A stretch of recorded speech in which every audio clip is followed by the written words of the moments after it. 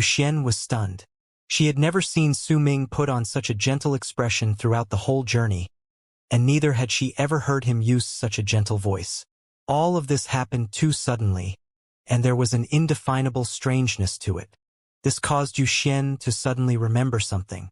But before she managed to retreat, Su Ming had already arrived next to her at the brief instant she was stunned, and lifted his right hand to naturally place it on her dark locks. All of this might seem to have happened over a long period of time, but in truth it had happened instantaneously. Xian's expression changed swiftly, but by the time she moved back, Su Ming had already taken a dark strand of hair from her head. With a flip of his right hand, that hair immediately disappeared from his palm. "Since you've been following me all this while, then you must surely know what will happen if I am in control of someone's hair." The gentle look on Su Ming's face disappeared, and the gentle tone in his voice also turned icy cold. His whole demeanor returned to how it was previously. Chen Chun saw all of this as he stood at the back, and a shudder ran through his body. He remembered the days of misfortune that had fallen on his head when he was still in Evil Spirit Mountain, and when he looked at Su Ming, fear appeared in his eyes. He suddenly realized that even Su Ming was abnormal. Each person around him was more evil than the next.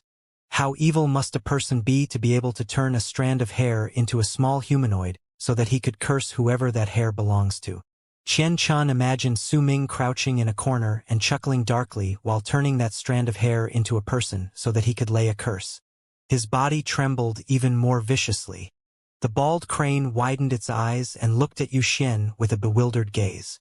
It saw that her expression had changed, but it could not wrap its head around it, thinking that it was just a strand of hair and would be able to do nothing. Su Ming's second senior brother was momentarily stunned as well, but based on the changes in Xian's expression, he could tell that Xian was feeling incredibly terrible at that moment, and he could not help but smile. Even the mutt looked as if it had seen a ghost once it saw Su Ming taking one of Xian's hair. Quickly moved back slightly. It had seen Su Ming use this method multiple times to lay a curse, and while it might not know the origins of this art, memories towards the terrors of that art were fresh in its mind. After all, Su Ming had disappeared after his battle against Di Tian in the Dead Sea. When Xian found Su Ming again, he was already an evil spirit sect, and no one knew about the things regarding Ugly Little Thing and her family. Xian glared at Su Ming. She had always been intelligent and had always been the one who had the upper hand. She was rarely the one who would be deceived and suffer losses. Even when it came to Su Ming's second senior brother, they were both mutually exploiting each other. She could naturally tell that second senior brother had been able to find some clues from her or the mutt, but she had used this to follow Su Ming in plain sight. In fact, all of this was more of a fun pastime for her, and there was absolutely no need for her to use too much of her head. The act of using medicinal cores in exchange for asking questions had seemed like a joke, but in truth, she had wanted to do so. The injuries Su Ming's second senior brother had sustained might not seem to be consequential, but in truth, his foundation had been injured. If he did not heal it as soon as possible, it would have a huge effect. But that second senior brother refused to say a single word about it, and that little dummy Su was a real idiot because he had been unable to see it. When second senior brother had circulated his cultivation base before that statue in an attempt to awaken it, this had worsened his injuries even more. That was why she used this method to tease Su Ming and help his second senior brother to heal. In her eyes, she was the one helping Su Ming, and besides, she had been very happy all along the way. After all, she could tell that second senior brother did not harbor any ill intentions towards her. This matter about them mutually exploiting each other would naturally depend on their individual skills. As for Su Ming, Xian had only thought that he had quite the potential, and his status as an abyss builder could net her a good price. She had not paid much attention to his intelligence, and that matter about marriage was also treated as a joke. Yet at this moment, she was glaring at Su Ming, becoming serious for the first time. The reason for it was because she had just suffered a very huge loss due to him. This was something that she had not expected. If she had been schemed against in this manner by second senior brother, she would not have felt so indignant. After all, it was difficult to predict just how he would act with how unpredictable he was. But But she was manipulated this way by Su Ming, and this made her very angry. She glared at Su Ming, and he looked at her flatly. Their gazes met, and there seemed to be sparks flying in the air. But those sparks were not due to the birth of any sort of feelings. It was due to two opponents standing off against each other. After some time, Yu Xian let out a harumph and turned her head around to ignore Su Ming. As she sat on the mutt, she started tugging at the fur at the top of its head, ignoring the mutt's grievances and its helpless anger. Her beautiful eyes sparkled, and no one could know just how many ideas to punish Su Ming had fleeted through her mind. Su Ming was indifferent, completely unbothered by how many schemes she would come up with. At the very least, he had obtained the peace and quiet that had been absent from his life for a long time now. The voice that almost brought him to a mental breakdown was no longer around, and in the midst of this quiet, the group turned into several long arcs that charged towards the island where Ziyen was. A rarely seen quiet filled the air within the group. Su Ming's second senior brother still had the gentle smile on his face, while his thoughts remained hidden from others. The mutt looked as if it was suffering more with each passing moment and was wincing in pain, because the woman had a steely expression on her face as she continued wrestling with the fur on its head. The bald crane blinked and immediately did not dare to even breathe loudly. It had a feeling that a violent storm was about to arrive and knew that it should not make itself known at that moment, or else it would be all too easy to get dragged into the mess. Qian Chen behaved in the same way. He lowered his head and acted his part of the bald crane's stead, afraid that he would get dragged into the mess. The group was not too far away from the islands around South Morning to begin with, so as they charged forward in silence, an island appeared before long at the surface of the Dead Sea. The island looked barren, and there was nothing unusual about it. But when Su Ming approached it and lifted his right hand to form a seal before striking his palm forward in the direction, the island remained the same for the span of 10 breaths before a layer of blue light surrounded it. That screen of light was faintly blue in the beginning, but it instantly turned dark blue, and long tunnels appeared on its surface. Fong Tsonglan, who looked somewhat delicate while dressed in white, walked forth with light footsteps. She did not look at anyone else besides Su Ming. As she watched him, a gentle smile appeared on her face. An ethereal air spread out from Fong Tsonglan's body, acting as a background against the dark blue screen of light around her.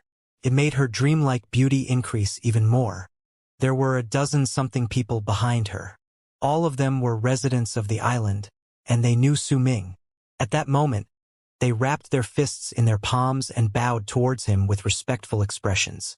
Among them was Ziyen and Yamu. Ziyen, who was dressed in the manner of a married woman, was about to bow with the crowd, but at that moment, her body suddenly started trembling viciously. She looked at the man standing beside Su Ming, the gentle man who had a slightly pale face but was still wearing a faint smile that was so familiar to her. At the instant she saw him, all the people in her vision disappeared, and the only one left was the man who was as gentle as a flower and who had sunlight shining on the side of his face. It was a scene from her memories. It was a memory that was buried deep within the recesses of her mind. He was the man who had blocked off her path when she was heading to the 9th summit, the man who had kept his side profile directed to the sun and who believed that his actions were very elegant. It was a beautiful moment that existed in the past. Perhaps it could be considered not just a beautiful moment but a budding romance, yet it existed in the past. Yamu was silent. He noticed Ziyan's strange behavior and could tell that the reason for her behavior was the man beside Su Ming, and anguish rose in Yamu's heart. He gradually lowered his head and slowly took a few steps back, making it so that he was behind Ziyen instead of standing by her side. Ziyen, as long as you're happy, I can give up everything for you. I know that you don't like me. I know that. Yamu lowered his head and chose to give up. Among the crowd was Zhongzhe, who had clearly entered old age and whose body was exuding a thick, bleak air. He looked like an ordinary old man, and with a pretty woman supporting him, he looked at Su Ming with a smile. Su Ming knew that woman who was supporting him. She was Autumn Sea Tribe's sacred lady Wanqiu. She must have reached Southern Swamp Island after Su Ming left all those years ago and reunited with Zhongzhe. Southern Swamp Island was flourishing behind the dark blue screen of light. The layer of green that covered the land. The city moat that was of quite the sizable scale. The buildings on the mountains all around the place, and everything else had turned this place into a paradise. The fragrance of grass and flowers filled the area within the screen of light, and that scent had the power to creep into one's heart and stay there. Su Ming stood on a cliff and looked into the distance. He could see the blue sky and white clouds from where he stood, and they were real. The sky above South Morning had originally been filled with thick clouds, but the fight between Su Ming and the Immortals at the place where they descend had stirred up the power of the world, allowing even the sky of South Morning to return to its original color. The seawater struck the reefs underneath and stirred up splashes from waves as well as black bubbles. Fong Songlan stood beside Su Ming. She had become even more quiet than before, and there was an air of gracefulness and restraint in her gentle demeanor. She was smoothing out the wrinkles in Su Ming's clothes by his side. The elegance of her face allowed others to sense her gentleness in the midst of all that peace and quiet. Wan Qiu stood in the distance and watched this scene without a word. If anyone cast their gaze about, they would be able to see two other people standing on another mountain not too far away from Su Ming and Fong Songlan. Those two were second senior brother and Ziyan. Yu Xian was also glaring furiously at the spot where Su Ming was from another mountain, but her gaze found itself on Fong Songlan more often than not. The mutt lay by the side and looked at Yu Xian, then at Su Ming in the distance, and eventually at Fong Songlan. Suddenly shuddered. It could sense a chilling air spreading out from Yu Xian, and when it cast a sideways glance at her, it saw an expression similar to those abyss dragon consorts wore when they were sizing each other up. The smell of the sea was contained within the breeze, and it rose up when the waves struck the reefs. The smell fused with the fragrance of the grass and turned into a smell that was unique to areas near seas. Those familiar to it would love it, but those who were unfamiliar would find the smell a little difficult to bear. Fong Songlan was clearly already used to the smell. She stood beside Su Ming, and once she smoothed out his clothes, she looked at the horizon and remained quietly by his side, not saying a single word. She knew that Su Ming loved silence. After a long time, he said slowly, "After this, I'll head to the Alliance of the Western Region." Fong Songlan nodded with a soft hum. Su Ming turned his head around and looked at her. This woman was not as beautiful as Yu Xian, but her quiet demeanor was comforting to others. This was something Yu Xian did not have. "Are you coming back?" Fong Songlan's eyelashes fluttered lightly, and she looked at Su Ming as well. Su Ming remained silent for a moment before he said calmly, "Perhaps I will, perhaps I won't. It doesn't matter whether you choose to come back or not. I will always be here. If a day comes when you are tired, you can come here and take a rest. If I am no longer here when that day comes, my soul will still be here to keep you company." Fong Songlan said softly. There was a determined quality in her voice, along with a carefree air. Her determination came from her existence in this place, and her carefree attitude came from her rejecting Su Ming's companionship when he had offered it to her not out of love. Su Ming did not speak, but instead looked at the world in the distance. But this silence that existed between him and Fong Songlan was broken by a bark that sounded like a dragon's roar after a moment. The mutt came running over with an expression of resignation and suffering as it cried out towards the sky. By its side was Yu Xian, who had her hands behind her back. She walked with a smile on her face and would occasionally kick the mutt, causing it to cry even louder. When Su Ming and Fong Songlan turned their heads to look, Yu Xian stuck out her tongue and put on an embarrassed look. What's wrong with this mutt? Keeps barking and won't listen to me. It didn't interrupt the two of you, did it?" Yu Xian blinked and looked towards Su Ming and Fong Songlan. As she spoke, she kicked the mutt again. Su Ming frowned. Fong Songlan smiled gently by his side and looked at the woman, then asked softly, "Who might you be?" "Hello, senior. I am Yu Xian. I'm Su Ming's betrothed." A shy look appeared on Yu Xian's face. Fong Songlan was momentarily stunned. Then, with her smile unchanged in the slightest, she looked towards Su Ming. "Second senior brother was the one who arranged our marriage. I'll be married to him in a few days' time. Please come to the wedding feast at that time. I've heard my husband-to-be mention you before, and now that I've met you." There was a shy look on Yu Xian's face, along with an air of naivety as she spoke softly. But before she could even finish speaking, Su Ming took out the strand of her hair.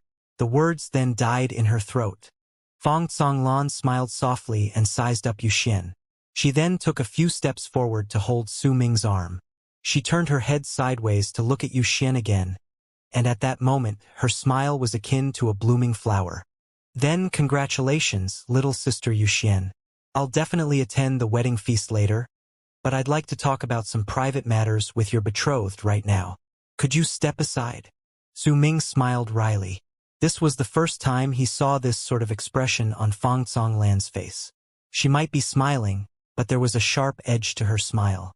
As Yu Xian and Fong Zonglan faced off verbally, leaving Su Ming by the side smiling wryly, Ziyan held back her tears as she smiled and looked at second senior brother on the other mountain.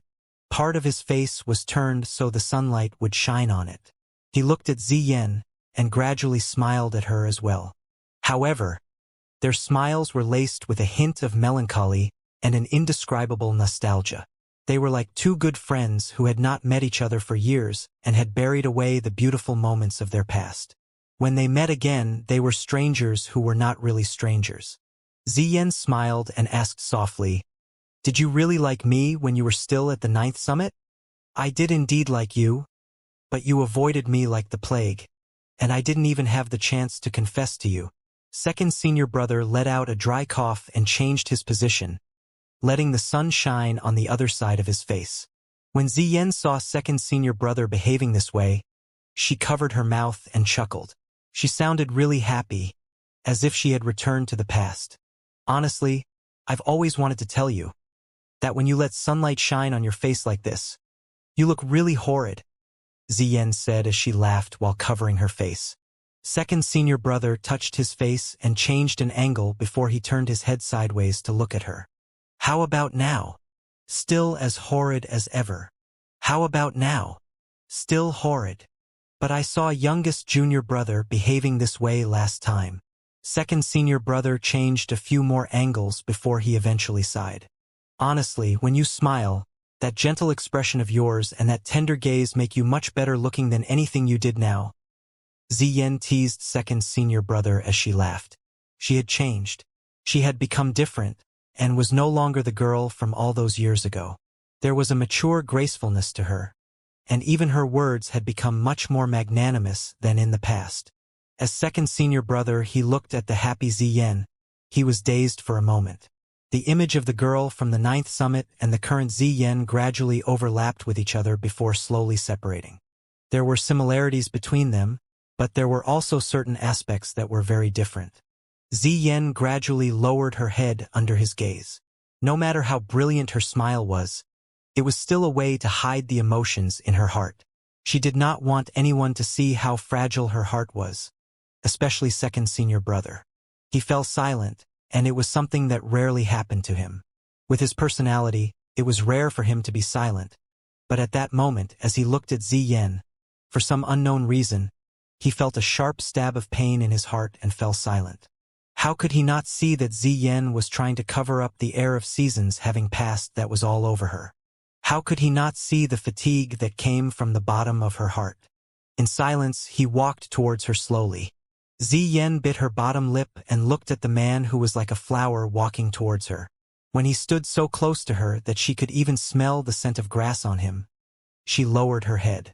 She did not see Yamu sitting on a stone in a place far away from them. He was looking at her blankly, and there was deep anguish on his face. "Come with me." Second senior brother stretched out his hand and lifted Ziyan's chin, then gently kissed her forehead. A dazed look appeared on Ziyan's face as she looked at him. After a long moment, she lifted her hand and gently caressed his face before shaking her head and taking a few steps back. Second senior brother fell silent and looked at Ziyan moving backwards, then sighed. The gentle smile appeared on his face again. "Then I wish that you will be happy." Once he finished speaking, he lifted his head and cast his gaze towards Yamu, who was sitting on a rock in the distance. After giving him a profound look, he turned around and left the mountain. Once second senior brother left, Ziyen looked as if she had lost all her strength and took a few staggering steps backwards. Tears fell from the corners of her eyes. During that instant just now, she had wanted to agree to him, but she could not. Ziyen knew that what they'd had was all in the past. All of the things that transpired could only be said to be fate toying with them. There had only been some fondness between the two of them, and that fondness had all been from second senior brother.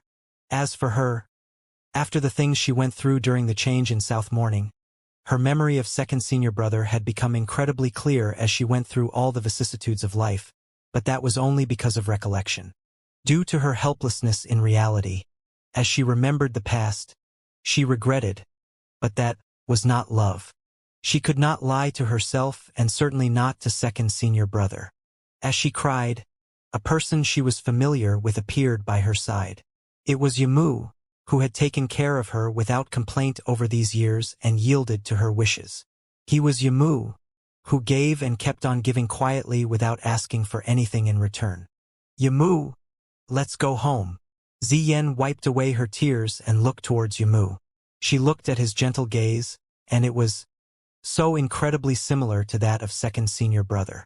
The group did not stay long in southern Swamp Island. The next morning, Su Ming left with everyone following him. As they left into the distance, Fong Tsonglan stood on the island quietly and watched Su Ming's body disappear, just like she had done in the past. She did not know when would be the next time she would meet him and did not know whether she would still be alive at that time.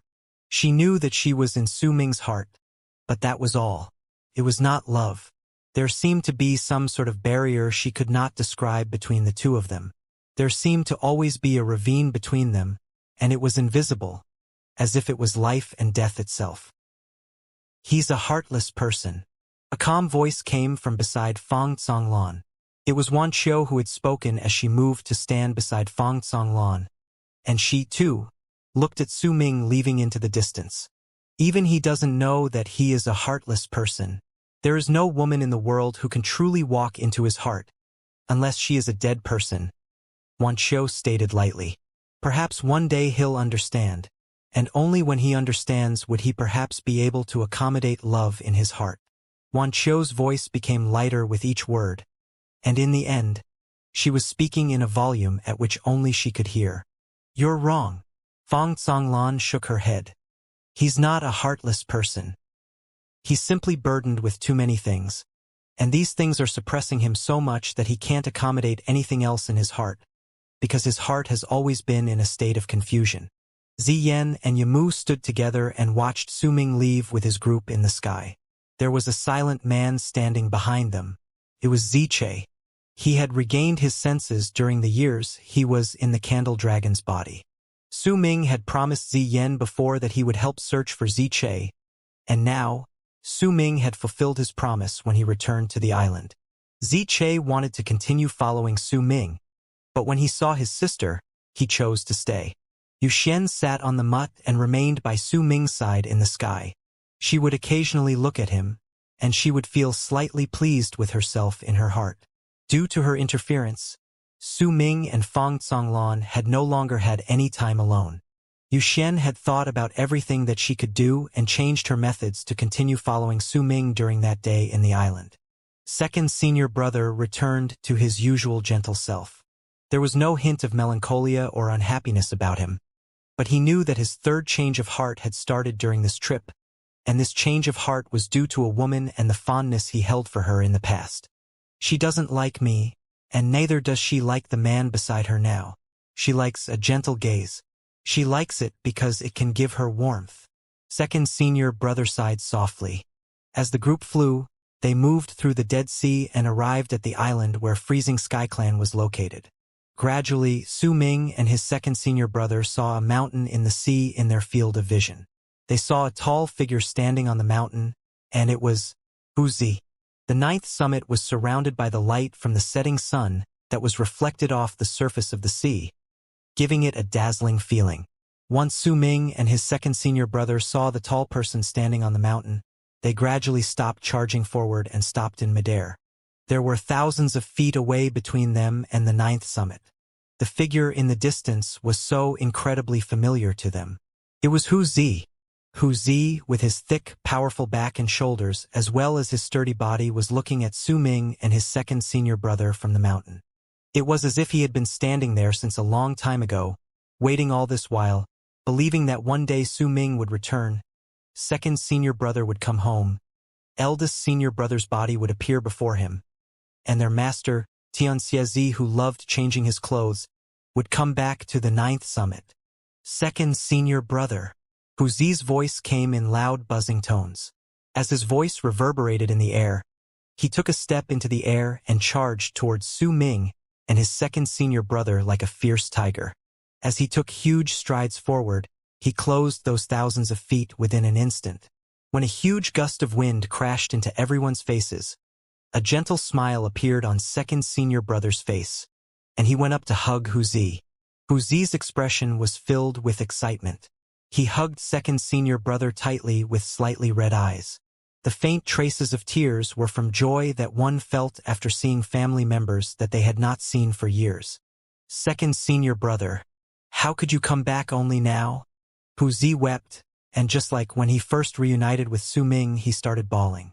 His cries spread through the entire area, causing all the other people who were staying on the ninth summit to quickly walk out. They then saw Su Ming and the group in the sky. Bai Su was also in the crowd. She looked at Su Ming, and a smile appeared on her face. Dressed in a purple gauze dress, she stood on the mountain with her black locks flying in the breeze.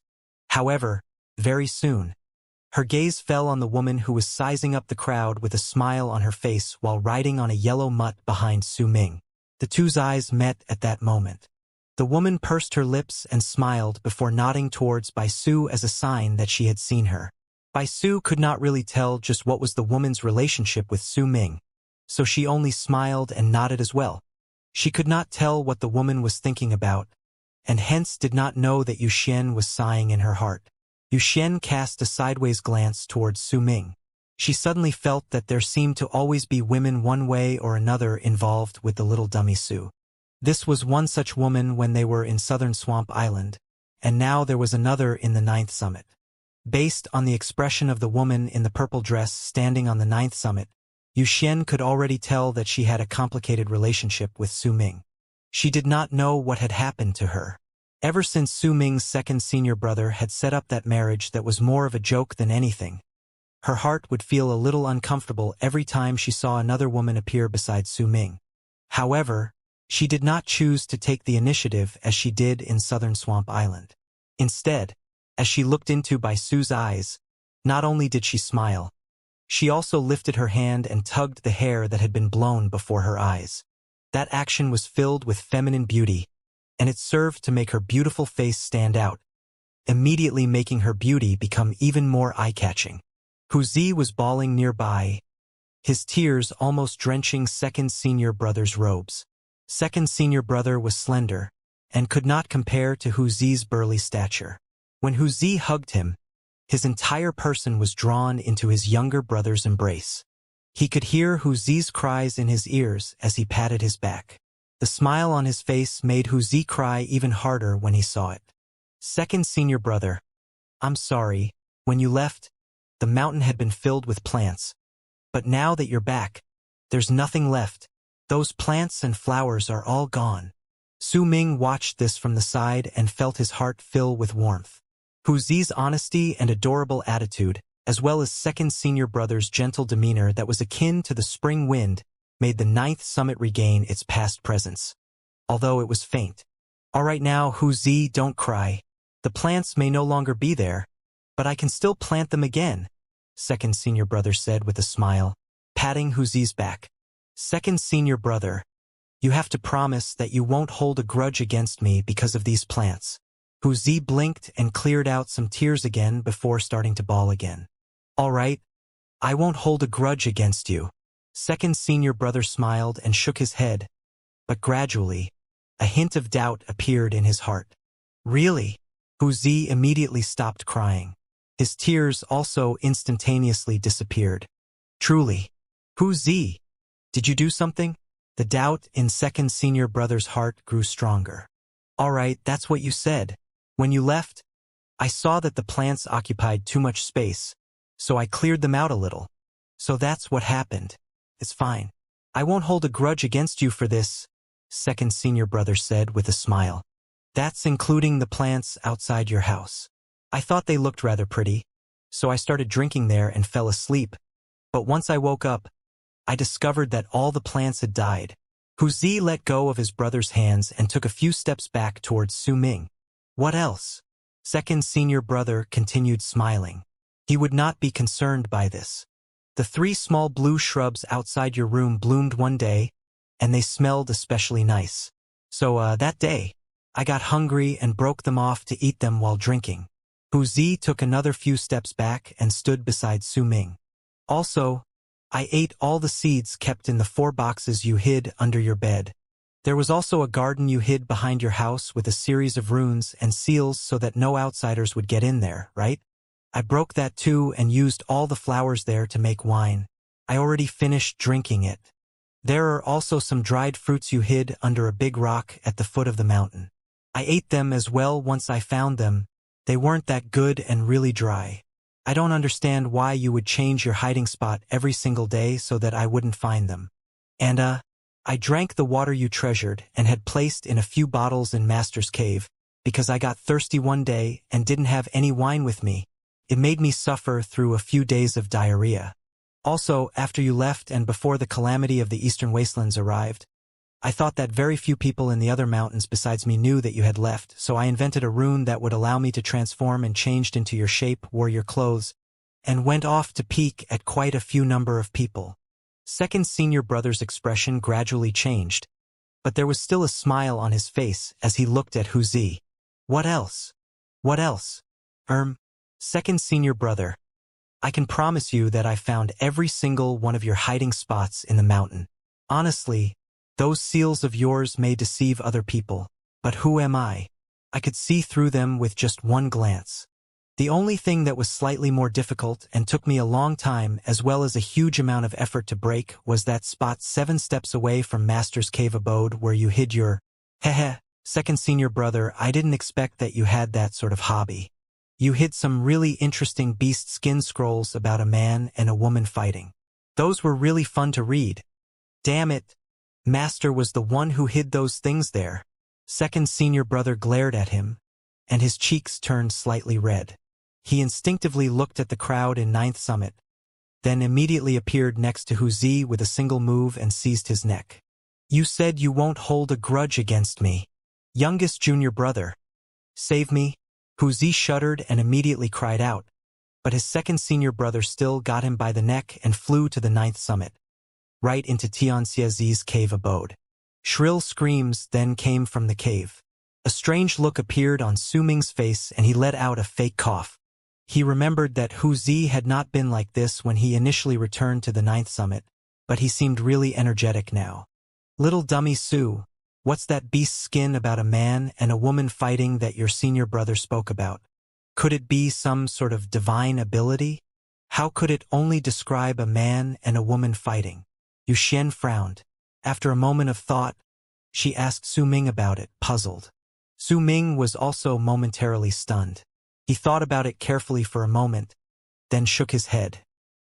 He had seen his second senior brother's expression change once Wuxia said those words, and he looked as if he was in a hurry to justify himself before he looked at the crowd underneath. After that, he had brought Wuxia to their master's cave abode to teach him a lesson. Could it really be some sort of divine ability? Outsiders aren't supposed to know about it. Su Ming cast a glance at his master's cave abode. He could hear Wuxia's pained cries coming from within, so he decided that he should look for a suitable time to ask them just what sort of divine ability it was. Chen Chen, the bald crane, and the mutt were right beside him. The mutt rolled its eyes and put on a look of disdain. Chen Chen's face, though, had a vulgar look to it. Only the bald crane was stunned and had a similar expression as Su Ming and Yuxian. It scratched its head and started mumbling to itself. A man and a woman fighting? It must be some strange divine ability. I'll have to learn it when I have the chance. They were not the only ones who showed a reaction. There were quite a large number of people in the ninth summit at that moment, and most of the men and women there immediately spotted incredibly strange expressions on their faces. They would occasionally look towards the cave abode where the screams were coming from, then look towards Su Ming, who they held in the same amount of respect as they would a deity, thinking hard about it. Bai Su's petite face colored red. When Su Ming had gone off to search for his master several years ago, Hu Zi had restored his cultivation and used a long period of time to break the seal that contained that so-called beast skin about a man and a woman fighting. At that time, she had heard Hu Zi mumbling to himself, seemingly because he had failed several times while he tried to break that rune. He had only managed to open it a year ago, and in the midst of her curiosity, she had also read that beast skin about a man and a woman fighting by his side. Most of the people's expressions in the ninth summit were incredibly odd as they forced down their laughter. Only Su Ming, Yu Xian, and the bald crane were still out of the loop. Hu Zi's pained voice echoed in the midst of all the screams from the cave abode. Second senior brother, you broke your promise? I just looked at that beast skin scroll you treasured. It's just about a man and a woman, a man and 2 women, a man and 3 women, a man with 4 women and so on fighting against each other naked. Ah, that's not mine. It belongs to Master. Anger appeared in second senior brother's voice. Nonsense, that rune had your presence. It's exactly the same presence you left behind on all your other seals. Don't even think about lying to me. Oh, there's even one about 2 women. Master imitated my seals. Damn it all. Hu Zi, I'm definitely going to teach you a lesson today. The light from the moon fell on the ground and turned into glistening sparkles on the waves at the surface of the sea, as if there were silver scales spread out on them. The sea breeze blew gently, and it wasn't cold when it touched their faces. It seemed to have fused together with the moonlight, becoming a light veil for the moon. Under the moon and the sea breeze, Bai Su smiled. She looked calm, but the wild beauty within her was still there. She held a pot of wine in her hand and filled up Su Ming's cup, which was placed in front of him, before she sat down demurely by his side. Second senior brother sat across Su Ming. His expression was melancholic as he looked at the sky and the sea. He touched the mountain rock under him and drank the wine in his cup in one fell swoop. It feels good to be home, he said softly. Hu Zi was also by their side, his face swollen and bruised. When he heard it, he let out a harumph. He did not use a wine cup, but picked up the pot of wine right in front of him and took a big swig from it. You promise breaker. I shouldn't have told you. It's just a few plants and a stupid book about a man and a woman fighting. I'm not even in Turs. Hu Zi mumbled, but when he saw his second senior brother looking towards him with a smile, he quickly shut up. He was afraid of his second senior brother.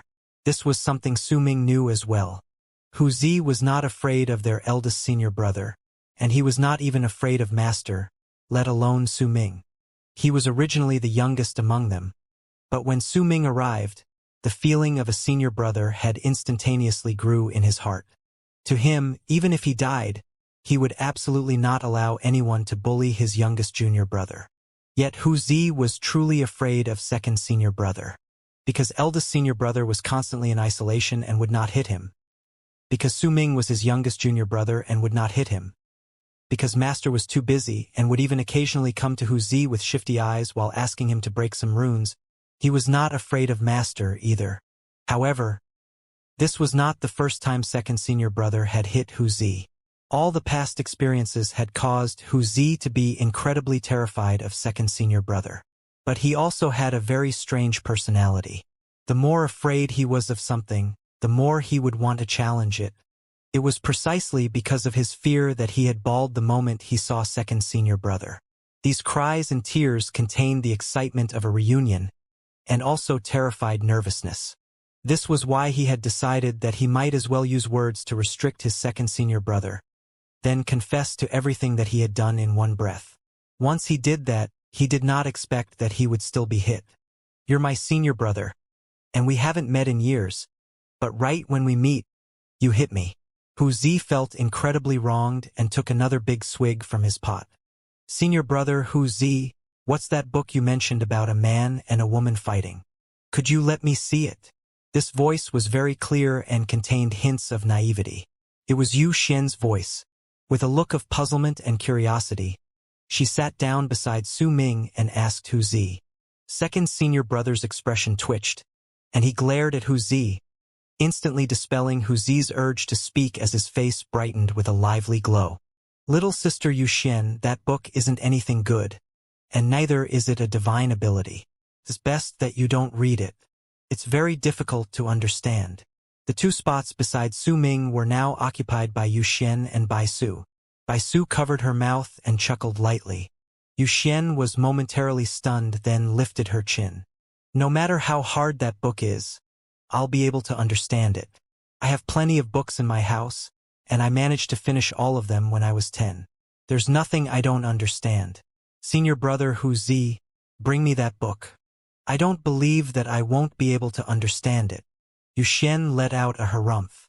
The mutt lying beside Yu Xian blinked when it heard her words, then bared its teeth in a grin. That expression was incredibly strange, but the mutt did not make a single sound. Qian Chun was holding onto a pot, pouring wine for Su Ming's second senior brother with an eager and attentive look on his face.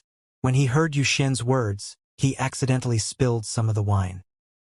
He was forced down the mad laughter in his heart, rejoicing inwardly that even the witch would have such a day upon her. He looked forward to the moment the woman's expression changed when she saw the book about the man and woman fighting. That's right. Hu Zi. Come on, bring that book too. The boy that was the bald crane rubbed his hands with a look of curiosity, but before he managed to finish speaking, Hu Zi glared at him and lifted his right hand to seize the boy's neck. Damn you. Did you really think that I won't manage to see who you are? You're that damn bald crane. As the bald crane screamed in pain, Hu Zi swung him a few circles before throwing him again the ground again and again. Change into a woman. I'll let you know personally what's drawn in that book. Hu Zi stood up and lifted the bald crane before he threw him on the ground again. Second senior brother was taking a sip out of the wine cup at that moment. When he heard Hu Zi's words, he nearly spat out his drink. As he laughed wryly, he looked at Hu Zi and the bald crane, then at the puzzled Yu Xian as well as Bai Su, who knew what was going on but had decided not to speak and had instead chosen just to smile. Eventually, he looked at Su Ming. When he saw a slight spark of curiosity towards the beast skin book in Su Ming's eyes despite the indifferent look on his face, he could not help but let out a long sigh and shift his gaze to look at the statue placed near their group. That statue was naturally their eldest senior brother, and there was a pot of wine placed in front of him. This was a gathering among those of the 9th summit. Their eldest senior brother might have turned into a statue, but this was his home. He must be present when the disciples of the 9th summit gathered together. The bald crane's screams of pain traveled outwards, and his body rapidly changed to his original look, that of a crane without feathers. With Hu Zi holding onto its neck, it continued forming arcs in the shape of a fan as it was repeatedly hit against the ground. Who, you little brat? Your grandpa crane is a crane of integrity. I am not going to change. You damn brat. If I didn't save you all those years ago, you would have turned into a seed a long time ago. I refuse to change. I refuse to. Hu Zi glared at the bald crane and brought it to his face. How dare you talk about what happened in the past? Do you think I don't know about this? You could have saved me with an even easier method, but you just had to let me suffer.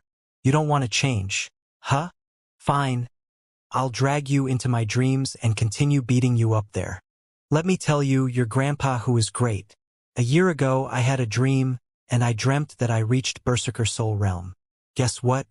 When I woke up, I really reached Berserker Soul Realm. Su Ming smiled and brought the wine cup to his lips to take a sip. He had managed to tell much earlier that Hu Zi had become far stronger than before, and only then did he know the reason. When he remembered their master talking about the mysteries of Hu Zi's entered dream, as well as his expectations towards him, he was not surprised. Their second senior brother was also looking at Hu Zi with a smile. He might always hit him, but he was even happier than Hu Zi himself when he saw Hu Zi's level of cultivation increasing. I'm not going to change even if you enter dreams. Your grandpa crane is a crane of integrity, and I won't submit to your will." It was rare that the bald crane would be so firm. As it screeched, its expressions and tone made it clear that it would absolutely not submit to Hu Zi, even though he was abusing his power. Yet at that moment, Yu Xian, who was beside Su Ming, blinked and said with a smile, "Senior brother Hu Zi, don't be angry. How about this? I'll have it change into the form you want, but you'll have to show me the divine abilities you learned from the book." "Okay." Second senior brother immediately let out a few fake coughs, but before he managed to say anything, Su Ming had already cast his eyes on the bald crane. "It's fine even if you transform for a while. Senior brother Hu Zi, you have reached Berserker Soul Realm, and you can use that divine ability to let me see the circulation of your qi. I feel that your qi has stagnated in certain parts, but I don't know what caused it." Second senior brother hit his forehead. He had no idea what he could say now. Hu Zi's expression became a little strange. He might be simple and honest, but he had still managed to understand what that beast skin book was about. After a moment of hesitation, his face turned red, which was a rare sight on him. "Youngest junior brother, do you really want to see it?" Hu Zi looked at Su Ming helplessly. Su Ming was momentarily stunned, then nodded. Are you sure you really want to see it?" Hu Zi looked as if he was about to cry, then turned towards his second senior brother as if he was trying to ask him what he should do. His second senior brother decided to turn his head away and ignore him. "Fine then, youngest junior brother, since you want to see it, then I'll give it my all." When Hu Zi gritted his teeth, a look of excitement appeared on Yu Xian's face. She pointed at the bald crane and ordered it with a clear voice. "Little Baldy, hurry up and change." "No, even if you beat me to death, I won't change. It doesn't matter who's the one who said it. I won't change. This Grandpa Crane won't submit to anyone. I will absolutely not bow my head this time. Even if Dao Chan becomes my steed in front of me, I won't change." The bald crane cried out loudly with a determined look on its face. It continued telling itself that this time it definitely must adhere to its principles, and it would absolutely not change into a girl. This was the bottom line, that it must absolutely not pass as Grandpa Crane. "Heh, youngest junior brother, if it refuses to change, I can't do anything about it." Hu Zi let out a sigh of relief and quickly sat down. Just as he was about to take up his pot of wine and continue drinking, he suddenly widened his eyes and stared blankly at Yu Xian. Right before his eyes, Yu Xian brought out a bag with flowers embroidered on it from her bosom. She poured out some sparkling crystals from it and threw one into the distance. That crystal turned into a ray of crystalline light as it flew, but then a black shadow shot up with a whooshing sound and caught up to the crystal before it grabbed it with its claws. It was naturally the delighted bald crane.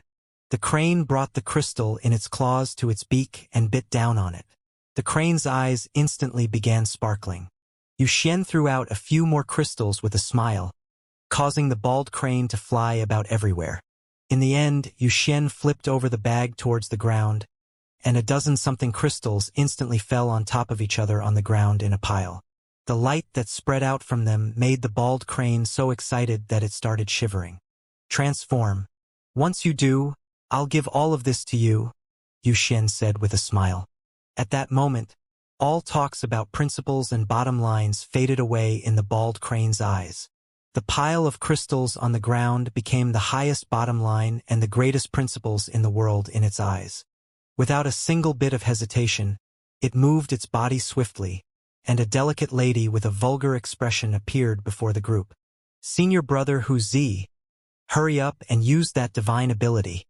Yu Xian was truly incredibly curious, and she was also slightly unwilling to accept what Bai Su had said about her not being able to understand this ability. When she saw that the bald crane had already transformed, she immediately opened her mouth and urged Hu Zi to take action. Su Ming also looked over. Second senior brother closed his eyes and sighed with a wry smile. Hu Zi was stunned. He looked at Su Ming, then at Yu Xian, and at Bai Su, whose cheeks were flushed red and whose expression had turned strange. Eventually, he looked towards his second senior brother, who had his eyes closed. Then, Hu Zi scratched his head hard, looking as if he was about to burst into tears. Youngest, youngest junior brother, do you really want to see it? In the end, Wuxia could not find it in himself to give a show of the contents in the beast skin book to Su Ming with the bald crane. As he was struck by a cloud of gloom, he looked at Su Ming helplessly, then patted his own forehead, thinking that he was indeed the most intelligent person in the 9th summit, or at the very least smarter than his youngest junior brother. Otherwise, why would he understand things that his youngest junior brother did not and even played them out in his dreams multiple times? That was why he decided to bring out some of the beast skin books that he had hidden away so that second senior brother would not be able to take them, and handed them to Su Ming. Once he did so, the bald crane quickly went to Su Ming's side. Yuxian, too, widened her eyes and looked closely at the beast skin book. She refused to admit defeat, thinking that no matter how profound a divine ability was, she would not necessarily be unable to see some clues about it. Su Ming also turned his attention to the beast skin book. Once he took it, he opened it, but at just the first glance he was stunned. After a moment he frowned. Once he mulled over it, a strange look gradually appeared on his face. The bald crane was dumbfounded at first, but then it let out a long breath, and its eyes begun to shine. It stared at the pictures on the beast skin book, its breathing quickening. Yuxian stared at the pictures in the beast skin book for a long while before her brows slowly furrowed, but there was still mostly bewilderment on her face. This is why she snatched the beast skin book from Su Ming's hand and started examining it carefully. Su Ming let out a fake cough. Then his gaze landed on Wuxia, who immediately put on an aggrieved expression. When Su Ming looked towards his second senior brother, the man quickly picked up a pot of wine and pretended to drink from it. Little dummy Su, this divine ability is really easy, why don't you understand it? I just don't know why they don't wear clothes when they train, though. Yuxian plopped her chin on her left hand and flipped through the beast skin book with puzzlement on her face. Judging by her expression, she was not joking. Yuxian did indeed not understand what was drawn in the book. I don't know why either. Su Ming quickly picked up his wine cup and drank from it, wanting to avoid the topic. He had understood it somewhat, but the more he understood it, the more it showed just how naive Yuxian was. It was also at this moment that Su Ming noticed a trace of adorableness about Yuxian for the first time. Yuxian flipped through a few more pages before she looked at Su Ming and said, "No, your expression is off. You must know why. Tell me, why don't we try practicing it? But we have to wear clothes, though." Su Ming nearly spat out his drink, then immediately snatched the beast skin book from Yuxian's hands and threw it back to his second senior brother. As he let out a few dry coughs, he found that he could not remember just how long it had been since he had been caught in such an awkward situation. Baisu covered her mouth and laughed by the side.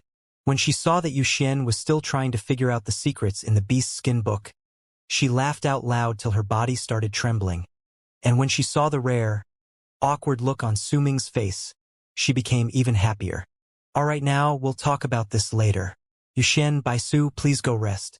Us fellow brothers have something to discuss with each other." Second senior brother put away the beast skin book into his bosom, while also letting out a few fake coughs, and languidly told others to disperse. Baisu stood up obediently. Yuxian continued wondering about the things in the book, but when she saw the mutt grinning with a smug look, she went and kicked it before grabbing the fur at the mutt's neck and leaving with Baisu.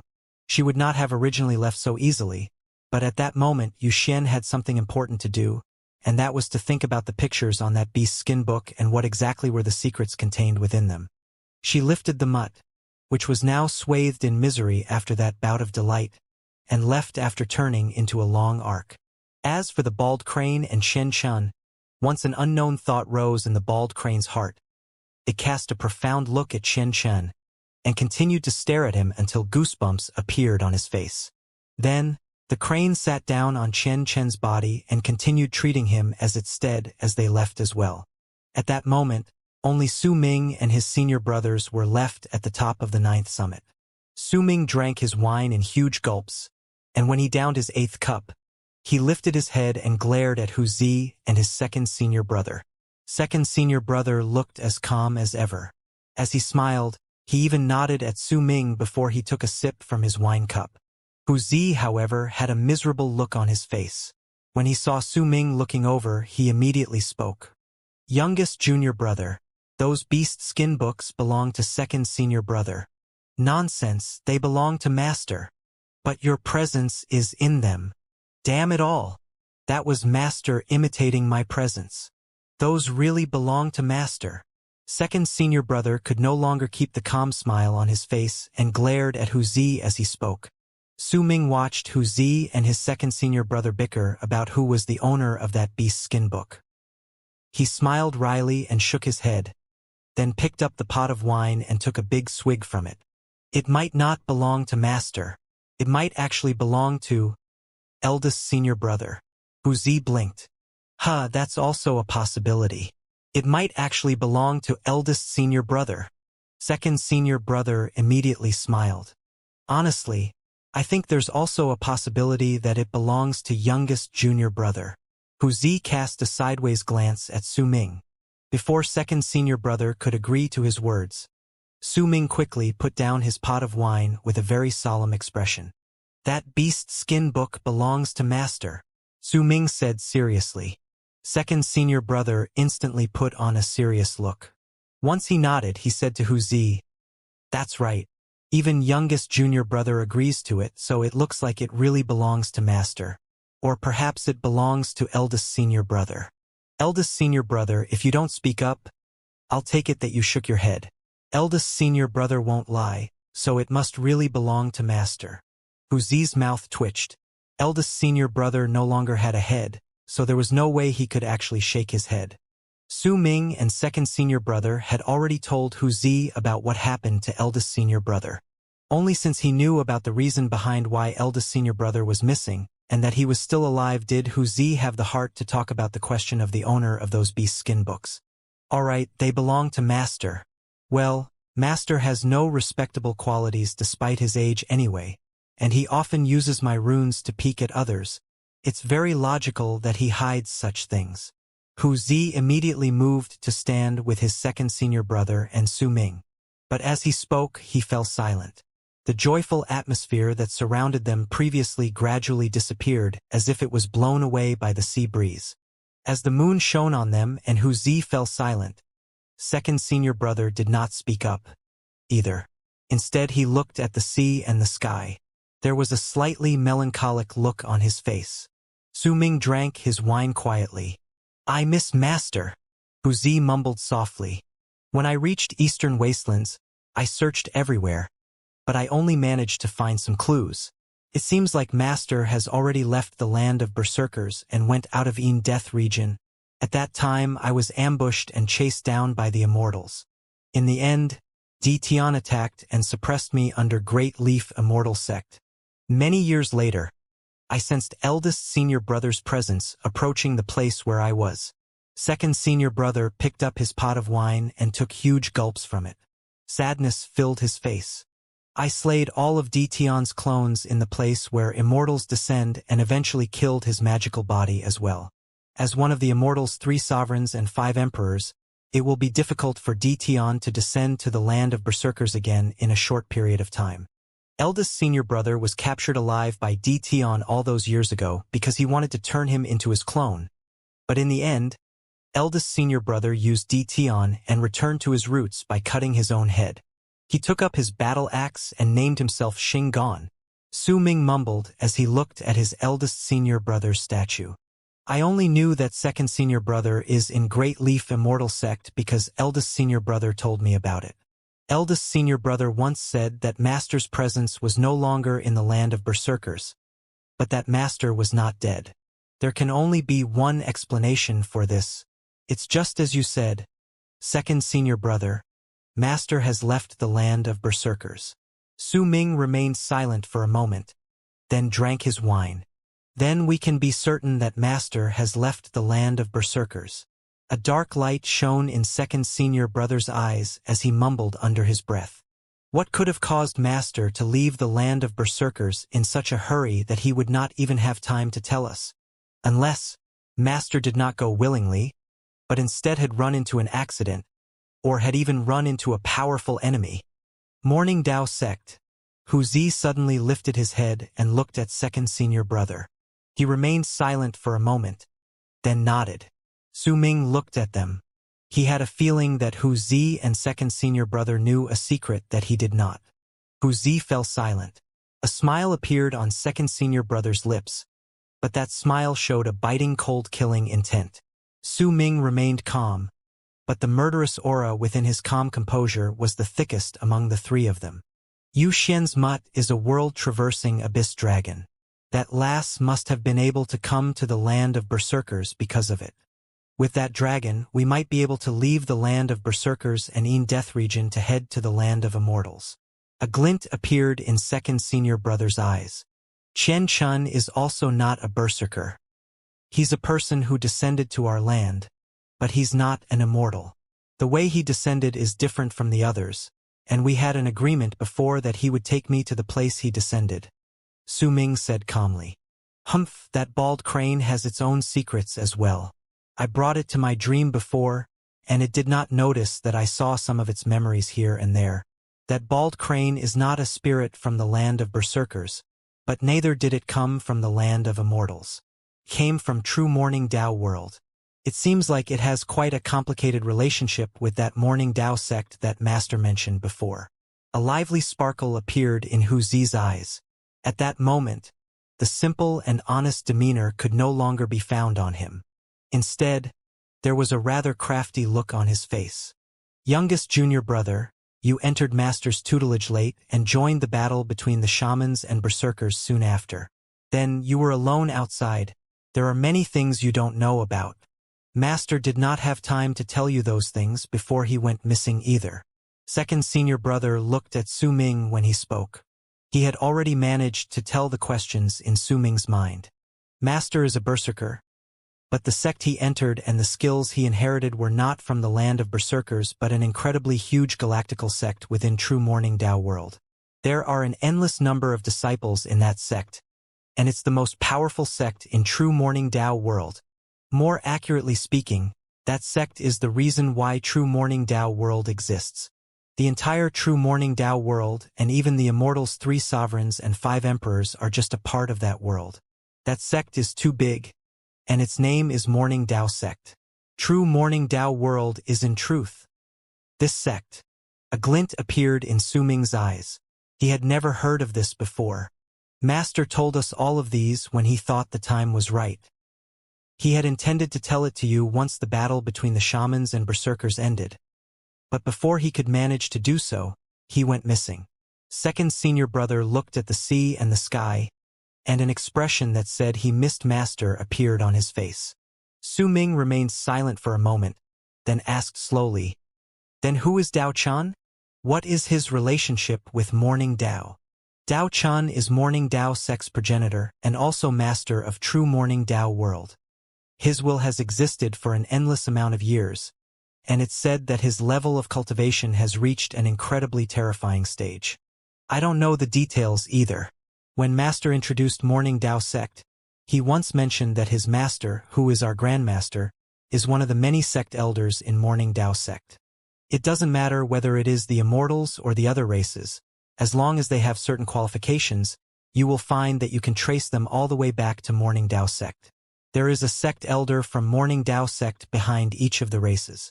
Morning Dao sect is like a huge web that fills all the corners of true Morning Dao world. That's why I said that Morning Dao sect is actually true Morning Dao world. Our Grandmaster has only taken in 18 disciples in his life. Our Master was taken in as a disciple when he was roaming about the lands of berserkers. At that time, there were several other berserkers who also went under our Grandmaster's tutelage. They once went out of the land of berserkers multiple times with our Grandmaster, but in the end, due to different ideals, due to the difference in opinion regarding their path of cultivation, and due to Master injuring a large amount of people due to an incident, he left Grandmaster and returned to the land of berserkers. When he returned to the land of berserkers, the injuries he sustained that year did not heal, and he became weaker and weaker as time passed. But it was precisely due to this weakness that he created change of heart. It's the same change of heart that allows our roots and foundations to never change no matter what sort of divine abilities we practice or what happens to our external appearance. Our eldest senior brother is a descendant of 9 Li and the Lord of the Shamans. He has been with our master the longest. I was originally a soul fragment in the world, gathered together by the first phantom equal from Phantom Deus tribe to become a phantom. I never had any intelligence. When Phantom Equal died, I suddenly obtained intelligence. I didn't vanish after that but started drifting about in the world. Many years passed and then I met our master. He helped me transform and gave me the Abyss Dragon Scale to gather corporeal form. From then on, I followed master and became his second disciple. Second senior brother spoke softly, but his voice reverberated in the air. Wuxia's origins are even more complicated. He was also the one who was valued the most by our master, because his potential surpassed mine and eldest senior brothers. He's second senior brother cast Wuxia a glance. Wuxia drank quietly by the side. He did not speak. Death region is a mysterious place. Master once said that this mysterious existence is a place that even Morning Dao sect has to be careful of. Berserkers. Berserkers aren't a race that appeared naturally. They are one of the many races within Death region. Based on Master's understanding, there are many races in Death region, and in Morning Dao sect's words, these races are all felons. Second senior brother lifted his head and cast a glance at the sky. There are an endless number of worlds in the depths of Death vortex. That place is the true Death region. The place where we berserkers are located is actually one of the worlds in this gigantic Death vortex. The reason behind why immortals descended into our world and why it's pretty famous within Morning Dao sect is because Xianxia, our first god of berserkers, was born here. He is an anomaly. He's a madman whose level of cultivation went through the roof. He's a powerful warrior that managed to walk out of the land of berserkers and shocked even Death region, as well as sent Morning Dao sect into a buzz. He is also the first Death's child that Death region eventually recognized and supported at full strength. Su Ming's breathing quickened. These things were rather similar to what he understood, but most of them were things that he had never heard before. He conquered many worlds and opened a path leading to Bright Yang region. It was the path leading to the spot where Morning Dao sect was located in true Morning Dao world, making the land of berserkers the one and only region that could break into Bright Yang from Death. It is also the path immortals and the other races from true Morning Dao world used to come to our world. Xianxia fought against Dao Chun, but did not die. He enslaved the people from various worlds, causing his name to ring through Morning Dao sect and the land of berserkers to become the transition spot between Death and Bright Yang. That's why Grandmaster could come here and take in our master as his disciple. Second senior brother explained calmly. Every single one of his sentences verified Su Ming's understanding, and from there, he gained a true perception of the world. There are 9 cultivation planets beyond Death region. The immortals were the ones who placed those cultivation planets there to lock down Death region. But in truth, they can't seal Death region. They are just there for the land of berserkers.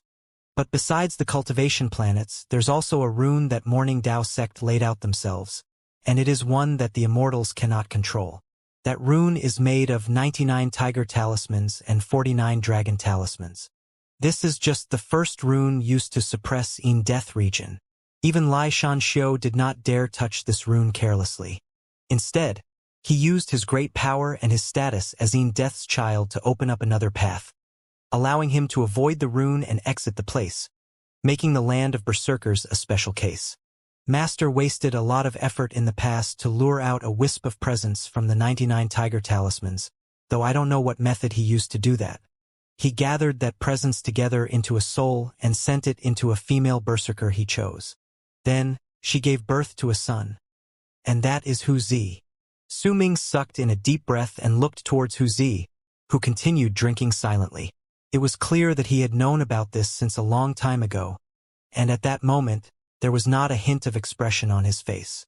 Wuxia's Enter Dream is a divine ability he was born with. It is a power born from the source of the first rune. It is an art that was left behind by the person who laid out the rune. Our master is a man of great talents. He once said that Wuxia is the key to break the first rune, and only Wuxia alone will be able to do it. Second senior brother lifted his head and ruffled Wuxia's head. Wuxia simply allowed this affectionate gesture. He placed his pot of wine down and looked at Su Ming. Youngest junior brother, that's how I came to be. I don't know what Master's plans are. I only know that Master is nice to me, eldest senior brother is nice to me, and while second senior brother constantly hits me, he is also nice to me. Youngest junior brother, you're also nice to me. That's why my life is yours. No matter what you want me to do, I will do it, Wuxia said seriously. Second senior brother then looked at Su Ming and said slowly, as for you, youngest junior brother, Master once said that he can't see through you. When you went off to the battle between the shamans and berserkers, Master watched you leave, and told Wuxia and I that he can't tell where you came from. The aura of death in your body is similar to the Emperor of Abyss True World, but it is different as well. Your presence and everything else made Master recall a secret his Grandmaster had once mentioned. It is a secret about what happened in True Morning Tao World in ages past. An unknown amount of years ago, when True Morning Tao World was at its strongest, a couple broke into their world. They should have been running from danger. At that time, the woman was pregnant, and the man was gravely injured. But the presence that spread out from his body incited a huge change in the entire True Morning Tao World. They did not seem to intend to stay for long in True Morning Tao World, but the change in True Morning Tao World's presence caught Morning Tao Sect's attention, and after using some unknown method, they became certain that the couple possessed a supreme treasure that surpassed Morning Tao Cauldron. That treasure did not seem to belong to any one of the four true great worlds. A battle to snatch that treasure began because of that, but the man was too strong. He was so strong that even if he was gravely injured, he still managed to spill a lot of blood. Even Dao Chun, who was at the peak of his condition, lost when fighting against him. If the woman had not felt pain in her stomach and started bleeding during the fight, then no one would have been the man's opponent. The woman's physical constitution was incredibly unique. Once she started bleeding, she lost all her cultivation base. Morning Tao Sect launched a crazed counterattack, and that was a bloody battle that swept through the entire True Morning Tao World. In the end, the man brought with him his anger, sadness, madness, his dying wife, and even greater injuries, and rushed out of True Morning Tao World. Before he left, it said that his eyes turned crimson, and he turned his head back to look at his pursuers from Morning Tao Sect and spoke something. Second senior brother said softly and looked at Su Ming. Su Ming remained silent. He did not speak. This world shall be built for Abyss. Second senior brother stopped talking for a moment. From then on, the entire galaxy of True Morning Tao World started showing signs of withering. All the spiritual aura in the world gradually dispersed. There were even quite a large number of cultivation planets that turned into wasteland due to the complete drain of spiritual aura. This strange phenomenon caused a great wave of panic. Morning Tao Sect was no longer as strong as before, but even so, this sect was still the lord of True Morning Tao World. Master knew that you were called Su Ming, and because he could not tell where you came from, he thought of that rumor. He also remembered that there was a place that was sealed up in the Immortal's galaxy, and it said that there is a corpse within that seal. Once second senior brother spoke up to this point, he no longer said anything else. Wuxia watched Su Ming remain silent by the side. The night grew darker. The sea breeze brought with it humidity and a hint of cold as it blew past. It lifted Su Ming's hair, and he raised his head to look at the sky before closing his eyes. After some time, a smile appeared on Su Ming's face. He opened his eyes and looked at his second senior brother as well as Wuxia. I don't know whether this is related to the couple you mentioned, second senior brother, but I do know that I am the soul of the corpse sealed in the land of immortals, Su Ming stated calmly. His second senior brother and Wuxia did not say a word, but after a moment, Wuxia lifted his head swiftly, looked at Su Ming, then lifted his right hand to hit his chest. Damn it all! Damn those immortals! Youngest junior brother, don't worry. Your senior brother Wuxia will definitely get your physical body back, Wuxia said loudly. A serious expression that came from the depths of his heart appeared on his face. It doesn't matter what statuses we have. I am your second senior brother, and you are my youngest junior brother. We are family. Second senior brother smiled. That smile that was just as it had always been in the past was especially warm in this dark night on the 9th summit. Our master has gone missing. He should have run into an accident or been taken by force from the land of berserkers. No matter what, this isn't our master's will. We must search for him, second senior brother said and clenched his fists. But where should we look for him? Wuxia asked loudly. Wuxia? Do you remember those rather strange words master said before he left? A glint appeared in second senior brother's eyes. An array of dark light showed up inside them. Before master left, he once looked at the sky and said something. Second senior brother looked as if he was remembering something. He said, "It's almost time." But the catastrophe of the eastern wastelands appeared. Could it be? Second senior brother's eyes shone as he looked at Su Ming. That's what he said. Youngest junior brother, can you find any clues based on these words? It's almost time? Then we must first know what Time Master was talking about. As for him mentioning the catastrophe of the eastern wastelands in his second sentence, it must mean that Master had associated something with it and formed some guesses because of it. The thing that he guessed is what Master did not say in his unfinished sentence. Su Ming said slowly. When I was suppressed under Great Leaf Immortal Sex Mountain, I examined these words for a long period of time. I thought back on all the words Master had spoken after I started following him, but I did not manage to find what he meant by the word time. Youngest junior brother? Wuxia? Did Master ever talk to you about anything that is related to time? Second senior brother looked at Su Ming and Wuxia. I can't remember. There shouldn't be. Wuxia scratched his head. Su Ming remained silent for a moment, but couldn't recall anything. Yet soon, a focused look appeared in his eyes, and his gaze landed on the statue that was eldest senior brother. Eldest senior brother was the first who mentioned that Master's presence was no longer in the land of berserkers, and he had even guessed it. Besides, he is the one who's been with Master the longest, perhaps eldest senior brother knows. As Su Ming spoke, second senior brother and Wuxia also looked towards their eldest senior brother, who was now a statue. After a period of silence, second senior brother sucked in a deep breath. We'll talk about this when eldest senior brother wakes up. I've thought of a method to wake him on our way back.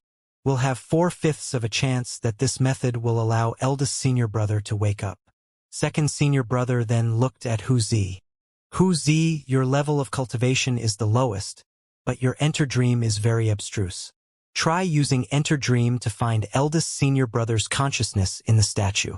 His consciousness should be clouded, but even if it is, he won't hurt you, since you are his junior brother. Once you find eldest senior brother's consciousness, use your enter dream and protect his consciousness so that it won't disappear. Wuxia nodded gravely.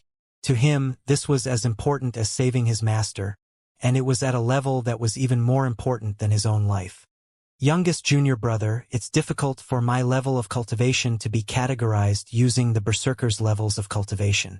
Based on my perception, my current combat abilities have surpassed those who have attained great completion in the berserker soul realm, but are still a little inferior to yours.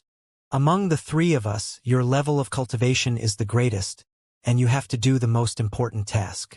Second senior brother looked at Su Ming when he said those words. Su Ming met second senior brother's gaze, and a brilliant sparkle appeared in his eyes as he waited for his next words. Gather blood from shamans' hearts. The more you can gather, the better, especially from shaman's great patriarch. This person's level of cultivation was extraordinary in the past, and I remember that he had reawakened during the battle between the shamans and berserkers. His heart's blood is the most crucial, but you have to be careful of this person. When Master was at his weakest, he had fought against this person before. He had not been his opponent because this person had a talisman on him. This talisman came from Morning Dao sect. Based on what Master said, that talisman was created from a huge portion of power that came from a Morning Dao sect elder's mind. It could make the shaman's great patriarch become stronger after 9 deaths. Based on Master's analysis, this person is the same as him, having been taken in secretly as a disciple by those in Morning Dao sect. He was then given the important treasure that allowed him to reach a state of being almost indestructible. Every single time he wakes up, he will have 9 lives, and every single time he dies, his power will increase exponentially. When he dies the 9th time, the talisman's power will spread out in a large area, making it seem as if he died, but in truth, his body will enter deep sleep. The talisman will absorb the power of the world by itself at that time, and once it collects a certain amount, Great Patriarch will wake up again. This is an incredibly strange cultivation method. It fuses with the shaman's spells, making the Great Patriarch into an undying and imperishable existence. He has the shaman's blood of 9 li flowing through his veins, and that blood is incredibly thick in him. That's because due to his indestructible status, he has sucked away practically all the blood from all the 9 li shaman lords in the land of shamans. But he won't kill all of them. Every single time, he will leave some alone so that they will give birth to the next generation. This way, he can devour more of them. If eldest senior brother had not been saved by Master, he would have been killed by the Great Patriarch. When the Great Patriarch awakened from his sleep, our Master, Western Sea Clan's Guru Li Long, and a mysterious powerful warrior fought together against him, and only together did they manage to destroy him after his 9th death. It's a pity that Master's injuries did not heal during those years, or else it would have not been so difficult for him to kill that person. It would have also not been impossible for him to search for where the Great Patriarch's real body was hidden when he disappeared and went into deep sleep, making it difficult for Master to destroy him completely. Youngest junior brother, your current level of cultivation has surpassed our Master's when he was injured. Go and kill the Great Patriarch, find where his real body is hidden, and then take his blood of 9 li. This is the key to awakening our eldest senior brother. Only by using blood that is purer than our eldest senior brother's, and whose Z's protection can I cast the great heavenly phantom art and lure all the phantoms in the land of berserkers to attack the power in the Immortal's enchanted vessel, which is in our eldest senior brother's body. I can't go along with you to fight against the Great Patriarch, either. I will have to make my body disintegrate during this time to stir up the phantoms in the land of berserkers and make preparations to cast the great heavenly phantom art, second senior brother said in a low voice. Su Ming nodded without hesitation. Based on his memories, he was that mysterious person from all those years ago, so his understanding regarding the Great Patriarch was greater than that of others. Second senior brother hesitated for a moment, then spoke up once again. If you can't find the Great Patriarch's hiding place and obtain a lot of 9 li's blood, then we'll have to use the second best option. Go to Western Sea Clan where Guru Li Long has a shaman dragon. That dragon once devoured some of the Great Patriarch's blood of 9 li while they were fighting. I heard that it went through a mutation later on. If you can extract that mutated blood of 9 li, we might be able to use it. Although that blood will only have 4/10 of a chance to wake our eldest senior brother. But if you can't find the Great Patriarch's hiding place, we'll use it. A glint appeared in Su Ming's eyes, and he asked calmly, if I get both the Great Patriarch and the shaman dragon's blood of 9 li, then what will be the chances of waking our eldest senior brother? If you can get both of them, then I'm certain I'll have 9/10 of a chance to make our eldest senior brother rise from his sleep. Second senior brother said solemnly with a serious expression on his face. Su Ming nodded. Once he cast a deep look at the statue that was his eldest senior brother. He exchanged glances with Hu Zi and his second senior brother. He saw the determination and resolve in their eyes, and his own resolve was reflected in their eyes as well. Youngest junior brother, remember to talk to Yu Xian and borrow that mutt. With it around, no one can harm you, second senior brother suddenly said and winked at him. Su Ming frowned, and with a rather strange look on his face, he turned around and walked towards the place where Yu Xian stayed. When morning arrived, Hu Zi was sleeping soundly while hugging eldest senior brother's statue. Second senior brother was sitting cross-legged by his side, and as his body gradually distorted, Su Ming took with him 2 mutts and a woman with a clear laugh and left the 9th summit in 4 long arcs. There was no way Yu Xian would not join this sort of thing. As for the other mutt, that was the bald crane.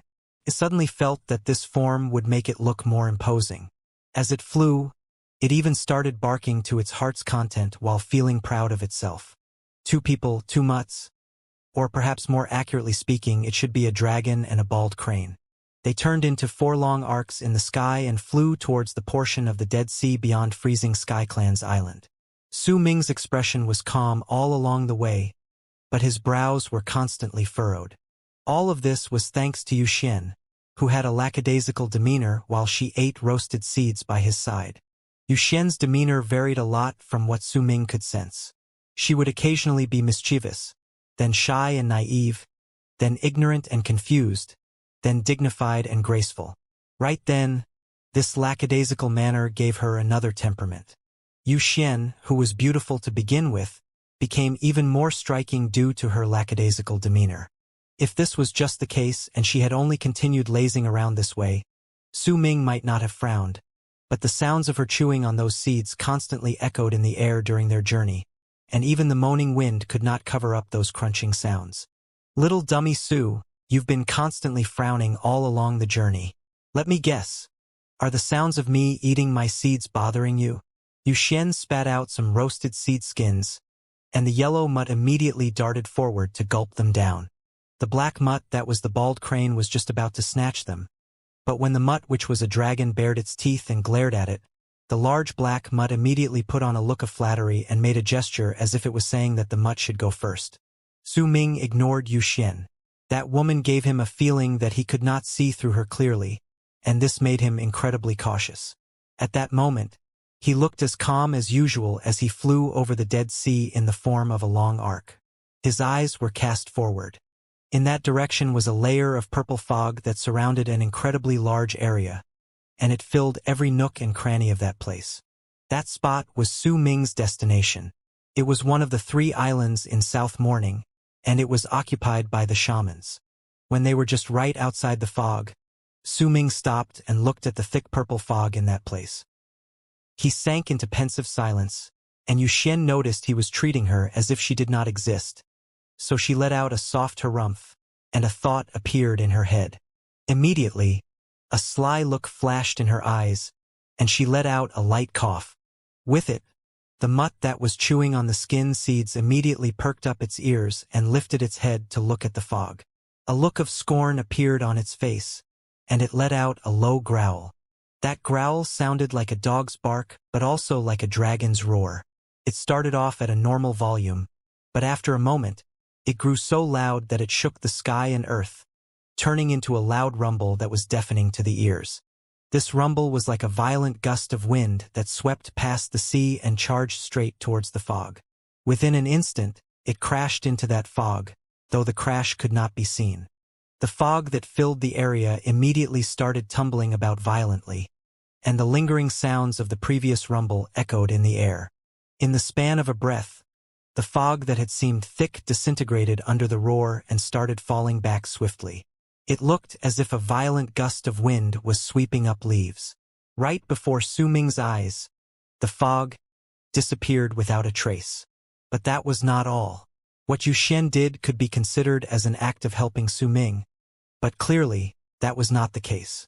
Once the fog disintegrated and fell backwards due to the mutt's growl, a huge island appeared on the surface of the sea. That island appeared to be a small piece of land. Green covered all of the ground, and there were even some mountain ranges that lay sprawled on it. A primitive and slightly humid presence came crashing into their faces. At that moment, as the fog fell backwards, the ground also moved along with it. As the growl echoed, an endless number of trees was pulled off the ground with their roots and fell back along with the retreating fog. If anyone lifted their heads to look from the island, they would see a layer of rolling purple fog, trees, earth, and even an innumerable amount of birds and beasts being swept away against their will. As the ground shook, several powerful presences spread out from the forests and the mountain ranges, and along with them came shouts that were filled with shock and anger. Which audacious lunatic dared to offend God of Shaman's Island? Are you asking for death? All those who enter God of Shaman's Island without permission must die. As those shouts rang out, nearly 100 people flew up from the ground. Those people were all dressed in beast skins, which gave them a primeval appearance, but the shamanic presence within them was incredibly pure. Among them were soul catchers, battle shamans, and spirit mediums, and most of them were medial shamans. Some of them even exuded vast presences, and those were latter shamans. Yuxian placed her hands behind her back with a smile and stood by the side, even whistling a few notes, as if this had nothing to do with her. Su Ming had been wondering whether he should break in or search for the great patriarch in secret and fight against him alone. But once Yuxian made a mess of the place, sneaking in was now impossible. He knew that Yuxian had done this because of her personality and because she was angry that he had ignored her all along the way. She might have caused him some problems, but Su Ming still did not spare her a glance. He slowly moved forward. The hair of Su Ming, who was dressed in white, was dancing in the wind. His expression was cold and aloof, and when he walked over, the shamans closed in on him. At the instant the long arcs approached him, the presence of life cultivation swiftly erupted with a bang from his body. The eruption of his presence caused the weather to change instantly and the air behind Su Ming to immediately distort. A powerful might spread out as his power erupted, covering the entire land. "Stand back," Su Ming stated flatly. His voice was not loud, but as the mighty pressure and his power spread out, his voice entered the hearts and souls of the near 100 shamans around, sounding like an endless amount of thunderbolts that crackled at the same time. It caused the shamans' expressions to immediately change drastically, and all of them, including the latter shamans, coughed up blood. In fact, besides some of the latter shamans, all the others felt their hearts tremble when they coughed up blood due to Su Ming's voice and might. Their consciousness was immediately shaken till they scattered, and they plunged down from midair. They might not have died, but they were knocked out by his voice alone. The latter shamans gritted their teeth to remain awake, but blood started pouring from their eyes, nose, ears, and mouth. Shock and disbelief appeared on their faces, and those emotions turned into screams of fear. This is not great completion in the Berserker soul realm. You, who are you? Almost at the same time Su Ming's might spread out, for presences that belonged to N shamans immediately appeared. When they charged towards Su Ming, they turned into 4 people before him. They were 3 men and 1 woman. 2 among them were old men, while the last man and the woman were both in their middle ages. Once they appeared, they stared at Su Ming with incredibly grave expressions, as if they were facing off a powerful enemy. Long arcs charged forth behind them from the entire god of Shaman's island. In the blink of an eye, thousands of long arcs flashed in the sky and transformed into shamans. Their faces were pale, but they gritted their teeth and stood in midair as they looked at Su Ming from the distance. Su Ming swept his gaze past the 4 N shamans and stated flatly, "It's just a shaman island, and you already have 4 N shamans. Sir, who might you be? What have we from God of Shaman's island done to offend you? Please tell us." One of the 4 N shamans, an old man with a lot of brown patches on his face, spoke with a hoarse voice. His heart was in great shock. This person had managed to knock out nearly 100 shamans by just his might alone, and even the latter shamans had started bleeding from their eyes, nose, ears, and mouth. This sort of power was something that he could not match. Before Su Ming even managed to get a word in, Yuxian's voice immediately rang out loudly and clearly by his side. "Don't you understand yet, old man? This is a robbery. Do you even know what a robbery is? We're here to rob you." An excited look appeared on Yuxian's face. Her voice reverberated in the air, causing the faces of the old N shaman and all the other shamans behind him to turn incredibly sour. "Robbery." The middle-aged female N shaman beside the old man let out a cold harumph, and killing intent appeared in her eyes. Su Ming was indifferent. His gaze never fell on those shamans, but was cast at the distance. Over there, he could see a mountain in the deeper parts of the island. That mountain was very tall, but strangely enough, while he could see it when he first cast his gaze on it, when he stared at it long enough, that mountain would disappear. The shaman's sacred mountain. Su Ming was not unfamiliar with this land and this sacred mountain. He had come to this place before. It was before the catastrophe of the Eastern Wastelands. At that time, Hong Luo had woken up, and he had his first battle against Di Tian's clone beyond this sacred mountain. He still remembered that there was a coffin on the shaman's sacred mountain. It had been many years since then. Now that Su Ming had come here once more, the huge mass of land he remembered had turned into an island. He looked at the shaman's sacred mountain in the distance, and had a feeling that many things had changed in the world. In silence, he walked forward, and as he lifted his foot to take his first step to that place, a great, mighty pressure spread out with a bang, causing the air in the area around Su Ming to immediately begin distorting. At the instant his might spread out, the expressions of the 4N shamans on the island changed at the same time. They could sense the terrifying pressure from Su Ming's body clearly, and if they continued standing in his way, they would be crushed. The latter shamans who were bleeding from their eyes, nose, ears, and mouth and were standing closest to Su Ming found that they could no longer withstand the pressure. They coughed up blood and immediately fainted. Their bodies fell to the ground.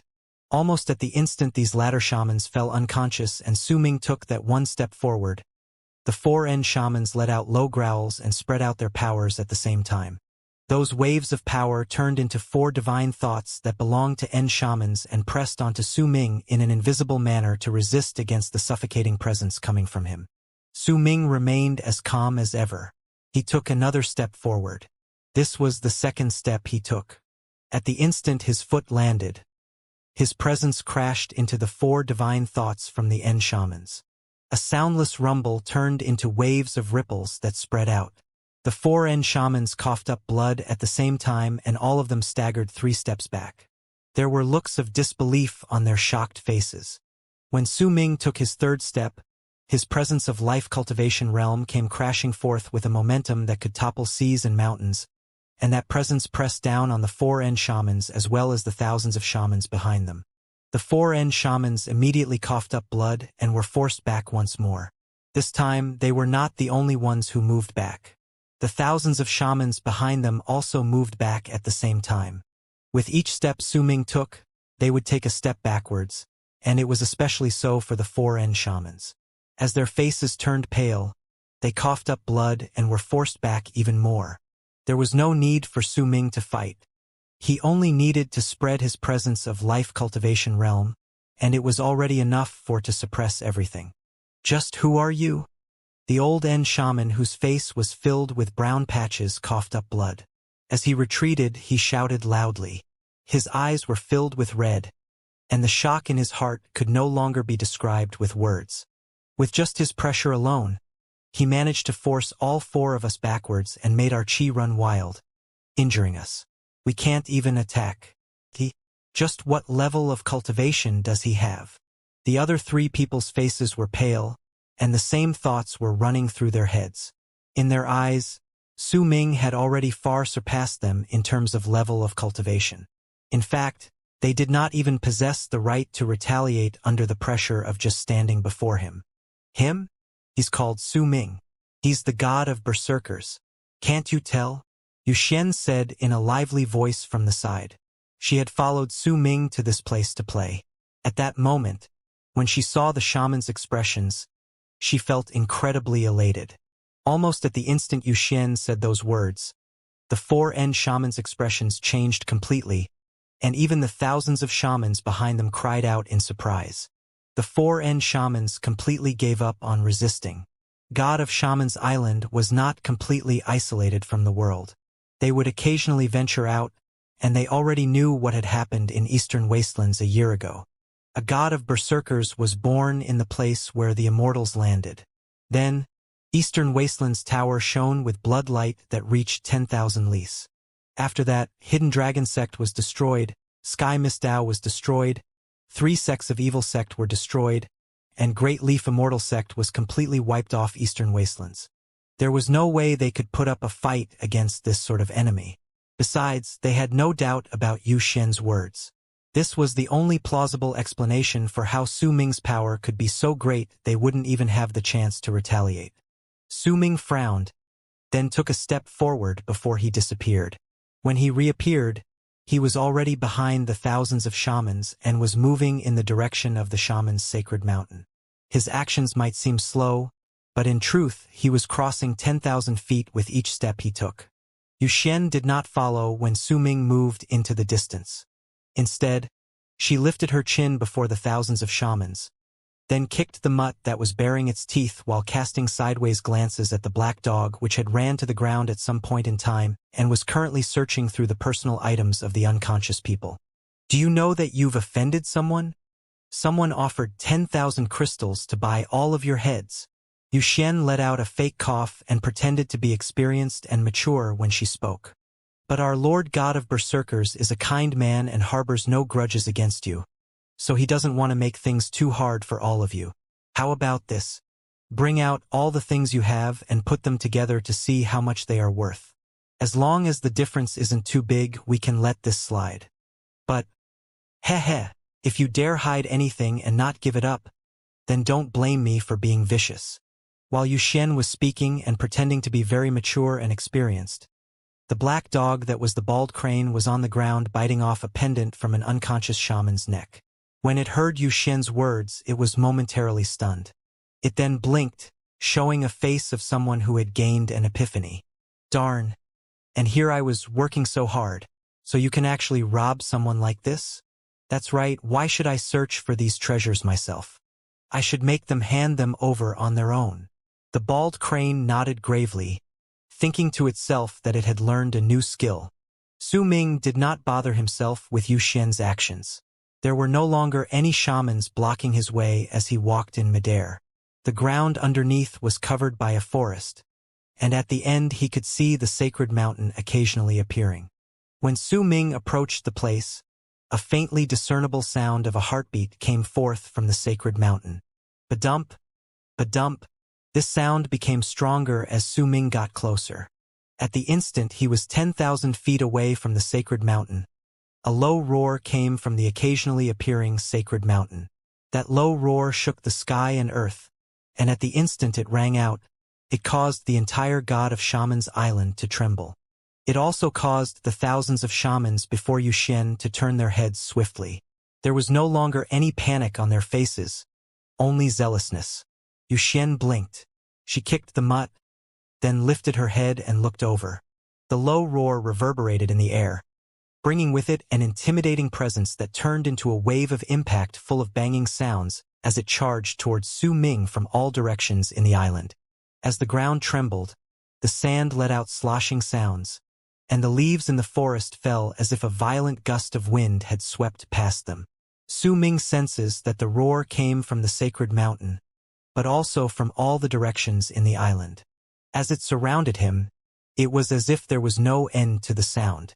Almost at the same time the roar reverberated in the air, a person appeared out of thin air outside the sacred mountain. That person had unkempt hair and was half naked, only the lower half of his body covered by beast skins. In his hand he held a gigantic bone staff, and on top of that bone staff were 3 small crimson snakes that were intertwined with each other. Their gazes were ghastly, and they were flicking out their forked tongues while letting out hissing sounds. The person took a step towards Su Ming and disappeared only to reappear several thousands of feet away from Su Ming. He disappeared again, but still reappeared thousands of feet away from Su Ming. When he disappeared a third time, a strange, sinister laughter that was unpleasant to the ears rose swiftly behind Su Ming and echoed in the air. Then, the person appeared behind Su Ming and lifted his dried-up left hand. All 5 of his fingernails were sharp and black, and they were all charging forward to seize Su Ming's heart. "Is this how you greet an old friend?" Su Ming asked flatly. He did not dodge, but took a step backwards and had his back crash into the old man's left hand as he tried to seize his heart. A muffled bang rang through the air, and blood trickled out of the person with the unkempt hair's mouth as he was forced backwards. When he lifted his head, he revealed a face full of wrinkles from underneath the messy hair. It was an incredibly old face, and its owner looked as if he had just crawled out of a coffin. However, his eyes were incredibly bright, and there was even the shadow of a crescent moon shining in them. His left hand was trembling slightly at that moment, for all 5 of those black fingernails had cracked open. There was blood flowing out from those cracks. Su Ming turned around at a moderate pace and looked at the old man. His gaze met the old man's, and Su Ming's calmness as well as the old man's ancient air made it seem as if the world around them had stopped moving for a moment. I've lived for many years and seen far too many people.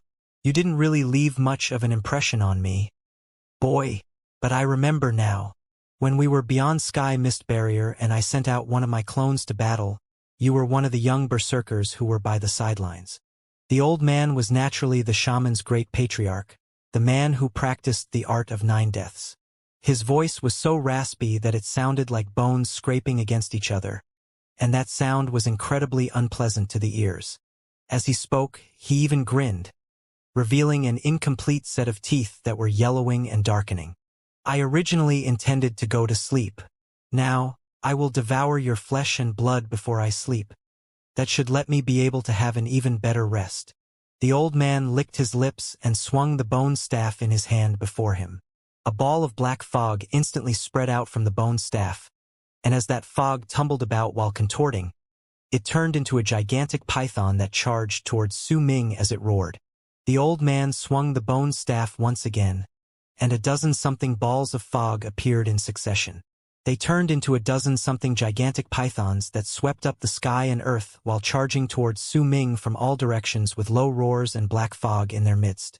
Once he finished this, the old man bit the tip of his tongue and coughed up a mouthful of blood.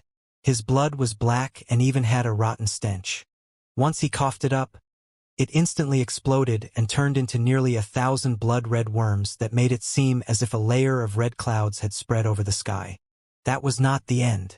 Once the old man finished doing this, he lifted his left hand and quickly formed a few seals before himself. Every single time 2 of his fingers on his shriveled left hand touched each other, the sky would rumble, and in the midst of all those rumbling sounds, bolts of lightning sliced through the sky in the form of long arcs, but they did not descend on the ground. Instead, they started flashing in the sky as if they had been frozen there. In the blink of an eye, more than 100 bolts of lightning froze up as they cracked in midair, as if they had been forced to stop. As those bolts of lightning connected and intersected with each other, they outlined a gigantic battle axe. That battle axe was several thousands of feet big and formed by the bolts of lightning in midair. When the old man lifted his left hand and pointed towards the sky, it immediately rushed towards Su Ming with a bang. "Don't you remember me?" With an indifferent expression, Su Ming walked slowly towards the place where the old man was, and as he moved forward, the dozen-something pythons made of black fog from all around him roared and rushed towards him. Yet at the instant they closed in on Su Ming, cracking sounds instantly rose from their bodies and all of them turned into ice statues.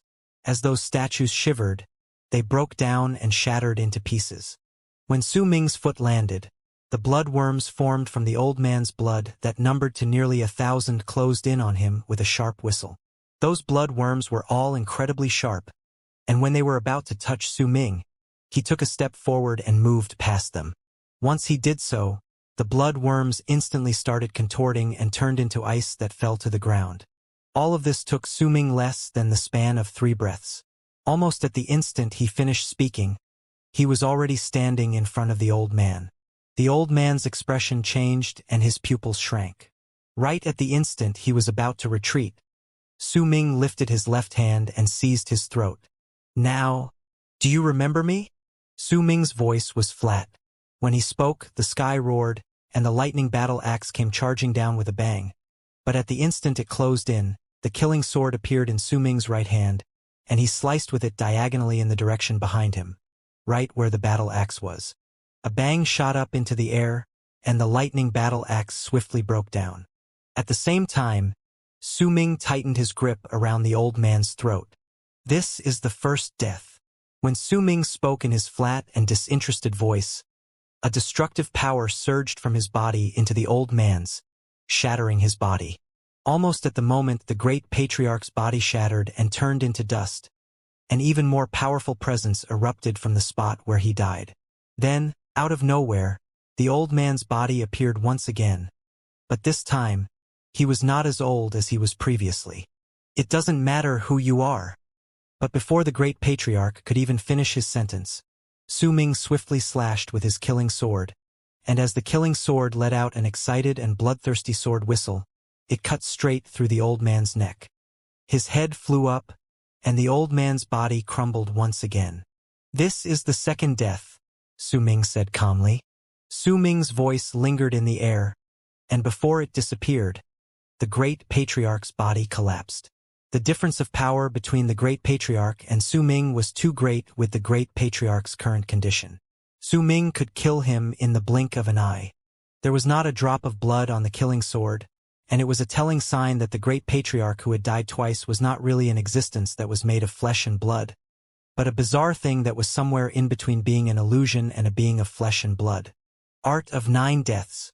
I once killed the shaman's Great Patriarch along with Master and Guru Li Long all those years ago, when we finally managed to make him fall into slumber. This was not the memories that belonged to Su Ming's current incarnation.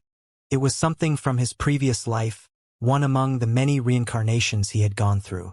When the memories of that life appeared in his head, a presence that was stronger than before and belonged to N shamans erupted forth with a bang from the space before Su Ming. That presence surpassed those who had attained great completion in the Berserker soul realm. As it exploded, a fist that was not completely shriveled up shot out from the air and charged towards Su Ming's chest like a bolt of lightning. As loud booming sounds reverberated in the air and the fist was 7 inches away from Su Ming's body, cracking sounds shot out into the air, and ice immediately grew on the fist, covering it instantly. The fist thus became an ice sculpture. At the same time, an old man who looked to be in his 50s took a step out of the air behind that fist. His hair was not completely white but mixed with some black strands of hair. His body was not as thin as bones either, but looked slightly stronger and bulkier. He was naturally the shaman's Great Patriarch, who had now resurrected for the 3rd time. His body, his presence, and his life force seemed to have returned as his age regressed. At that moment, when he walked out and his presence erupted from his body, layers of ripples instantly appeared in the air around him. Sir, since you said that you are an old acquaintance of mine, then tell me who you are.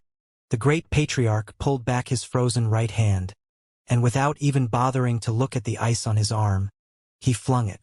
Immediately, banging sounds rang out, and a ray of black light spread out from his body, looking as if it wanted to destroy the ice. Yet no matter how that black light covered the ice, it did not manage to make the ice show any signs of melting. Instead, the ice began to spread even faster. Only then did the Great Patriarch's expression change. His heart thumped an extra time, and he became even more wary of Su Ming. His 1st and 2nd deaths had been completely expected, because he had been weak, and his cultivation method was one where he would grow stronger as he died. Yet even if his 3rd resurrection had begun showing his real strength, he still could not melt the ice on his arm. This made his heart shudder, and at the same time, a cautious expression appeared on his face. He had lived for far too many years, but no matter how hard he tried to think, he could not remember a single person whose shape would overlap with Su Ming's. This made him incredibly uncertain of Su Ming's words.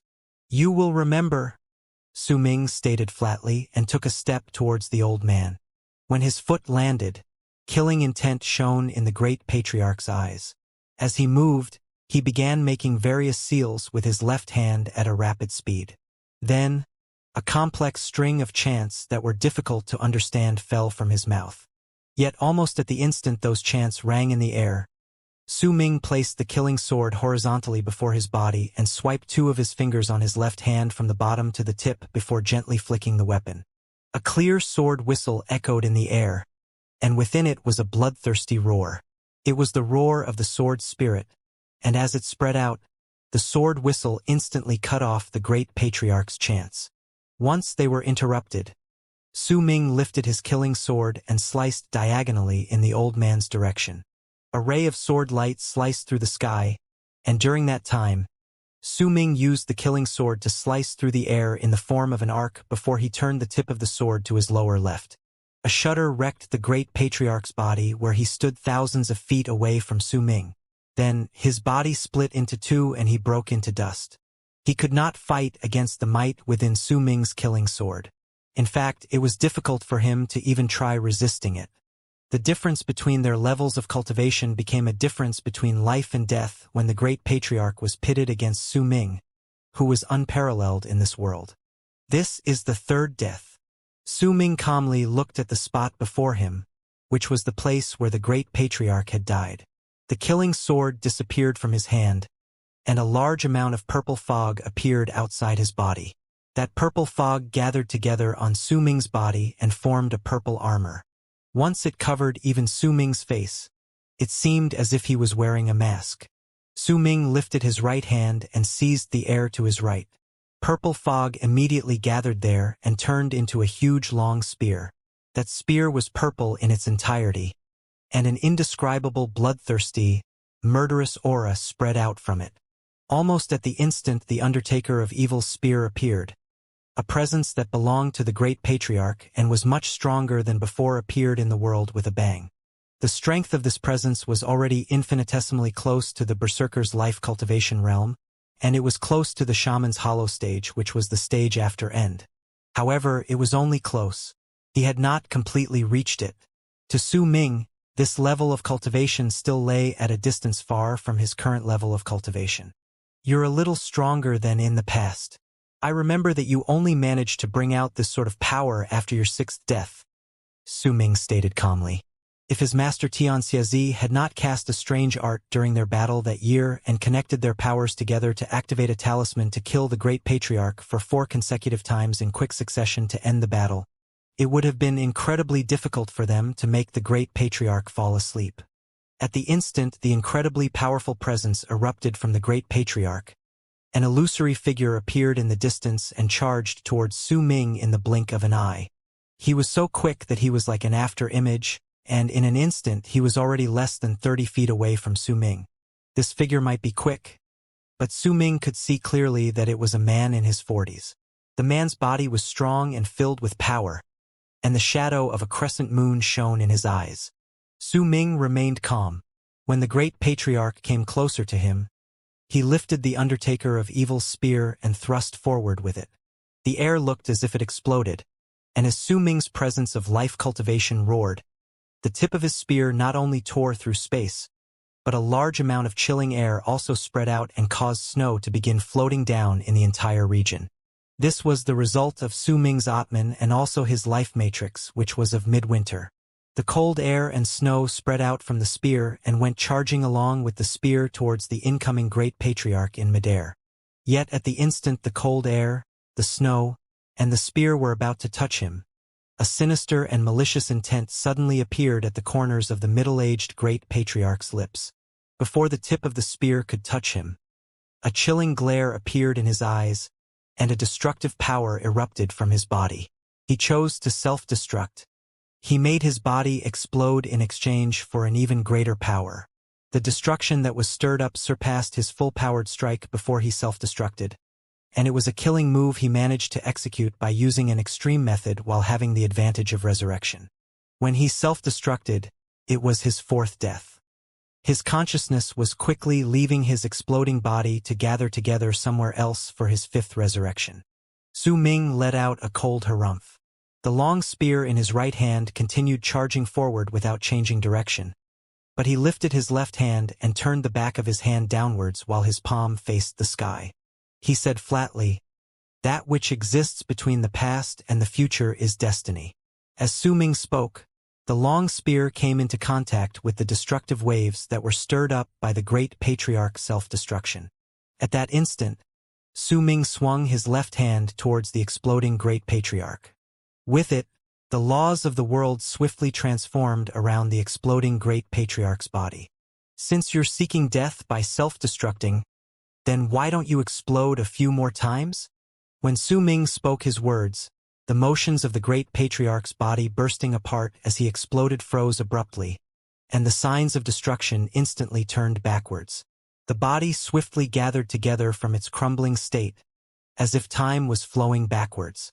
Once the torn pieces gathered together and turned back into the great patriarch's body, a dazed and confused look appeared on his face as he discovered to his shock that his consciousness had been forcefully held back in his body by this power that seemed to turn back time.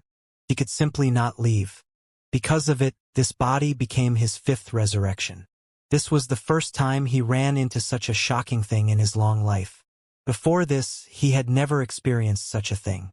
While he was in shock, His body restored itself from its exploding state against his will, then exploded once again. This was not what he wanted, but it was what was created by the change that occurred when Su-Ming controlled the past and the future. A wave of terror rose in the great patriarch's heart. His body exploded with a bang, and his consciousness scattered. This was his fifth death. Yet soon, he discovered to his despair that when he woke up once again, he was still standing before Su-Ming, and he was still trapped in the fearsome law of time flowing backwards. He was still going to self-destruction. The sixth death. The seventh death. When the great patriarch died the eighth time, self-destructing while his consciousness scattered away, he let out a desperate roar. With it, just as his consciousness was about to fade away, a talisman suddenly appeared before him. As it shone, it sucked out his consciousness, and he was able to fuse with it, forcefully rushing out of Su-Ming's cycles of repetition brought by destiny. He disappeared into midair. You finally brought that thing out. A brilliant light shone in Su-Ming's eyes. Almost the moment the talisman disappeared, he swiftly lifted his left hand to seize it. But right at the instant he was about to touch that talisman, he missed it, as if the talisman did not exist in the first place. Many people have tried to snatch this supreme treasure of mine over the countless years, but none of them were able to touch it. There will be no exception for you. The great patriarch's roar came out from the talisman that was now nearly gone. A chilling glare appeared in Su-Ming's eyes when he saw that most of the talisman had vanished. He did not bother with the great patriarch's voice. A freezing air instantly filled the area above his left hand, turning the area into something akin to an ice statue. That was Su-Ming gathering his life matrix and Atman on his left hand. Once he did so, he went to seize that talisman with his left hand again. This time, at the instant his left hand touched the talisman, a booming sound rang out in Su-Ming's head. That booming was actually a voice shouting 4 words at the sky. Life of 9 deaths. A glint appeared in Su-Ming's eyes. He knew that this voice had only appeared because he was not grabbing the talisman with an ordinary method. It spoke only because his life matrix had touched it. You. A howl filled with disbelief came from that talisman. There was a shrill note within that howl that expressed shock.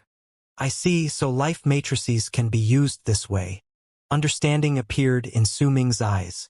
The talisman was a treasure. It contained the presence of life and could be given to others. The great patriarch had obtained this talisman and fused it with his body, allowing him to change his own life to one of the life of 9 deaths.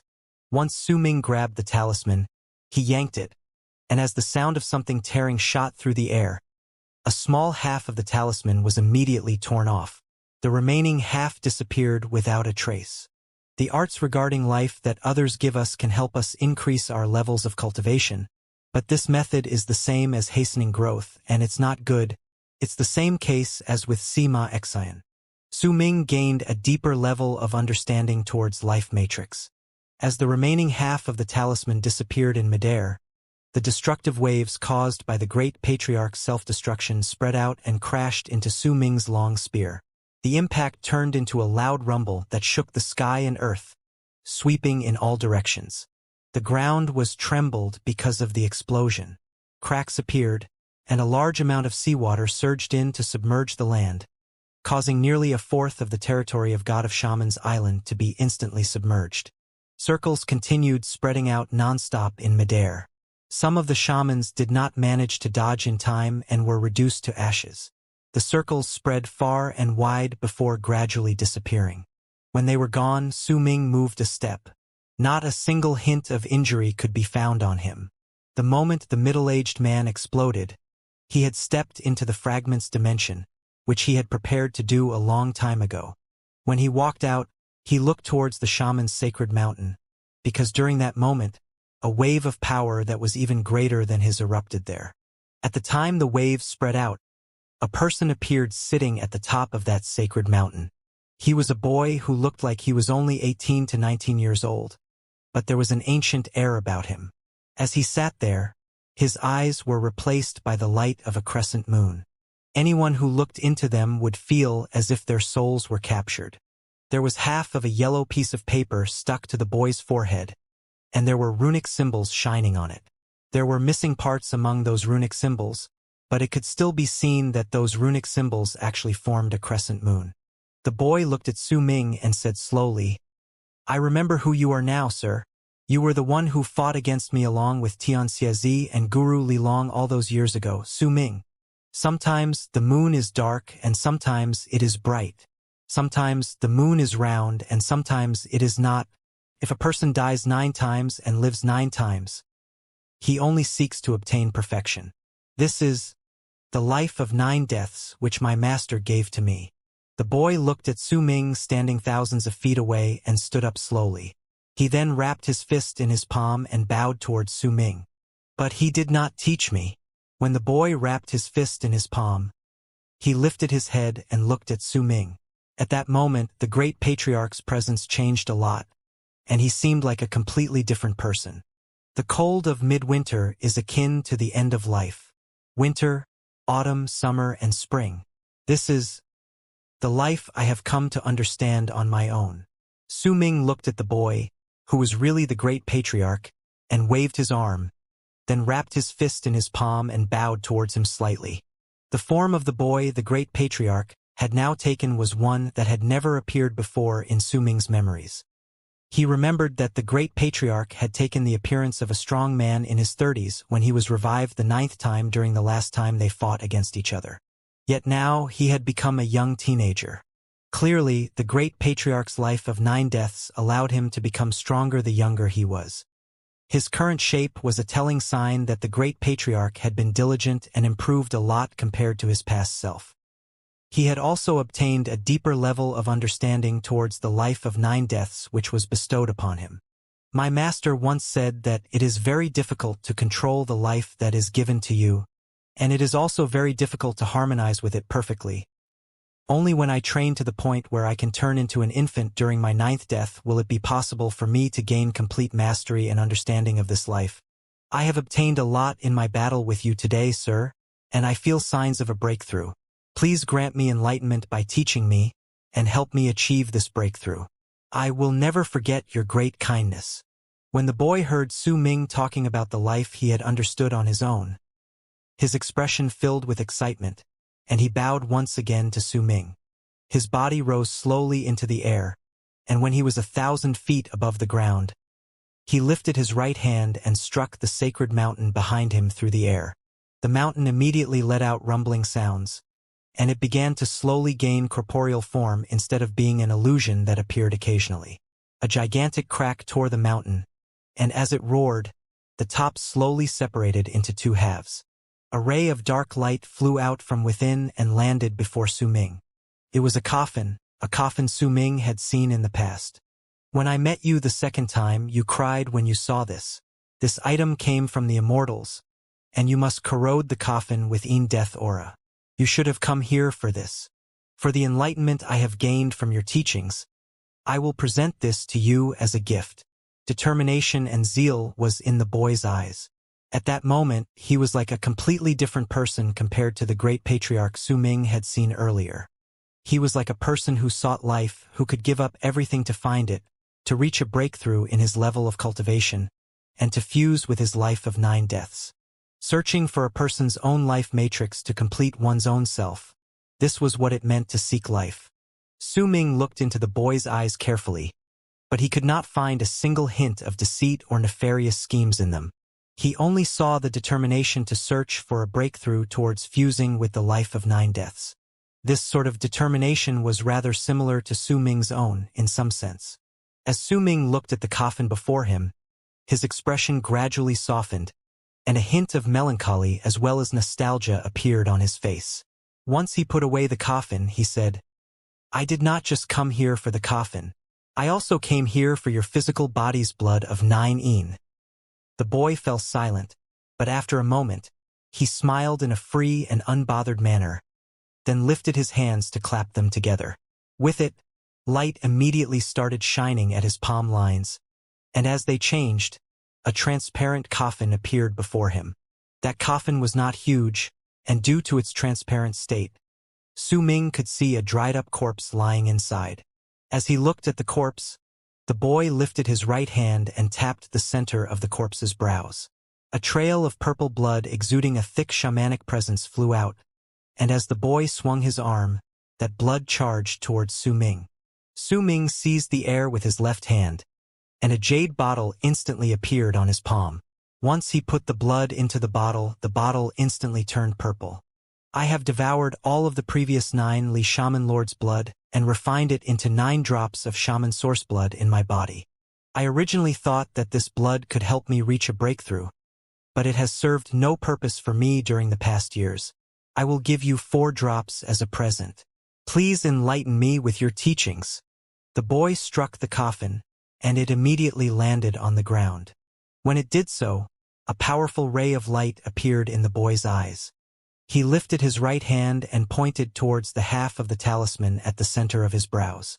A gentle ray of light immediately began shining there. Once it enveloped his entire body, the boy started aging rapidly, as if time was flowing several times faster for his body. His hair gradually grew longer, his skin started giving off a feeling of time and age, his body slowly grew larger and stronger, and he turned into a young man of 25 or 26 years from that of a young teenager. Overlapping shadows suddenly appeared on his body when he turned into that young man, and a person walked out from those shadows. It was the boy, and he was pointing at his 26-year-old self while looking at Su Ming. This is my 8th life, and it is my life of a young man. At the instant he said these words, a glint appeared in the young man's eyes, and time began moving for his body once again. In the blink of an eye, he turned into a man in his 30s, and those overlapping shadows appeared once more. This time, the young man walked out from the overlapping shadows on the man in his 30s. He stood beside the young teenager and pointed at his 30-something-year-old self while looking at Su Ming. This is my 7th life. My life as I was in my prime. This strange sight brought a glint to Su Ming's eyes. He saw the strong man in his 30s age once again, and when he was around his 40s there was another stop. This is my 6th life, and it is my life as a middle-aged man. This is my 5th life, and it is my life when I am 50. This is my 4th life, and it is my life as I begin to decline. At that moment, there were 5 great patriarchs of different ages ranging from a young man to an old man with graying temples standing beside the young teenager. Time was still flowing from the body of the old man with graying temples. This is my 3rd life, and it is my life as I am in old age. This is my 2nd life, and it is my life as I am in my twilight years. This is my 1st life, and it is my life as I am nearing the last of my days. The last person to appear beside the young teenager was the great patriarch who had first appeared before Su Ming. His face was full of wrinkles, his body filled with an aura of death, his yellowing teeth almost all gone, while his eyes still contained that crescent moon. He stood beside the boy. And I am the 9th life. The boy looked at his 8 differently aged selves. As he whispered, he looked at Su Ming, and determination appeared in his eyes. This is my life of 9 deaths. Fellow Taoist Su, please grant me enlightenment with your teachings.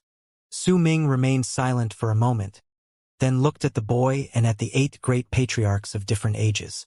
After a long while, he pointed at the coffin on the ground. What number is he? The boy was momentarily stunned. When he lowered his head to look at the coffin on the ground, he suddenly began trembling.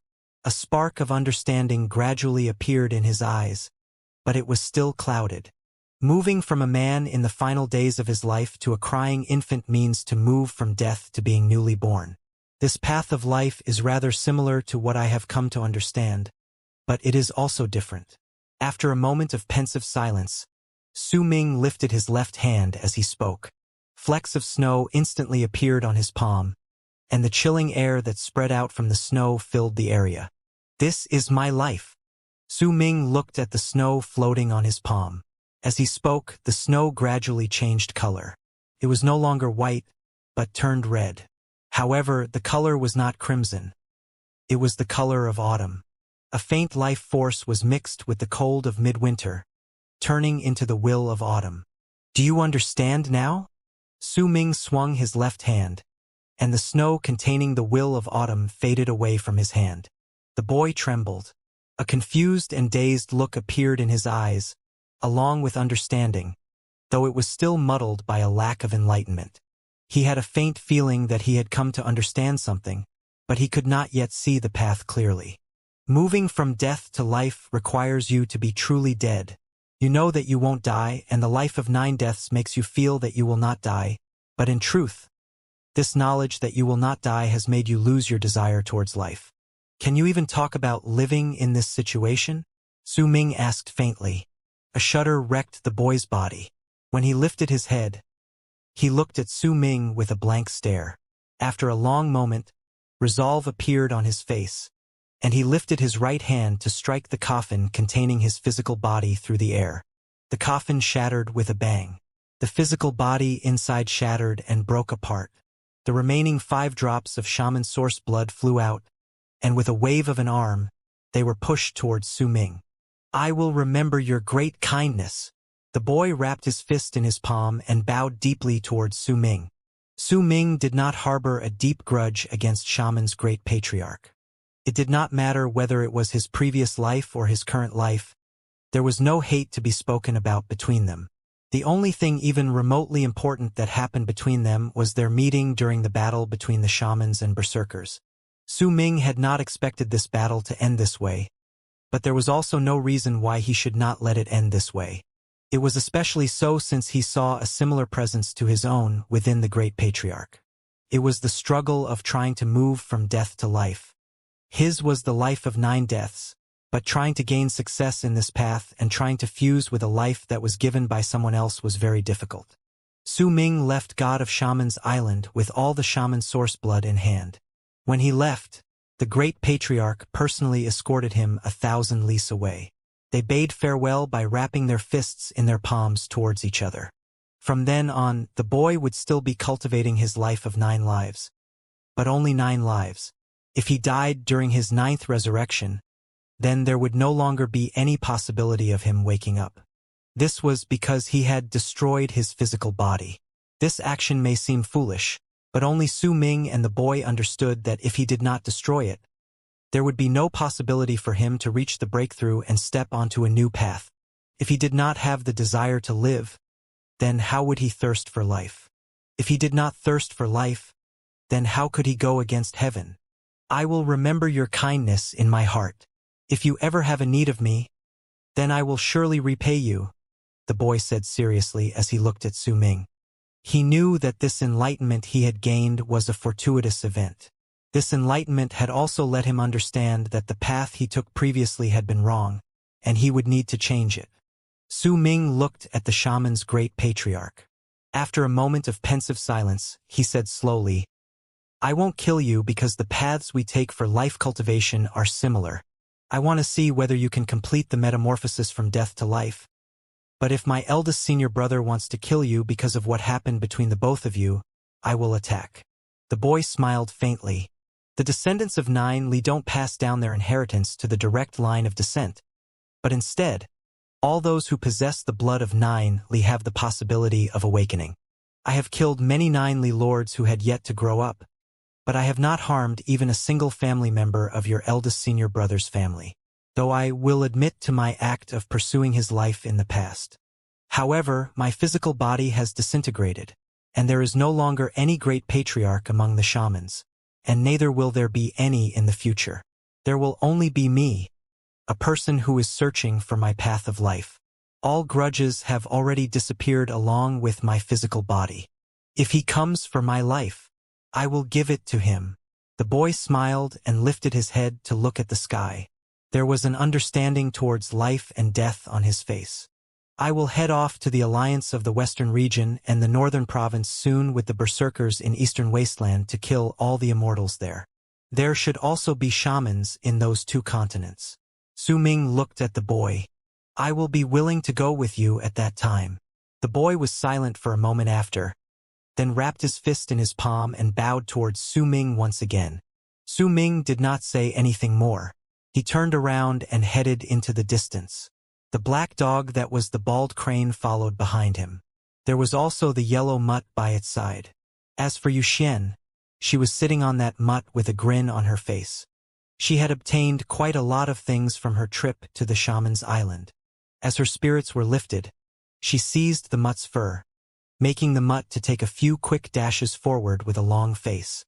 When they caught up to Su Ming, Xian looked at him with a face full of expectation. "Little dummy Su, where are we going now?" Su Ming walked in midair with a calm expression on his face. His gaze fell far into the distance. He had no intention of immediately returning to the 9th summit. After all, even if he had this shaman source blood, his second senior brother won't have full confidence to make their eldest senior brother recover. A shaman dragon. Su Ming's footsteps came to a halt. He turned his head to look in another direction. That place was where Western Sea Clan's island was located. As of then, besides Western Sea Island, Su Ming had gone to all the 3 islands in South Morning.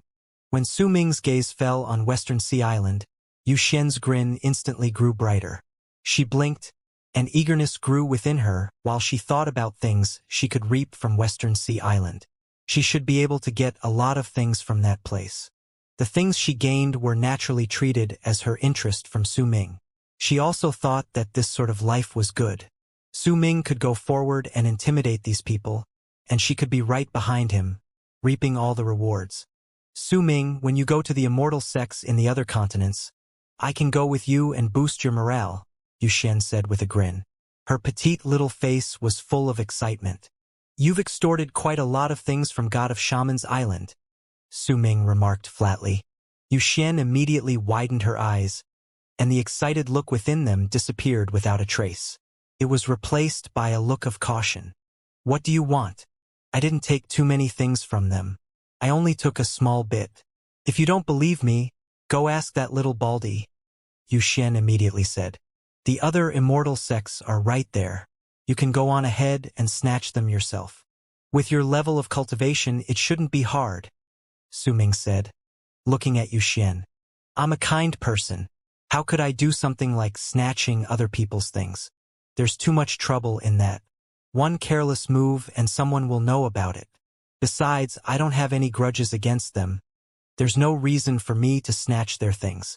But it's not the same when I'm following you," Xian stated.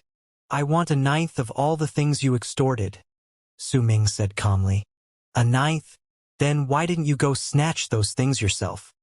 Xian instantly became nettled and stood up on the mutt's body without caring for her image. Her expression changed. "I was originally going to snatch them anyway." Su Ming looked at Xian, refusing to back down a single inch. "I'll give you 1/10 at most. You have to know that these things are my blood, sweat, and tears, and also my capitalized costs, and also, well, anyway, I'm only giving you 1/10 of it," Xian said with a huff, her eyes wide. "If you weren't around, I would have obtained everything. I know how to perform soulseek. I can find the places they hide their treasures, and it'll save you a lot of trouble. I don't need soulseek. I'm going to destroy their sections. I can help you open the runes of their mountain gates, so the berserkers won't have to suffer so many deaths," Xian immediately said. Su Ming fell into a moment of pensive silence. While he was thinking, a thought struck Xian, and the mutt beneath her immediately turned into a long arc and flew into the distance with her. "Su Ming, you must be tired. Why don't you let me handle Western Sea Island? It's just a shaman dragon, right?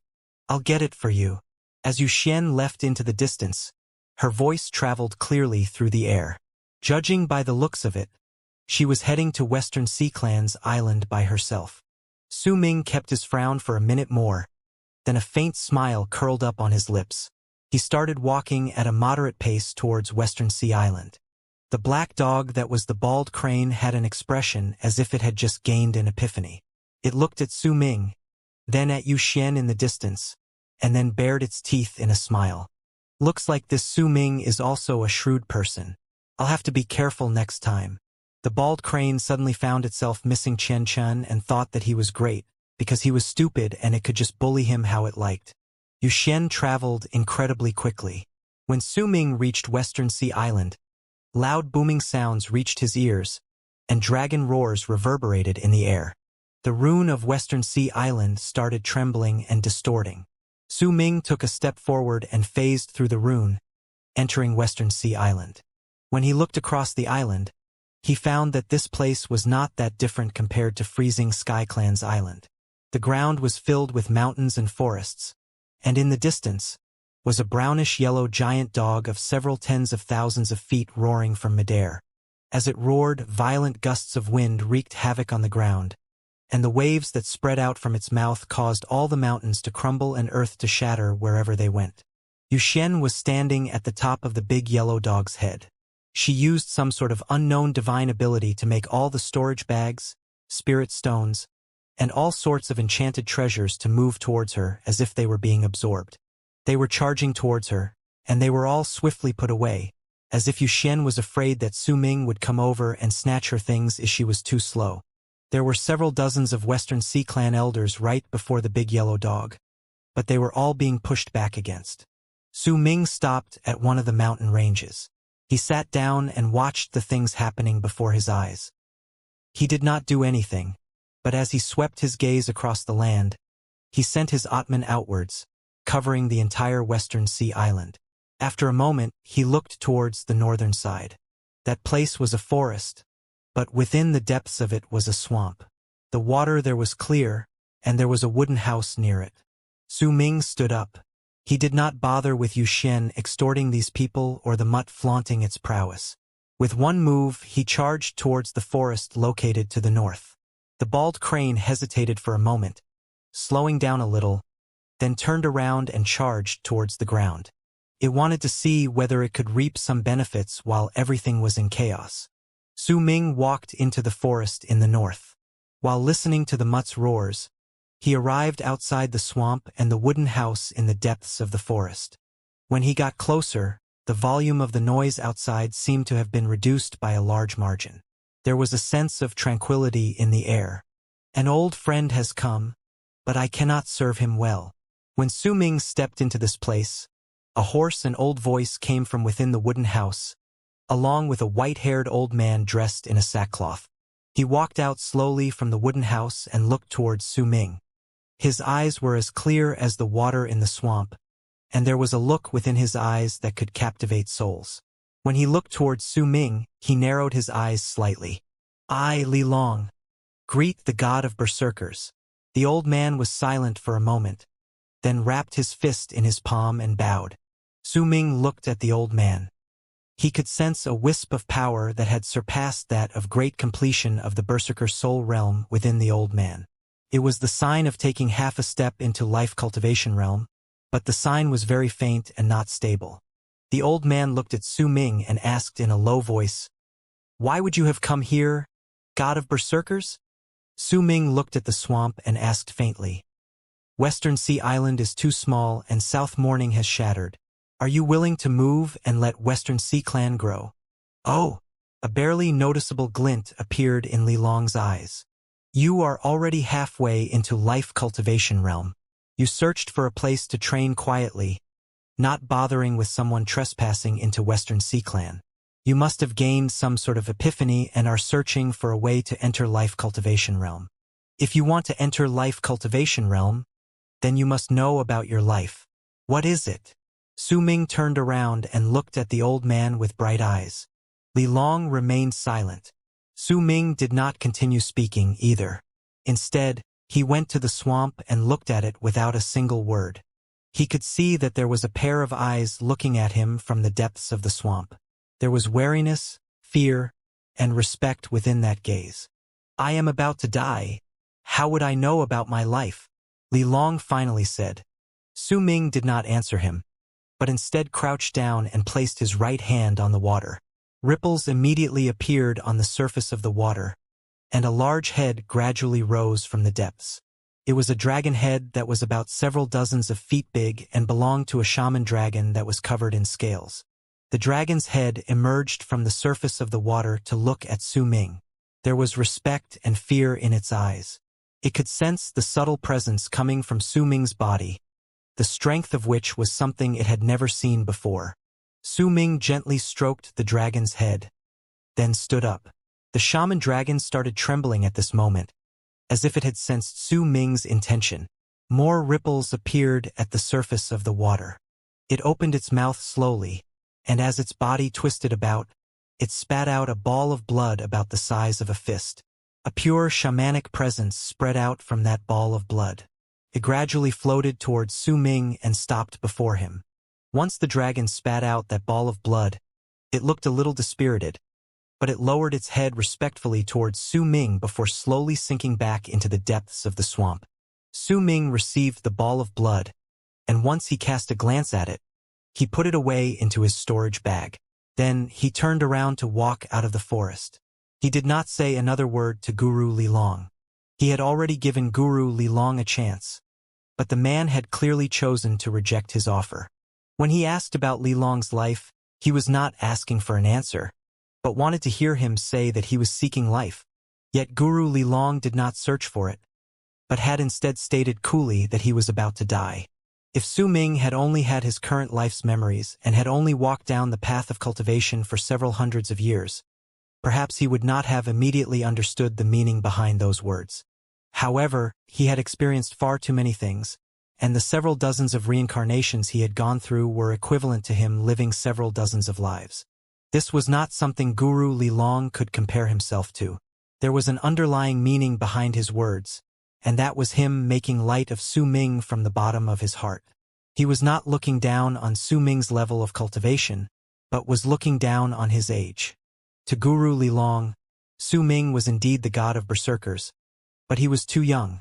So young that it was difficult for Guru Lilong to completely acknowledge him and bow down his head before him and accept his guidance. If Su Ming had been an old man who had been famous for many years, Guru Lilong would have shown a completely different attitude. If that was the case, then Su Ming would have naturally not wasted his breath. When he turned around and left, his body gradually faded into the distance. There was a slightly complicated expression on Guru Lilong's face as he remained behind and watched Su Ming leave. He too knew that he had rejected this chance. Perhaps this chance would have allowed him to reach a breakthrough in his level of cultivation, or perhaps it would not have. After all, this god of berserkers was so young that it was difficult to acknowledge him. In truth, there were many who shared his thoughts. They would often think that they should not believe in the people who were younger than they were. Even if the other's level of cultivation was higher, it was still difficult for this group of people to change their mindset. Guru Lilong's gaze continued following Su Ming as he left. When Su Ming was 1,000 feet away, at the instant the forest had concealed a small portion of his body, Guru Lilong's pupils suddenly constricted. He had a vague feeling that this back was rather familiar, and that he seemed to have seen it somewhere before. However, that memory was very ancient, and it was difficult for him to recall just where he had seen someone with a similar back. Full of uncertainty, Lilong asked, "Lord God of Berserkers, have we met each other before?" "No." When Su Ming spoke, his body disappeared into the forest. They had indeed met each other before, but at that time, Su Ming had not taken this form. He had been an ancient old man and was different from how he looked currently. Su Ming did not turn his head back after he walked out of the forest and continued onward until he reached the edge of Western Sea Island. When he was there, he spoke faintly toward Yuxian, who was excitedly absorbing a large amount of storage bags, crystals, and enchanted treasures in the sky. "Are you done fooling around? I'm leaving." Once Su Ming finished speaking, he took a step and walked out of Western Sea Island. He moved out of the rune and charged towards Freezing Skyclan's island. He had already obtained everything he needed. Right then, his goal was to work together with his second senior brother, while he cast his art to let their eldest senior brother wake up. The moment Su Ming left, Yuxian let out a cheerful cry and patted the cheerless mutt, which had now turned into a big mutt that was several tens of thousands of feet big. That mutt was feeling incredibly unhappy. In its mind, it was a distinguished abyss dragon, yet its young master had insisted that it turn into a mutt. Worse still, even if it had turned into a creature of tens of thousands of feet tall, she still did not allow it to turn back into an abyss dragon. It could only maintain the form of a mutt. When they were leaving, the mutt turned around and glared at the thousands of Western Sea Clan members who had tried to surround it but had been scattered as it roared. With a harumph, it turned into a long arc and charged into the distance. There was still a black shadow moving around in busy excitement on the ground. At that moment, when the bald crane saw the big yellow dog leaving in the sky, it put on a reluctant face and quickly flew up to leave. The land of Berserker's eastern wastelands and South Morning were in relative peace. There was a countless number of Berserkers gathering together and amassing their strength. Soon, they would travel to the alliance of the western region and to the northern province. While they gathered their strength, Su Ming left Western Sea Island, and Yu Xian, the mutt, and the bald crane quickly hurried after him. At the same time, right behind the Berserker sky and beyond Yin Death Vortex, which contained multiple fragmented entrances to multiple worlds, were more than thousands of longships gathered around the 9 gigantic cultivation planets. There were several cultivators dressed in black on each of the longships, and there were pictures of constellations sewn on each of the cultivators' clothes. The pictures of those constellations looked incredibly real, making it seem as if the cultivators did not have physical bodies when they stood on the longships in the galaxy. It was as if they had fused together with the place. There were also nearly 100,000 immortals standing around the thousands of longships. All of their expressions were respectful as they remained silent. There was a young man standing at the longship in front of all the other longships. He had long black hair that floated in the air, a handsome face, but his lips were thin, and there was a faint hint of arrogance on his face. His clothes were different from all the rest. The constellations on the other people's robes were still and did not move, while the constellations on his robes were turning about slowly. It looked incredibly strange, as if his robe was a world in itself, and it had its own course to follow when moving. There were 8 people surrounding this young man, like stars surrounding a moon. These 8 people were all old men, and their levels of cultivation were already at the level of the lords of world planes. You are just mere immortals. How dare the 3 sovereigns and 5 emperors not come and pay respect to me when I come here? The young man asked coolly. Young lord, the 3 sovereigns and 5 emperors are. Say no more. It's because my status is not high enough in the sect. Humph, if my older brother was here, they would have already come here a long time ago to curry favor with him. The young man waved his arm, and his face turned dark. Young lord, this is... The 8 immortals around the young man laughed wryly, but their gazes as they looked at the young man were full of respect. This is the Yin Death region you immortals have been keeping guard of for generations? The young man's gaze fell on the galaxy's Yin Death Vortex. This place is indeed Yin Death region. An old immortal beside the young man immediately said respectfully. It is rumored that Yin Death region contains the power that can destroy the entire true Morning Dao world. A glint appeared in the young man's eyes. He took a step out of the longship and stood in the galaxy. As he looked at Yin Death Vortex, a look of interest appeared on his face.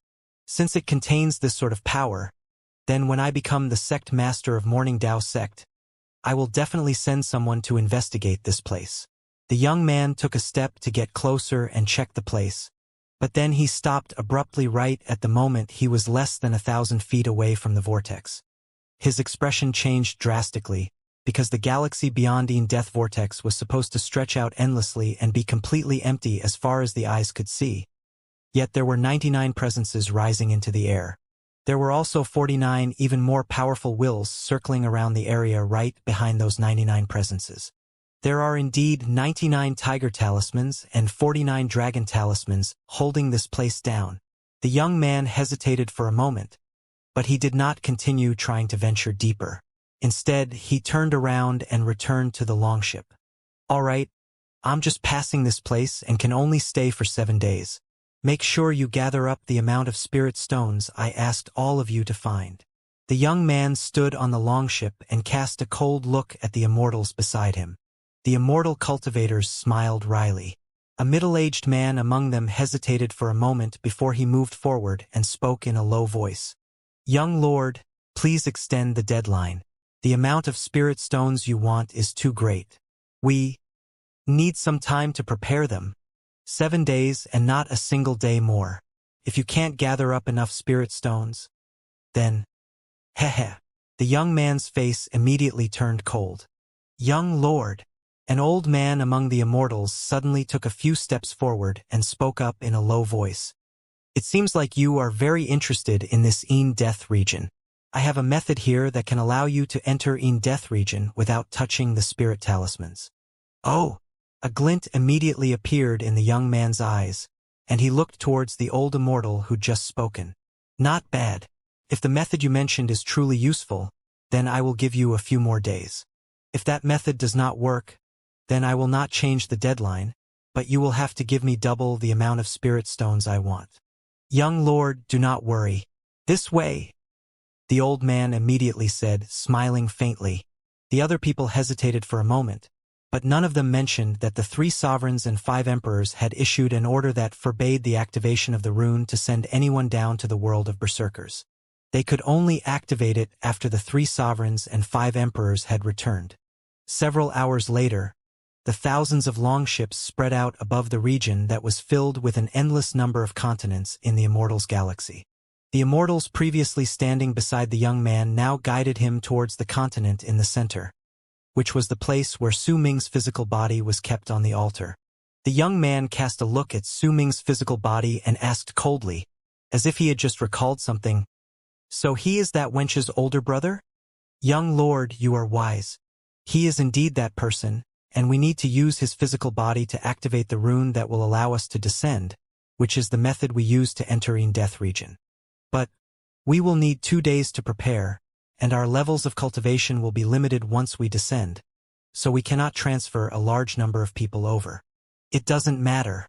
Dao slaves 19, 21, 31, 41, 51. The 5 of you, come forth." The young man was not at all bothered by what they'd said. As he spoke, 5 people from the black ships around them disappeared. When they reappeared, they were standing behind the young man. "Activate the rune. The 5 of them will protect you. Even if the 3 sovereigns and 5 emperors come here, they won't be able to do anything against me." The young man lifted his right hand, and a fan appeared in it as he spoke smugly. As the Immortal's rune was slowly activated, the moon above the land of berserkers was bright, and the stars were few in the sky. A breeze blew across the sea, and the moonlight illuminated the waves in a pattern that made them look like silver foil. The breeze brought with it a humid air that crashed against the cliffs. Once the waves broke down without a sound, they were swept up by another gust of wind that came towards them and were sent spreading into places farther in the distance.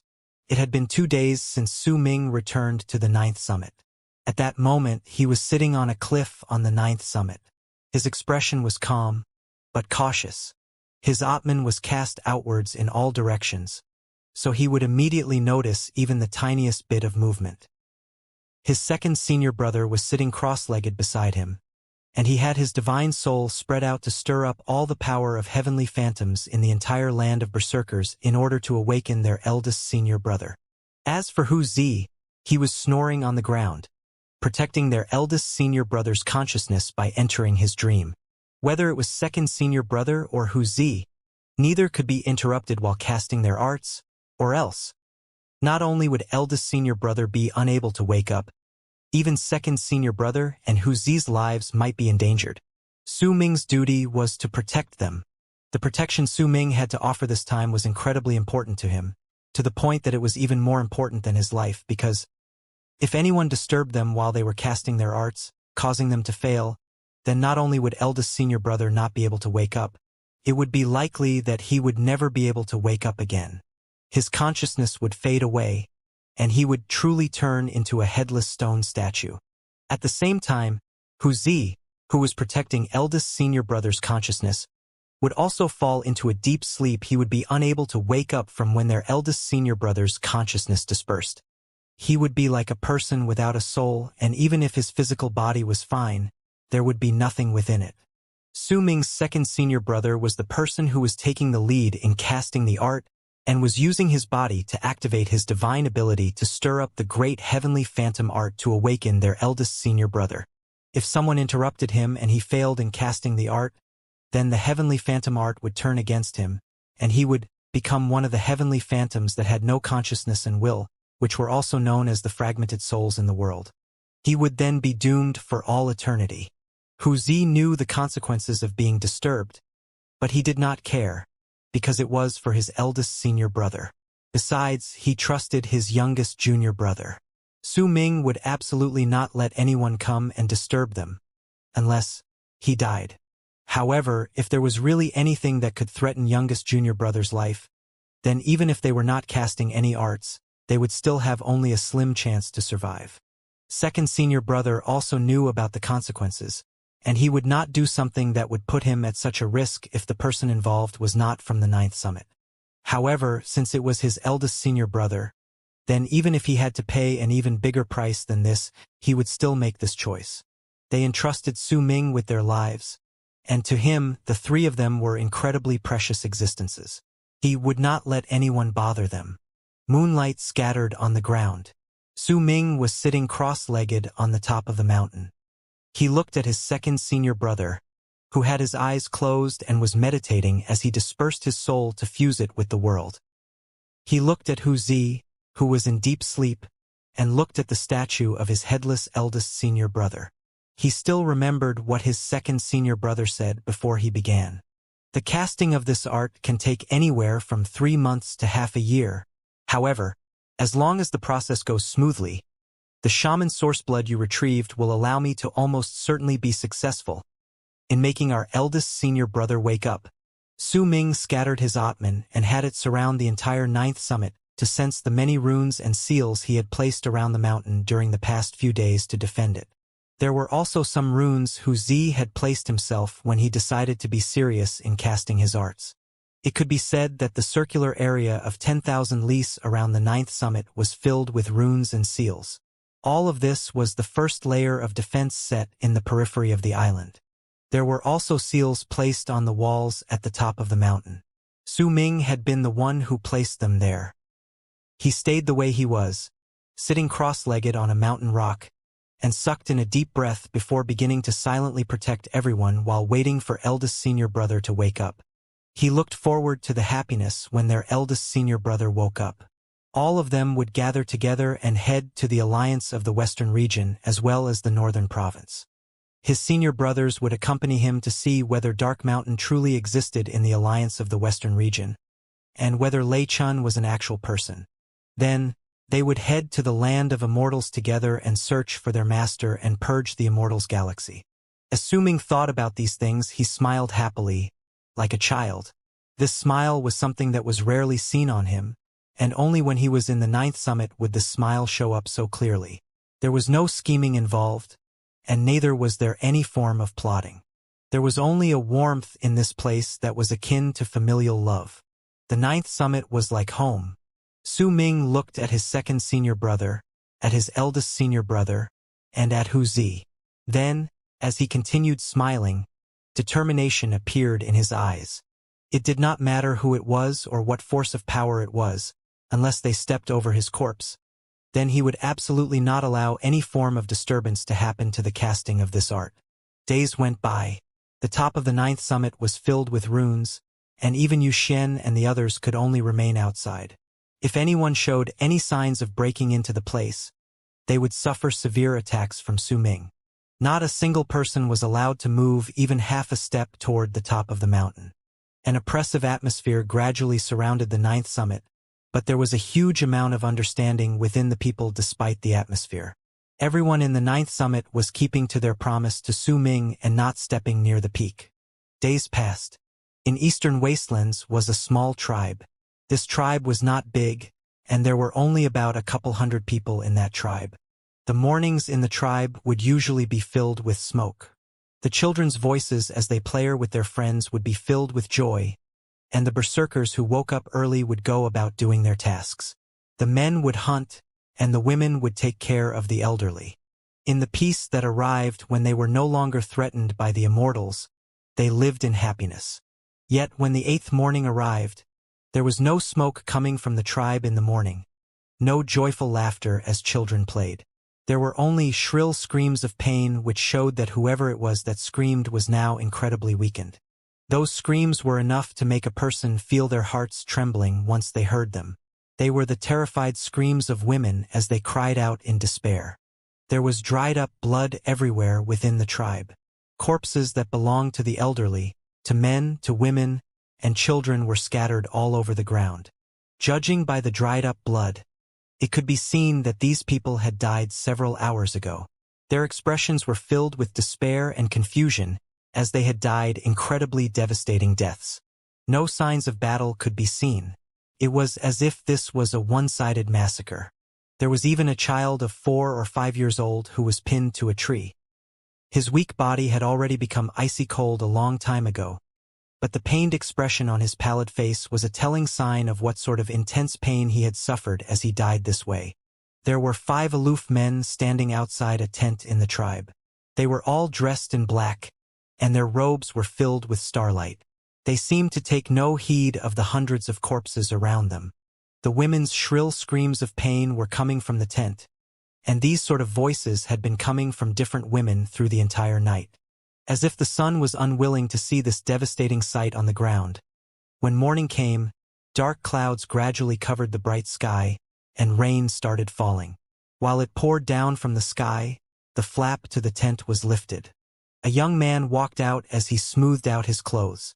There were constellations on his clothes, and they were moving about slowly, making it look as if he was not part of this world. This person was naturally the one the Immortals had addressed as Young Lord, the person whose status was incredibly high in Morning Dao sect Dao Yuan. He held a fan in his hand and had an arrogant look on his face. When he moved, the tent's flap fell down. No one outside should have been able to see what was inside, but the wind that blew past lifted the flap, revealing the devastating sight inside. There were more than 10 women's corpses there, and all of them were naked. Their eyes were wide open, and the despair as well as the aura of death in their eyes were enough to make anger rage in all those who saw them. The berserkers are really boring. They don't even have someone who is decently powerful. Their women are vulgar and a sorry sight, too. No one here is even the least bit pleasant to my eyes. The past few days have been barely tolerable. How boring. The young man who held a fan shook his head, and a disappointed look appeared on his face as he walked outside the tribe. He had been in the land of berserkers for the past few days, and had went by the alliance of the western region as well as the northern province. His guards had slaughtered more than 100 tribes, and many of the women were humiliated and brutally killed in his hands, but he had not met even a single person or thing that caught his interest. But no matter what, they're people from Death region. Heh, I've toyed with plenty of Death women by now. I'll brag about it when I return to the sect. The young man stepped on blood and on corpses as he moved forward. The 5 men in black behind him remained expressionless, as if nothing would be able to make them reveal what they thought, even the collapse of the sky or the shattering of the ground. There was an indistinct but thick murderous aura about their bodies, which was due to them being merciless people who had spilled a lot of blood. Shocking waves were sealed in their bodies, causing no one to be able to see through their levels of cultivation. However, the people who had accompanied Dao Yuan into the land of berserkers were clearly not weaklings. Once the young man walked out of the dead tribe, he asked flatly, "It's about time now. Let's go to South Morning and have a look." Dao Slave 19, how's the soulseek going on? Young master, I didn't manage to find the god of berserkers, for this place restricts my divine sense. However, we've already moved through the other continents, so if the berserkers truly have a god of berserkers, he must be in South Morning, one of the 5 men in black said in a low voice. Then let's go to South Morning and then leave after. This place is boring. Anyway. The young man closed his fan and walked into the air. The 5 Dao slaves followed behind him and charged towards South Morning. As they flew, the young man yawned. He would occasionally look at the ground, and his expression would be filled with scorn. In his eyes, these people were all uncivilized.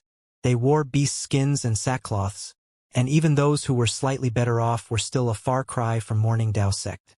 Primitive, but not barbarians. How uninteresting. The young man averted his gaze scornfully. The 5 people behind him said nothing, following in silence. To them, it was not important whether this place was primitive or not. Their mission was to ensure their young master's safety, while killing all those who their young master wanted dead. Besides, to these 5 people, the land of berserkers was really so weak that none of the natives could withstand even a single blow. Even if there were a few berserkers who barely passed their standards, they were at most between the first and second step.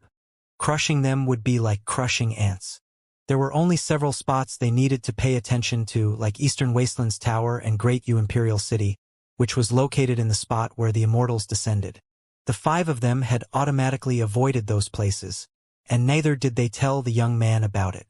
Soon after, by the time the young man had lost most of his interest and stopped looking at the ground, they left Eastern Wastelands and appeared above the Dead Sea. Young master, the land of South Morning has shattered and turned into a countless amount of islands. Many of these islands are inhabited by berserkers. There are 3 islands that are larger than the rest, and they should have the most people. One of the 5 men in black was holding onto a feng shui compass, and the entire topographic map was shown on it. Then let's go straight to the 3 biggest islands. The young man yawned and swung his right arm. A black longship of 100 feet immediately appeared before him. He stepped onto that longship, and when the other 5 people behind him moved onto the ship as well, it let out a swooshing sound and charged into the distance. It traveled at a speed so quick that it disappeared without a trace in the blink of an eye. Before long, the bored young man on the ship swept his gaze across the ground and brought up his fan. While holding on to it, he suddenly widened his eyes. "Stop!" He shouted out a command, and the longship instantly came to a halt in midair. The young man's gaze was trained on an island in the Dead Sea, and that was Southern Swamp Island, where Fangconglan was. "Those 2 women are pretty good." A sinister glint appeared in Dao Yuan's eyes. With a single move, he walked out of the longship. He was looking at Southern Swamp Island, which was located right beneath him on the Dead Sea. At that moment, Fangconglan was standing at the top of a mountain and looking into the distance. She was looking at the island where Freezing Sky Clan was located. Wan Qiu was standing behind her. These 2 women might not be as breathtaking as Yuxian, but they were definitely still beautiful. There was also an ancient air to them, making the 2 of them look like orchids in spring and chrysanthemums in autumn. They were like 2 flowers growing off the same shoot, complementing each other. Dao Yuan instinctively licked his lips and sneered. "Not bad. I didn't think there'd be 2 pretty girls in this primitive place. They can already compare to my concubines."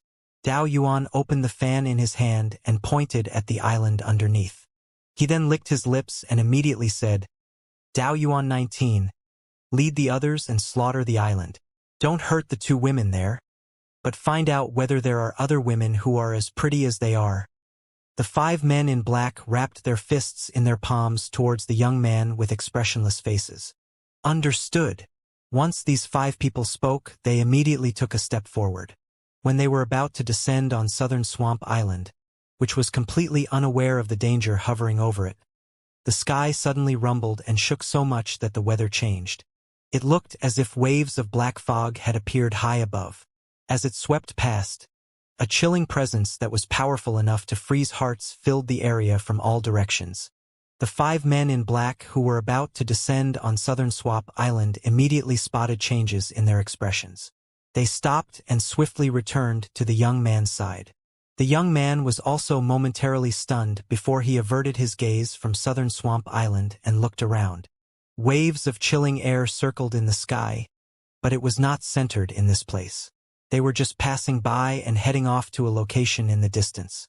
The waves of chilling fog could not be seen clearly with the naked eye, but if anyone swept past the area with their divine sense, they would immediately find that it was not fog, but were distorted, fragmented souls.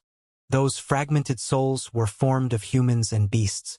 Their faces were illusory, and their expressions were lost, but they were all ferociously charging forward in a mad dash. It was because of their charge that the chilling air had gathered. One of the men in black behind the young man immediately spoke in a low voice. "Heavenly phantom art. Young master, there is someone casting this art to stir up all the fragmented souls in this land to form the heavenly phantom's body." A glint appeared in Dao Yuan's eyes. He looked at Southern Swamp Island beneath him, then at the movements of the fragmented souls. An excited look gradually appeared in his eyes. Remember this location. We'll go and see who is casting this heavenly phantom art first. He's definitely not some ordinary berserker to be able to cast this art. He might even be that so-called god of berserkers. We'll capture him alive, and I'll torture and kill his people in front of him. Haha. I've done quite a lot of things like this in the other worlds outside. But this is a first in Death region. It'll definitely be interesting. Once I return to the sect, I'll be able to brag about this to the others. The young man laughed and moved back to the longship. Once the 5 men in black joined him, the longship turned into a long arc and disappeared from the spot, charging forward while following the chilling fragmented souls in the sky. The black longship moved forward with extreme speed. Soon after, it moved past the various islands on the Dead Sea and came close to the 3 islands of South Morning. The Tao slave with the feng shui compass suddenly spotted a glint in his eyes. Several glowing spots lit up on the compass in his hand, which was showing the area where the 3 big islands of South Morning were located. The Tao slave with the feng shui compass swept his gaze past the compass and immediately said, "Young master, there are several people here who are slightly more powerful. The person in God of Shaman's Island is the strongest. He has already moved into the 2nd step, but his aura is not pure. There's also a person on Freezing Sky Island. This person's level of cultivation cannot be ascertained. The fragmented souls and the chilling air are gathering there. He should be the one casting the heavenly phantom art. But there are 2 other people beside him. One of them has a strange presence. He seems to be slightly similar to the tiger talisman in the world outside. The last one is in deep sleep due to grave injuries.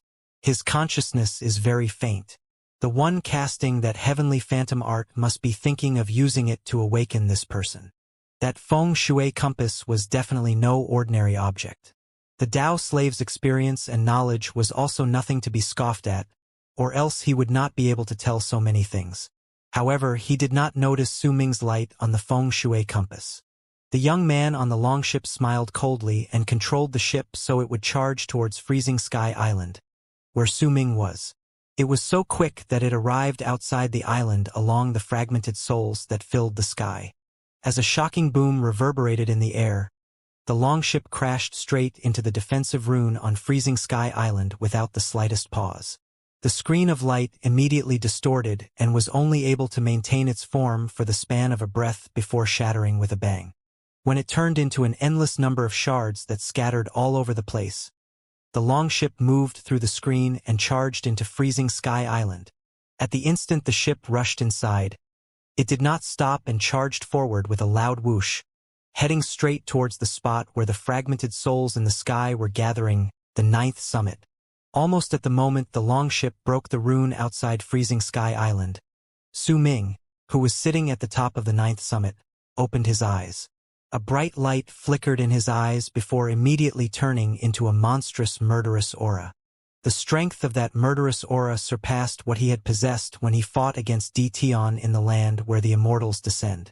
He stared at the spot before him and spread out his Atman. Then, he saw a longship in a long black arc charging towards this place from the distance. He also saw the 6 people on the ship. At this moment, the other people on the 9th summit felt the murderous aura coming from Su Ming's body as well as heard the loud crack that came when Freezing Sky Island's rune collapsed.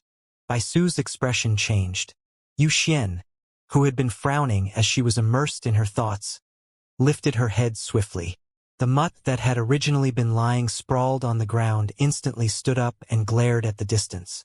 There was no longer any hint of laziness that could be detected on its expression, only graveness that had never before been seen on its face. Almost at the instant Su Ming cast his gaze on the ship, bright starlight shone from Dao Yuan's constellation robe. The endless stars moving about looked normal, but when Su Ming saw them, he felt as if his heart and soul were about to be absorbed into them.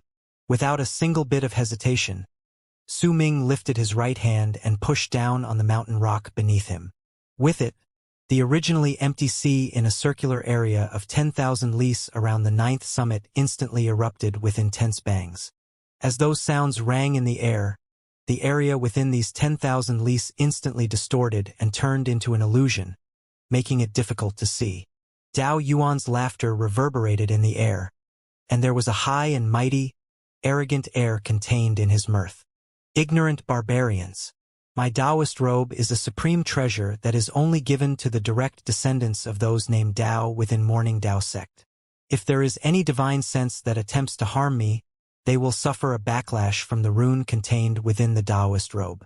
Your divine sense must be badly injured now, you ignorant barbarian. I don't even need to attack, and you are already near death. Dao slaves, break the runes. Your young master has seen that they are indeed gathering up the fragmented souls and using the heavenly phantom art to cure someone. Heh. The thing I like most is to make other people suffer. Dao Yuan laughed smugly and fanned himself with the fan in his hand. There was a prideful and arrogant look on his face, and he was feeling incredibly excited. As he spoke, 4 of the 5 Dao slaves behind him immediately stepped out. With aloof expressions on their faces, the 4 people closed in on the distortions within the 10,000 lease of the 9th summit and lifted their right hands at the same time. They pushed together, and the distortions from the rune shuddered, then released a loud noise. The sound that came from the tremor shook the sky and earth, and as that booming sound reverberated in the air, signs of cracking immediately appeared on the 10,000 lease rune. Well, you have some tricks up your sleeve at least. A rune that is capable of withstanding 1 strike from 4 of my Dao slaves at the same time is not common. Attack at full strength. Dao Yuan's eyes sparkled, and he became even more excited. He pointed towards the rune with the fan in his right hand. As that rune shook, Su Ming's face paled slightly while he stood on the 9th summit. The suction force from the robe on that person's body just now had been incredibly powerful. If Su Ming had not immediately averted his gaze and used his full strength to activate the rune and resist that power, the backlash might have been even stronger. Morning Dao sect. Su Ming stood up with an incredibly dark face. He cast a look at his second senior brother, who was currently casting the art to gather fragmented souls while freezing air continuously spread out from his body, and at Hu Zi, who had a faint smile on his lips as he slept. His smile was incredibly happy. A resolute look appeared in Su Ming's eyes. With a swing of his arm, he swept up his senior brothers and sent them into Master's cave abode. Then, he immediately walked out of the rune at the top of the mountain. At the instant he did so, a loud bang that surged into the sky instantly reverberated in the air. The 10,000 lease defense crumbled at that moment, and its area of defense shrank to only 5,000 lease. The sounds of collapse were still ongoing. Before long, this defensive rune would completely shatter. The reason for its quick collapse was not because the rune was not strong enough, but because the enemy that had invaded the territory was too strong. Almost at the time Su Ming walked down from the top of the mountain, hundreds of berserkers came forward from all locations. Their faces were pale but determined. Yu Xian's expression changed, and when she saw Su Ming, she immediately started telling him all that she knew. That is Morning Dao Sect's battleship. These people are all wearing constellation robes, and those robes contain great defense. That person who just called himself Young Master should be a direct descendant of Morning Dao Sect. The people who broke the rune are Dao slaves, and their levels of cultivation are. They are lords of world planes in the 3rd step, and even though their power is limited here, the effects are not strong because of the constellation robes, the mutt said. Its voice was ancient, and as it spoke, a mighty wave of power spread out from its body. As it stared at the distorting rune that was continuously retreating, it added in a low voice, "Young lady, I can only protect you and little Sue if we're to leave right now. As for the others, it will be difficult for me to do so with the limitations placed upon me in the land of berserkers." Yu Xian was momentarily stunned. Then she looked at Su Ming with a pale face. "Yu Xian go," Su Ming stated flatly. He himself would not leave. This was the 9th summit. This was his home. His senior brothers were here. He would rather die here in battle and be buried with his senior brothers than abandon them. The choice to leave alone was never an option for him. Yu Xian's face was pale. She bit her bottom lip, and uncertainty appeared on her face. Su Ming's face was calm. In his eyes was determination and a readiness to die. To him, this was a battle that he had absolutely no chance of winning. 5 immortals whose power did not suffer much of a limitation and could still show a power that belonged to lords of world planes in the third step was simply too much. Just one of them could kill all of them as if he was squashing ants. Su Ming might not have truly fought against a cultivator in the third step before, but the memory of the killing sword's might was still fresh in his mind. It was a power that he absolutely could not hope to stand up to. But what could he do? He could not give up P19 summit and leave alone while abandoning his senior brothers who were casting their arts. Since he could not do this, there was only one path left before him. If they could not live together, then they could only die together. Su Ming turned his head around and cast a glance at his master's cave abode. There was a reluctance to part on his face, but the determination on his face was greater. The booming sounds were getting closer, and the rune was falling back non-stop. In the blink of an eye, it only covered an area of 1,000 lis. The 4 Dao slaves in the third step were suppressing and shattering the rune step by step with their mighty power like they were cutting butter with a hot knife. Su Ming lifted his right hand slowly and swung it against the sky. A large amount of purple fog immediately surrounded his body. Once it turned into the Undertaker of Evil's armor. He seized the air with his right hand, and purple fog instantly surged to his hand and turned into the Undertaker of Evil's spear. He seized the freezing weapon, and murderousness entered his eyes. He stood on the 9th summit like a mountain. If there were storms and typhoons, they had to first crush him, or else they would definitely not be able to take even half a step into the mountain.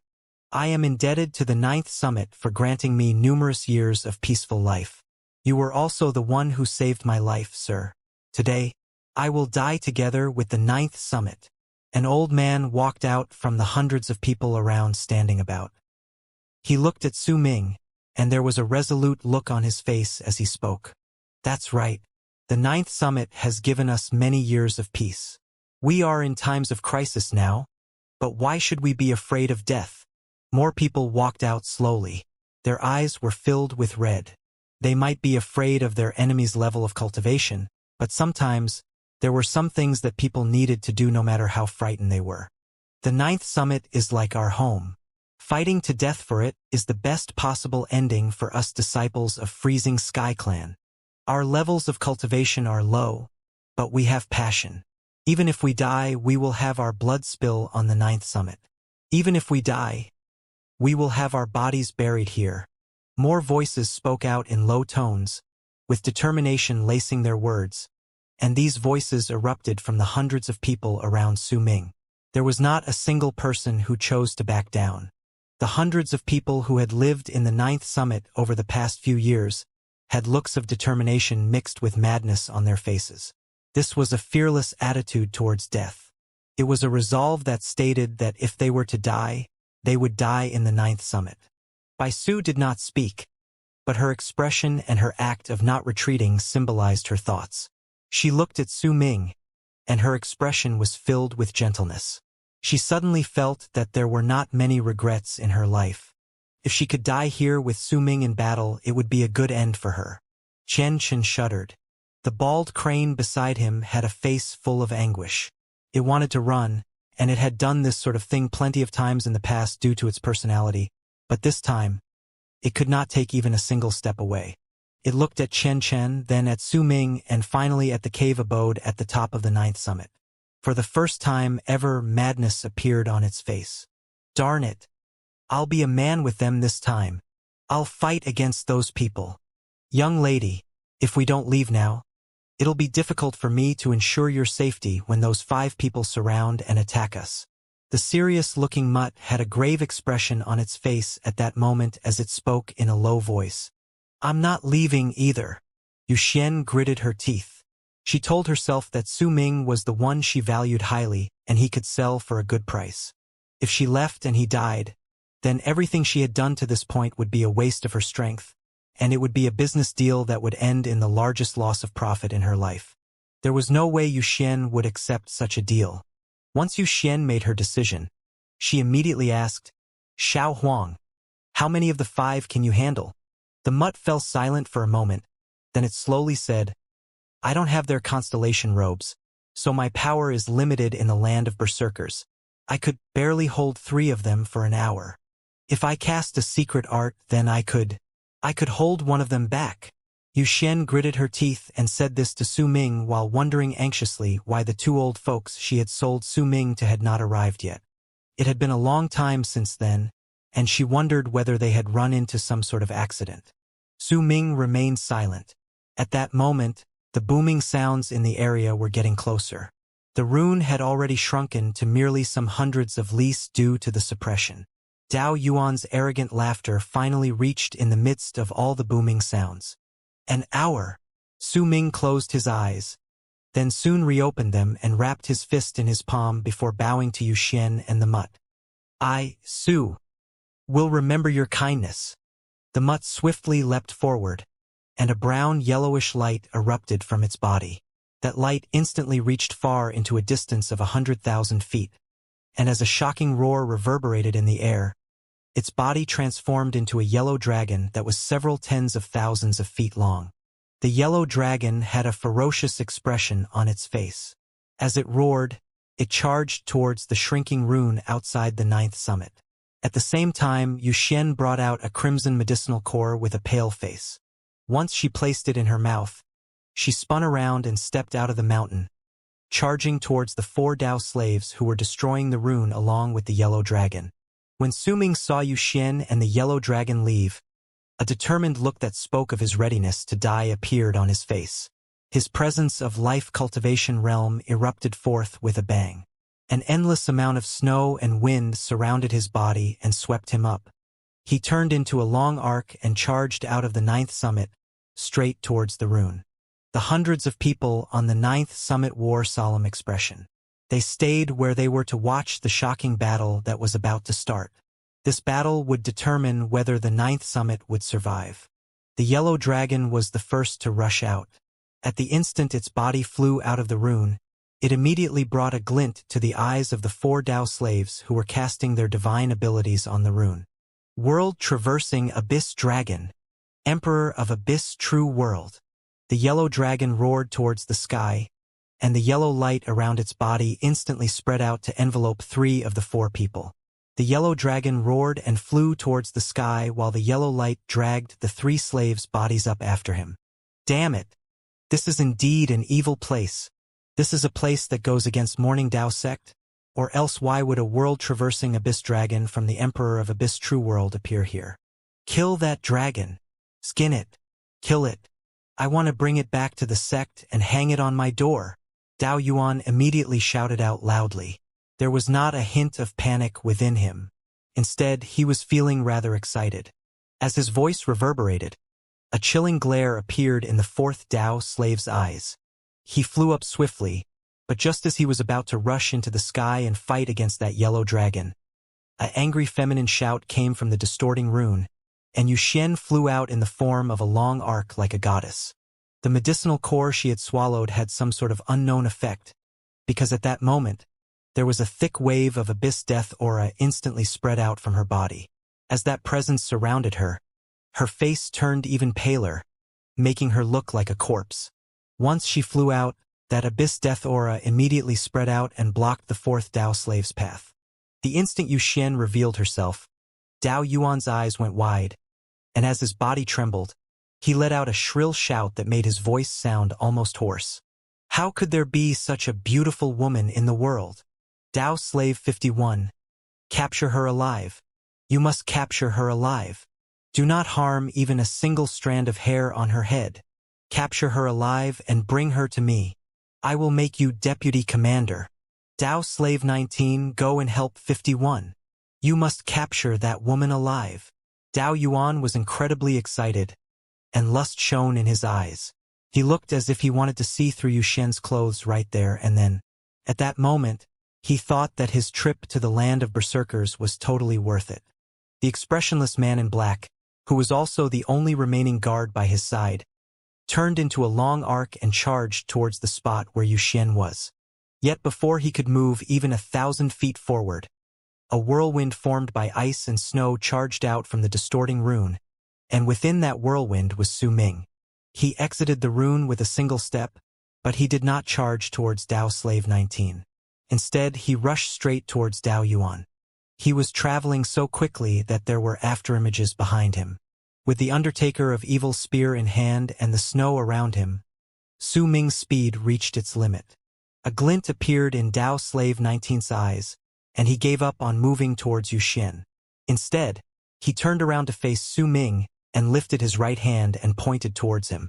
Dao Yuan did not even move to dodge. A cold sneer appeared on his lips, and with arrogance, he looked at Su Ming approaching him. He was confident that this person would be immediately killed by his Dao slaves before he could even get close to him. Yet at the instant Dao Slave 19 pointed towards Su Ming, he turned the back of his palm downwards while his other palm was turned towards the sky, and he instantly activated destiny. This battle was incredibly crucial, and he could not afford to make even a single mistake. He had to attack with his strongest move. That which exists between the past and the future is destiny. Su Ming swung his left hand at Dao Slave 19's finger. At the instant he swung his arm, the entire world's time seemed to change, and Dao Slave 19's finger froze in midair for an instant. As that person's expression changed, a presence that belonged to a lord of a world plane immediately spread out from his body. A destructive power erupted forth with a bang from within him and broke through Su Ming's time reversal. But his finger had still frozen for an instant in midair. That instant was a chance for Su Ming. At the instant Dao Slave 19's finger froze because of destiny, Su Ming appeared before Dao Yuan with a speed that surpassed lightning. Dao Yuan stood stunned. Before he could manage to react to what was happening, Su Ming's Undertaker of Evil spear swept up the flying snow that contained the power of his life matrix. The snow had even turned slightly red, looking like the glow of autumn, when Su Ming sent the spear straight towards Dao Yuan's forehead. This was a thrust filled with Su Ming's conviction. This was the strongest thrust he could bring forth at that moment. The tip of the spear had already turned into ice because it had fused with the death in Su Ming's life matrix, which had the power of midwinter. The spear thrust sliced through the air and stirred up a piercing sound that was unpleasant to the ears. At the instant Su Ming thrust the spear forward, the killing sword manifested before him and charged towards Dao Yuan with bloodlust right behind the long spear. Even that Dao Slave 19 did not have the time to block the strike or save Dao Yuan. His eyes instantly turned red, and he took a swift step forward. His body distorted and he immediately appeared behind Su Ming. But he was still too late. Almost at the moment Dao Slave 19 arrived, Su Ming's long spear touched the center of the stunned Dao Yuan's brows. When it happened, a galaxy that stretched out limitlessly erupted from the moving constellation robe on Dao Yuan's body. The starlight was piercing to the eyes, and there was even a sharp presence akin to a needle from that light that would cause all the people who were touched by the starlight to feel intense pain, as if their bodies had been stabbed by millions of swords. At the instant a shocking boom reverberated in the world. A huge rebound spread out from Su Ming's Undertaker of Evil spear. That rebound surged into Su Ming's body, causing him to cough up a mouthful of blood. As for Dao Yuan, his face had turned stark pale. He staggered a few steps backwards while starlight surrounded his body, but he was completely uninjured. Yet even though his body was uninjured, fear had taken root in his heart. During that instant just now, he had clearly felt death coming towards him. It was especially so when he saw Su Ming's eyes. The madness shook the heart of Dao Yuan, who had always abused his power, used the might that came with his family's name to lord over others, and committed all sorts of evil acts due to his status. "There's no way you'll be able to break my constellation robe. Damn it, you!" Dao Yuan cried out shrilly, but before he could finish speaking, a shrill whistle reached his ears. It was the killing sword that was traveling right behind Su Ming's Undertaker of Evil spear. This killing sword was the Immortal's supreme treasure. The sword spirit inside might have been injured when Su Ming was refining it, making it difficult for the sword to reach the power of killing all those beneath the third step. But it was still a killing sword, and its might was still not one to be underestimated. At that moment, as it closed in through the midst of Dao Yuan's piercing screams, it stabbed the center of Dao Yuan's brows, right at the spot where the long spear had attacked. Another shocking roar reverberated in the air.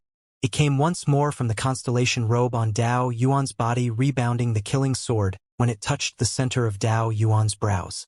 The killing sword to let out a grudging sword whistle and was pushed backwards. Dao Yuan took a few steps back once more, and blood trickled out of the corner of his mouth. The spot between his brows might be uninjured, but the shock caused by Su Ming's spear and sword had injured Dao Yuan internally, because there was too big of a difference between his level of cultivation compared to that of his guards. At that moment, Dao Slave 19 appeared behind Su Ming with killing intent and struck with his palm. The power of the third step was contained within his attack, and it pressed onto Su Ming. He did not have the time to even turn around when the palm struck. However, he had already known how this would end when his first attack had failed to injure Dao Yuan, and he had made preparations.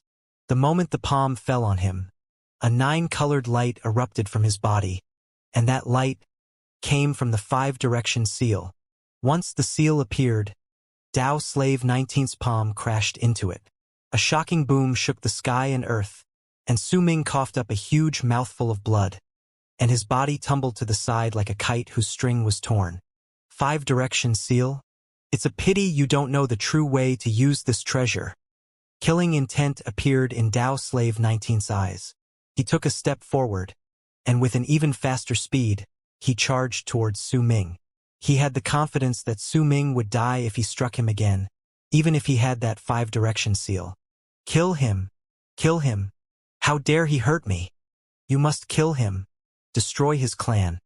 Wipe out his entire tribe. Slaughter all his people. Dao Yuan screamed madly with a shrill voice not too far away. He touched the corner of his lips. That blood terrified him. Even though he was not injured badly, this blood still caused fear to rise even more in his heart. His whole body trembled from the lingering fright. As a person with the family name of Dao in Morning Dao sect, he had numerous guards who were trained by his family to protect him since he was young. It wouldn't be wrong to say that he had never been injured since he was young, much less had blood trickle down the corners of his mouth. The bloody stench in his mouth due to Su Ming's actions in the land of berserkers was a first for Dao Yuan. From his fear, the thought of summoning the sect's army waiting outside the gates to rush into the land of berserkers rose in his heart. As his shrill screams reverberated in the air, Dao Slave 19 charged towards Su Ming. Right at the moment he was about to close in on him, Su Ming laughed brokenly, and a resolute look appeared on his face. He gritted his teeth and tossed the Undertaker of Evil's spear. But he did not throw it towards Dao Slave 19, who was chasing after him. Instead, he threw the spear towards the screaming Dao Yuan, who was wiping the blood from the corners of his mouth while his face was stark white from fear. Su Ming's hate towards Dao Yuan was running so deep that it was already embedded in his bones. If he could kill this person before he died, then Su Ming would be satisfied. Besides, he could not even hope to put up a fight against Dao Slave 19 chasing after him. He was already badly injured. The 5-direction seal had actually showed signs of not being able to hold when Dao Slave 19 had struck just now. Clearly, it was because this item was Dao Chen's property in the past, and these people were also from Morning Dao sect. There was surely a connection between them. That was why the best way to save himself was not to fight against that Dao slave, but to persecute Dao Yuan. When Su Ming threw his weapon, the Undertaker of Evil's spear turned into a long arc that closed in on Dao Yuan, while stirring up a sharp roar and a large amount of purple fog. Damn it! Save me! Terror immediately appeared on Dao Yuan's face. He believed that he would not die due to the constellation robe, but the rebound just now had put him in an incredible state of discomfort. Fear had been lingering his heart to begin with, and when he saw the long spear charging towards him, he screamed out instinctively. When Dao Yuan screamed, Su Ming gathered Destiny's power in his left hand and swung his arm at the Dao slave. When the art to change the flow of time was sued again, the Dao slave's body froze abruptly once more. Dao Slave 19's face became dark. In his eyes, this person was weak, but his plans were incredibly meticulous. That strange art of his and his method of using Dao Yuan to threaten him restricted him in many ways. He couldn't gain initiative like this intelligence, these methods, And this divine ability were things that Dao Slave 19 had never encountered before through his entire life of fighting and killing others.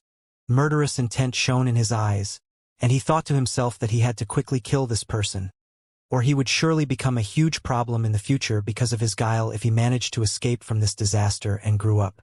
At the instant he stopped, he suddenly let out a shocking cry, and as his voice reverberated in the air, Su Ming coughed up blood. His ears rang, and his injuries became even worse. Dao Slave 19's body might have stopped during that instant, but when his voice traveled forward, cracking sounds echoed in the air in front of Dao Yuan, and huge cracks immediately appeared in midair. By the looks of it, those cracks wanted to swallow the incoming Undertaker of Evil's spear. A resolute look appeared on Su Ming's face. His heart might be in great pain for what he was about to do next, but at that moment, he still let out a low shout without any hesitation. Undertaker of Evil's spear, explode! At the instant Su Ming spoke, the Undertaker of Evil's spear let out a cry filled with grief. It had been with Su Ming for a very, very long time, and that sorrowful cry was its reluctance to part with him, but it did not hesitate. At the instant it closed in on the dimensional cracks, it exploded with a bang. The spear was created by the first god of berserkers. With the first god of berserkers' level of cultivation, the might of the enchanted treasures he created would definitely be nothing short of extraordinary. If it were not because Su Ming's level of cultivation was not high enough, then he would definitely have been able to bring forth more of this spear's power.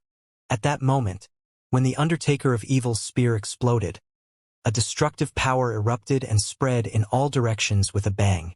Dao Yuan was the first to be struck by the explosion. The terror of death rose in his heart, and it was several times stronger than before. His face grew even whiter, and his pupils shrank. Dao Slave 19's expression changed drastically as well, which had never happened before. He was already incredibly close to Su Ming at that moment, and if he lifted his hand, he could execute an art to kill him. But he did not have the time. He could not bother with killing Su Ming. His hate towards his schemes and his method of using Dao Yuan to threaten him ran deep into Dao Slave 19's heart, but he could do nothing about it. If he continued chasing after Su Ming, then Dao Yuan would definitely be in danger. He gritted his teeth and turned around to chase after Dao Yuan. A shocking boom that even managed to make Yuxian and the yellow dragon tremble rose into the 9 heavens at that instant. The rumbles from the tremor turned into waves that madly spread out through the area. The final thought Su Ming had sent to the Undertaker of Evil's spear before it exploded had made it so the power from the explosion was limited to a very small area. This was why the effect to the other areas was not actually very powerful, despite the loud sound. In the midst of the rumbling sounds, Su Ming fell backwards. His actions just now might have seemed dangerous, but every single step he took was part of his calculations. As he retreated, he coughed up blood once again. His face turned pale. He knew that he was heavily wounded, but he had to fight because the 9th Summit and his 3 senior brothers were right behind him. At the instant Su Ming withdrew, he lifted his right hand, and the welcoming of deities appeared in his hand. He swallowed it without any hesitation. When he did so and the rumbles around faded away, he saw Dao Slave 19 standing before Dao Yuan, right at the spot where the Undertaker of Evil's spear had exploded. He was using his body to shield Dao Yuan. With a pale countenance, he coughed up a mouthful of blood, and his face instantly became much older. His constellation robe had also been torn during the explosion before eventually being shredded to pieces and scattered by the wind. Judging by the man's aged looks, he had surely paid an incredibly huge price to protect himself and his charge from the self-destruction of the Undertaker of Evil's spear. Yet even so, he had still been gravely injured. Dao Yuan's face was even paler. Blood trickled down the corners of his mouth once again, while the stars in the constellation robe on his body were spinning about rapidly. As blood trickled out of Dao Yuan's mouth, he let out a piercing screech. "He hurt me! Kill him! Kill him!" There was an endless amount of rumbles at the spot where the 3 Dao slaves were fighting against the yellow dragon in the sky. They were trying to break free of the yellow light's confinement and descend to the area where the others were fighting. But the yellow dragon's exhausted roars only made the yellow light become stronger. Clearly, The yellow dragon had brought out all the power it could possibly muster. Yu Xian's face was as pale as ashes. There was a thick wave of abyss death aura spreading out from her body and circling around the area, causing others to be unable to see what was happening within her spot clearly. However, there were continuous booming sounds coming out from the place, and it was a telling sign as to how intense the battle was between that Dao slave and Yu Xian. However, she wasn't a cultivator in the third step to begin with, which was why the medicinal core she had devoured made her suffer an incredibly powerful backlash. At that moment, it could be said that she was fighting while gritting her teeth and persevering even though she was completely drained of her strength. She had no idea why she was doing this, either. If this was just a business deal, then she should not be so persistent about fighting. But every single time she wanted to give up and have the yellow dragon take her away, Su Ming's joyful smile when he was with his senior brothers would appear in her head. There was a gentle and affectionate feeling within that smile that made Yu Xian feel warm, and she was reluctant to part with it. Xian, do you know why I gave you this name? Yu Xian's most precious memory lying in the depths of her heart rose in front of her eyes at that moment. It was the only memory that could keep her company on the lonely nights in her cold house. My good daughter, don't be so mischievous now. Once I finish making this leather shirt, you won't be at the losing end of the stick when you go out and fight those other children again. I have to leave. I have to go to a place very far away from here. Xian, don't cry. Remember what I told you before. Your name means that you must be strong and not be sad. Yu Xian did not know why her most precious memory in her life would emerge during this fight. Perhaps it's this warmth that made me love this place, and it's making me not want to leave. Tears fell from Yu Xian's eyes. Mother, she mumbled. She ignored the backlash she was suffering and the numb feeling that was gradually creeping into her body. She continued pushing her body past its limits, resolutely not allowing the Dao slave to leave the abyss death aura. As the booming sounds from the Undertaker of Evil Spear's explosion faded away outside the 100-lease rune around the 9th summit and underneath the places where the Yellow Dragon and Yu Xian were fighting against their opponents, Dao Slave 19 and Dao Yuan's bodies were revealed above the sea. Who are you? For the first time since Dao Slave 19 stepped into the land of berserkers, he did not immediately obey and acknowledge Dao Yuan's command. Instead, he stared at Su Ming and asked slowly as he panted. To him, the intelligence possessed by the young man standing before him was something that he rarely saw within others, and it was this guile of his that had managed to hurt Dao Slave 19 so badly even though the young man was at an extreme disadvantage. After all, this berserker was only at the second step, and it was a telling sign of how strong he was to be able to do such a thing. Mourning Dao sect should be trying to take in such a person instead of engaging him in a fight to the death. But all of this had become impossible due to Dao Yuan's hobbies and actions. I have to kill this person and not let him have the chance to grow. If he's capable of reaching the second step in the land of berserkers, then someday in the future he might possibly become the second Lai Xianxia. A barely noticeable glint appeared in Dao Slave 19's eyes. As he circulated his cultivation base in his body, he wrapped his fist in his palm towards Su Ming. Perhaps this is a misunderstanding. Just as he started to speak, Dao Yuan immediately let out a furious roar by his side. Dao Slave 19, shut up. I'm ordering you now to attack immediately. Kill him. Kill him. Dao Yuan glared Su Ming with a crazed look in his eyes. He had only been injured twice in his life. The first time had been by Su Ming's spear and sword, and the second time was also because of Su Ming. This brought his hate for Su Ming to a level where he was deaf to all reason. Dao Slave 19's expression changed, but he did not bother with Dao Yuan. He smiled towards Su Ming, and just as he was about to speak while still having his fist wrapped in his palm, a glint appeared in Su Ming's eyes. He had completed his fusion with the welcoming of deities, and at that moment, he took a step forward without a single word. He was able to tell that the Dao slave was stalling time.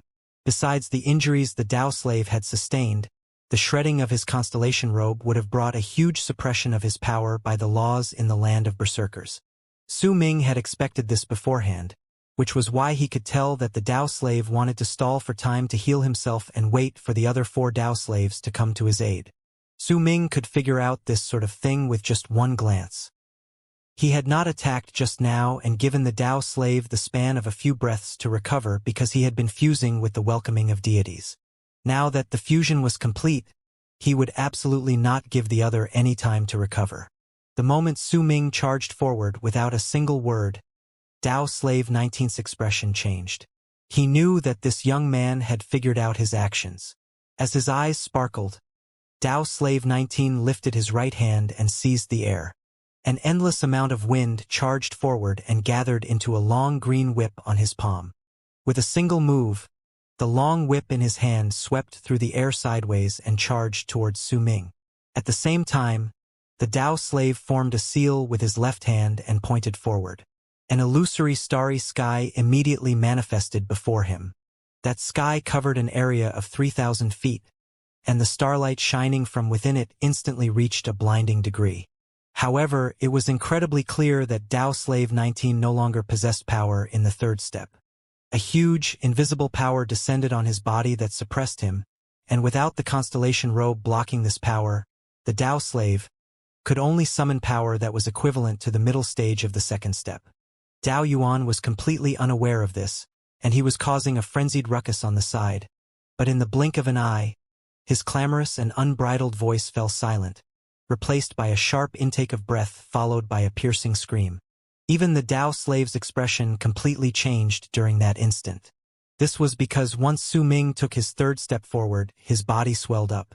As the area around him distorted, he took his fourth step forward, and in the blink of an eye, he turned into a candle dragon possessing a snake's body which was 10,000 feet tall.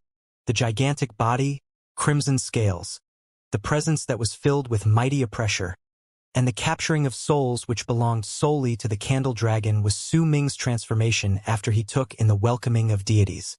Candle dragon. The instant a roar that shook the skies tumbled out from the candle dragon's mouth.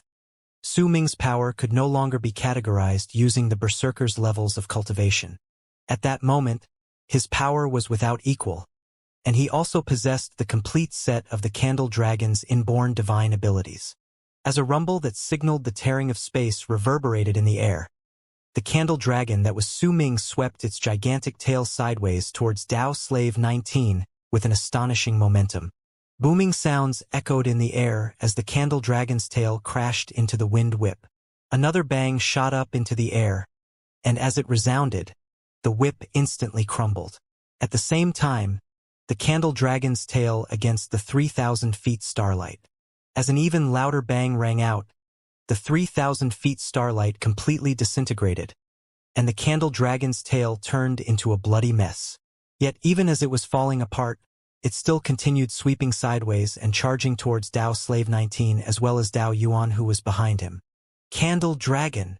As Tao Slave 19's expression changed drastically, he grabbed Tao Yuan and quickly retreated. At the same time, a sharp whistle tumbled out of his mouth.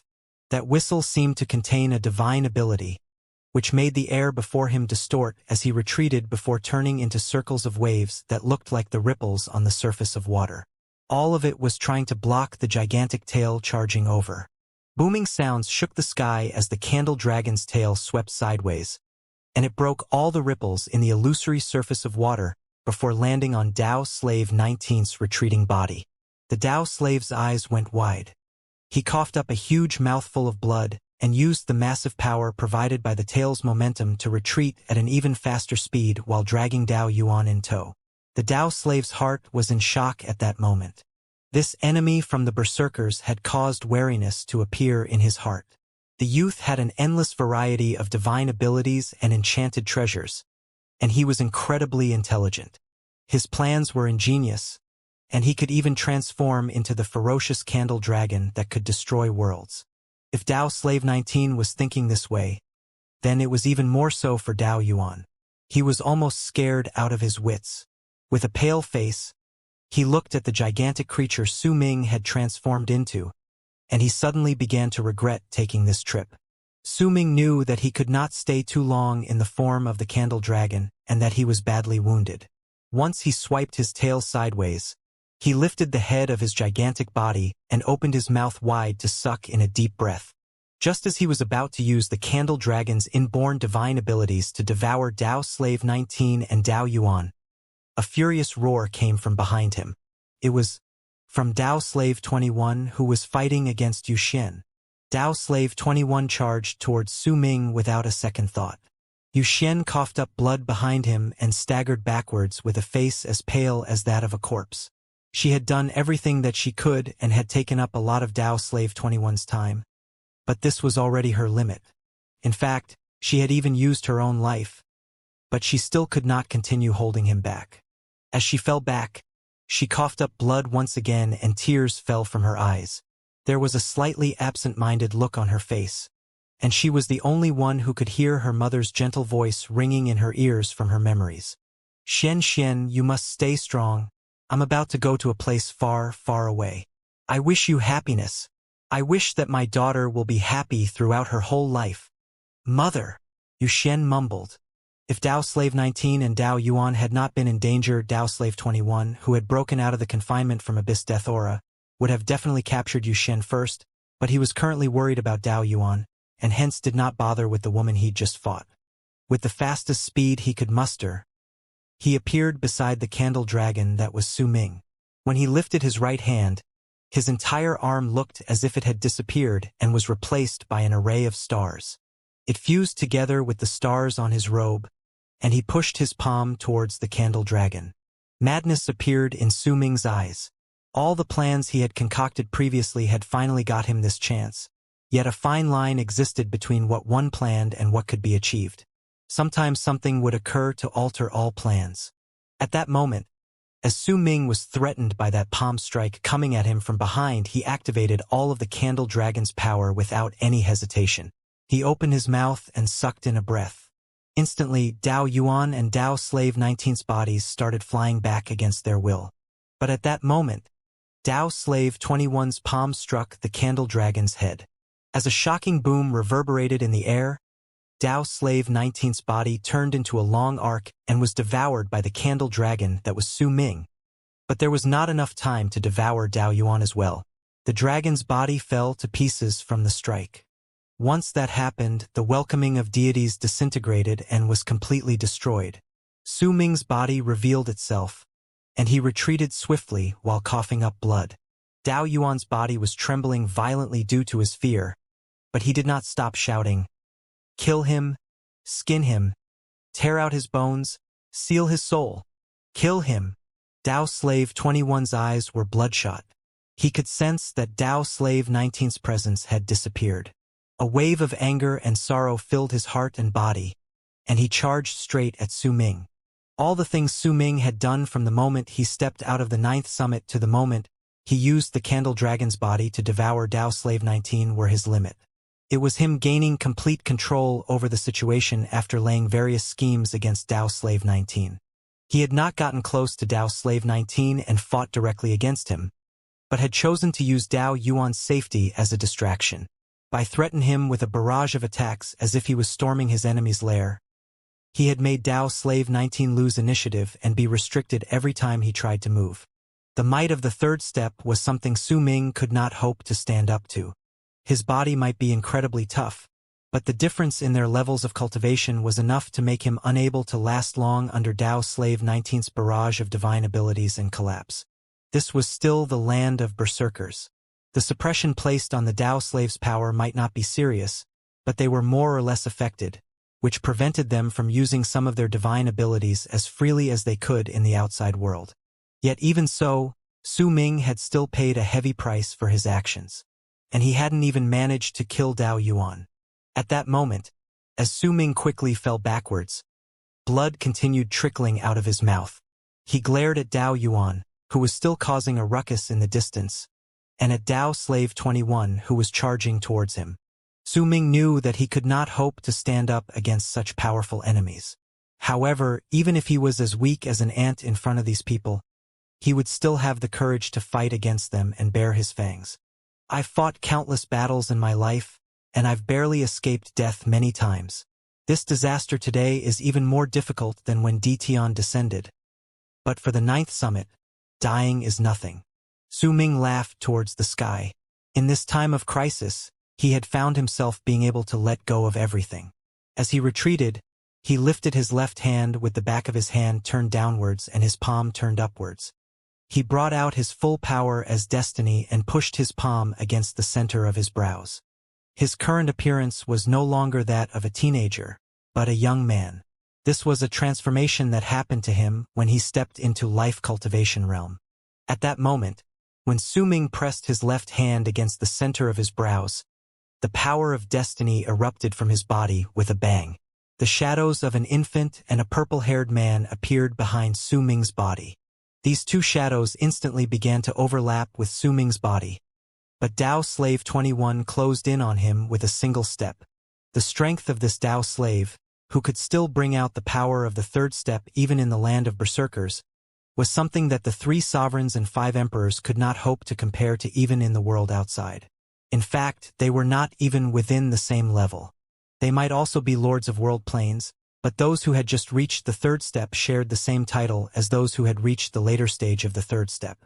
The 5 Dao slaves had just reached the initial stage of the third step, but their power only suffered a slight suppression in the land of berserkers. They could bring out power that was between the second and third step. All of this was due to the constellation robes they wore. There were not just 5 of these constellation robes either. All the people standing in the various ships within the Immortals galaxy were wearing these constellation robes.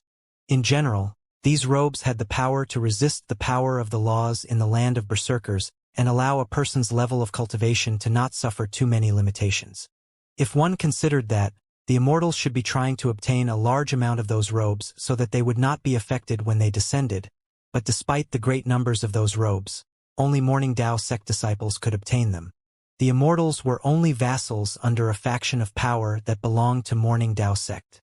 They were not allowed to possess constellation robes. This was one of the reasons why they didn't have them, while the other one was that all of these constellation robes were subsidiary constellation robes.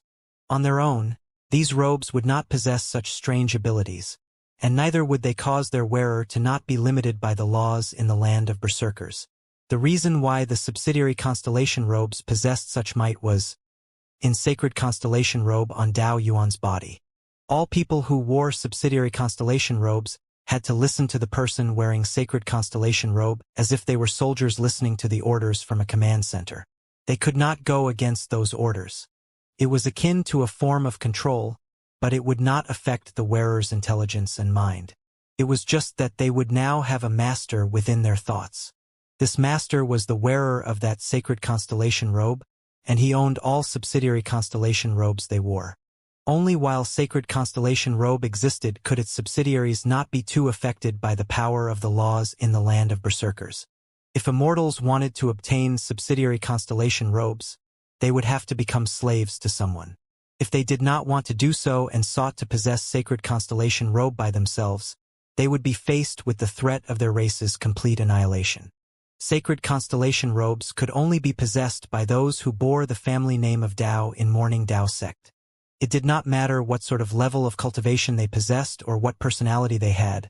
As long as a person was a direct descent of the Dao family, they could build up their own faction with their sacred constellation robe. If the power of one's faction grew, their sacred constellation robe would also be able to bring forth greater might. In fact, it could even allow the power of that direct descendant of the Dao family to increase exponentially. With Dao Yuan's personality and his level of cultivation, the strength of the group he formed was at the very bottom of Morning Dao sect. He only had a couple thousands of cultivators with him, and the only ones who had power in the third step were Dao Slave 19, 21, 31, 41, and 51, these 5 people. The other people's levels of cultivation were mixed, and the strongest besides these 5 people had only attained great completion in the second step. That was why even though Dao Yuan had passed by the Immortals, who were vassals under Morning Dao sect, people like Di Tian and the other from the 3 sovereigns and 5 emperors did not bother with him, much less came to pay respect to him. He was simply one of the many young lords in Morning Dao sect. The 5 Dao slaves who were in the third step had been able to bring out an incredibly great power in the land of berserkers due to the subsidiary constellation robes they wore under the control of sacred constellation robe, and it was the reason why they had become such a great disaster to Su Ming. At that moment, As Su Ming executed the power of destiny, Dao Slave 21's face turned dark. He was going to obey Dao Yuan's orders to kill Su Ming. In his eyes, this youth was a despicable and shameless person who only knew how to use schemes and tricks. If the two of them faced head-on, Dao Slave 21 was confident that he could kill him in just one strike. At the instant he closed in on Su Ming with a dark expression on his face. A dark light shone in Su Ming's eyes. The infant's illusion and the purple-haired man's shadow were rapidly fusing together around him.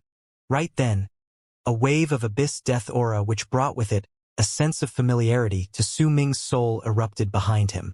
Yu Xian took a step forward from behind Su Ming with a face as pale as that of a corpse and lifted her right hand in front of him and pushed her palm towards the incoming Dao Slave 21. As she did so, a powerful wave of abyss death aura erupted from her body, crashing into the incoming Dao Slave 21 with a bang. "You're just asking for death." Dao Slave 21 let out a cold harumph, not bothering to dodge. He merely pointed at Yu Xian's palm. A star seemed to gather on his finger, letting out a piercing light. At the instant it crashed into Yu Xian's palm, a loud bang surged into the sky, and Yu Xian coughed up blood and staggered backwards. Even her eyes lost their usual sparkle. At that moment, the shadows of the infant and the purple-haired man fused together around Su Ming. His hair instantly turned gray, and his body transformed into that of a 7 to 8-year-old boy. A thick wave of aura that was incredibly similar to Yu Xian's abyss death aura erupted from Su Ming's body. His face turned pale, aching to that of a dead person.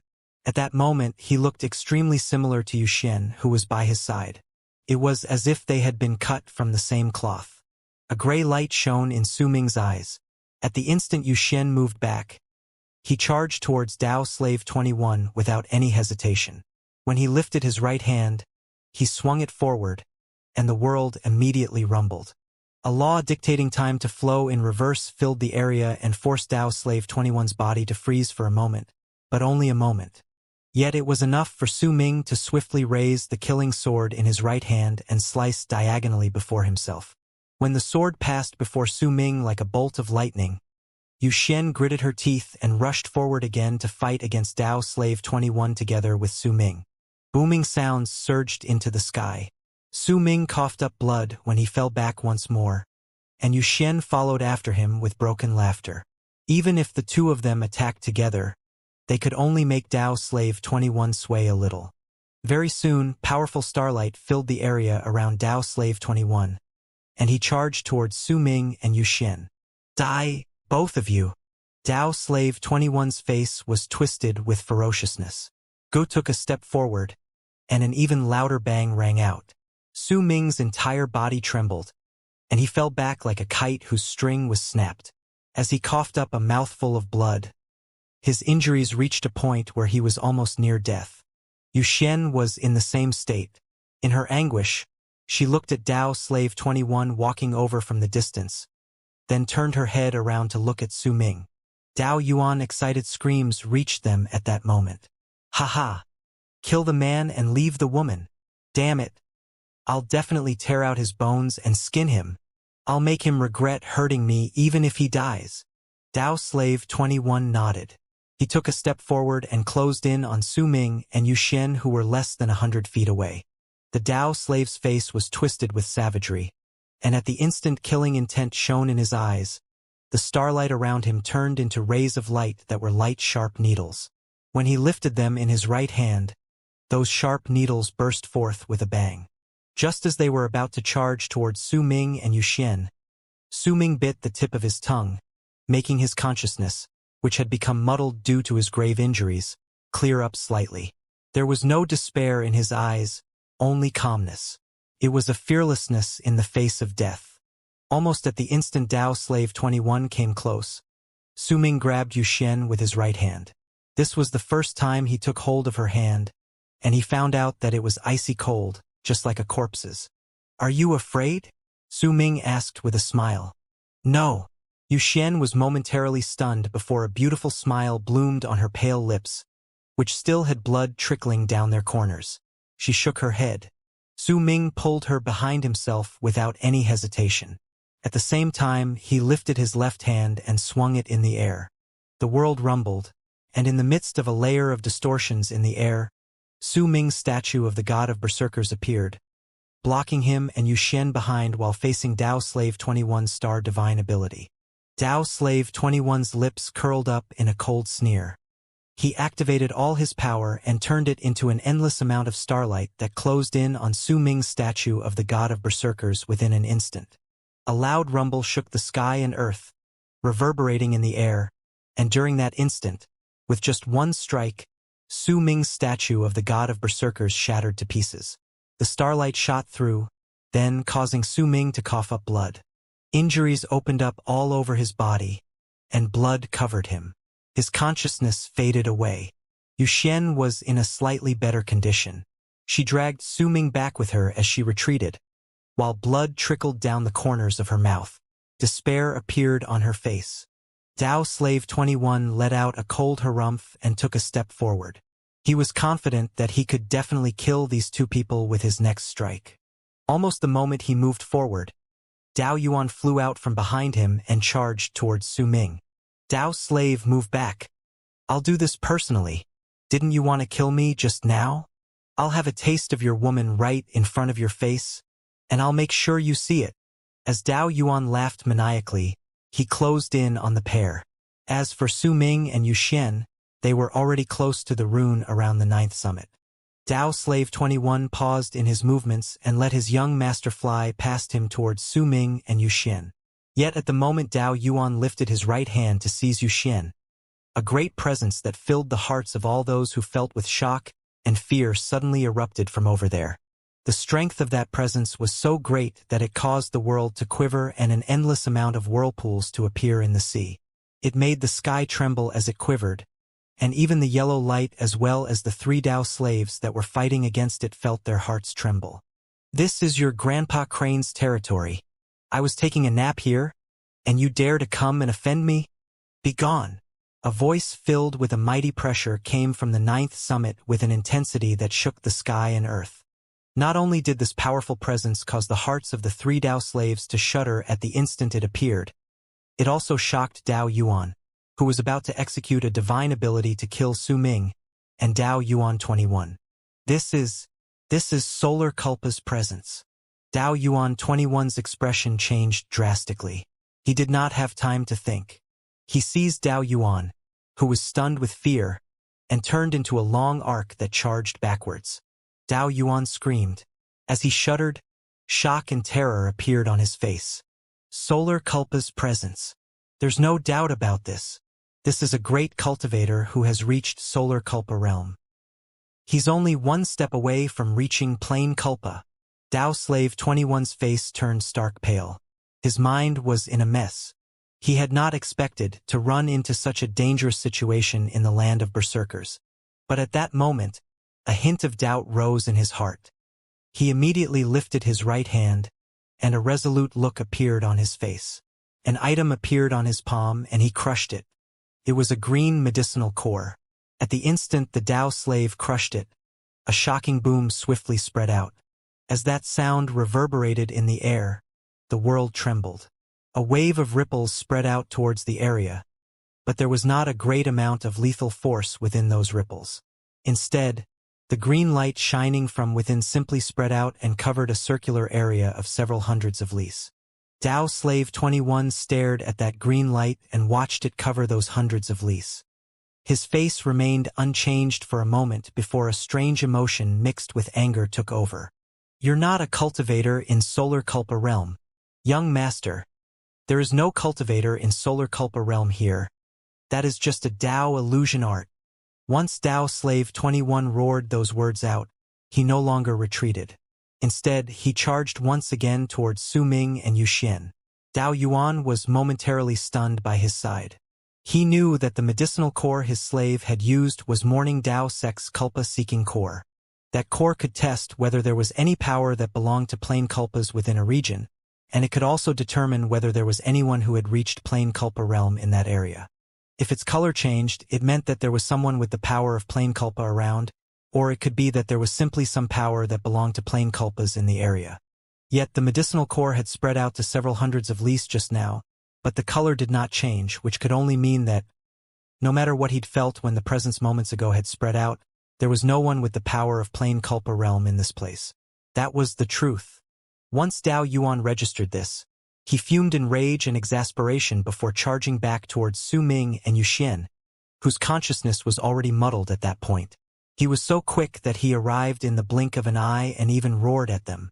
"How dare you lie to me? I'll kill all of you with my hands one by one. Dao Slave 21. Protect me. Watch as I crush their bones and scatter their ashes." Dao Yuan charged forward. He closed in on Su Ming and Yu Xian, then lifted his right hand, about to seize Su Ming. But at that moment, furious roars came from the 100 Li rune. They were immediately followed by shadows of people flying out. Those were the people who now lived in the 9th summit. They had chosen to die in battle to protect the 9th summit as well as Su Ming. At the moment of crisis, they rushed out without any hesitation. The person at the very front of the crowd was an old man. He had already reached Berserker Soul Realm, but his level was not high. At the instant he walked out, he charged towards Dao Yuan without a care for his own life in an attempt to stop him from killing Su Ming and Yu Xian. "You're just asking for death." Dao Yuan let out a shrill screech. He changed the direction of his right hand to punch the old man's body, but at the instant his fist was about to touch him, a bizarre smile appeared on the old man's face and his body exploded with a bang. As he exploded, his cultivation base erupted, and the waves of power that burst forth charged towards Dao Yuan. Blood gushed into the air and splashed all over the area. A large amount of it fell on Su Ming and Yu Xian's bodies. Su Ming's consciousness was about to completely fade away due to his injuries, but when the body fell on him, thick bloody lines immediately appeared in his eyes. His consciousness quickly returned to his body. He trembled. In his ears, he heard the old man's laughter before he died. "Sir Su Ming, I've been under the care of the 9th summit for many years. Now, I will use my death to repay your kindness." As the old man died, one person after another charged out of the rune. Some of them even grabbed Su Ming and Yu Xian to drag them back into the rune. One after another, these people charged out. One after another, the rumbles from self-destructions shot up into the air, affecting Dao Yuan. The roars from those explosions continued, and in the blink of an eye, more than 10 people had chosen self-destruction. "Sir Su Ming, I, Chun, am here to repay your kindness. Sir Su, I, Su, will repay your kindness with my death today. I will repay your kindness with my death. Sir Su Ming, if we reincarnate, let us meet again in our next lives." One after another, long strings of laughter before their owners' deaths rang in the air. More and more people rushed out and chose self-destruction to hold Dao Yuan back and save Su Ming. All of this brought Su Ming's consciousness back. He regained his senses, but he could not summon even a single bit of power. His injuries left him at death's door. His eyes turned red. He could only watch these people die, hear them declare their intention to repay his kindness. As his body trembled, he let out a hoarse roar. More people flew past him. Among them were the elderly and the young. These were his people who lived in the 9th summit. At that moment, they were using blood and self-destruction to complete the promise they had made when they were allowed to stay in the 9th summit. To protect the summit even if they died. Tears fell from Yu Xian's eyes. She watched all of this with a blank stare, looked at these people dying, heard their voices as well as Su Ming's hoarse roars. More and more tears fell from her eyes. Dao Yuan was forcefully held back and could only watch as Su Ming and Yu Xian were dragged back into the rune. In his anger, Dao Slave 21 took a step forward and lifted his right hand before swinging it in front of himself aloofly. Immediately, a large number of the people who had rushed out of the rune crumbled before they could self-destruct. The 100 Li rune also started trembling violently. Once Dao Slave 21 closed in on it and struck it with his palm, the starlight that erupted from his hand caused the rune to begin collapsing again. As it collapsed and Dao Slave 21 continued to attack, the 100 Li rune shrank to 80 lis, 60 lis, 40 lis. Dao Slave 21's expression was cold and aloof as he continued to destroy the rune and slaughtered all the people who flew out from the ninth summit. Dao Yuan was behind him. His face was filled with bloodthirst as he charged forward excitedly. Su Ming and Yu Xian were held by 4 residents of the ninth summit within the rune, and these people were charging forward desperately, intending to send the 2 of them back to the ninth summit. Tears fell from their eyes as they listened to the booming sounds ringing in their ears. They knew full well what they meant. With each rumble, not only did the rune collapse a little bit more, a number of their comrades also died. When the rune collapsed to only 10 lis, the 4 people holding onto Su Ming and Yu Xian let out a roar in unison and pushed Yu Xian as well as Su Ming in the direction of the ninth summit before turning around and choosing to self-destruct. There was no hint of hesitation in their actions. As the 4 of them exploded at the same time, the explosion and the stirred-up rumbles charged towards Dao Slave 21, who had instantly closed in on them. Yet to Dao Slave 21, these 4 people's explosions were nothing. He shot through without care and stretched out his hand towards Su Ming and Yu Xian's bodies, like a cat toying with a mouse. Yet at the instant he was about to catch them, more than 100 people flew out and charged past Su Ming and Yu Xian's bodies. They blocked Dao Slave 21's path forward, while another 3 people caught hold of Su Ming and Yu Xian began to swiftly drag them backwards. Su Ming's heart bled. His hoarse roars were reverberating in the air, but he could not make even a single bit of his cultivation base stir. His injuries were too grave, so grave that if he had not been in life cultivation realm, he would have already died. Even if his body was continuously recovering, the speed of its recovery could not match up to the rate of it being destroyed. At that moment, there were rays of starlight that were continuously destroying all signs of his life. Blood continued seeping out from his wounds. Yu Xian felt the same way as he. Besides tears, only despair seemed to remain on her dazed face. Su Ming could only watch these people who were shielding him and blocking Dao Slave 21's path be instantly enveloped in starlight.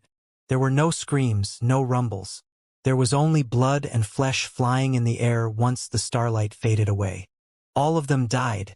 Su Ming was not too familiar with these people. He had only saved them when he killed Sima Xian all those years ago and let them treat the ninth summit as their home. Yet on this day, they used their lives to repay his kindness. However, this so-called kindness he'd showed was nothing to Su Ming, while the deeds they did to repay it were too great. The 3 people holding on to Su Ming and Yu Xian were weeping as they rushed away.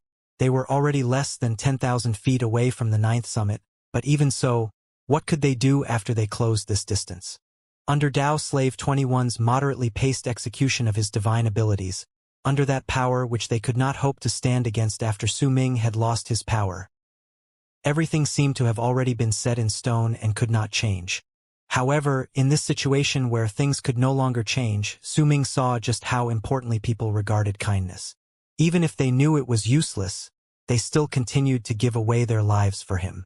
This made tears of blood flow from Su Ming's eyes. When the 3 people tossed Su Ming and Yu Xian to the ninth summit, they rushed back straight towards the incoming Dao Slave 21. In the midst of the booming sounds that signaled death, Su Ming let out the shrillest roar in his life. As he roared, Dao Slave 21 walked out of the blood mist caused by the trio's self-destruction with an aloof face. Dao Yuan had an excited expression on his face as he followed right after. At that moment, Su Ming and Yu Xian were still 5,000 feet away from the ninth summit, but it was useless. Even if they managed to reach the ninth summit, it was useless. In Yu Xian's ears echoed her mother's voice. As that voice rang, her mind gradually came out of its muddled state, and she looked at Su Ming. Do you know why I'm called Yu Xian? The meaning for Xian is daylily, and it is a type of flower that forgets sadness. I'm a daylily in the rain. This is the name my mother gave me. She wanted me to forget sadness in my life and be happy forever. My mother is calling me now. I'll be leaving to reunite with my mother. Before I leave, I'll give you a gift. A smile appeared on her face. That smile was incredibly sincere and beautiful. She looked at Su Ming and held him gently as she kissed his blood-stained lips. At the instant her lips touched Su Ming's, a wave of abyss death aura moved from her mouth into Su Ming's body and fused with his soul. The aura turned into a roar inside Su Ming, and he felt as if his soul began to boil. Yet as it happened, Yu Xian's lips became colder. Gradually, the sparkle in her eyes disappeared completely, leaving behind only dullness. This time, I really suffered a huge loss, but I'm really happy to have gotten to know you. Yu Xian released her grip, and her body plunged to the ground. Su Ming felt as if his soul was burning. Waves of pain washed over him, but he could sense that his soul was madly swelling up. This feeling was enough to drive him mad. It was as if his blood had been awakened and as if his soul was going through a metamorphosis. During that moment, a feeling of strength came along with the pain, and it was increasing at a frenzied pace. Su Ming did not know what Yu Xian had given to him, but he did know that it was what his soul had been lacking. The breath she gave him was familiar somehow, and it was something seemed to have completed his soul. The instant abyss awakening erupted in Su Ming's soul. Intense pain submerged him. He roared shrilly from it. He extended his arm without any hesitation, grabbed the hand of Yu Xian, who had now lost her consciousness and who was uncertain to survive this. It was as if Su Ming wanted to take hold of Yu Xian's body and save it from plunging to the ground. Yet Dao Slave 21 had already moved towards him. His lifted right hand was shining with starlight. Right at the instant it was about to land on Su Ming, a person walked out from the distortions within the 5,000 feet behind Su Ming. It was Bai Su. She was dressed in white and was incredibly beautiful. There was a smile on her face, and within her smile as well as her gaze was a wild beauty. She moved past Su Ming and rushed towards Dao Slave 21 like a moth having seen a flame. At that instant, the presence of self-destruction surrounded her body. That presence was like the water from the river in the sky spilling onto the ground, just like her life. I can too. These were the final words Bai Su said before she self-destructed. As she spoke, a loud boom that surged into the sky reverberated in the air before Su Ming. As those booms roared, Su Ming watched Bai Su disappear, and he went mad. A white piece of fabric fell back and moved past his side as the shockwaves from the explosion spread out. He wanted to grab it, but he did not manage to. The white piece of fabric flew farther and farther away. He wanted to grab it, but he would have to let go of Yu Xian's hand to do so.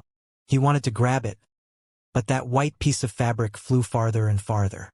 His grip on Yu Xian's hand gradually lost strength, because the intense pain spreading through his soul was unbearable. It was a feeling as if his soul was about to erupt, a crazed feeling as if he was about to awaken. When Yu Xian's hand slipped out of Su Ming's grip because he had lost his strength, her body plunged to the ground. Her eyes remained closed through it all, and Su Ming descended into madness, his eyes weeping tears of blood. He pressed his palms against his head, not hiding his red eyes, and roared like a wild beast howling in despair. It was also at that instant that the yellow dragon in the sky let out a shrill roar, charged towards the ground. At that moment it could no longer bother about the 3 Dao slaves. There was only one thought remaining in its head: to catch Yu Xian. Its body swept through the air and charged to the ground. At the instant Yu Xian was to hit the ground, the dragon caught her on its back. A shrill roar came from its mouth.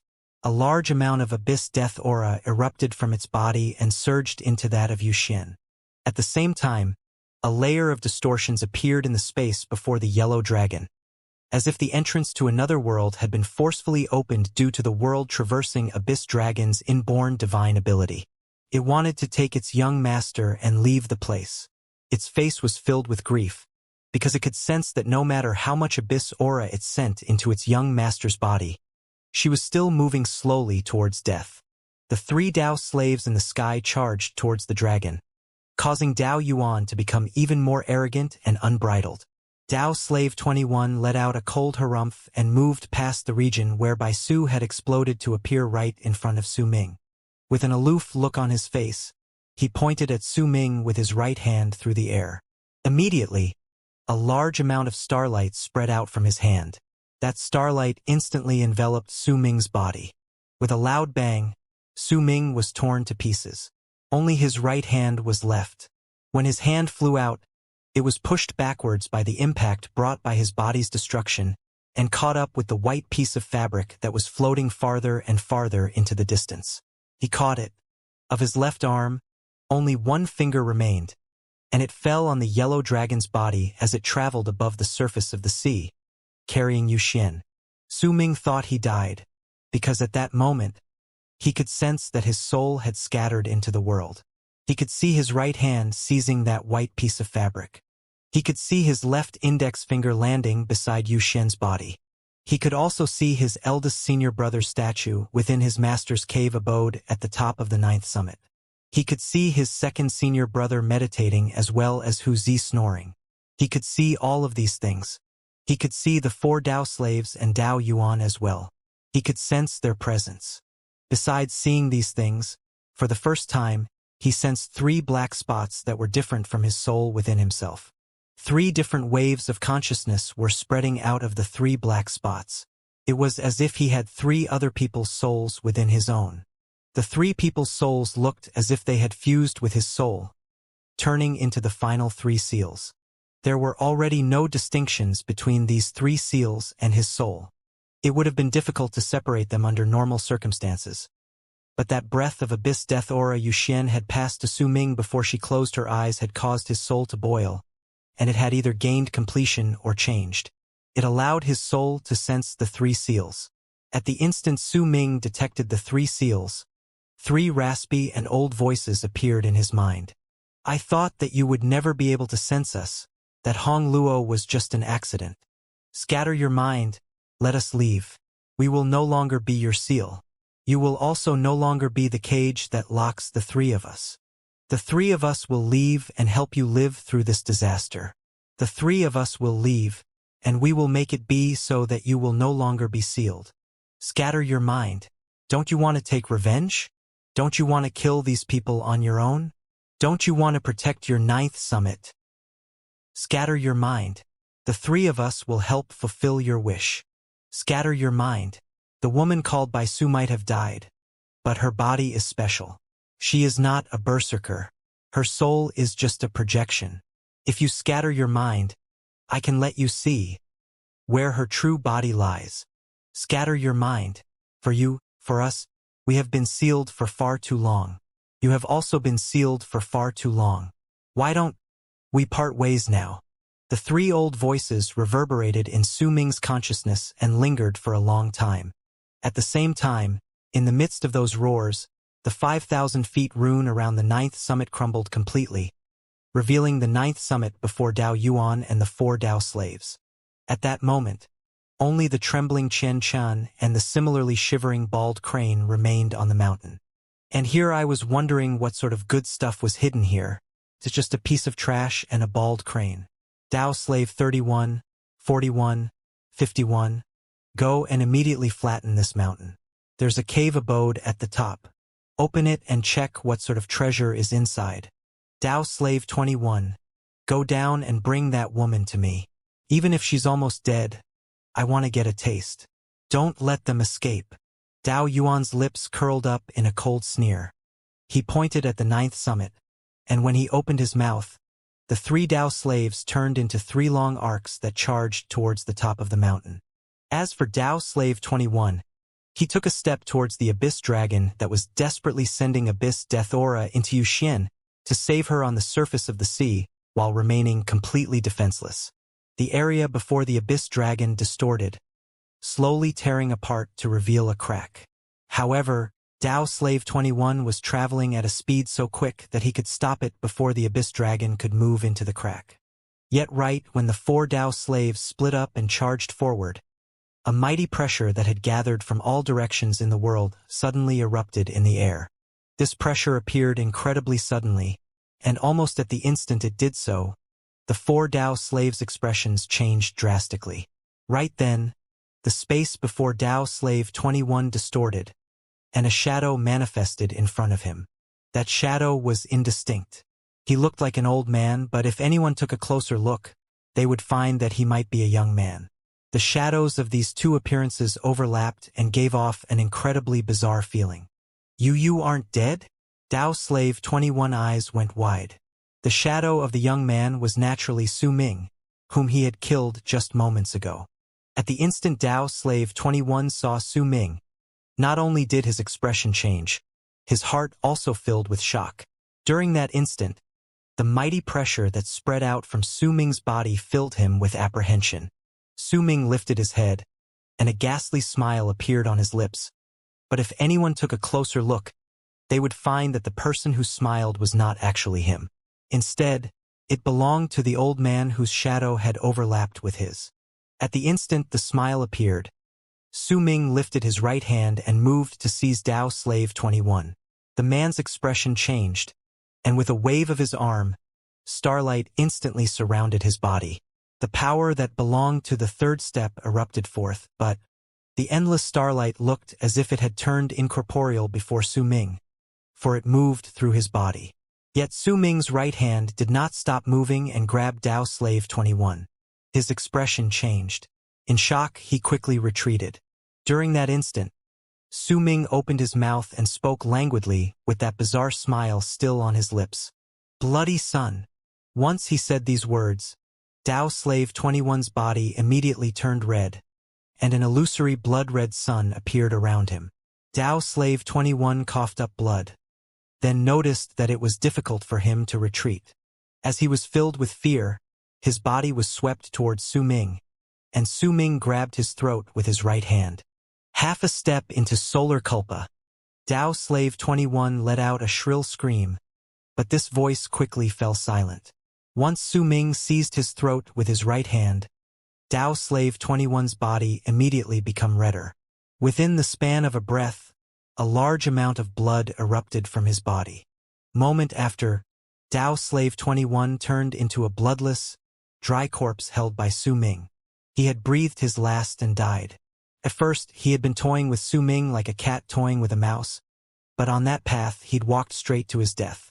Su Ming relaxed his grip and flung his arm outwards. The blood that Dao Slave 21 had coughed up gathered together, turning into a blood-red mirror before Su Ming. As the surface of the mirror distorted, a galaxy and a cultivation planet appeared. There was an elegant tower in that cultivation planet, and within that tower was a woman in white. She was looking into the distance with a blank expression, and there was an absent-minded look on her face. Her face was identical to that of Bai Su. "I fulfilled my promise."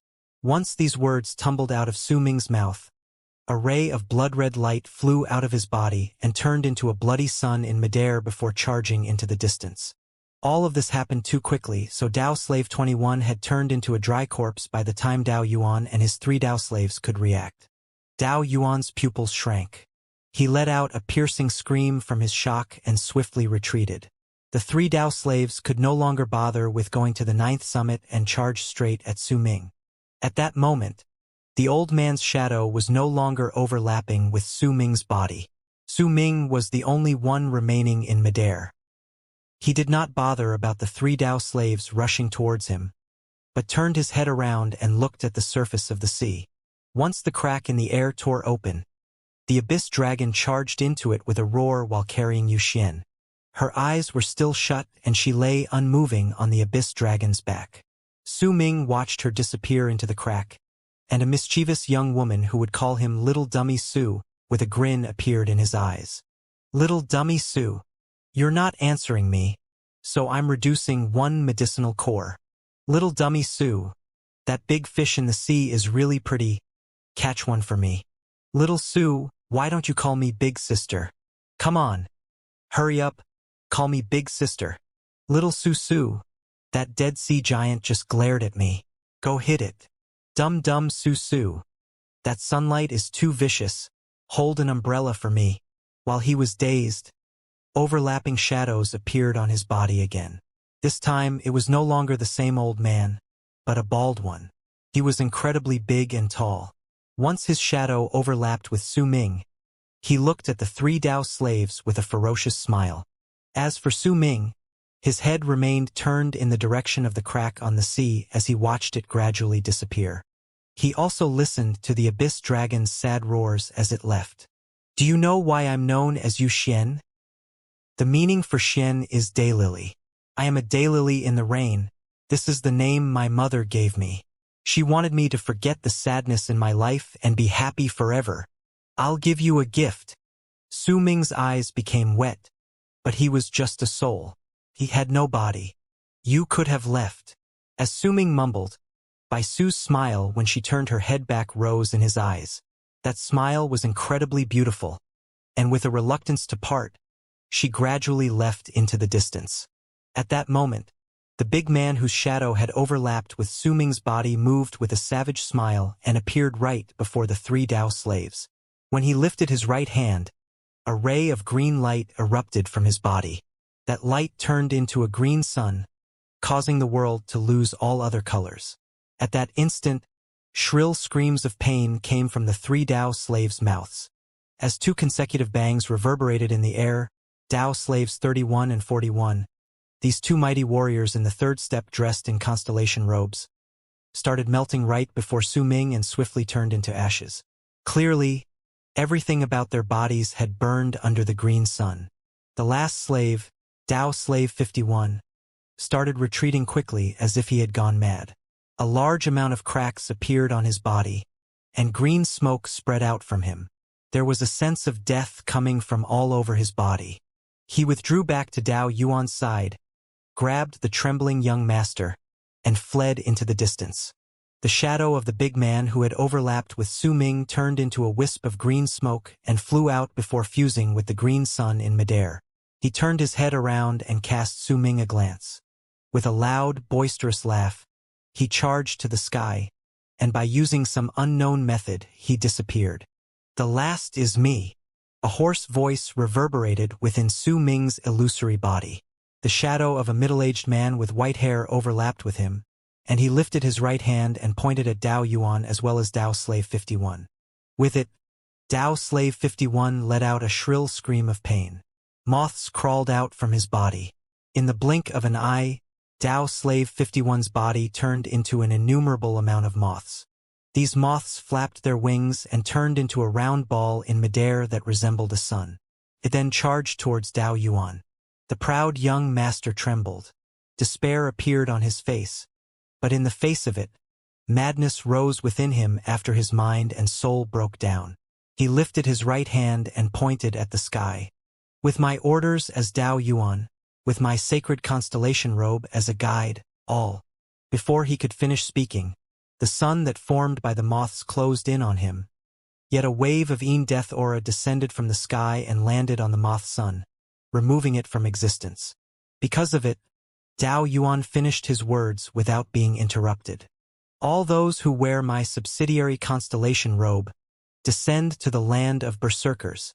Once his words were spoken, the constellation robe on his body shone with starlight that surged into the sky, filling it with stars in an instant. The starry sky turned into a spinning, giant galactical vortex, and the faint outlines of longships could be seen charging to the place. "It's not that I didn't keep my promise, but there is someone who doesn't want me helping you. He wants these people to descend, and he has opened the path for them. This person's level of cultivation is much higher than mine. He has an ancient presence." The white-haired man turned into an illusory moth and left Su Ming's body before disappearing into the sky. "I didn't manage to fulfill my promise to you. If you manage to walk out of this place and return your soul to your body, then I will help you one more time." As those illusory moths disappeared into the sky, Su Ming lifted his head. He saw the boundless starry sky rotating above, as well as longships charging forward.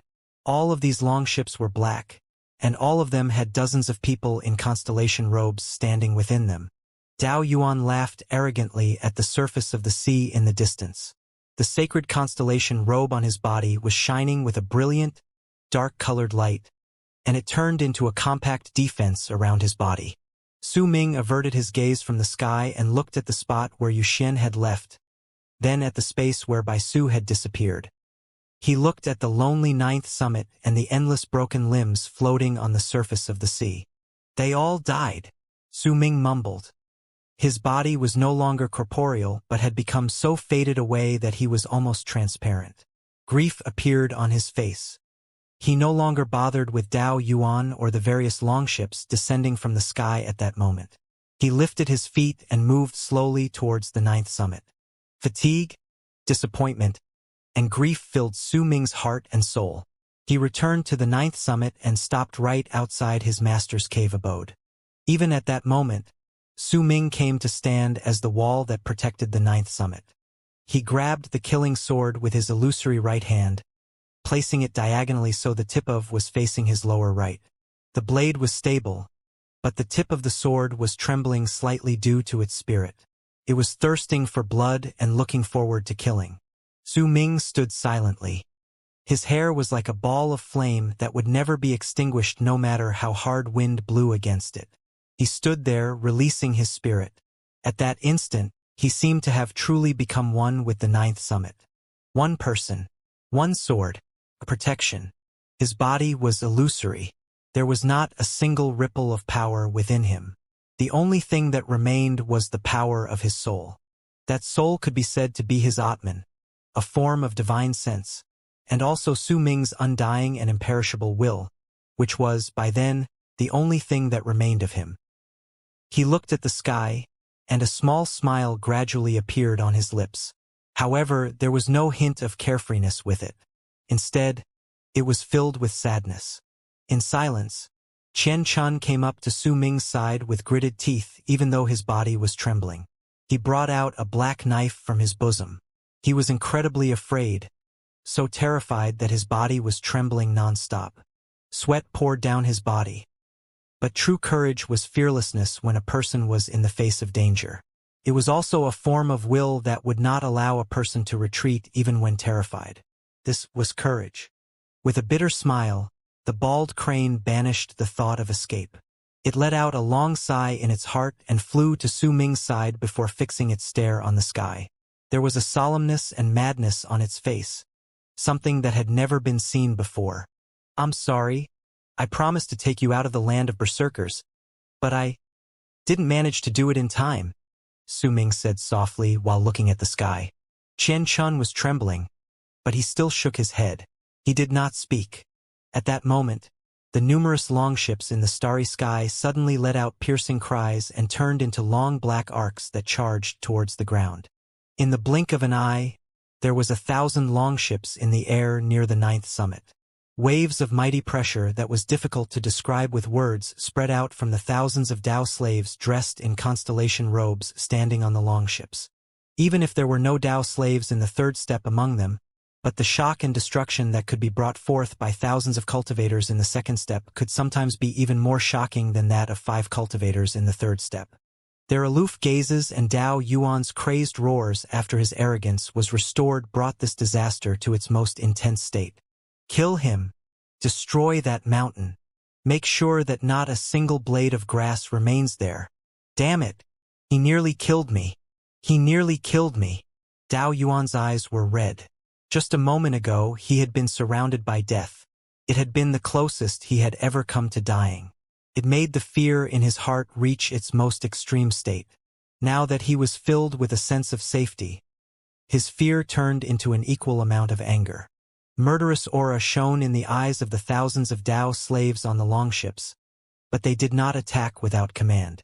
Unless it was completely necessary and the situation forced them to, the members of Morning Dao sect would not attack by themselves.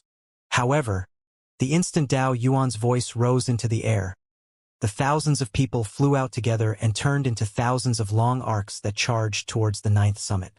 Their presence was shocking and even surpassed the mighty pressure brought by the 5 Dao slaves in the 3rd step. There was also a sense of suffocation brought by them. Chen Chen's eyes turned red. He let out a crazed roar and was just about to rush out while flinging all caution to the wind. But right when he lifted his foot, Su Ming pushed his left hand against Chen Chen's shoulder. The power of Su Ming's Atman went into the man's mind and soul, and a roar resounded in Chen Chen's mind. He shivered and fell unconscious. Su Ming pushed him gently backwards, and his body flew towards the 9th summit's cave abode. "Many of ours have already died.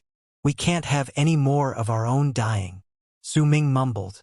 When his Atman spread out, It turned into a wave of impact that swept up the stunned bald crane by his side. Only when it was sent into the cave abode as well that the bald crane registered what was happening. Its body trembled as it looked at Su Ming with a dazed expression. It was as if only at that moment did it truly get to know Su Ming. As it continued looking at him, this bald crane who believed itself to be heartless felt its eyes watering. "Help me take care of my senior brothers," Su Ming whispered softly to it. He then took a step towards the incoming thousands of Dao slaves in the second step and charged over to them with a firm resolution as he held the killing sword in hand. Most of the thousands of Dao slaves were more powerful than Su Ming. This was a massacre that bore no suspense because the result was already clear. This was a single person fighting against thousands of people. A shocking roar reverberated in the air, and that was just the near 100 people at the forefront of the charge lifting their right hands together to execute a single divine ability. It turned into endless starlight that crashed into Su Ming's illusory body. Without the existence of the three souls that previously sealed his soul, the instant the starlight touched Su Ming's illusory body, the scene of two shadows overlapping but not touching each other as if they did not exist in the same dimension did not appear again. Instead, as the light roared, it seemed to have turned into countless needles that caused Su Ming's illusory body to crumble swiftly. He turned into glittering sparkles, and once most of them were extinguished, the remainder fell back before gathering together once again 1,000 feet away. They turned into Su Ming, but he was even more transparent than before. It was as if he would scatter away if wind blew against him. However, at the instant Su Ming's body crumbled, he had slashed once. That slash contained the might of the first slash he had executed after his soul was completed. It contained his soul and also his awakening to the abyss. It contained his origin divine ability. As that slash swept through the air, it charged past the hundreds of people at the front. But it did not seem to contain any destructive power. It was just like a gentle breeze. However, when Su Ming's body crumbled and gathered together once again into an even weaker illusion, the hundreds of people right at the front of the charge Su Ming had just cut suddenly started aging. It was as if the flow of time had been accelerated for them. The operations of their bodies begun to run exponentially faster, and their faces soon aged a dozen or more years. Waves of rotting air also begun to spread from their bodies. Their hair turned grayish-white. Wrinkles appeared on their faces. Their life force seemed to be devoured by space itself, and most of this life force disappeared within an instant. In fact, there were a dozen-something people who instantly turned into corpses as their bodies withered and aged because their levels of cultivation were not high and they did not have many years of life left. Even their nascent divinities found it difficult to escape from their bodies. All of them died as they withered. At the same time as this dozen-something people died, the life force and life of near 100 people vanished. Wisps of white smoke left their bodies and charged towards Su Ming. They instantly fused with him, causing his see-through body to immediately look much more corporeal. "Is this my awakened origin divine ability after my soul was completed?" Su Ming mumbled. He could sense his soul getting stronger at a maddening pace as those white wisps of smoke entered his body. The life force he absorbed seemed to be a substance that was grossly lacking within him. It was as if he had become a dry sponge at that moment, and he was continuously absorbing other people's life force and years of life to complete everything about himself. However, this awakening was a little too late for Su Ming, because even if that slash had allowed him to absorb a large amount of life force, it still could not fill up the unchangeable difference of power between him and those thousands of Dao slaves. As Dao Yuan screamed shrilly and the thousands of Dao slaves closed in on him once again, they executed their divine abilities at the same time. The starlight that was stirred up was enough to replace all light in the world. As that light filled the air, it was like an ancient beast made of stars devouring Su Ming whole. At the instant it devoured him, he suddenly gained an epiphany. What he had come to understand was his origin divine ability. It was the will of autumn, was it not? It might not be the color of autumn, but the life force he absorbed was like autumn in his body. It was a fusion between death and life. It was the true epitome of change. Autumn. As Su Ming whispered this, His illusory body instantly shone with a red light. It was the color of autumn. An endless amount of snow also appeared out of nowhere around him. The flakes of snow withered once they fell, and they were like the leaves of autumn as they did so. If someone observed from afar, they'd see snow at first, but once they blinked, they'd think that it was the falling leaves they were seeing. Su Ming's power erupted due to his epiphany and moved straight from the initial stage of life matrix to the middle stage of life matrix. It also appeared as the snow and falling leaves around him interlaced with each other, making the color of autumn on his body denser. At the instant the thousands of Dao slaves closed in and the starlight formed by the second batch of nearly 1,000 people submerged Su Ming, understanding appeared in his eyes. His level of cultivation then moved from the middle stage of life matrix straight to the later stage of that realm. Only one more step, and he would be able to reach the second realm in the path of life cultivation, life privation. This one step was not difficult to cross either, because Su Ming already knew what he was lacking. Once he gained his epiphany, he came to a vague understanding that he was lacking life force. It was the years of life that belonged to those from Bright Yang region. It was also at this instant that a man's voice that was unfamiliar to him but was warm and gentle appeared in his soul. It sounded as if it had come from a long, long time ago. Building abyss. Building abyss. This second voice was Su Ming mumbling it to himself. As his voice traveled outwards and the starlight came towards him, a shocking boom shook the sky and earth beyond the 9th summit. The entire world looked as if it had stopped rotating as those booming sounds shot into the air. Su Ming's body crumbled at that instant, even if he had come to understand what it meant to build the abyss, even if he had stepped into the later stage of life matrix, and even if he had managed to execute the will of autumn during the final moment. However, in the face of absolute power, all of these things were so weak that they could not withstand even a single hit. Su Ming's body crumbled. But even though he managed to gather an illusory body once again on the 9th summit, the body that manifested this time was almost completely transparent. It was faint, and if anyone tried to search for him with the naked eye, they'd find it almost impossible to detect him. A weakness that came from the bottom of his soul filled Su Ming's consciousness. He staggered back a few steps, but firmly stopped outside the cave abode at the top of the mountain. Even at this point, he still wanted to protect the 9th summit. Even if his consciousness had almost completely scattered away and he was about to truly die, he still continued standing there firmly, even if he had already become invisible. As the booming sounds reverberated in the sky, several dozens of the thousands of Dao slaves turned into corpses with shocked expressions on their faces. They did not even make a single sound as they transformed and fell into the sea. Less than 50 people died from the thousands. To the Dao slaves, the number of casualties they suffered did not even cause any damage to the foundation of their army. But at that moment, the expressions of those thousands of people had become grave. Even though less than 50 of their own had died, there were several hundred of whose faces had turned pale while they were losing most of their life force as well as their years of life. Even their levels of cultivation had fallen by several stages. All of this was due to Su Ming alone. Kill him. By my orders. Kill him. Damn it. All of you attack together and immediately kill him. Destroy that mountain. It's clear that he's still not choosing to run but to fight to the death in this place because this mountain is incredibly important to him. Destroy the mountain. Kill him.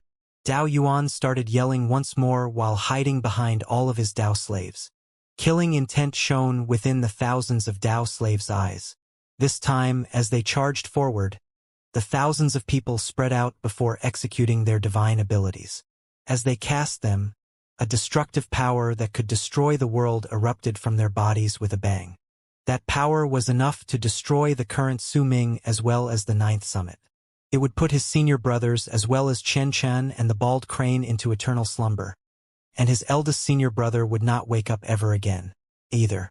In his weakened state, Su Ming lifted his head with great difficulty. His gaze fell on the excited Dao Yuan behind the thousands of Dao slaves. At the instant he saw him, the final chilling light of Su Ming's life shone in his eyes. I have no regrets living and dying with the 9th summit, but it's a pity that I didn't manage to kill the one who destroyed it, that Dao Yuan. I will be ashamed to meet my senior brothers in hell. Su Ming mumbled. At the instant the divine abilities from the thousands of Dao slaves closed in on him, he lowered his head to look at the killing sword in his hand. The tip of the sword was trembling, and he could sense the resolve to kill the world coming from the spirit. I have 2 more divine abilities. Su Ming could sense that he was so weak that he had reached his limit. As he was about to disappear, he swiftly lifted his left hand and pushed his palm against the ground. With it, the ground immediately trembled. A wave of earthen aura surged out from the 9th summit and the sea beneath it. It covered Su Ming's left hand. Then, through his left arm, it charged into his illusory body, making Su Ming's left hand wither immediately. At the time his arm looked as if it had become emaciated. White light surrounded it. This was the Surging Indulger's divine ability. It was one of the arts Su Ming had learned in Eastern Wasteland's tower. It was also the reason why the ancient existence in Death Vortex had paid attention to him. It was even the key to stir up the 100,000 Surging Indulger and evil spirit warriors in the 2 worlds within the Death Vortex. The Surging Indulger's divine ability used spirits to refine the body. If Su Ming had a body of flesh and blood, then what would wither would be his flesh and blood. Yet even though it might look as if it had withered, he wouldn't have lost a lot of his blood and flesh. The portion that withered would have just been absorbed by the other parts in his body, which would cause his body to no longer look complete but as if there was a gap within it. This would then allow the art to use the withered left arm to become a power that could absorb other people's flesh and blood to make its owner's body whole again. In truth, the completion they would gain after that would cause the Surging Indulgers to become slightly stronger than before. However, Su Ming did not possess a physical body at that moment. Hence the part that looked withered was his soul. As his left arm withered, his entire illusory body gradually began to wither until his soul completely disappeared. His right hand, which held onto the killing sword, had gathered Su Ming's Atman in its entirety to gain corporeal form, in a manner as if it had gone through crystallization. The right hand swiftly flew up, with its fingers curled around the killing sword and Su Ming's will. At the instant the thousands of divine abilities from the Dao slaves closed in, the hand charged towards the spot where Dao Yuan was in the distance while taking the form of a long arc. It charged forward with a speed that shattered all space and rushed towards Dao Yuan. The sword traveled so quickly that it closed the distance of less than 1,000 feet in the blink of an eye. There had been Dao slaves in its way, but no matter who got in the sword's path, none of them were able to avoid the attack that was practically the last strike of Su Ming's life. At the instant Su Ming sent his sword charging forth, his Atman executed the other divine ability of another race he had learned in Eastern Wasteland's tower. It was the evil spirit's art. A large amount of black smoke erupted from Su Ming's crystallized right hand which held onto the killing sword. Once the black smoke covered the right hand, it became impossible to see. At the instant the hand disappeared, the black smoke turned into a ferocious face of a ghost which covered the area around the killing sword. As it roared, it propelled the killing sword with a bang. Wherever it went, nearly 100 Dao slaves tried to stop it, but the instant they touched the sword, the ghost's face released a roar that had the power to shake people's hearts and souls. This roar reverberated in the air, and it was as if it could stop all operations in the world, for nearly 100 Dao slaves stopped simultaneously. The divine abilities they executed also froze, simply allowing that ghost face to charge past them. The sword appeared right before the screaming Dao Yuan, whose face was now showing shock and terror. The thousands of Dao slaves around him did not have time to save him. Su Ming's killing sword was traveling too quickly, and the ferocious ghost face stopped all the operations in the world, making it so the Dao slaves could only watch what happened. The sword which contained Su Ming's life and everything else within him came at the center of Dao Yuan's brows. At the instant the sword was about to pierce him, the stars in the constellation robe on Dao Yuan's body started rotating swiftly. The starlight spun, and the ferocious ghost face around the killing sword let out a shrill scream of pain and disappeared. However, a scream of pain came from Dao Yuan's mouth as well. His constellation robe was fighting against the ferocious ghost face and protecting his body. But once the Surging Indulger's divine ability had gathered Su Ming's life within the killing sword, The power of absorption from the art had forcefully sucked out a part of Dao Yuan's soul from his body upon impact. Dao Yuan's shrill screams of pain reverberated in the air. His soul was being devoured at a rapid pace, and his body was swiftly withering as it trembled. This was the picture of someone whose flesh, blood, and essence were being absorbed. That pain was comparable to the death by 1,000 cuts. However, the sacred constellation robe was a treasure that all direct descendants of the Dao family in Morning Dao sect could obtain after their birth. It might be impossible for Dao Yuan to bring out its true might, but there were still certain aspects that made the robe powerful. It forcefully retained a single wisp of Dao Yuan's soul so that he would not die. Even if his body turned into mere skin and bones at that moment and there was a dismal air all around him, he was still alive. However, even if he was alive, he was in pain that was much worse than death. His shrill screams of pain had already turned hoarse, and he had lost all his strength. If the constellation robe had not locked his soul in his body, he would have died a long time ago. But this lockdown and the absorption from Su Ming's killing sword was like a saw, making him suffer an intense pain that would shatter anyone else's consciousness. However, it was difficult for Su Ming to last long in this condition. His killing sword gradually lost its power of absorption. The ferocious ghost face had also disappeared from midair. Everything that was part of Su Ming's very existence was no longer around. Even his consciousness, which he had gathered on the killing sword, gradually turned into glittering sparkles that were now spreading out. The killing sword let out a sad whistle. It had not been with Su Ming for long, but during that short period of time, it had experienced the true way to be used as a sword. It was infatuated with this feeling, and so it whistled sadly once it sensed Su Ming's consciousness fading away and scattering in all directions. In the distance, the divine abilities from the thousands of Dao slaves had already covered the 9th summit. It was quickly being broken down, and it wouldn't be long until it crumbled in its entirety. It seemed that it was no longer possible for anything to happen that could change what was now meant to be. The final soul in Su Ming's body, that of the white-haired man who had turned into moths, had been correct.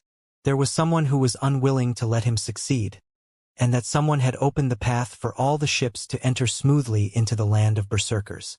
But there was also an existence which was unwilling to let Su Ming die like this.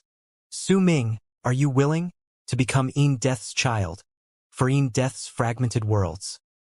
An ancient voice asked languidly from the sky at that instant. Once that voice spoke, the whole world froze. The thousands of Dao slaves became still and unmoving in midair. Their divine abilities froze up, and the 9th summit's collapse was also halted. The sea's movements, the wind's howls, and everything else froze the moment the voice spoke. If you become Yin Death's child, then the 9th summit will be protected. The land of berserkers will become part of Yin Death's fragmented worlds once again, which is not reversible. From then on, no more immortals will be able to take even half a step into your world. If you become Yin Death's child, your senior brothers will be able to live. They will not be affected even a single bit by this disaster. In fact, I can also heal your eldest senior brother's injuries within an instant. If you refuse, then there will be no 9th summit anymore. Your senior brothers will die, and the land of berserkers will still be separated from Yin Death's fragmented worlds, just as it always has been. Wear this. The moment you put it on, you will become Yin Death's child. You will be delivered to the barren lands of divine essence. That place does not belong to Yin Death region. It is outside, and it is very far away from this place. Go to the barren lands of divine essence and search for the king of Yin Death's fragmented worlds. There should be an entrance that leads to the 5th great true world in the barren lands of divine essence. Look for that entrance. Once you wear this, you will no longer have freedom. Once you wear this, you will lose your ability to love. You will become cold and heartless. You will lose all sense of pain. You will no longer know what it even is. You will become Yin Death's child, something that belongs solely to Yin Death's fragmented worlds. An endless amount of crystalline sparks gradually appeared from thin air as the world remained still. Once they gathered together, They formed into an item floating before Su Ming's semi-transparent body. It was a mask, one made of black steel. When you wear this, you will no longer be you. Su Ming's heart trembled. He stared at the mask with a blank expression, and the ancient voice that came from the death vortex reverberated in his heart. Anguish and absent-mindedness gradually appeared on his face. The dazedness then turned into a sentence in his head. When you learn who you are no longer you. When you no longer know who you will be you. Su Ming remained silent. Wear it and head to the barren lands of divine essence. It is a place that has been sealed by the 4 true great worlds. It is a region that is feared by the 4 true great worlds, and it has numerous powerful warriors from the 4 true great worlds guarding it. It is a wasteland, a barren piece of land.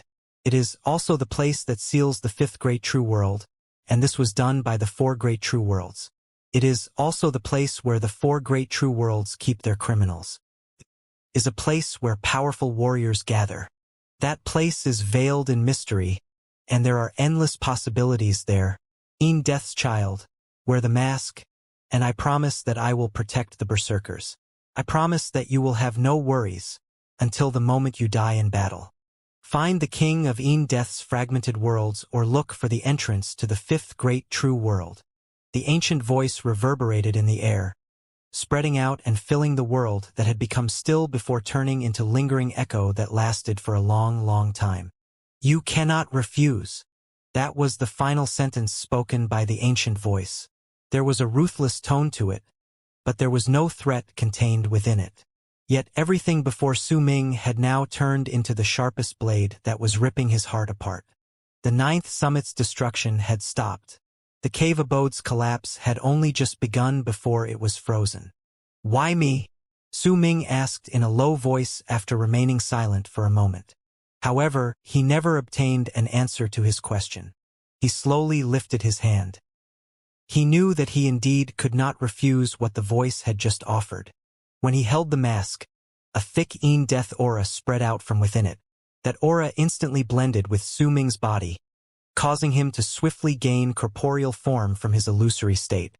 All his injuries were completely cured in the blink of an eye.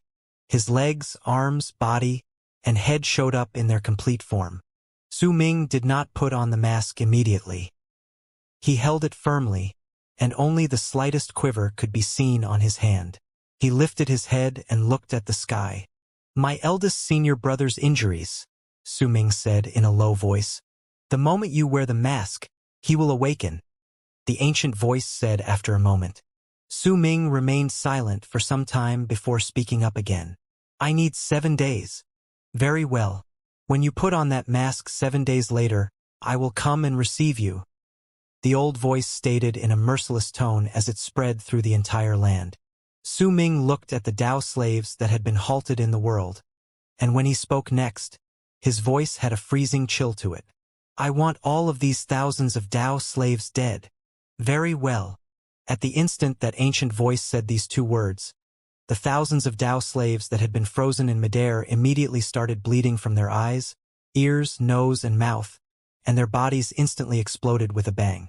Even their constellation robes were unable to stop this destructive power. As they collapsed, their flesh and blood spread everywhere. The thousands of Dao slaves all died at that instant. There was no pain screams, no struggle. Su Ming lifted his head and laughed at the sky. There was a craziness to his laughter, and as he laughed, tears fell from his eyes. The thousands of Dao slaves had been so powerful, but in the eyes of those who were truly powerful, they were so weak that they had shattered and crumbled with just 2 words. At that instant, a desire to become truly strong was deeply burned into Su Ming's mind. It was a bloody memory, one that he engraved deep into his bones, one that he would never forget. I want his robe to no longer protect him. I want to personally crush his bones and scatter his ashes into the wind. Su Ming's crying eyes were crimson red at that moment. He turned to glare at Dao Yuan. Very well. The ancient voice was as heartless and aloof as ever. Once he said it, the stars in the sacred constellation robe on Dao Yuan's body that had still been rotating slowly even after the world had frozen became still in an instant. 7 days later, I will wait for your call. The old voice gradually faded into the distance. Once it disappeared, the world's operations instantly returned to normal, but the ninth summit's destruction no longer continued. Since the thousands of Tao slaves had died, their divine abilities also faded away. The ninth summit might be damaged, but it still stood tall. The sea started moving and waves began striking at the shore again. The sea breeze began blowing once more, having recovered from its frozen state. It scattered the torn pieces of flesh of thousands of Tao slaves as they fell to the surface of the sea. The wind brought away the thick, bloody stench, but it could not dissolve the bright red stain on the surface of the sea. Once the stars in the constellation robes stopped moving and the world's operations were restored, Dao Yuan let out a shrill scream, and his emaciated body shivered. He looked at the thousands of dead Dao slaves in the sky, all of whom had been reduced to pieces of flesh and blood, and his body started trembling furiously. They were his everything. They were his foundation in mourning Dao sect. They were guards that he had drawn to his side after paying an incredibly large price for them. But now, on this one trip to the land of berserkers, all of them had died. This consequence was something he could not bear. All the deaths turned into pain, and he coughed up a mouthful blood straight from his heart. He shivered, and goosebumps soon rose all over his body, as extreme terror filled him, to the point that his mind almost detached itself from his body. For he saw Su Ming glaring at him with bloodshot eyes from midair.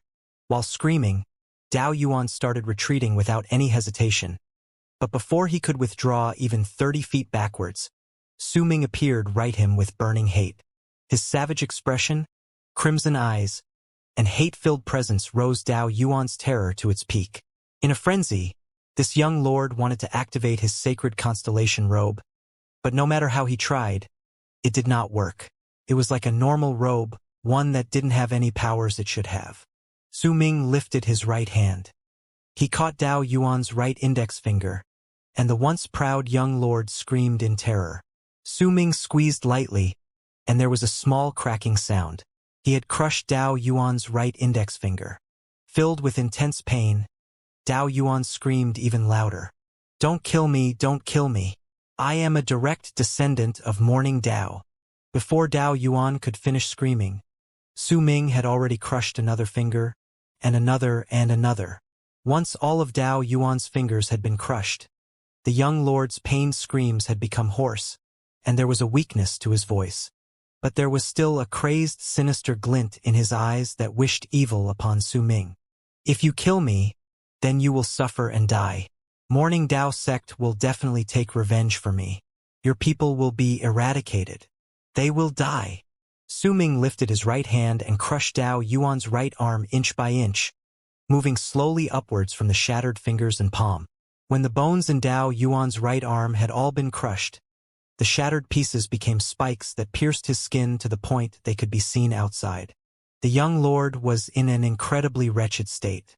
Dao Yuan's screams became louder. The pain destroyed all his malice and his curses.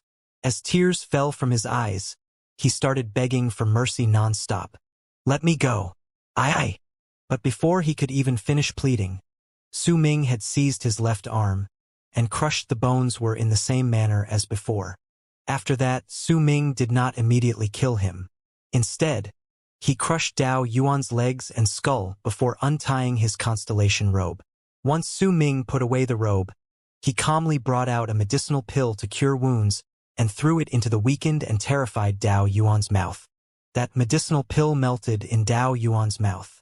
It turned into a wave of life force that filled him with vigor, preventing him, whose consciousness was about to scatter, from sinking into unconsciousness.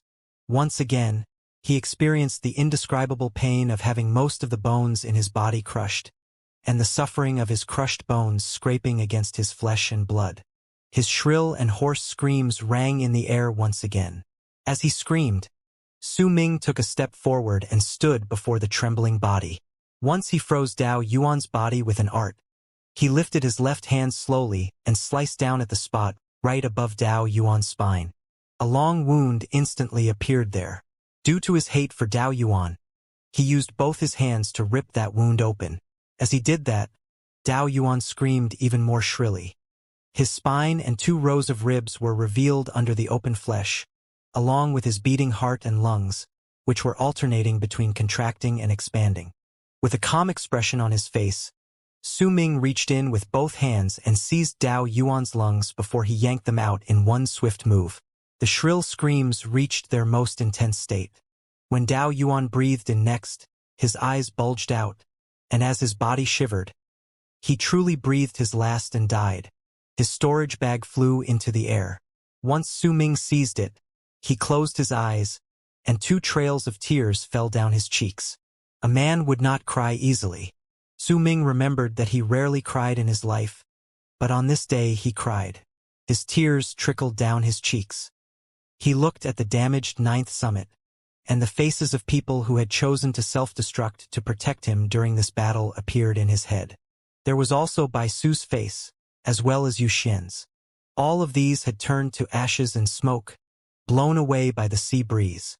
He hated the Immortals, hated Morning Dao sect, and hated that Death's fragmented worlds who had let all of this happen just so that they could turn him into Death's child. Su Ming stood at the cave abode outside the damaged 9th summit and looked at his second senior brother, who had his eyes closed, at Hu Zi, who was snoring, and at his eldest senior brother, whose entire body had turned into stone. As he looked at them silently in the cave, Su Ming wept. He knew that this might be the last time he saw them. Perhaps he would never be able to see his senior brothers and the 9th summit again in his life, because he was about to leave and go to a place that were very, very far away. Because at that time he would no longer have the ability to love, and he would feel no pain. Su Ming stood outside the cave, and after a long time, he slowly knelt down and kowtowed 9 times in the direction of the cave abode. Eldest senior brother, second senior brother, Hu Zi, I will have to leave it to you to search for Master. Master. Su Ming is an unfilial student. Su Ming wept and kowtowed. After some time, he stood up, and the bald crane quietly handed him a white piece of fabric. It was the only remnant of Bai Su after she had died. Su Ming had seized it with his right hand after his body crumbled, and it was kept safe by the bald crane so that wind would not blow it away. Su Ming took the white piece of fabric and looked at it quietly. A day later, he left the 9th summit. Lying behind him at the bottom of the sea was his cave abode from all those years ago. Right outside it was a grave that had been buried at the depths of the sea. A white piece of fabric was buried in that grave. It was Bai Su's grave. Su Ming left, with the promise made to the old voice from Death Vortex. Su Ming knew that there was no longer any power that could disturb his senior brothers in the land of berserkers. He left. By his side was the bald crane that refused to let him leave alone. No matter what Su Ming did, it would follow him silently and keep him company by staying at his side. Chen Chun cried as he stood at the top of the 9th summit and watched Su Ming leave. At that moment, he swore in his heart to become stronger, to absolutely become stronger. He could never forget Su Ming, could never forget the days that had seemed depressing and bleak, but had turned into incredibly precious memories once he lost them. Now all of these things were gone. Chen Chen cried and sat down on the mountain. Su Ming walked through the world. He charged forward in madness and desperation, moving at his fastest speed. He used 3 days and had even burned his own cultivation base to cross the Dead Sea and reach the alliance of the Western region from South Morning. He did not have much time left. He had to return to the alliance of the Western region before he left to see whether Dark Mountain truly existed. He had to see whether there were any old friends remaining there. The land in the alliance of the Western region was covered in black earth. There was a mountain at the edges of the continent. That mountain looked like a hand that had 4 fingers and stood towering over the world. At the foot of the mountain, there was a forest whose end could not be seen. It was winter in the alliance of the Western region. Snow floated down from the sky, making the forest look as if it was dressed in a white wedding dress. The white-covered ground seemed to be preparing for a wedding, yet at the same time, it looked to be getting ready for a funeral.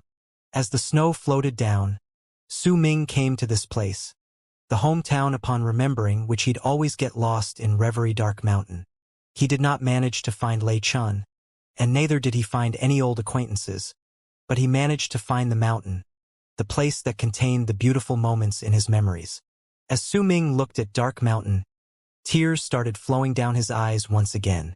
He walked on Dark Mountain and touched the mountain rocks. Snow landed on his body, and he could not bring himself to sweep it away. He walked past the forest at the foot of the mountain and stepped on the snow. This path was the one he took when he was walking in circles as he carried Bai Ling on his back. When he moved to where Dark Mountain tribe was originally located, he found that there was no tribe there. Perhaps many years ago, there was a tribe in this place, and its name was Dark Mountain Tribe. Yet now, there was only a white layer of snow and dried-up forest before Su Ming's eyes. He stood silently in this place. Time passed. A long, long passage of time trickled by. The bald crane watched everything from the side and kept Su Ming company in silence. The sun set and rose. Snow floated down from the sky, and Su Ming stood for the entire night. He looked at the forest and the snow before he suddenly took a few steps forward and knelt down on the ground. Then he started digging through the snow and earth on the ground. He continued digging as if he had gone mad, and gradually, his hands turned into a bloody mess, but he still continued digging, as if he did not know what pain was. When Su Ming eventually dug out a deep pit, he found some discarded items that were buried at the bottom of the pit. They were some bowls, pots, and a few more scattered items that were made of stone and exuded a presence filled with decay. As Su Ming looked at these things, his tears fell on the ground. He was familiar with these items. They belonged to Dark Mountain. Su Ming did not know how he left Dark Mountain and the mountain. In his anguish, he walked around aimlessly.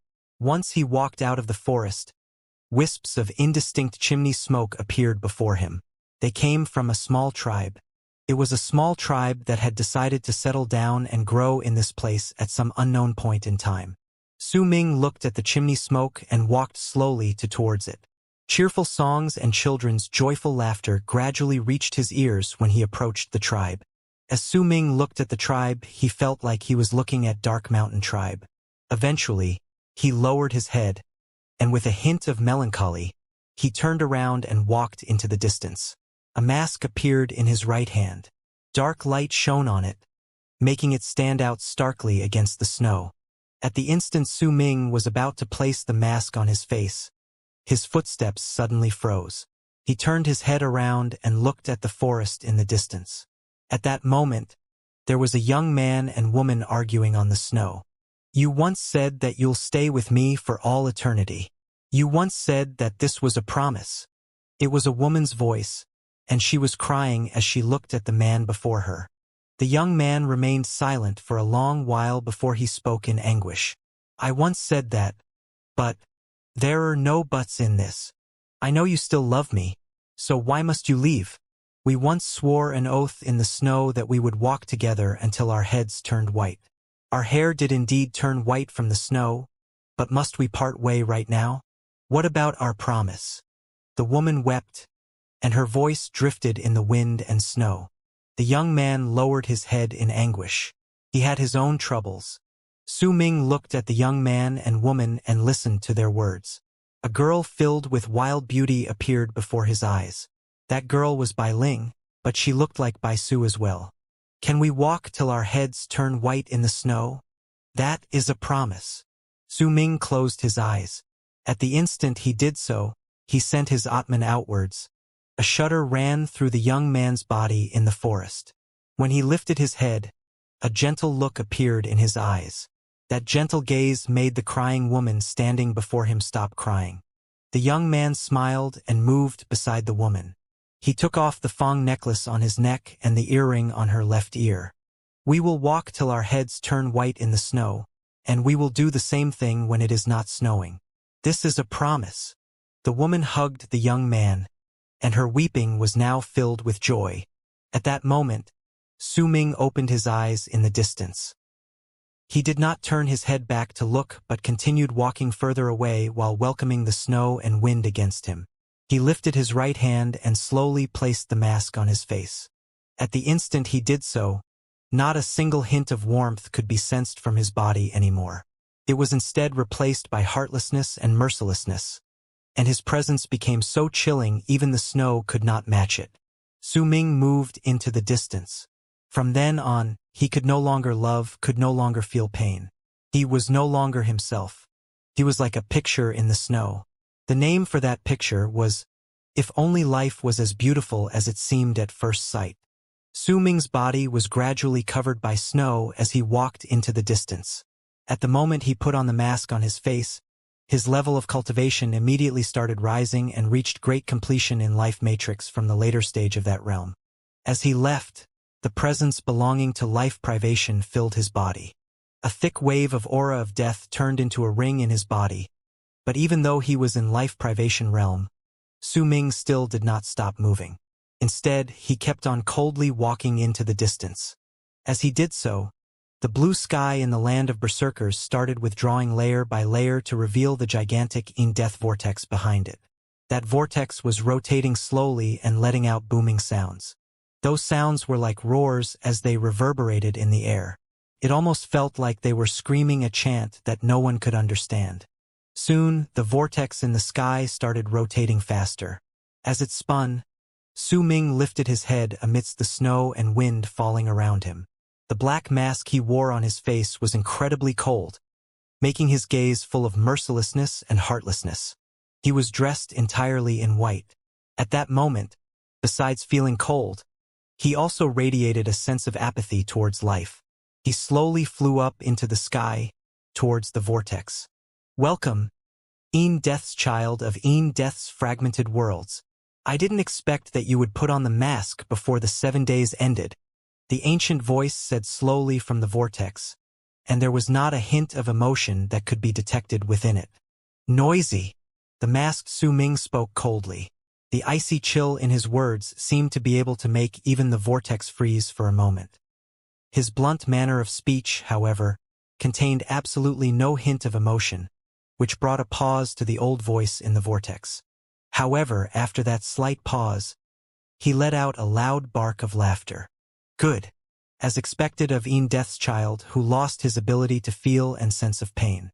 I will open the path for you and send you to the barren lands of divine essence. This relocation will use up a large amount of energy we've stored over countless years in Een Death's fragmented worlds. I wish success upon you. As that old voice laughed, Een Death vortex started rotating swiftly in the sky.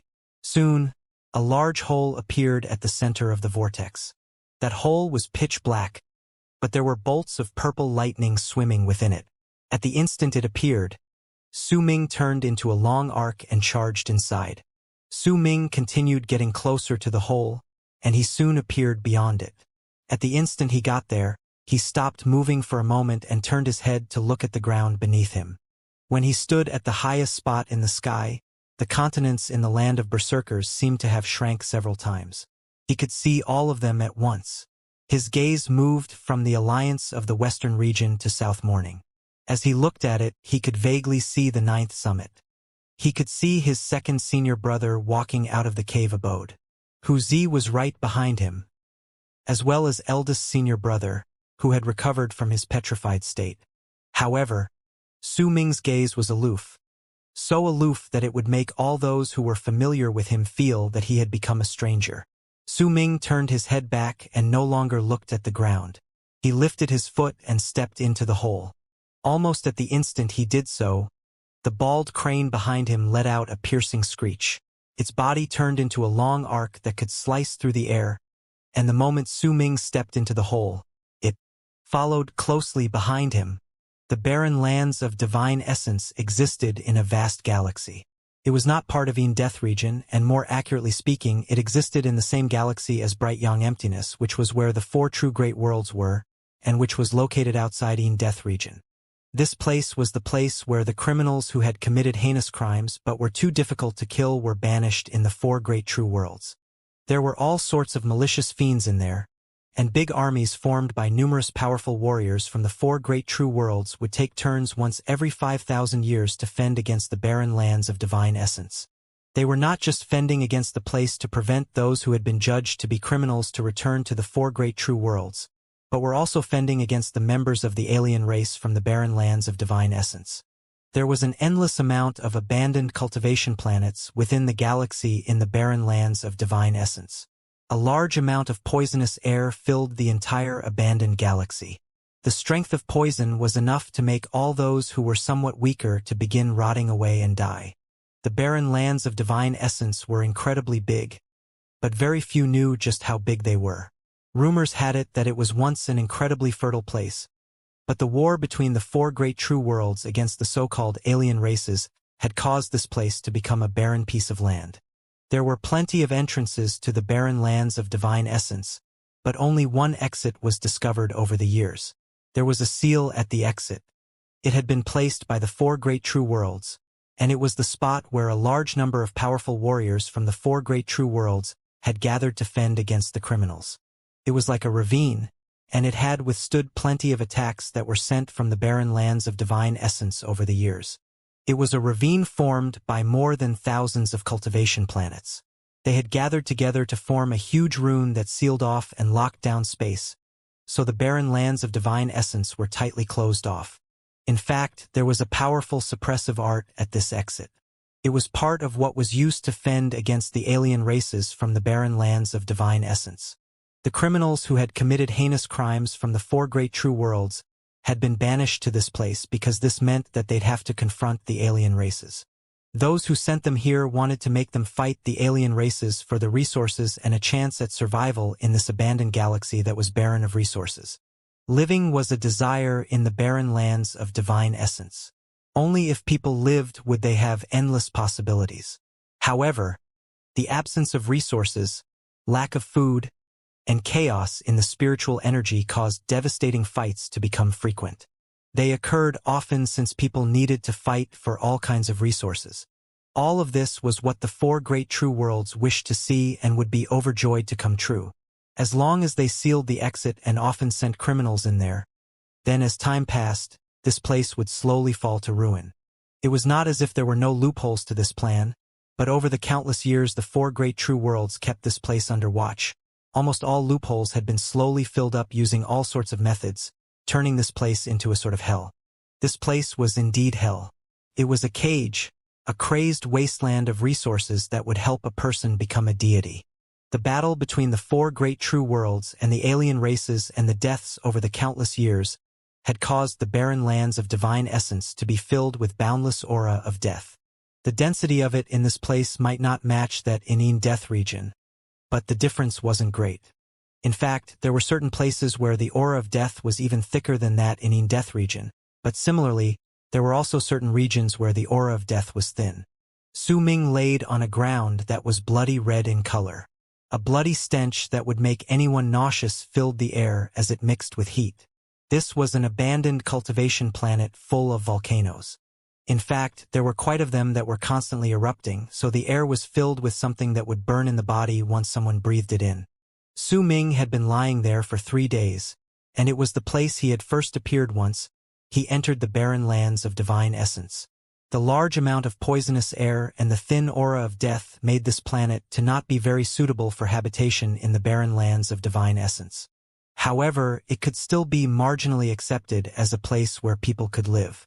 Yet due to this thin aura of death, Su Ming felt as if his body was melting, and a large amount of black aura seeped out of him.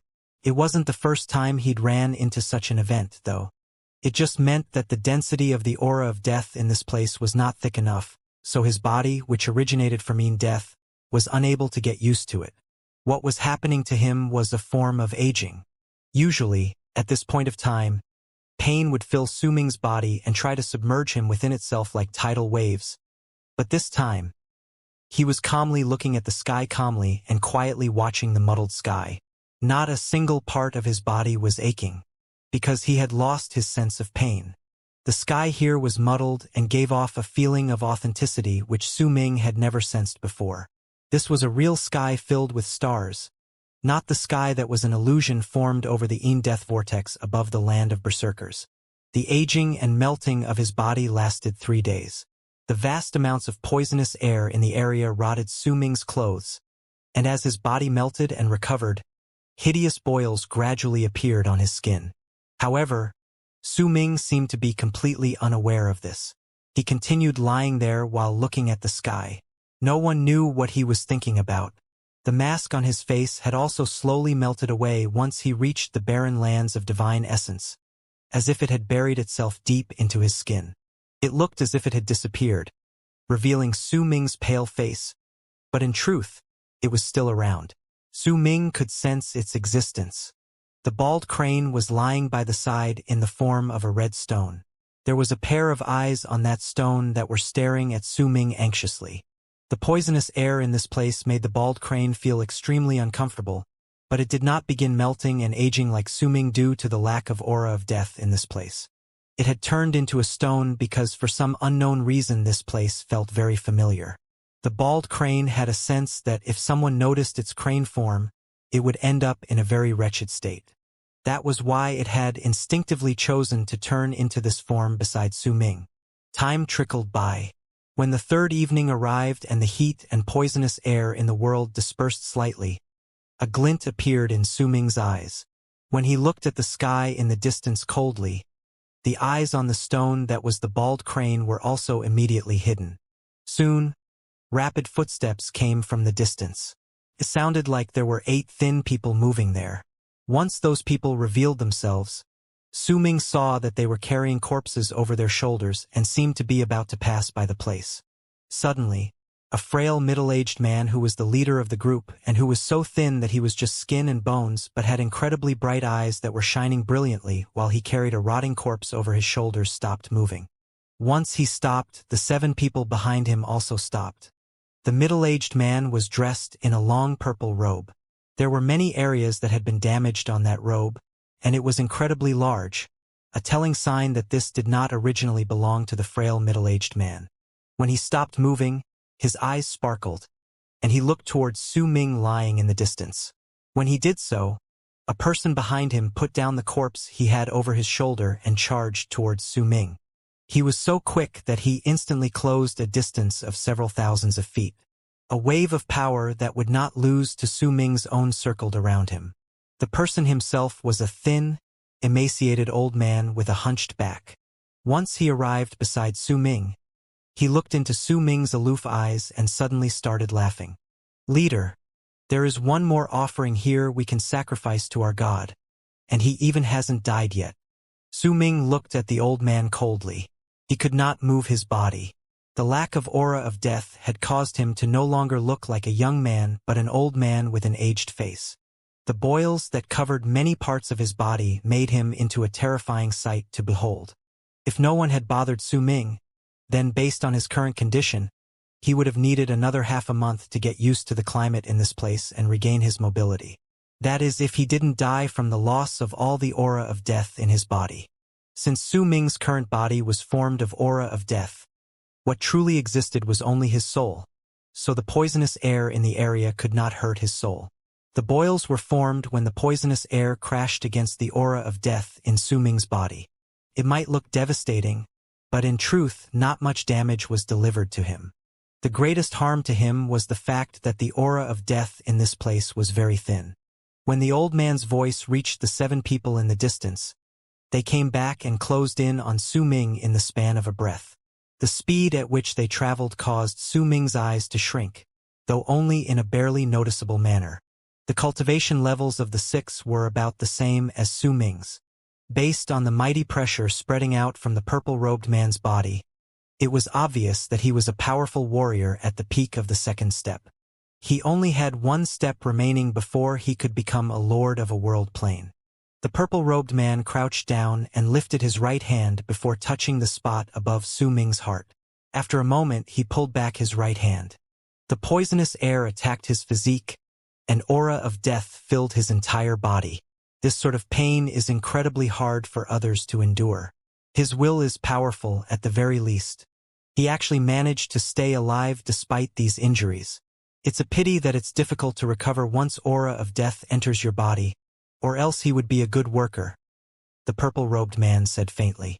Once he got up, he swept his gaze over Su Ming's body and frowned slightly. He could not find any storage bags on him. Su Ming's storage bag was indeed not on his body. When the bald crane had transformed into a stone, its mind had worked nimbly, and it had instinctively taken Su Ming's storage bag. Now that the crane had turned into a stone, no one could see it. Let's take him. Our god should like a living offering even more. The purple-robed man charged into the distance. The thin old man giggled and brought Su Ming over his shoulder. He grabbed the corpse he'd placed on the ground earlier with his right hand and rushed off with the team. The stone that was the bald crane lifted its head behind them. Once it blinked, it carefully moved, swiftly following after them. The group charged forth through the dark. None of them spoke on the way as they were rushing forth, their expressions filled with caution as they occasionally observed their surroundings. The eruptions from the volcanoes at night in this abandoned cultivation planet were weaker than when they were during the day. The poisonous air scattered slightly under the moonlight, turning into a layer of fog that covered the entire area. Under the purple-robed man's lead, the group charged forth without stop for several hours. When it was almost midnight, they arrived at the foot of a large volcano. This was a volcano that was millions of feet in size and towered into the clouds. Its open maw could be seen faintly high above. At that moment, there were billows of black smoke rising into the sky, and when muffled booms came from the volcano's mouth, they sounded like ferocious beasts roaring. The purple-robed man's footsteps halted for a moment. Then he sucked in a deep breath. The wariness on his face became even greater. The people behind him spotted the same reaction, as if there was a great danger within this place. Su Ming's face remained calm. He narrowed his eyes and looked at the volcano. His body was carried by the thin old man, who moved forward, charging towards the mouth of the volcano. The moment the group got close to the gigantic opening, a low shout immediately came from inside it. "Who is it?" The purple-robed man wrapped his fist in his palm and replied in a low voice, "Yu Hong Bang." After saying that, the purple-robed man charged toward the mouth of the volcano. The 7 people behind him immediately followed. When they got close, Su Ming saw that the ring that formed the mouth of the volcano now had nearly 100 people standing there. Most of these people were thin and emaciated. However, their eyes were bright. Strangely, though, all of these people carried a corpse over their shoulders. There were even some who carried about 4 or 5 of them on their shoulders. Yu Hongbang's arrival attracted quite a lot of attention, but the purple-robed man's expression did not change. He brought the people behind him to an empty spot at the edge of the ring. When he stopped there, a brilliant light shone in his eyes as he looked coldly at the people who had turned their gazes towards him. A glint shone in Su Ming's eyes. None of the near 100 people in this place were weak. Even the weakest among them were in the initial stage of the second step. Not a single one among them was below the second step. In fact, Su Ming had also spotted about 7 among the near 100 people in this place who were at the peak of the second step, just like the purple-robed man. Su Ming might not know the reason why these people had come to this place, but once he saw that all of them had brought corpses here, his gaze turned towards the mouth of the volcano. It was pitch black inside. Only billowing black smoke rose into the sky. Whatever was within could not be seen clearly. However, the occasional booms that sounded like roars emitted a powerful pressure that could bring fear to hearts. "All right, time's up. Those who should be here are here. As for those who aren't here, they should have run into some form of accident." As the people around the area remained silent, an old man with white hair who was dressed in a black robe spoke languidly. The number of people behind him was the greatest. There were about 20 standing at attention behind him. All of them had brightly burning eyes, and they all had extraordinary power. "We will proceed with the established rules regarding the offerings to our God.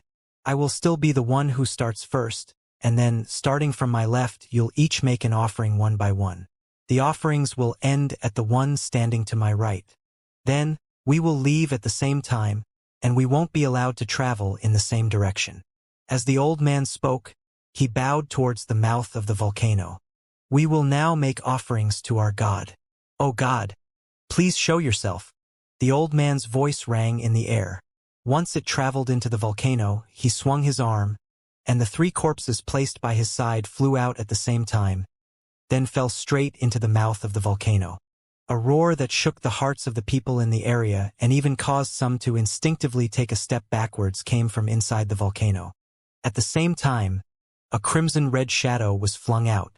As it shone, the 3 corpses falling down immediately shattered. They did not turn into torn pieces of flesh, but disintegrated and turned into ashes. Wisps of light green aura spread out from the ashes and were absorbed by the crimson-red shadow. When the crimson-red shadow no longer swayed and became clear, what was revealed was a gigantic, ferocious creature with the body of a snake and the head of a phoenix. Its body, which was connected to the entrance of the volcano, was 100 feet in breadth and was endless in terms of length. If no one paid any attention to the creature's body, then this would be a divine phoenix in the volcano that was looking at the crowd around it coldly. All those who were seen by the creature would instinctively lower their heads, not daring to meet its gaze. Su Ming's pupils constricted as he stared at the strange, ferocious beast. He had never seen its kind before. A mighty pressure was spreading out from the ferocious beast's body, rising the temperature in the area to a state where it was scorching hot. The old man who had thrown the 3 corpses wrapped his fist in his palm towards the creature in respect. When he took a few steps back, the followers behind him immediately moved forward and threw out the corpses they'd brought as well. There were 32 corpses in total. Once they tossed them outwards, the beast with the phoenix head would ram against them, turning them into ashes. It would absorb the light green aura that spread out from those ashes, and once it devoured it, the ferocious beast would let out an ear-splitting roar. As it roared, it spat out 32 balls of fire from its mouth. These balls of fire immediately extinguished once they flew out, turning into 32 crystals that were filled with impurities and charged towards the old man. Excitement appeared on the old man's face. With a swing of his arm, the crystals were immediately swept towards him. Once he wrapped his fist in his palm and bowed towards the beast. He retreated 10 steps away from the inner edge of the ring along with his followers. As Su Ming looked at this scene, understanding appeared in his eyes. This was, after all, a land barren of resources. Since they were cultivators, food was not that important to them. However, the lack of power of the world would be a huge blow. Crystal would then become the most important thing to them. If there were no crystals, not only would they not be able to improve, their cultivation bases would start regressing slowly. Once that started, they would end up dead in the barren lands of divine essence. By feeding this beast with the phoenix head, they obtain crystals which exist in the beast's body in exchange. They must have appeared there by some unknown method. Su Ming narrowed his eyes. Once the old man retreated, the person to his left immediately repeated the process and threw out the corpses he'd brought with his followers. The corpses were all reduced to ashes once the ferocious beast crashed into them, and when it devoured the light green aura, it spat out an equivalent amount of crystals. Before the purple-robed man's turn, 2 more roars came from the volcano, and 2 slightly smaller beasts with phoenix heads rose from the volcano to devour the light green aura from the corpses. Before long, it was the purple-robed man's turn. He immediately threw out the corpse he carried over his shoulder, and the 7 people behind him did the same. Su Ming kept his eyes open all this while, but he could not move. Once he was thrown out, a smaller beast head immediately flung itself to touch his body. Once it did so, Su Ming immediately sensed a great force traveling into his body. That power seemed to contain some form of law in it that could cause a person's body, blood, flesh, and bones to be perfectly separated from each other. They would not turn into torn pieces, but would disintegrate into ashes. In fact, the way Su Ming felt it, this force that knocked into him was not strong at all. It was not enough to make his body crumble, but that crash seemed to contain some kind of power that was similar to the power of law, forcing Su Ming to disintegrate and turn into ashes. Yet there was no light green aura that spread out from his body when it turned into ashes. The small beast with the phoenix head was stunned momentarily, but it still opened its mouth wide to suck in a deep breath. Even though Su Ming's physical body was no longer around, his soul was still around, and once the creature sucked in that breath, his soul was immediately absorbed into its mouth due to the suction force. After a moment, when the crowd at the entrance of the volcano had tossed out all the corpses they brought and obtained an equivalent amount of crystals in exchange, they retreated and charged backwards in different directions, leaving the place. Usually, during this moment no accidents would occur as they left. The three ferocious beasts would return to the volcano and wait for the next time they came to this place. Yet for some unknown reason, when the crowd withdrew and the three ferocious beasts had returned to the volcano, the small creature that had devoured Su Ming started trembling furiously and let out a shrill roar. That roar appeared suddenly, startling the swiftly retreating people, but none of them were fools. All of those who could survive in the barren lands of divine essence were calculative shrews. They were only stunned for a moment. All of them immediately snuffed out their curiosity and, without any hesitation, increased their speed of retreat. Curiosity was something that had to be paid for with a person's life in the galaxy that was the barren lands of divine essence. This cultivation planet might not be located at the center of the barren lands of divine essence, slightly closer to the edge instead, but the level of danger here was still incredibly high. The shrill roars continued to echo, the creature's voice spreading in all directions, lingering in the air for a long time. At the instant Su Ming was devoured by the smaller creature, he suddenly came to understand why the ancient existence in Death Vortex had chosen him, who had only arrived at life privation, to become Death's child, and even paid such a high price to send him to the barren lands of divine essence. Because his body was made of aura of death, and his core was his soul. His soul was different from that of others. When the parts of his body were separated from each other, it felt as if shackles that had held him for a long time had been finally removed. A feeling as if he was free and there was nothing affecting his soul rose in Su Ming's heart. As his soul spread out and he was absorbed into the ferocious beast's mouth, his soul enveloped the entire creature's body, and he could sense that this creature was about 17,000 feet long. He could even sense that there was a soul struggling madly within its body to fight against Su Ming's soul trying to overtake its body. Yet once the struggling soul touched Su Ming, it out a piercing screech, and a loud roar escaped the creature's body, echoing far and wide. A rumble rang in the air, and the small creature's body fell back into the volcano. The hot magma instantly enveloped the creature. At the same time, the two ferocious beasts beside it cried out and swam around it. However, the confusion in their eyes made it clear that they did not know what had happened to their companion. The shrill roars from the small creature lasted for the time it takes to burn an incense stick, weakening gradually. Its soul had already shattered by this point, as if it could not put up even a single bit of resistance against Su Ming's soul. Its body was being slowly torn apart in the magma. A large amount of blood gushed out, and its scales crumbled. Its body shrank rapidly, as if it was withering away. The other two ferocious beasts continued to swim about the smaller creature, roaring endlessly while staring at their withering companion. As it shrank, a hand suddenly stretched out from its bloody back. That hand looked like it was mere bones and was limp, giving an impression that it could not be lifted up. Yet as the small creature continued withering away and its body shrank to less than 5,000 feet compared to its previous 17,000 feet, the hand that had stretched out of its back filled with strength, and gradually, the entire arm appeared. Soon after, another arm appeared, and then, Su Ming's head and the rest of his body pushed through. His eyes were shut. As his body gathered together, the small creature's body started trembling violently. Its flesh and blood were being absorbed to become the nutrients for the physical body Su Ming had gathered together. When its body withered to only 1,000-something feet, most of Su Ming's body had left the small creature's back. At the instant he completely walked out, the 1,000-feet-long creature's body became stiff. Once it withered away completely, it was submerged in magma. There was not a hint of blood on Su Ming's body. Instead, a refreshing scent spread out from his body. His eyes were closed as his body was submerged in the magma. However, the heat of it was unable to injure him even in the slightest. The large and tiny ferocious beasts were slowly approaching Su Ming at that moment. Once they swam a few circles around him, they stopped screeching. It seemed that, in their senses, Su Ming was their small companion. In the blink of an eye, half a month passed. Throughout this entire time, Su Ming was submerged in the magma, motionless.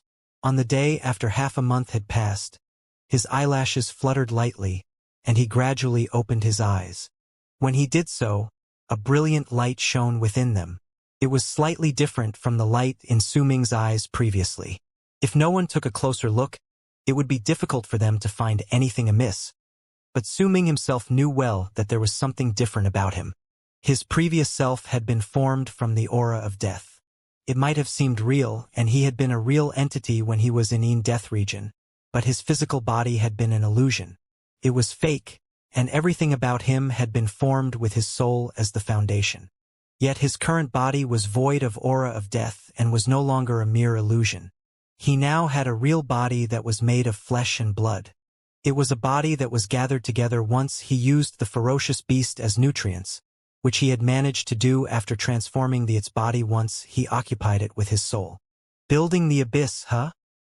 Su Ming whispered softly. His soul had finally become complete after the 3 seals had been released in Death region.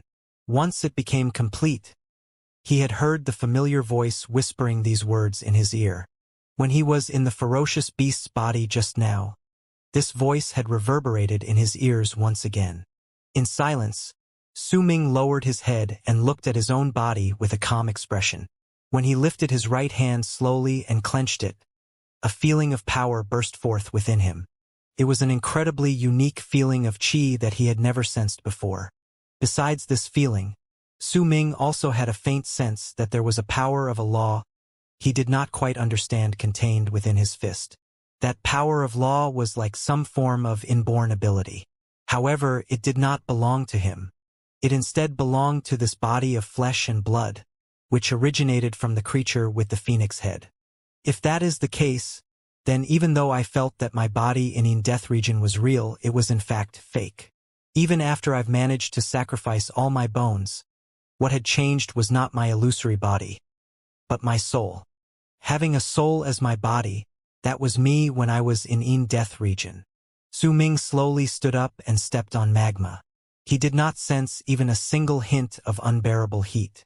This was due to more than just him losing his sense of pain.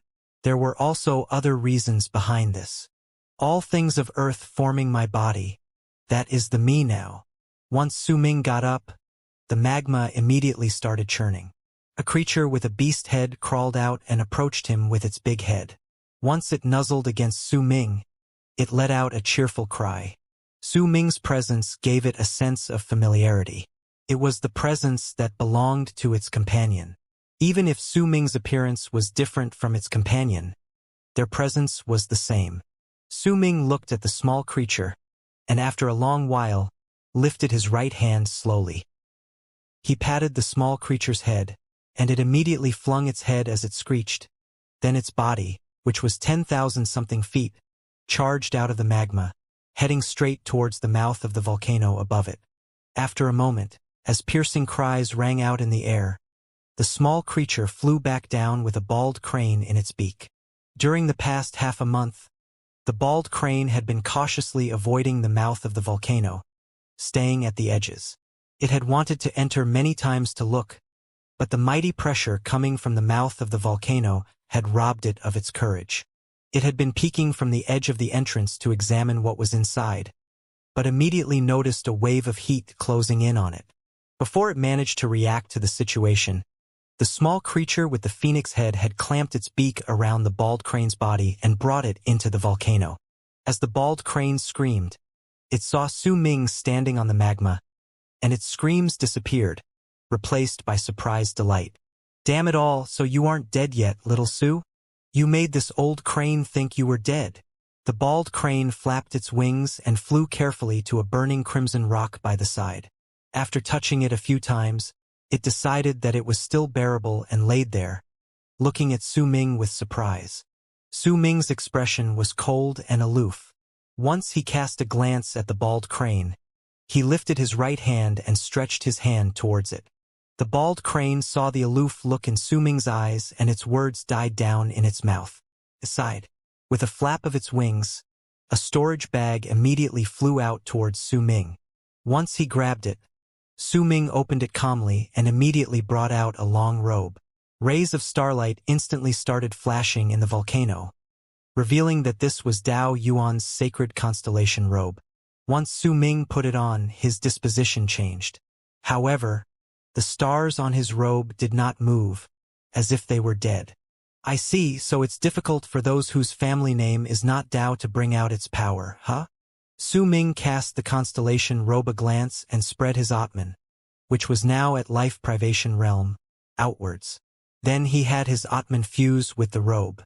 When Su Ming retrieved his Atman a moment later, while the stars on the robe remained unmoving, the robe's color gradually changed until it turned into a very ordinary-looking black robe. It has 108 runes to verify a person's identity, and only those with the blood of the Dao family can bring out all of its power. Even if outsiders put divine sense into it, they can only bring out the simpler and more basic functions of the robe. A glint appeared in Su Ming's eyes. He no longer bothered about this matter, but chose to sit down on the magma. With his eyes closed, he exercised his breathing. He had gotten used to this sort of breathing exercise when he was in Death region, but once he obtained a real physical body, the exercise felt a little unfamiliar to him. As he exercised his breathing, a large amount of heat spread out from the magma and gathered about his body. 3 months passed in the blink of an eye. Su Ming never left the volcano during this time and continued training while absorbing the hot power of the flames, which caused his hair to turn dark red. His body also blended perfectly with his soul, and he could now bring out the complete power of life privation realm with this body. On the day 3 months later, the bald crane yawned on the stone and wondered in boredom whether it should take a stroll outside when the magma around Su Ming suddenly started boiling. At the same time, the colossal ferocious beast with the phoenix head that was about 100 feet in breadth and had never appeared after Su Ming woke up rushed out of the magma and let out a roar towards the entrance of the volcano before charging towards it. The smaller creature with the phoenix head also flew out behind it. Su Ming's eyes sparkled as faint voice from beyond the volcano reached his ears. "We will now make offerings to our God. Oh God, please show yourself." At that moment, there was no longer around 100 people gathered at the entrance of the volcano, but only about 70 to 80.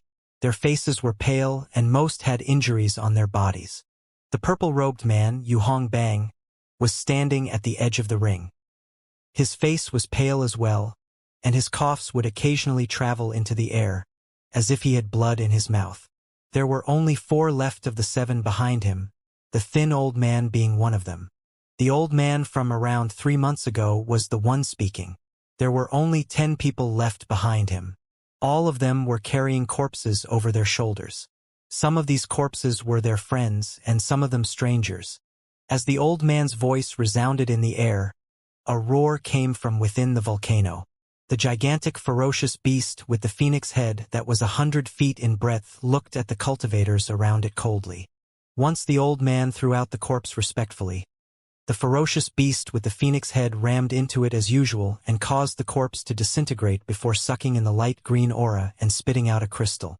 When nearly 40-something corpses were thrown out in succession, the slightly smaller creature with the beast head flew out with a roar and also started ramming its body against the corpses before devouring them. Once it devoured about 20-something corpses, it stopped eating the light green aura and lowered its head to look into the mouth of the volcano, which was right under it. The gigantic ferocious beast beside it also looked at the volcano and let out a roar. There was no ill will within that roar. It instead sounded like an urging for someone to come forward. This scene stunned all the people around the ring, and the cultivators that were about to throw out the corpses froze in their movements for a moment. Then, before the expectant gazes of the 2 ferocious beasts and the 70-80 people around the mouth of the volcano, Su Ming rose slowly into the air. His face was calm and his movements were not quick, but once he appeared, intense shouts that could not be contained immediately came from the mouths of the 70-80 people. Who is that? Someone actually managed to live in the volcano where the Crimson Python Phoenix lives? This person is...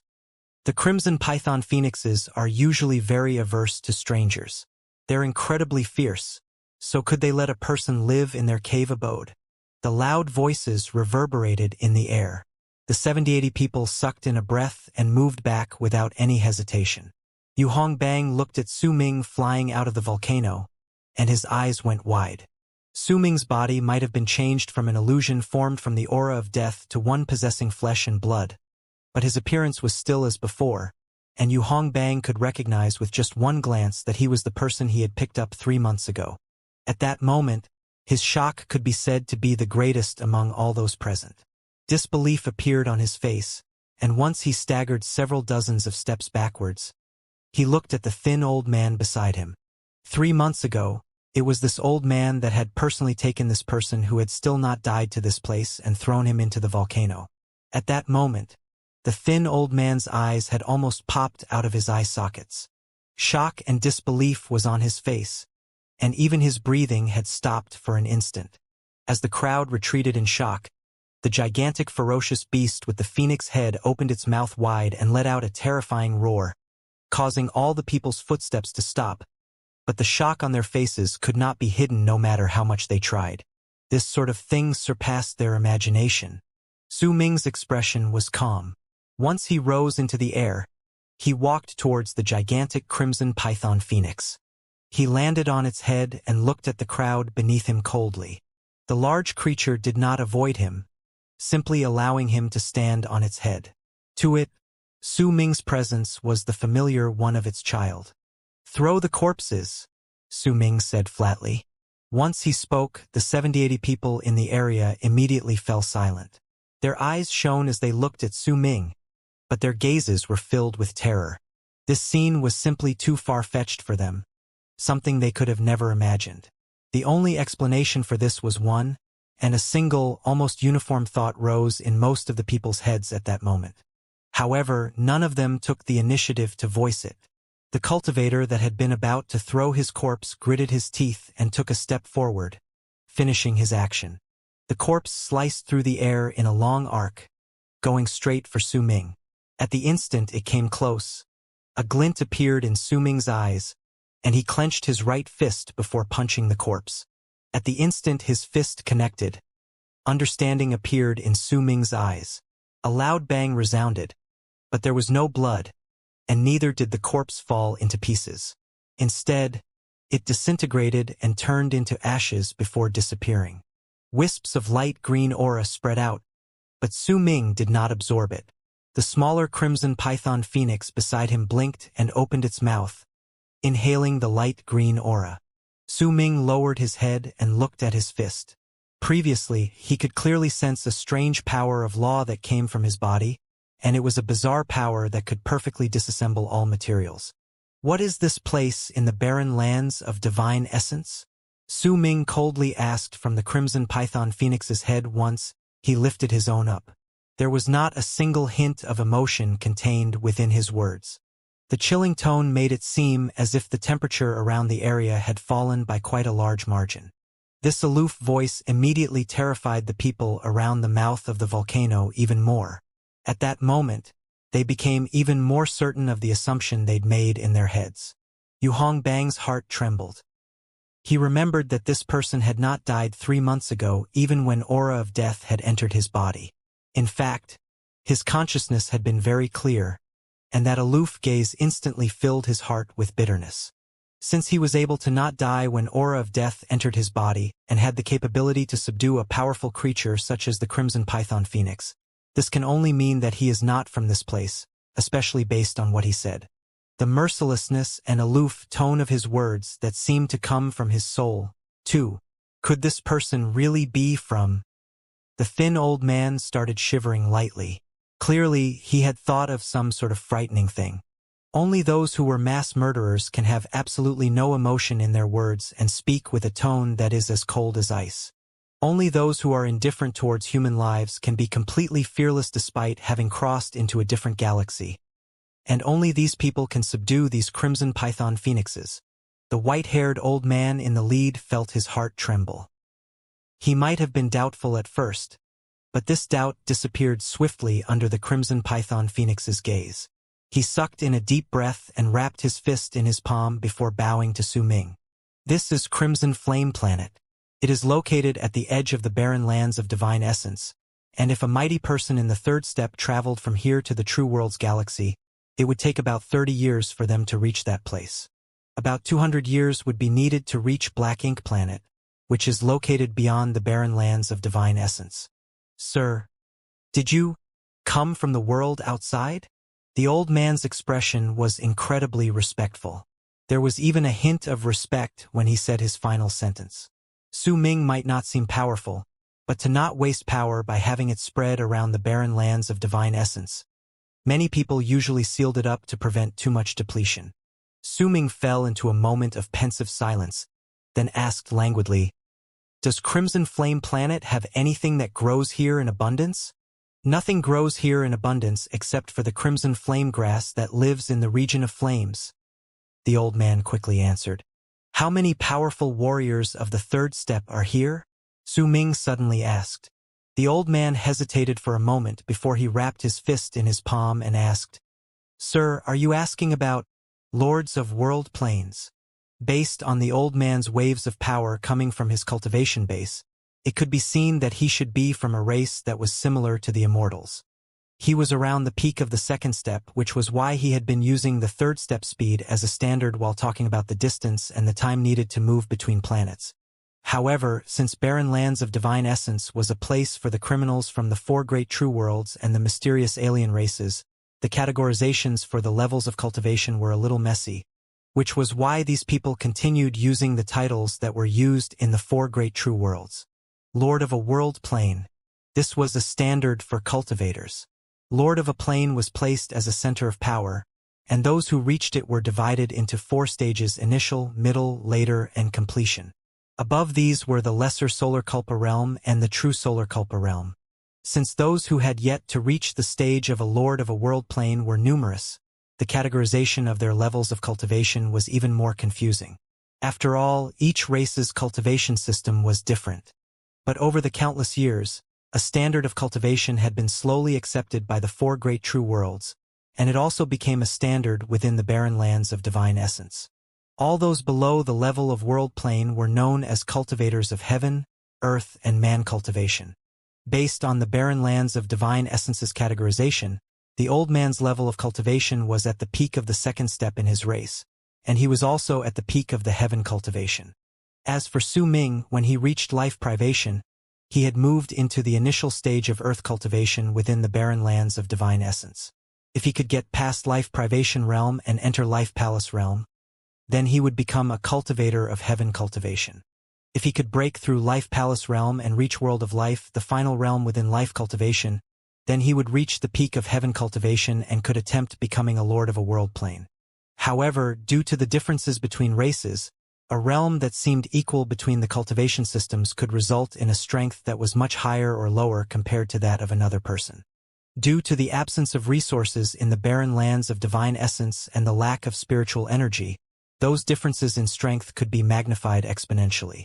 Those who were below the realm of man cultivation did not have a joint name within the barren lands of divine essence, because these people were only ants in this world.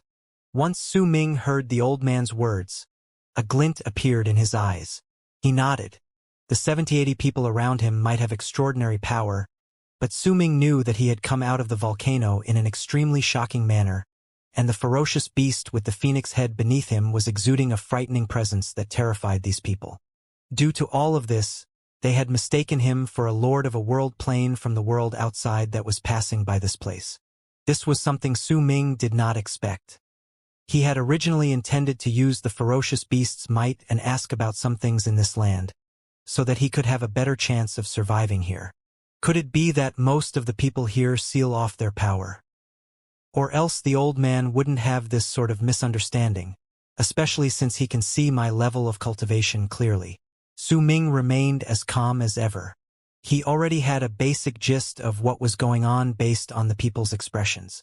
Crimson Flame Planet is rather far from the center of the barren lands of divine essence, closer to the galaxy of the true worlds.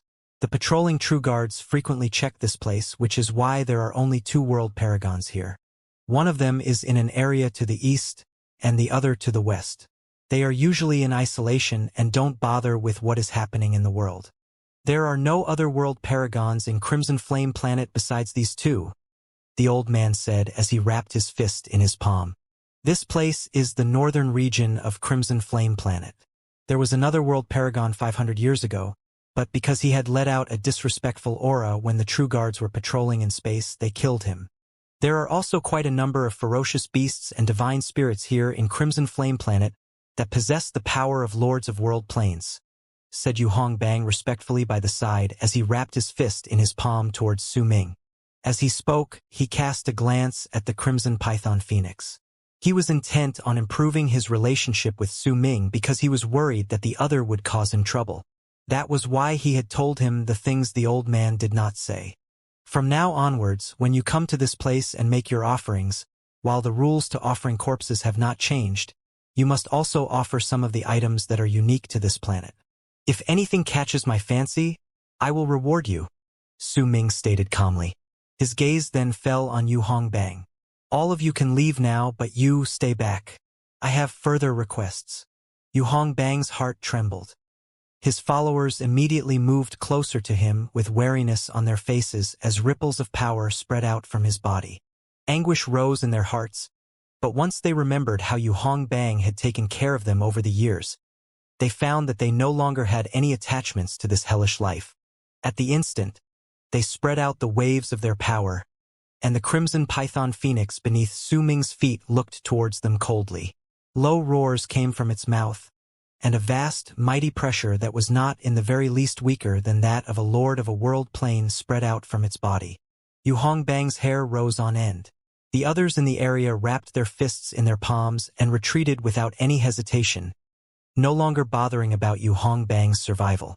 Even the old man in the lead wrapped his fist in his palm and retreated immediately. In the blink of an eye, the 70-80 people around the area turned into an equivalent number of long arcs that swiftly left the place. Move back. Wait for me outside. Yu Hongbang hesitated for a moment, then gritted his teeth and spoke to his followers. His potential was not the only reason why he had reached the Heaven Cultivation realm. It was also due to his intelligence. If the stranger truly wanted to kill him, there would have been no need for him to go through so much trouble. He had asked Yu Hongbang to stay in this place, and this might be a chance. Once Yu Hongbang thought of this, an idea took shape in his mind. The people behind him halted for a moment, but when they saw the resolute look on Yu Hongbang's face, they withdrew into the distance in silence. At that moment, besides the huge and tiny Crimson Python Phoenixes at the entrance of the volcano, there were only Su Ming and Yu Hongbang left. Su Ming looked at Yu Hongbang and after a moment had gone by asked, "How are the levels of cultivation categorized in the barren lands of divine essence?" Yu Hongbang's expression remained calm, but once he heard Su Ming's question, his heart let out a thump. He came to a sudden realization that his previous assumption had been incorrect. The person before him was not a powerful warrior who had come from the inner parts of the barren lands of divine essence, but Yu Hongbang's breathing quickened during that instant. He lifted his head and looked at Su Ming. As he recalled the moment he first saw this person, he became even more certain of his guess. He immediately wrapped his fist in his palm and told Su Ming everything about the 3 cultivation levels of heaven, earth, and man, as well as the titles associated with the lords of world planes without keeping anything back. The True Worlds Galaxy is a place that exists once the 4 great true worlds are connected together.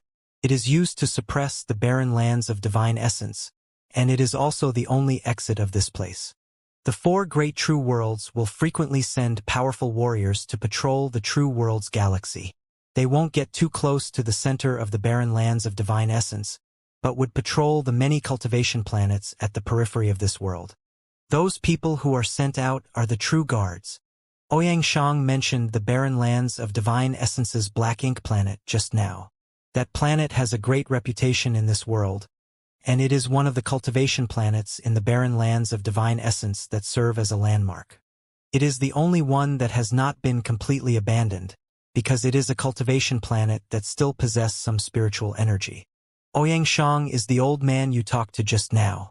He thought that you were a powerful warrior from Black Ink Planet, because occasionally there are world paragons who are indifferent towards their own lives and dare to move across the galaxy within the barren lands of divine essence to go to other cultivation planets in search of things they need for their cultivation.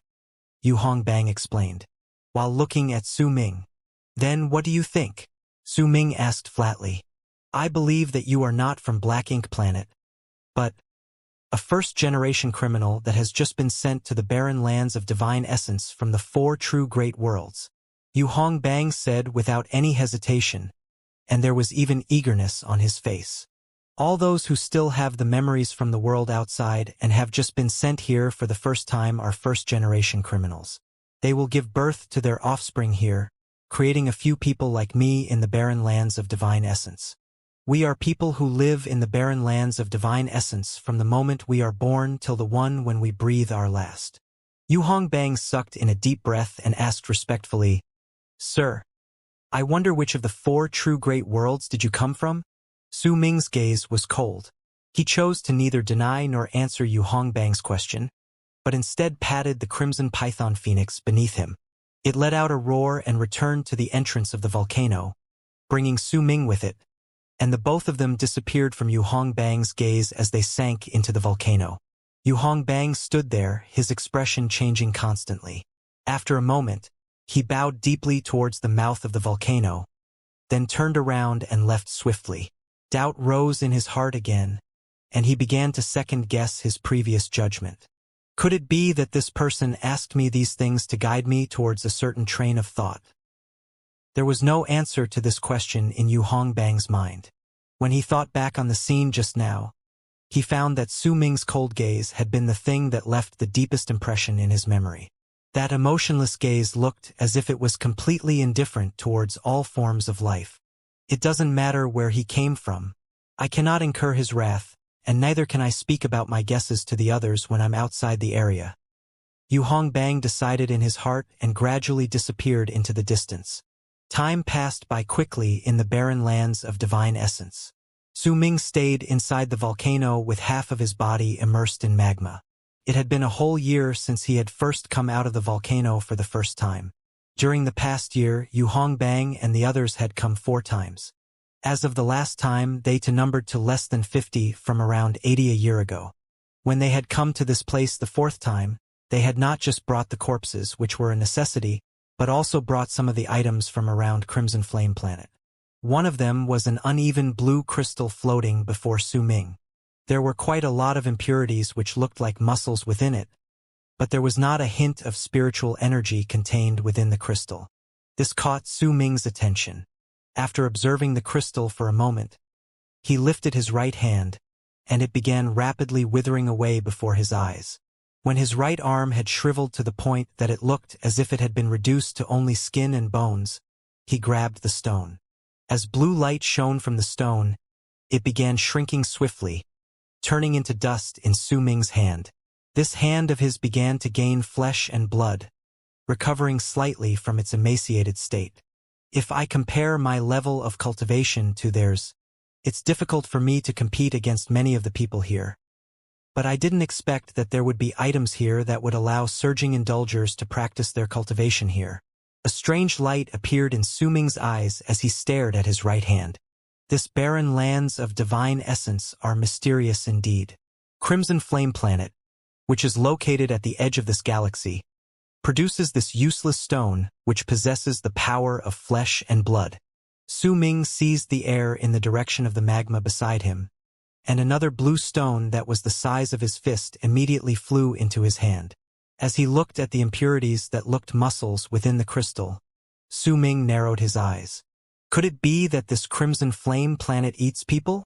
Or else why would the stones have flesh and blood?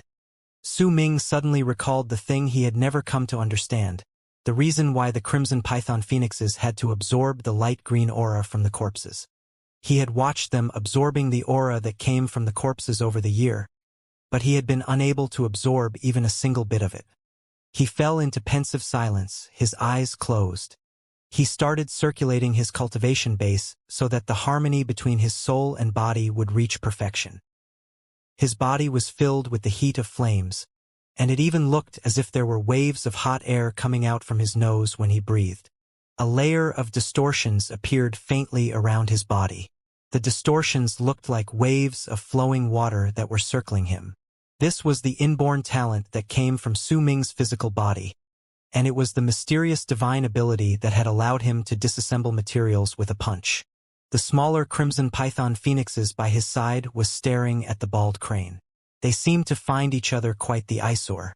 The crimson python phoenix was growling lowly at the bald crane, which had been able to tell the relationship between Su Ming and the two ferocious beasts a long time ago. At that moment, it was lying on the stone and sizing up the crimson python phoenix before deciding to turn into a huge, brownish-yellow dog. This was the appearance of the strongest ferocious beast in its memories. Once it changed into this form, it bared its teeth at the crimson python phoenix.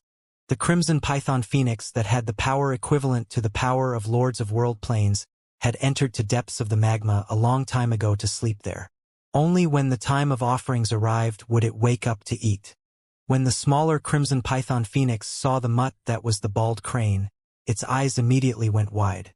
Clearly, it had never seen a ferocious beast like this before. After a moment of hesitation, a layer of distortions and waves that were the exact same as the ones about Su Ming surrounded it. Hints of the strange law filled the area around the crimson python phoenix once the distortions appeared, and it glared at the mutt that was the bald crane before starting to growl lightly. During the past year, the phoenix and crane had been glaring at each other with animosity all the time, but they had never truly attacked each other. At that moment, as they growled at each other, the crimson python phoenix suddenly shuddered and crawled into the magma without any hesitation, not daring to show even a hint of itself. This sudden act stunned the bald crane. It bared its teeth, as if it was laughing at the phoenix, but then a shudder ran through it. A mighty pressure surged into the volcano through its mouth and filled it with a bang. A divine sense was contained within that mighty pressure, as if someone who was incredibly powerful was using their divine sense to sweep through the land. The bald crane immediately let out a shrill screech. It could vaguely recall that it had once encountered this act of divine sense sweeping through the land, and it was something that was incredibly dangerous. As it screamed, it no longer bothered with the scorching heat of the magma and crawled into it. The gigantic crimson python phoenix that was sleeping in the depths of the magma had opened its eyes a long time ago. There was a deep-seated terror in its eyes, but it still moved slightly and let out a roar from the depths of the magma to the mouth of the volcano. This roar was declaring its territory, even if it was terrified. Su Ming had also opened his eyes. He was staring at the sky beyond the mouth of the volcano, and even though his expression was calm, his pupils had shrank.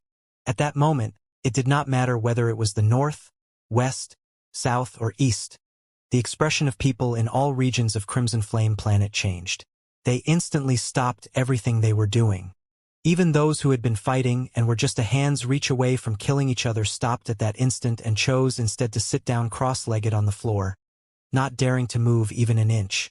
It was as if they were worried that they would suffer an inconceivable destruction if they did anything extra. All the cultivators reacted the same way in the entire Crimson Flame Planet, including Yu Hongbang and the others. All of their faces were pale as they looked at the sky while trembling. The helplessness and terror in their gazes were incredibly clear. To the east of Crimson Flame Planet was a stone house located on a tall mountain. There was an old woman with messy hair sitting cross-legged there, and her eyes were wide open as she stared at above herself, as if her gaze could penetrate the roof and she could see the starry sky above her. The waves of power that belonged to a lord of a world plane could be detected on her. But at that moment, she had suppressed those waves so much that they had become incredibly weak. In fact, very soon, a look of humility along with humiliation appeared in her eyes, and she chose to grovel instead of sitting cross-legged. Within the only forest that had any green plants walked a middle-aged man. This area was located to the west of Crimson Flame Planet, and he was touching the green leaves on the trees with a dazed look on his face, as if he was lost in his thoughts. It was as if the green leaves in the forest brought him back to some beautiful moments from his past. As he touched them gently, the mighty pressure as well as the divine sense swept through the world. He lifted his head and looked at the sky with anguish on his face. He slowly prostrated himself on the ground. Unlike the still and unmoving cultivators in Crimson Flame Mountain, the ferocious beasts that existed in several spots were roaring to declare their territories. Su Ming's eyes were narrowed as he lay in the magma. He could vaguely sense that the source of the mighty pressure and divine sense in the world came from beyond Crimson Flame Planet. A title that Yu Hongbang had mentioned a year ago appeared in his head. True Guard, he whispered softly. At that moment, there was a gigantic, ancient, bronze sword drifting in the galaxy beyond Crimson Flame Planet. If Su Ming saw that ancient bronze sword, he would definitely find it familiar. It was similar to the enchanted treasure he had seen in the world of 9 when he was in Death region. It was the enchanted treasure that allowed the spirits of 9 to move through galaxies. This sword might not be the same, but it was incredibly similar. The ancient sword was 100,000 feet long, and there were 7 people standing on it at that moment. These 7 people were wearing large robes. They had indifferent expressions on their faces, and the presence that belonged to lords of world planes spread out from their bodies. There were 3,000 cultivators sitting and meditating behind them. The levels of cultivation of those 3,000 were not important compared to that bloody and murderous presence coming from them. It had already surpassed their levels of cultivation, and as it spread out, it caused the people who sensed it to feel as if a sea of blood was about to charge towards them. But that was not all. An even stronger wave of power spread out from the ancient bronze sword. The strength of that wave was so great that it felt as if it could easily destroy a cultivation planet, and could also easily tear apart the body and soul of a person who had reached the status of world paragon. True Guards. This was the patrol team formed by the powerful warriors that were keeping guard over this place. They had power and reputation that brought a sense of danger to many in the barren lands of divine essence. At that moment, the ancient bronze sword was clearly patrolling the area around Crimson Flame Planet. The divine sense and mighty pressure that covered the entire planet had naturally come from the bodies of all true guards. The 7 people standing at the tip of the sword were talking and laughing among themselves, their expressions calm. After a moment, a ray of green light shot out from the 100,000 feet ancient bronze sword, and a long green arc immediately erupted with a bang, charging towards Crimson Flame Planet. It was so quick that it instantly reached it, but the planet did not crumble. The green arc spread out and turned into a large amount of green light that spread out to cover the entire Crimson Flame Planet. Once that happened, a projection appeared before the 7 people. It portrayed the cultivation planet, shrunken down by several times, to the size of only 1,000 feet. There were a large number of glowing spots in the projection, but most of them were dark. Only about 100 of these glowing spots were light red, and they were scattered throughout the regions in the planet's projection. The 7 people looked at the illusory projection of the cultivation planet and started speaking among themselves. The number of people at the peak of heaven cultivation has been reduced by quite a large margin. There are still only 2 criminals who are lords of world planes. There were 2 dark red glowing spots that were shining the brightest in the illusory projection. One of them was to the east while the other to the west, and there was a respectful presence spreading out from those glowing spots. The ferocious beasts left behind by the alien races have had their intelligences wiped away for all eternity, but their growth is still very shocking. As the 7 people's soft voices echoed in the air, several purple glowing spots immediately appeared in the illusory projection. These glowing spots were scattered throughout 7 different regions. Some of the lights were alone, while some gathered together into 2s or 3s. Among them was a region that looked like a volcano located to the north of Crimson Flame Planet. There were 2 small and 1 large purple glowing spots there. All right, everything within the outer section is normal. Let's check the inner section. That's the crux of this place? An overbearing voice said from among the 7, and the moment this voice appeared, the other 6 immediately stopped laughing and chatting among themselves, and their expressions immediately became grave. Even the murderous aura from the 3,000 cultivators behind them became thicker, and flowing light spilled out in all directions from the ancient bronze sword, as if its strongest attack was about to burst forth. The 7 people formed a seal at the same time and pointed towards the illusory projection of the cultivation planet. Waves immediately appeared on the projection, and as it swept through the projection layer by layer, the inner part of Crimson Flame Planet appeared. There was a crimson-red region. At the instant the 7 people saw this layer of crimson red, Their expressions became even more grave, and faint looks of wariness as well as nervousness appeared on their faces. As the waves of the illusory projection continued sweeping through, each layer seemed to magnify the place before eventually revealing a gigantic spot shining with a piercing red light in the depths of the crimson-red region. If anyone looked at it for a prolonged period of time, they would find that there were faint shades of black in it as well. The crimson red around the area was created due to the light from the glowing spot filling up the air there. Once the glowing spot appeared, fine white threads also took shape, intersecting one another while covering the entire crimson flame planet. It could be easily seen that the glowing spot was right at the center of the white threads. When the 7 people saw this, they relaxed. There is no damage to the seal. The heinous criminal from the alien race that is detained here is still deep asleep. Each of the cultivation planets in the barren lands of divine essence are suppressing a heinous criminal from an alien race, and it's especially so for the core of the barren lands of divine essence. It's said that there are incredibly terrifying alien races over there. I don't know which cultivator in the Culpa realm suggested it in the past, but these people should not even continue living. The anomaly of 10,000 years ago in Black Ink Planet is the best example. It's not as if you don't know that these criminals from the alien races are incredibly difficult to kill, but that just makes things bothersome for us of the future generation. Thank goodness we patrol in separate regions, and all is well in ours. As the 7 people spoke to each other, the illusory projection vanished. The blue light over Crimson Flame Planet dispersed, and the ancient bronze sword floating beyond it slowly turned around and gradually disappeared into the distance. The mighty pressure and divine sense over the planet disappeared. Su Ming stood on the magma in the volcano.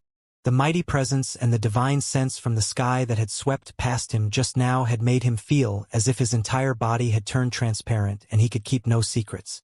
Everything about him had been revealed to that divine sense. This feeling turned Su Ming's expression dark, and he came to a deeper understanding of what the old voice from Een Death Vortex had meant when he said that the barren lands of divine essence were a gigantic jail.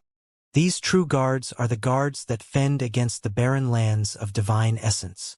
In silence, the gigantic crimson python phoenix that had flown out previously stopped howling and its body fell limp, as if the roars just now had used up all its strength. As a dull and lifeless expression settled on its face, it gradually sank into the magma and falling into deep sleep once again. The bald crane stuck its head out of the magma at that moment. The terror in its eyes showed that fear still lingered within its heart. It flapped its wings and flew out of the magma before sprawling over the stone where it had been previously. Your grandpa crane was just about to suffocate. Damn it all, this place is just too hot. But why do I feel like there should be a place that is even hotter here? The bald crane scratched its bald head, muffled. After a long while, Su Ming closed his eyes and no longer bothered himself with thinking about the True Guards.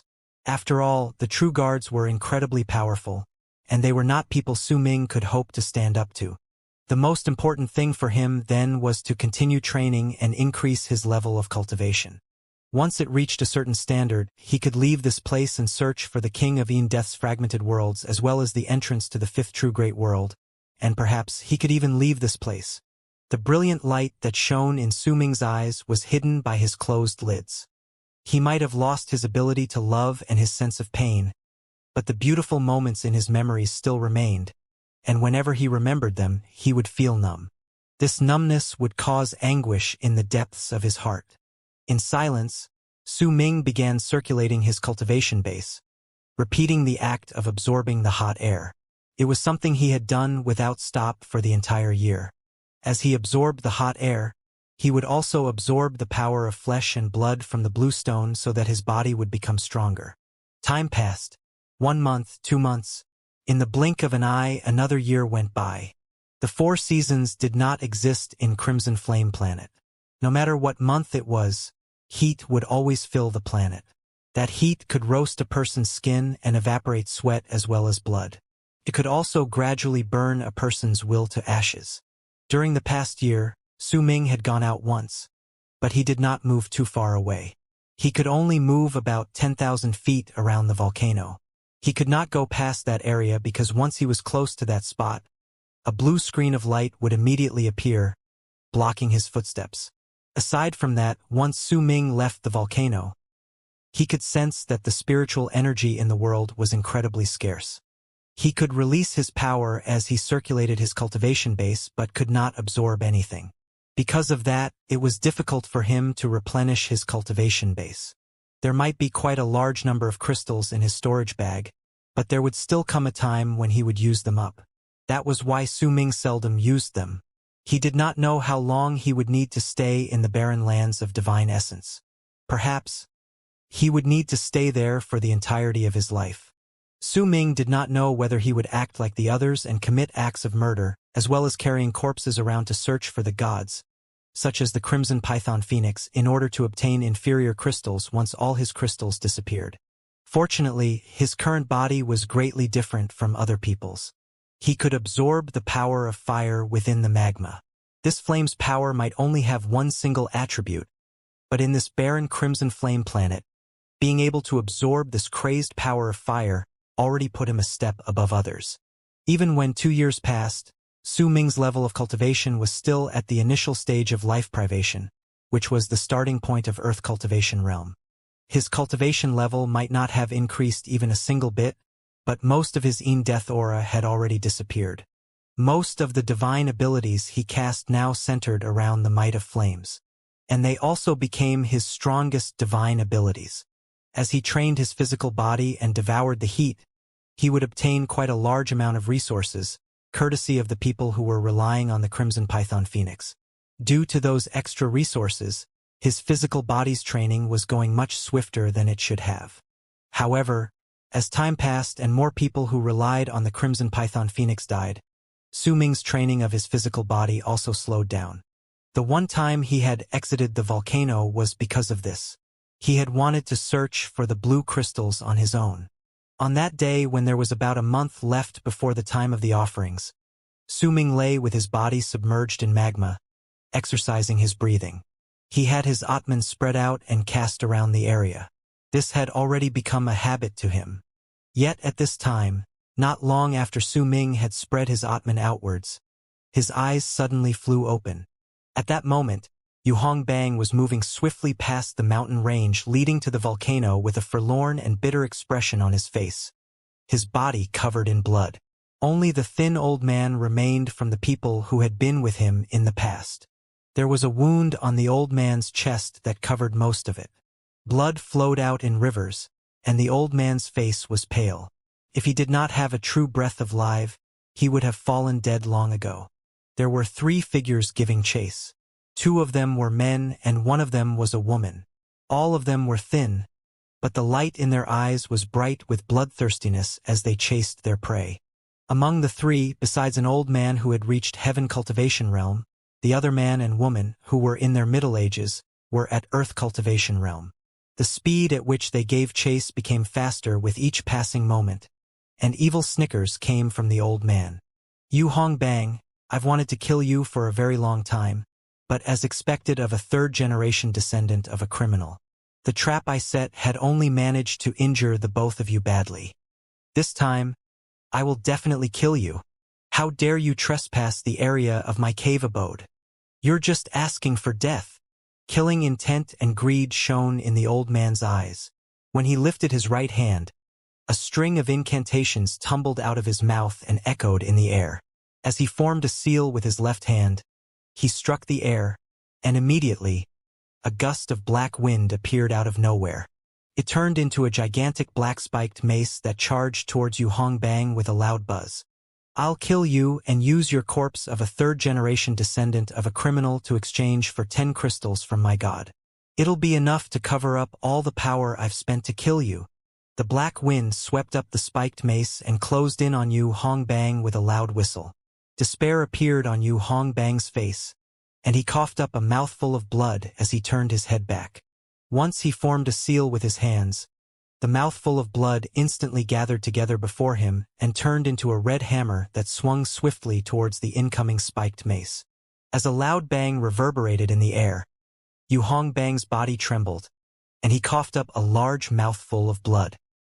He tumbled backwards, and all the wounds on his body tore open. The red hammer crumbled to pieces.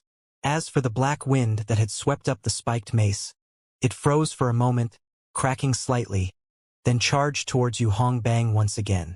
When it was close to the fleeing men, the thin old man beside Yu Hongbang let out a loud roar and flew up to appear right before Yu Hongbang, so that he could use his body to block the incoming spiked mace.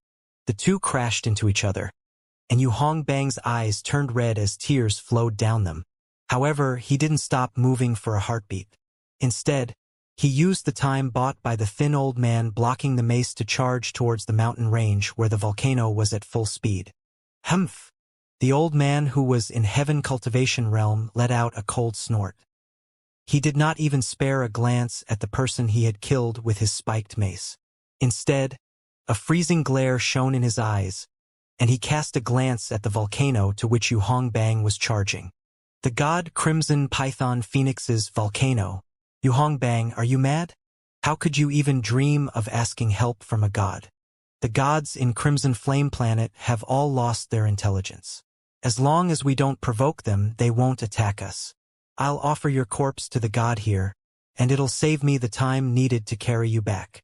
The old man in Heaven Cultivation realm laughed eerily and brought the man and woman behind him towards Yu Hongbang. The black wind that had swept up the spiked mace became even faster, and it was now less than 100 feet away from Yu Hongbang. At that moment of crisis, Yu Hongbang let out a loud roar. God! Please save me! Right at the moment he shouted, the spiked mace closed in. When it crashed into Yu Hongbang, he formed a seal with his right hand, and red light shone around his entire body, helping him resist that blow, but once it did, he coughed up blood, and that blood was already his origin blood in essence. This blow caused his entire body to tremble, and he was now on the verge of dying. His body fell backwards and landed with a bang on the mouth of the volcano. The spiked mace might have disappeared as well, but the three people were less than 300 feet away. Despair appeared on Yu Hongbang's face. God! Please save me. This person's cave abode is made entirely of blue stones. Please save me. Another madman, I see. No one can save you today. The old man laughed loudly, but even though he was laughing, his heart let out a thump. He knew that Yu Hongbang was not a fool. Since he had called for help from the god in this place twice, could it be that there was something off about this place? There might have been uncertainty in the old man's heart, but not a single hint of it showed on his face. However, he did slow down slightly and grabbed the man who followed behind him to toss him towards Yu Hongbang. Kill him, and I will give you a crystal. The moment the man who was thrown by the old man was less than 100 feet away from his target, and Yu Hongbang had almost fallen into total despair, a cold harumph suddenly came from depths. At the same time, a red shadow charged out from the mouth of the volcano. The shadow traveled so quickly that he arrived before Yu Hongbang in the blink of an eye. At the instant, wild delight appeared on Yu Hongbang's face in the midst of his despair. Su Ming lifted his right hand and threw a fist at the incoming man of Earth Cultivation realm. Before the punch even landed, it already stirred up a shocking boom. Even space itself seemed to have collapsed, and a wave of intense heat spread out from Su Ming's body. There was even a layer of distortions that contained a law around his fist. The expression of the man who was thrown out changed swiftly. Just as he was about to retreat, the world around his body seemed to have moved in reverse, keeping him frozen in place for a moment. The price for that pause was Su Ming's fist landing straight on the man's chest. There was no bang when that punch landed, only a muffled sound of hitting an empty sack. A shudder wrecked the man's body, and with the spot where Su Ming's fist had landed on his chest as the center, his body was instantly disassembled. In the blink of an eye, half of his body shattered and turned into dust.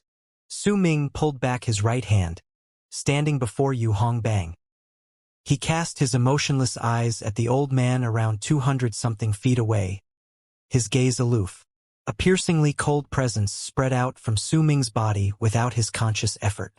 There was no need for him to even think about it. The old man's pupils shrank, and his body came to an abrupt halt. Senior, greetings. Thank you for saving me. Excitement appeared on Yu Hongbang's face, and once he struggled up, He immediately wrapped his fist in his palm and bowed deeply towards Su Ming. He had chosen to cry out for God instead of calling out for Su Ming by referring to him as senior in order to make the old man who was pursuing him lower his guard, making him fall into his trap when he scoffed at Yu Hongbang's actions. If he had asked for this senior for help straight away, then the old man who was after his life would have definitely been too terrified to get close to this place. However, it was only natural that the old man had extraordinary wit, since he was able to survive in the barren lands of divine essence. Even if Yu Hongbang's words had indeed affected his guard, he still chose to remain cautious and not get close to the place personally. Once Yu Hongbang saw it, he let out a sigh in his heart. The old man's pupils had shrank, and an incredibly grave expression appeared on his face. Su Ming's level of cultivation might only be of Earth cultivation realm in his eyes, but the fact that this person had been training in the volcano was enough to tell him everything he needed to know. It was especially so when he heard the roar from the volcano and the smaller crimson python phoenix extended its body out to glare at him fiercely. The old man's heart then let out a thump once again. He took a few steps back without any hesitation. A smile appeared on his face as he wrapped his fist in his palm towards Su Ming. I am Qi Beishan. It seems like I have interrupted your training, senior. Here is a small gift. It might not be able to show enough respect to you, but I hope that you will forgive me. The people in the barren lands of divine essence had developed incredibly cautious attitudes while living in this harsh environment that was incredibly difficult for anyone to survive in. Unless they absolutely had to or were fully confident in being able to take down their opponent, they would not attack. Even if Su Ming was only at Earth cultivation realm in the old man's eyes, he did not believe that a mere cultivator of Earth cultivation realm could reduce his follower's body to ashes. Besides, Yu Hongbang's respect and excitement as well as the mysteries surrounding this person along with the fact that quite a number of powerful warriors in the barren lands of divine essence would seal off their power so that they could release it when it was necessary caused the old man to become cautious and choose to avoid conflict. As he smiled, he lifted his right hand and immediately brought out a crystal that was filled with impurities from his storage bag. Once he placed it on the ground, he immediately moved backwards. Senior, you can't let him leave. Once he leaves, he'll definitely tell the leader of his group about what happened today, which will be detrimental to you. Besides, this person's cave abode is made completely of blue stones. I went there to examine it for you, and that's why I was chased to this place. When Yu Hongbang saw that the old man was about to leave, he immediately spoke to Su Ming anxiously. Killing intent shone in the old man's eyes, and he began charging backwards without any hesitation. The woman beside him also retreated with terror shining on her face, and they turned into long arcs that swiftly left the volcano. Su Ming did not chase after them, but instead allowed the old man to leave swiftly with his follower.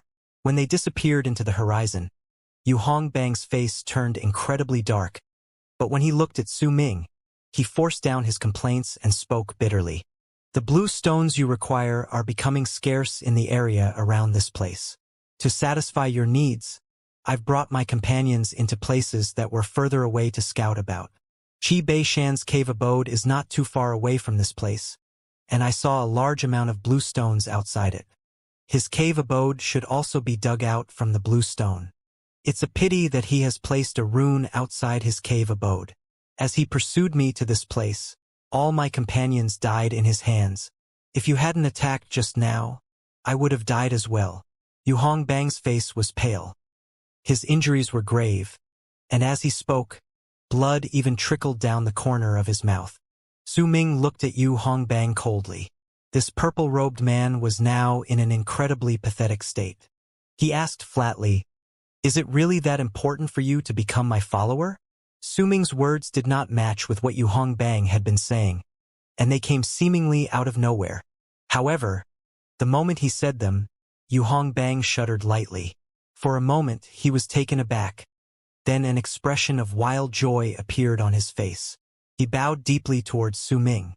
I am willing to become your follower and serve you. I will obtain even more blue stones for you, senior. To become my follower, you've been making the people behind you who had seen me previously die one after another. The last person had also died just now for you without having any knowledge of what was going on. Su Ming said, looking straight Yu Hongbang. Yu Hongbang shuddered once again, then forced out a smile. Just as he was about to speak, though, he was interrupted by Su Ming. The others had sent corpses over the past 2 years, but you've been sending blue stones. This time, when you cried out for help, you brought up that his cave abode was made of the stones that I needed so that you could lure me out to attack and help you kill that old man. With each sentence Su Ming uttered, Yu Hongbang's expression would turn paler. In fact, you had most probably provoked the old man by walking into his rune voluntarily. Your goal was to lure him out, and this so-called chase was only real by 7/10. The other 3/10 of this was fake and planned. Su Ming's gaze was aloof. His merciless eyes were seen by Yu Hongbang at that moment, and his heart shivered. His face turned even paler, and respect that had never appeared in his heart suddenly took seed within him. Su Ming might not have said all of his plans, but all the things he had said still made his heart go cold. Indeed, he had intentionally made these things happen.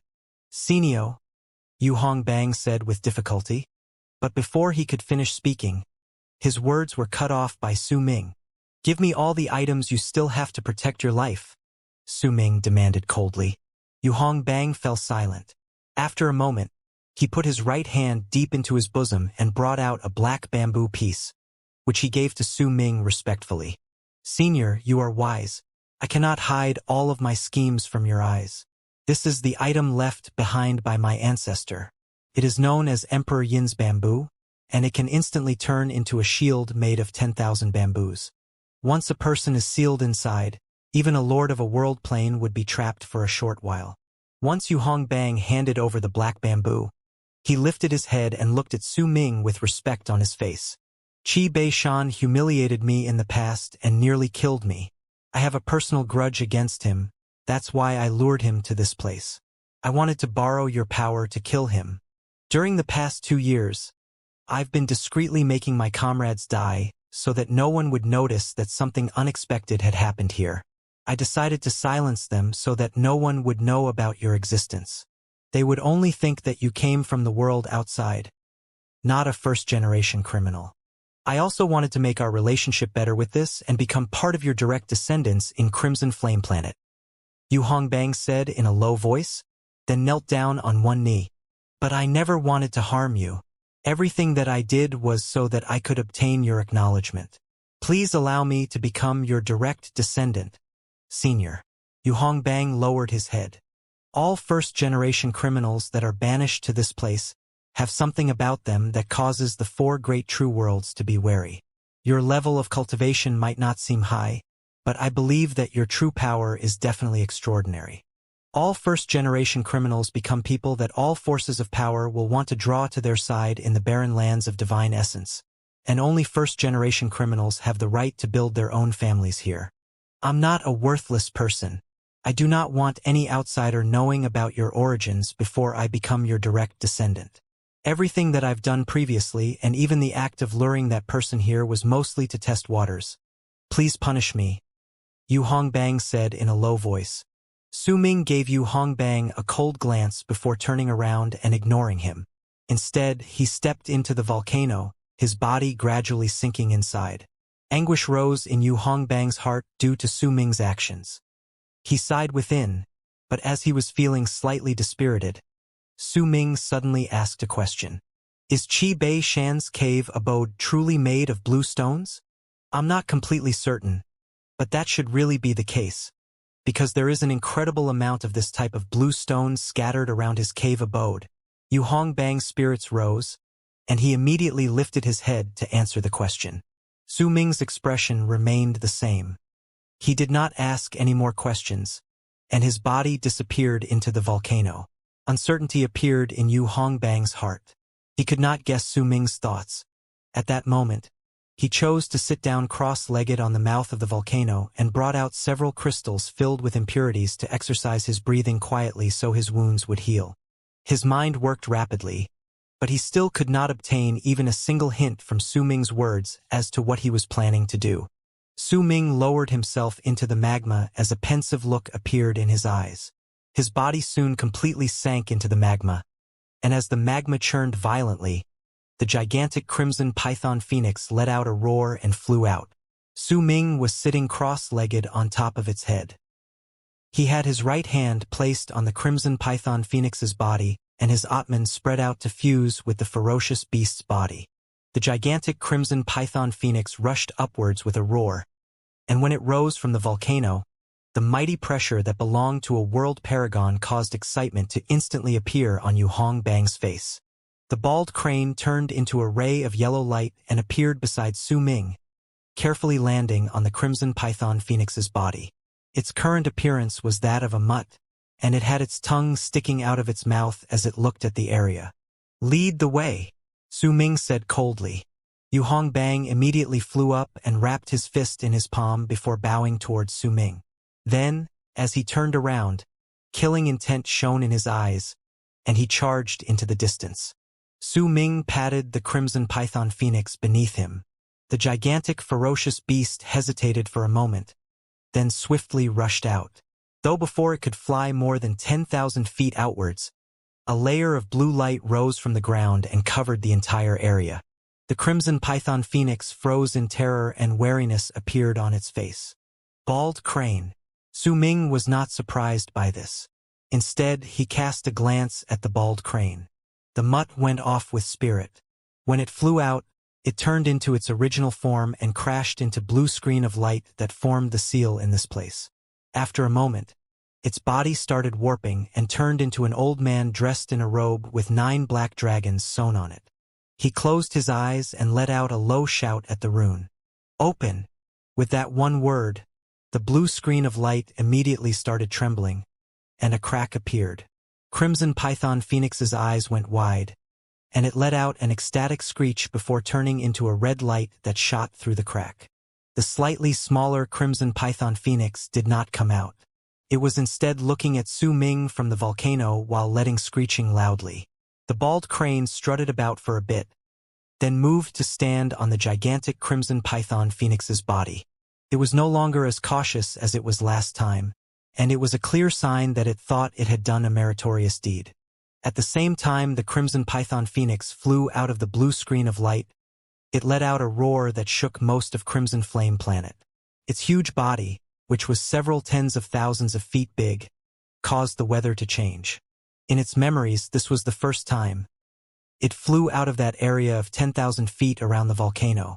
As it roared, Su Ming sat cross-legged on its head. An expression of excitement that had never appeared on Yu Hongbang's face before did so now, as he flew at the front. He knew that he had won the gamble. Lead the way. Understood. Su Ming sat on the Crimson Python Phoenix's body without a shred of emotion on his face. A harsh and ruthless air surrounded him, fusing with that aloof gaze of his. He gave off a feeling as if there was ice and snow around him. However, the heat spreading from the Crimson Python Phoenix's body blended perfectly with that cold and turned into a strange illusion that distorted people's vision, adding a layer of mystery to Su Ming. Yu Hongbang charged forward. It was difficult for him to conceal the excitement in his heart, and he could not help himself but have some of it show up on his face. He traveled at an incredibly quick pace and turned into a long arc as he charged towards his enemy's dwelling place, Qi Bei Shan's cave abode. The Crimson Python Phoenix let out delighted cries as it charged forward behind him. Its cry contained its desire for freedom and the outburst of joy after being let out after suffering through years of oppression. Ever since it had gained consciousness, it had been sealed in that volcano, unable to fly more than 10,000 feet away. That seal was like a cage that lasted for generations. If Su Ming had not come, it would have been eternally sealed in that place, unable to move a single step outside. Su Ming's arrival had changed everything, breaking the life the Crimson Flame Python had expected to continue living. But perhaps it'd be more accurate to say that the bald crane had achieved that. It had done a great meritorious deed in this matter. As the Crimson Python Phoenix roared, ripples reverberated through the entire Crimson Flame Planet.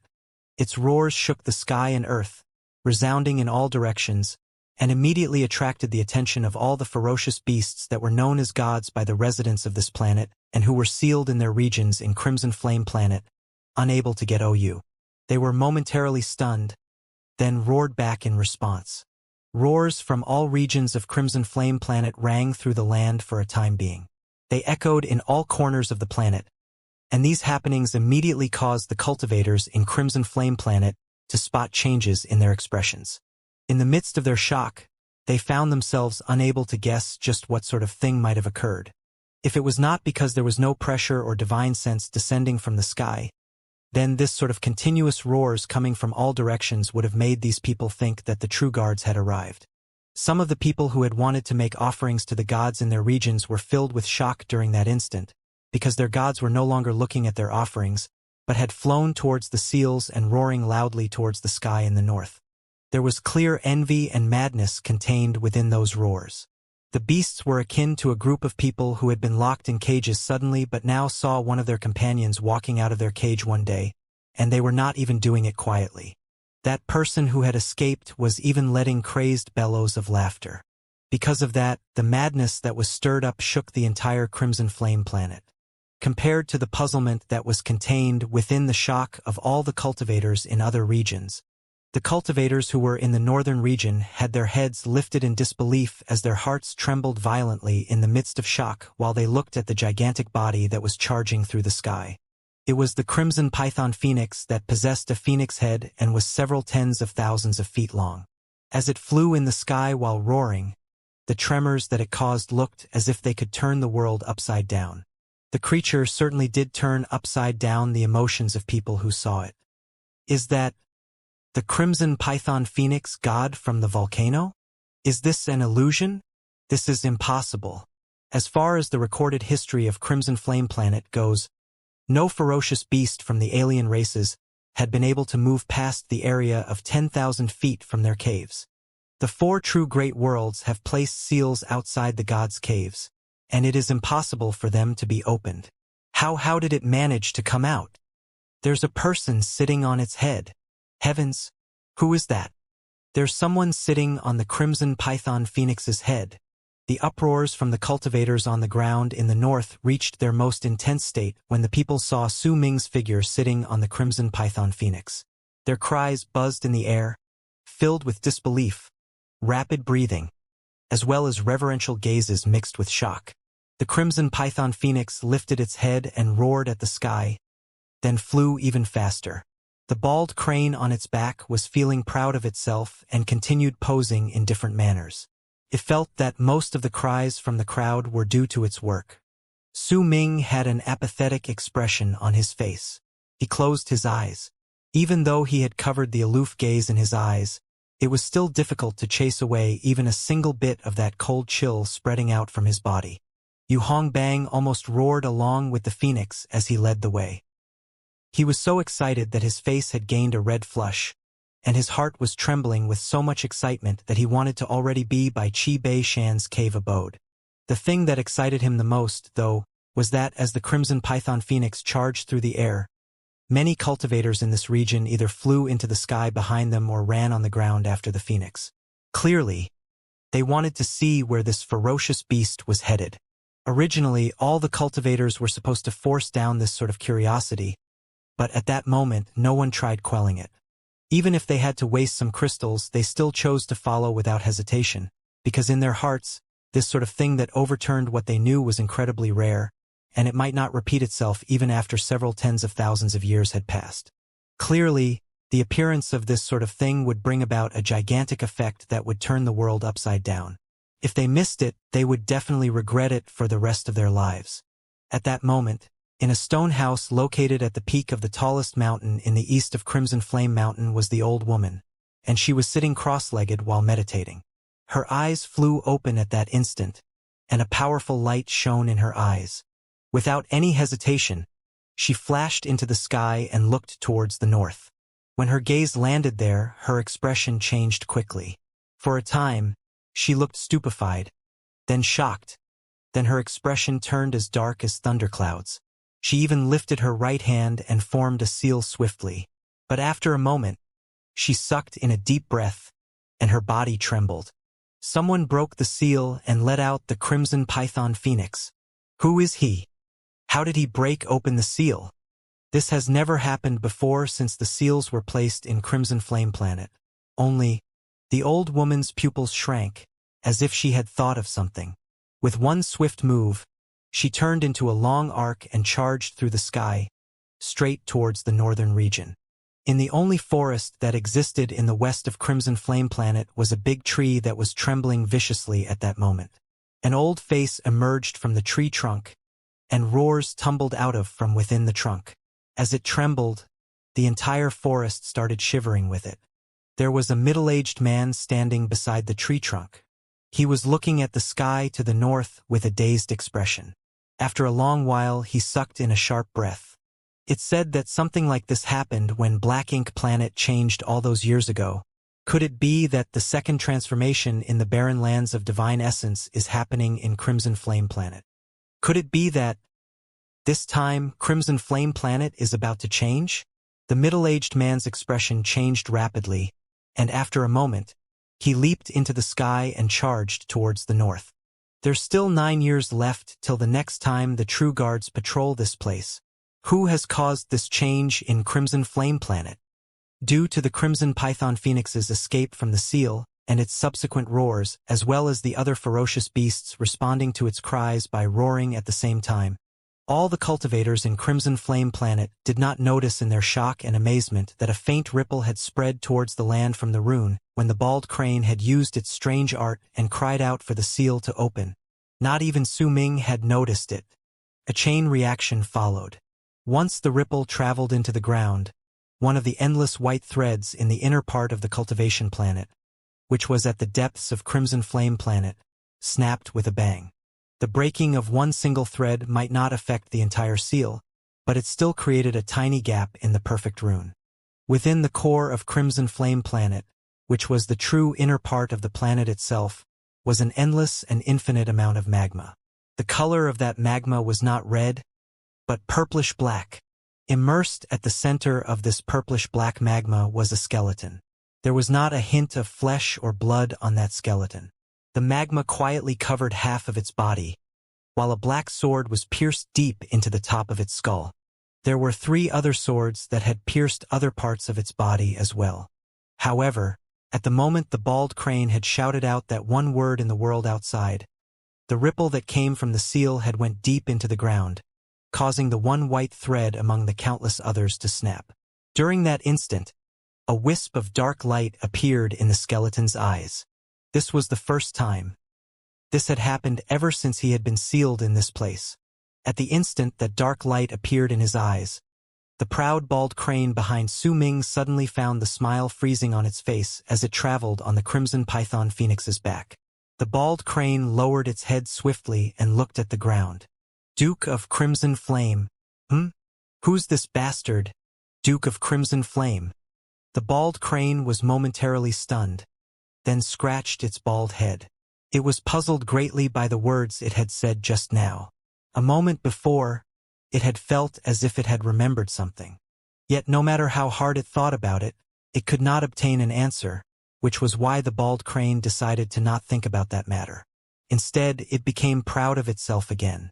Su Ming opened his eyes slowly.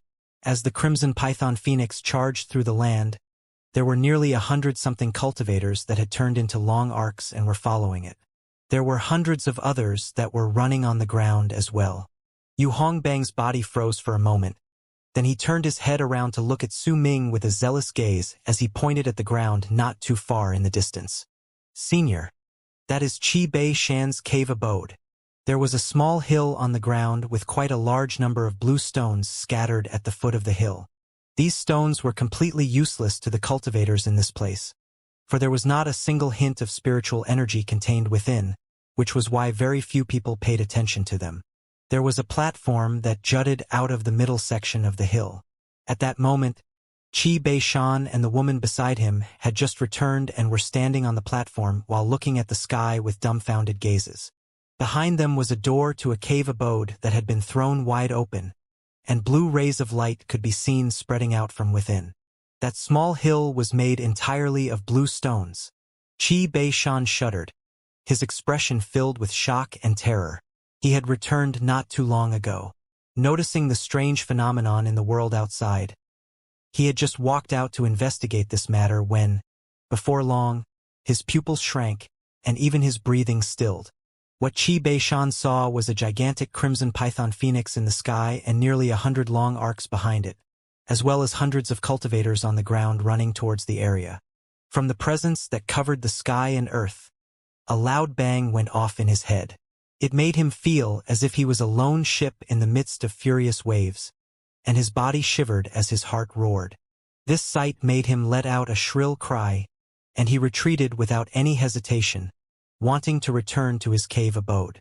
To him, this was Yu Hongbang coming forward to seek revenge, and he was here to destroy him. There was no way they would be able to compromise in this. Even if he conceded to Yu Hongbang, he might still end up dead. Almost at the instant he retreated, the woman by his side intended to do the same, her face pale, but Qi Beishan lifted his right hand and seized the woman's arm before flinging her outwards. Immediately, as the woman screamed in pain, her flesh was separated from her bones and all her blood as well as flesh broke down, turning into a layer of blood mist that spread out through the area with a bang as Qi Beishan cast some sort of unknown divine ability. The hundreds of people that were following behind the Crimson Python Phoenix watched this scene with bright eyes. That's Qi Beishan. He is in Heaven Cultivator realm, and he's a powerful warrior below only the world paragons. He's not the only one who's in Heaven Cultivator realm, though. That Yu Hongbang, who was leading the way, is also in Heaven Cultivator realm. I've heard that there was a grudge between the two of them. Seems like it's true. This is clearly Yu Hongbang coming here to kill Qi Beishan after he found someone to back him up. It's a good opportunity. We can use this chance to check just what sort of level of cultivation that mysterious person on the Crimson Python Phoenix has. The hundreds of people surrounded the area, and their low-voiced discussions reverberated in the air. At the moment the blood mist on the platform outside Qi Beishan's cave abode spread out, it instantly activated all the runes in the hill outside, creating a blood-red screen of light. At the instant the woman turned into a skeleton and fell to the ground, Qi Beishan entered his cave abode. As the door to the cave swung shut, Qi Beishan's eyes turned bloodshot. As if he had gone mad, he brought out all the crystals he had stocked up and placed all of them on the floor. Once they were absorbed by the small rune on the ground, the blood-red screen of light outside the cave immediately gained a muddled hue.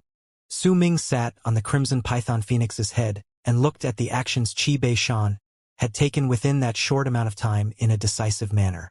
Without any emotion on his face, Su Ming patted the Crimson Python Phoenix's head, and immediately, right under all the hundreds of people's gazes, the ferocious beast charged towards the muddled-looking, blood-red screen of light on the ground. It closed within an instant, but it didn't execute any sort of divine abilities or arts. Instead, it used its gigantic head to ram into the blood-red screen of light. At the instant it crashed into it, a violent bang reverberated in the air, and the rune did not shatter or crack. Instead, it disintegrated. It turned into ashes and scattered into the air, seemingly so fragile that it was as if it had never even existed. When that happened, all the crystals before Qi Beishan in the cave abode shattered.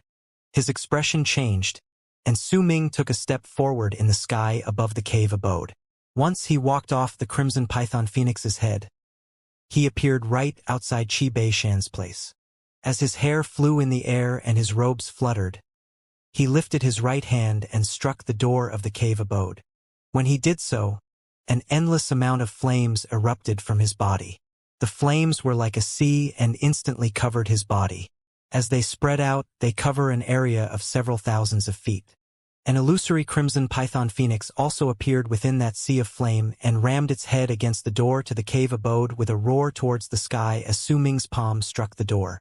This scene caused many of the people who saw it to be unable to differentiate whether the one who crashed into the door of the cave abode was Su Ming or the illusory Crimson Python Phoenix. It was as if the both of them had overlapped, and everything that could be seen for thousands of feet were that sea of fire, while the only thing that could be heard were booming sounds. However, it was precisely this strike that caused odd expressions to gradually appear on the onlookers' faces.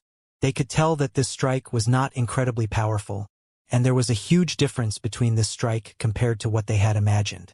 They had previously thought that a person who could subdue a crimson python phoenix and bring it along as he broke the seal would definitely possess power equivalent to a lord of a world plane, but now, the power Su Ming was showing was clearly only that of Earth Cultivation realm.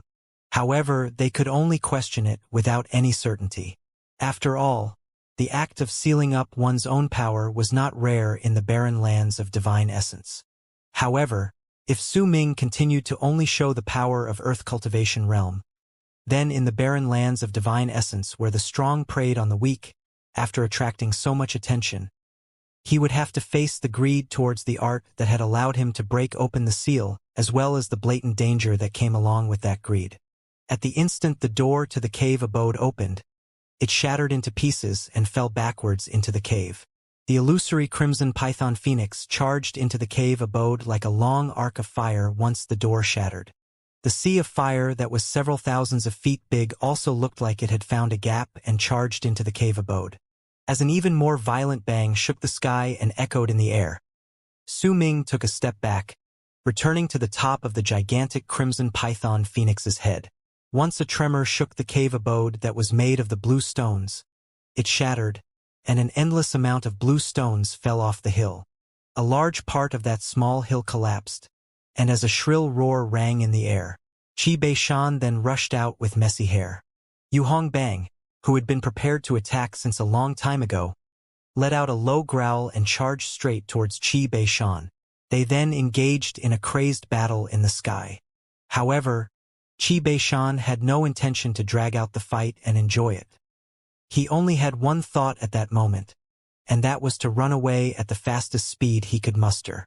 Once he managed to escape from this place, he swore that he would definitely think of a way to take revenge. He had also managed to deduce that this person who had destroyed the door to his cave abode was the young man, and whom Yu Hongbang had asked for help was only at Earth Cultivation realm. So he was of no match for Qi Beishan. The youth could destroy his door, but he could not injure him. The only thing he needed to be afraid of was that gigantic crimson python phoenix. Qi Beishan had also managed to tell that these hundreds of people nearby had followed the crimson python phoenix to this place due to their shock towards it leaving its sealed region. They were not the man's subordinates, and they had not come here to destroy him. I still have a chance. Qi Beishan did not have time to bother about anything else at that moment. He knew that he was caught in a life-threatening crisis. As he attacked, he executed his strongest divine ability, and an endless amount of black wind manifested around his body to turn into a bizarre shadow with 6 arms. Those 6 arms were holding onto 6 gigantic spiked maces, and they were charging towards Yu Hongbang.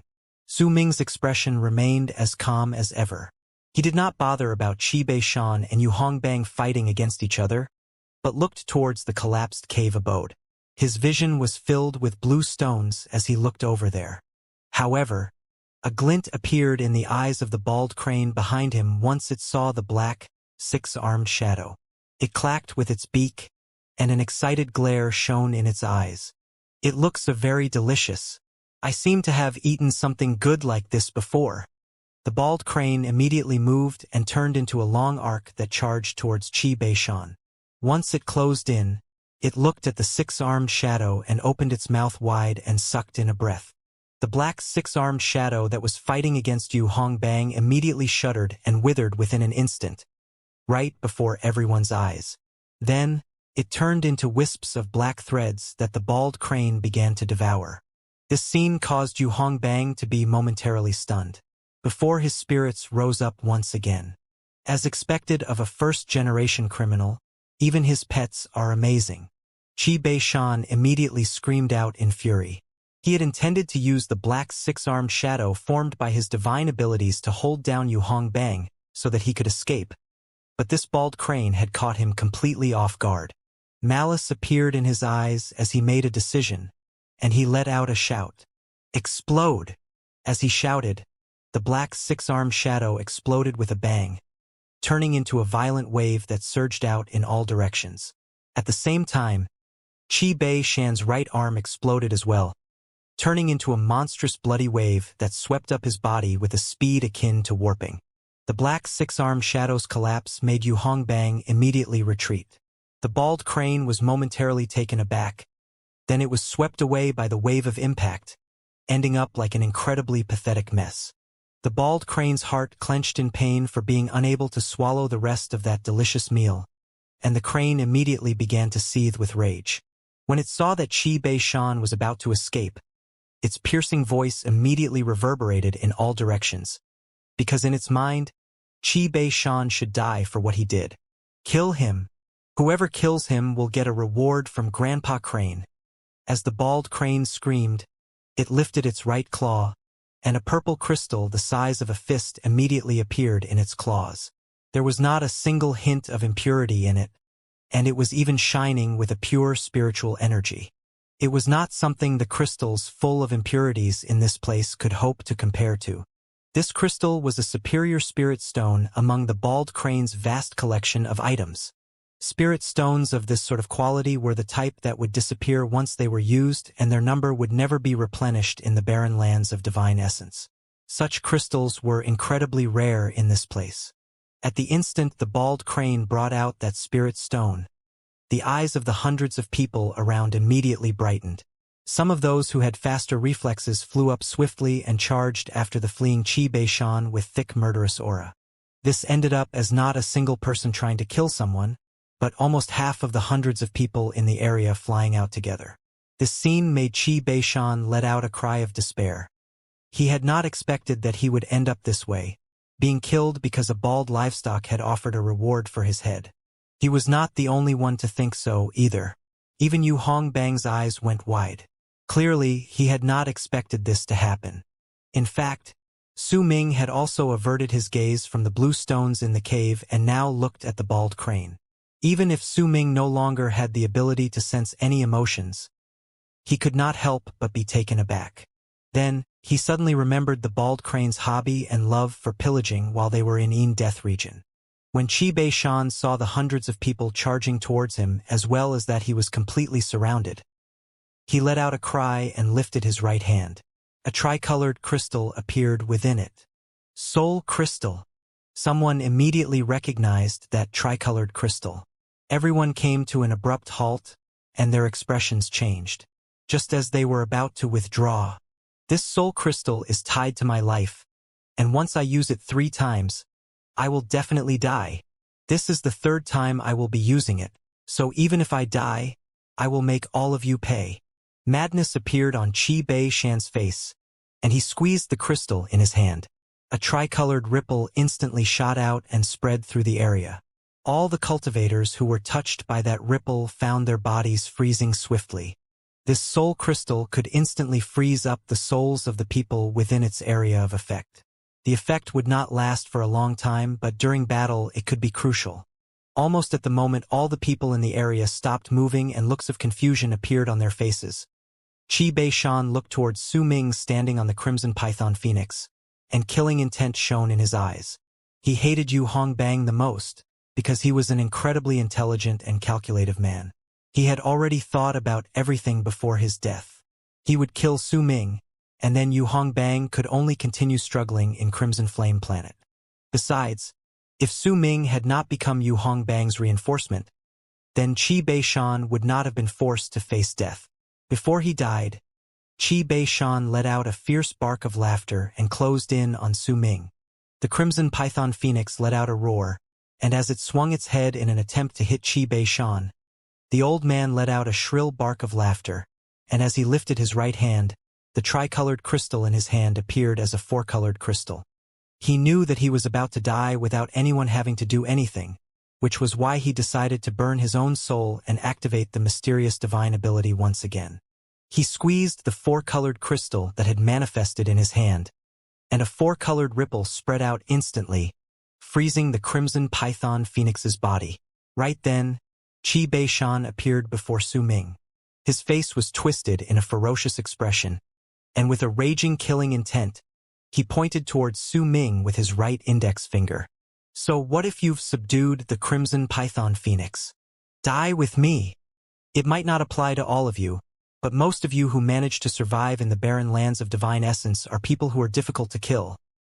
Su Ming shook his head and lifted his left hand coldly, then swung it towards the incoming Qi. With it, the flow of time between the past and future intersected with each other, and the power of destiny spread out. The power of a law descended swiftly, freezing Qi Bei Shan's body in midair. His eyes went wide in disbelief. He could no longer move his body forward, but instead started moving backwards, as if time suddenly begun going in reverse. The shattering of the four-colored crystal was turned back, and everything returned to its original condition. In shock, Qi Bei Shan saw that the crimson python phoenix's movements were no longer halted after the four-colored crystal recollected itself. It was as if the entire world, all the things and people on it, never experienced any sort of changes. Only Qi Bei Shan had seemed to be isolated from this world. Only he was retreating, and only his time was flowing in reverse. At that moment, the hundreds of people in the distance had regained their freedom. At the instant their souls recovered from being frozen, they saw a sight that was so incredibly strange that it made all their hearts tremble. This scene surpassed the limits of their imagination. In fact, they could not tell just what had happened. They could only see that the mysterious person standing on the crimson python phoenix's head had swung his arm, and that Qi Bei Shan began falling back. The crumbling four-colored crystal also gathered together once again. However, the scene that happened next caused expressions of shock and fear on the previously puzzled faces. It was 3 colors just a moment ago. Now it is 4 colors. Without any expression on his face, Su Ming looked at the 4-colored crystal in Qi Bei Shan's hand.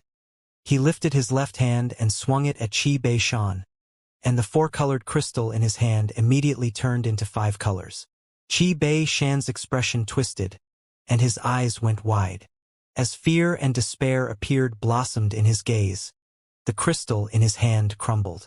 Everything that had happened moments before started playing back once more. But this time, the 4-colored crystal had turned into 5-colored one. Yet soon, as Su Ming swung his arm and Qi Bei Shan moved back again, the 5-colored crystal that had gathered together once more had turned into 6-colored one. The cultivators in the area burst into a commotion. Their hearts were filled with shock. This strange sight caused alarm to appear within them as they looked towards Su Ming. 6 colors turned into 7. The commotion grew even more intense. There were even shadows distorting in the sky.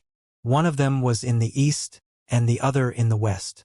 As these shadows distorted, they revealed 2 figures with grave expressions on their faces. These 2 people were the world paragons in this planet. At that moment, as Qi Bei Shan moved forward before retreating once again, the 7 colors on the crystal turned into 8. The commotion died down and turned into death-like silence.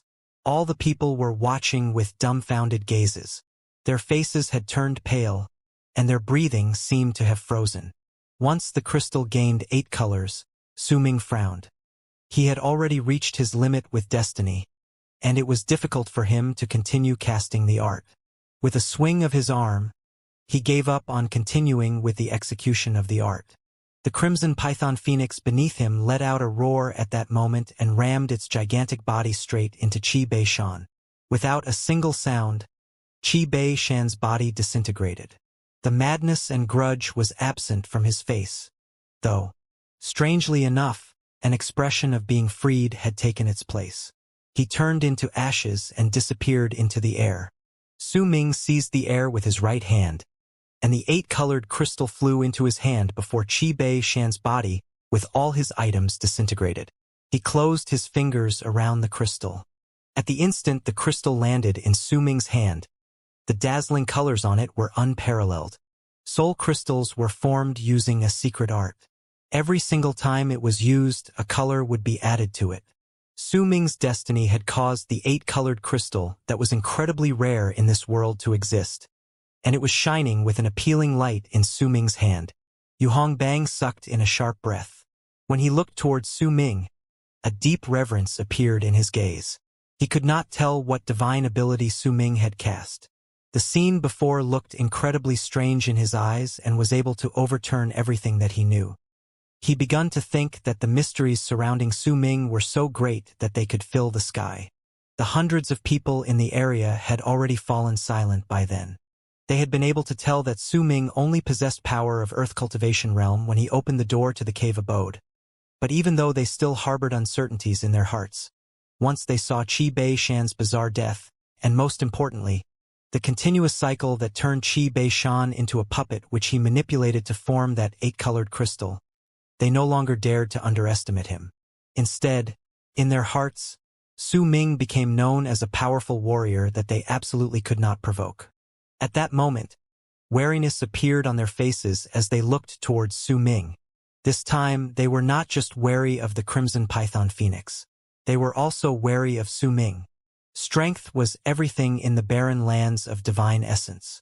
If anyone wanted to earn respect and resources, they needed to show power that could intimidate and frighten those around them. Those who were powerful were respected. Fellow Taoist, congratulations on making a place here in Crimson Flame Planet.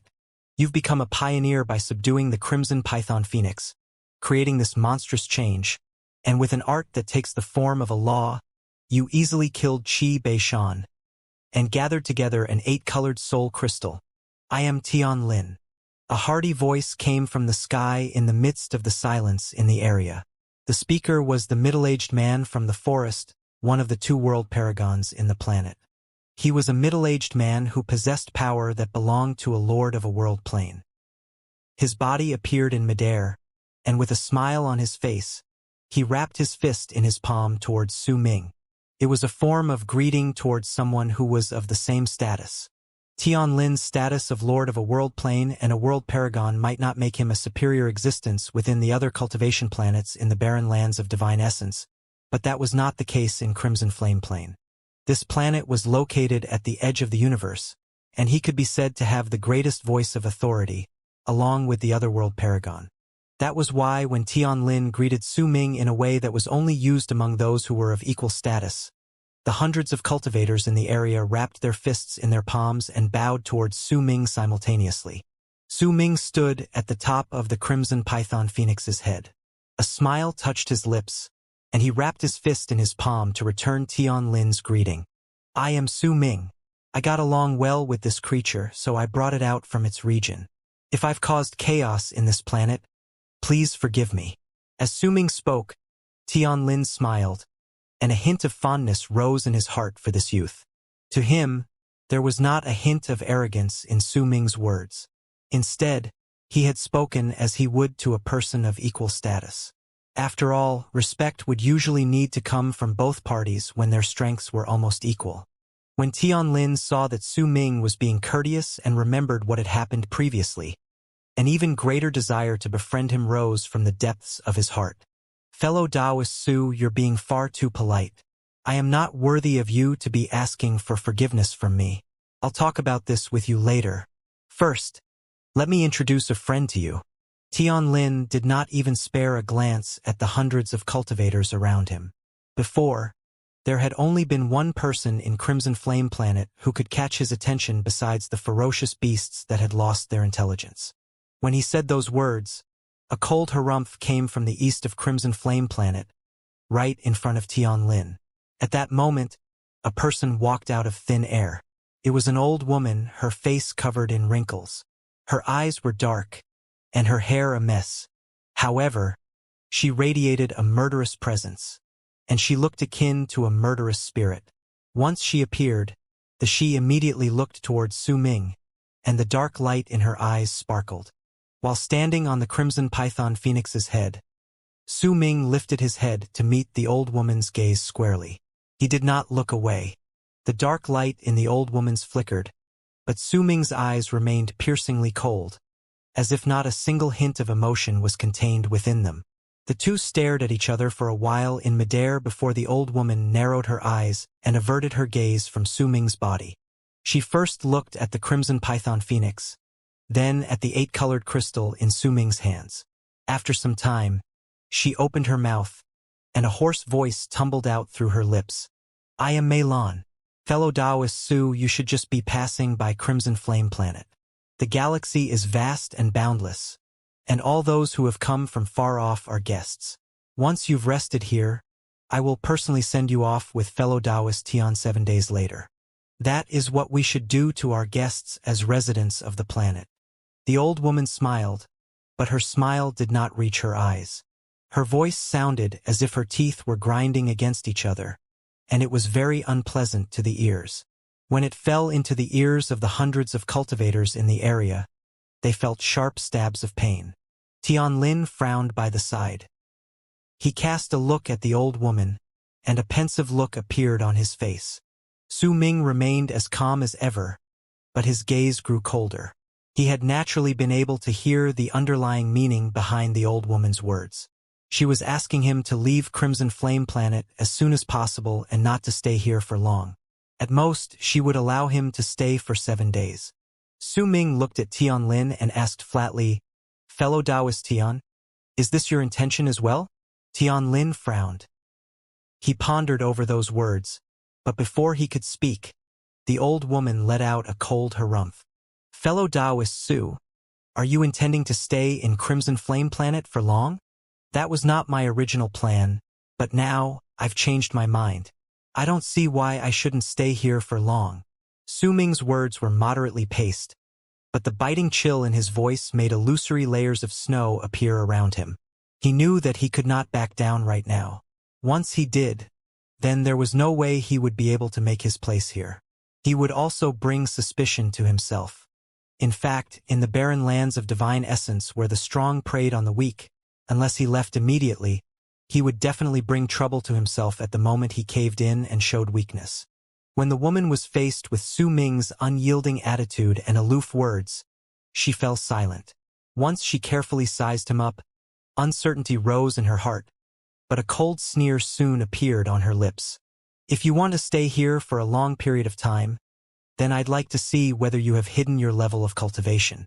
If you're only relying on a ferocious beast and that 8-colored crystal, then you still don't have the right to make your place here, fellow Taoist Su." The old woman's voice was ghastly. She even took a step forward, and a power that belonged to a world paragon burst forth from her body. That power swept through the entire world, causing numerous ripples and tumbling waves in the sky. A vast and mighty pressure descended on the land, making the hundreds of cultivators around the area find their breathing quickening, and they swiftly moved back. To them, this was a battle between world paragons, something which was rare in Crimson Flame Planet. Perhaps it would prove to be beneficial for their training if they watched it. Those in Heaven Cultivation Realm were watching with especially bright eyes. It's said that Senior Mei has reached World Plane Realm 700 years ago and became a world paragon. I wonder what her power is like now, but this place is lacking in resources, and the power of World Plane is even rarer.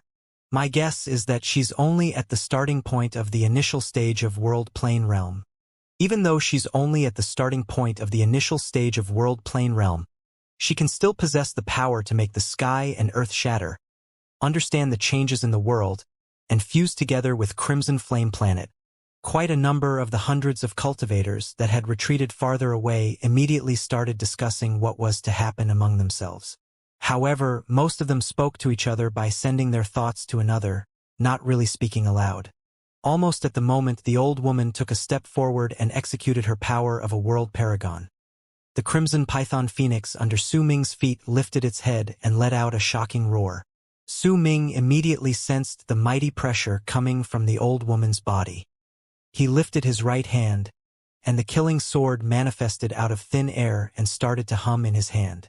The crimson python phoenix's presence could dissolve the pressure coming from the old woman. Besides, even though Su Ming was still in Earth Cultivation Realm, the killing sword exuded a biting cold presence, and there was also a murderous aura that seemed to be suppressed within Su Ming's body. It was carefully fighting against the old woman's pressure. When Tianlin saw that the battle was about to start, he lifted his foot and took a step forward to stand between the old Meilon and Su Ming.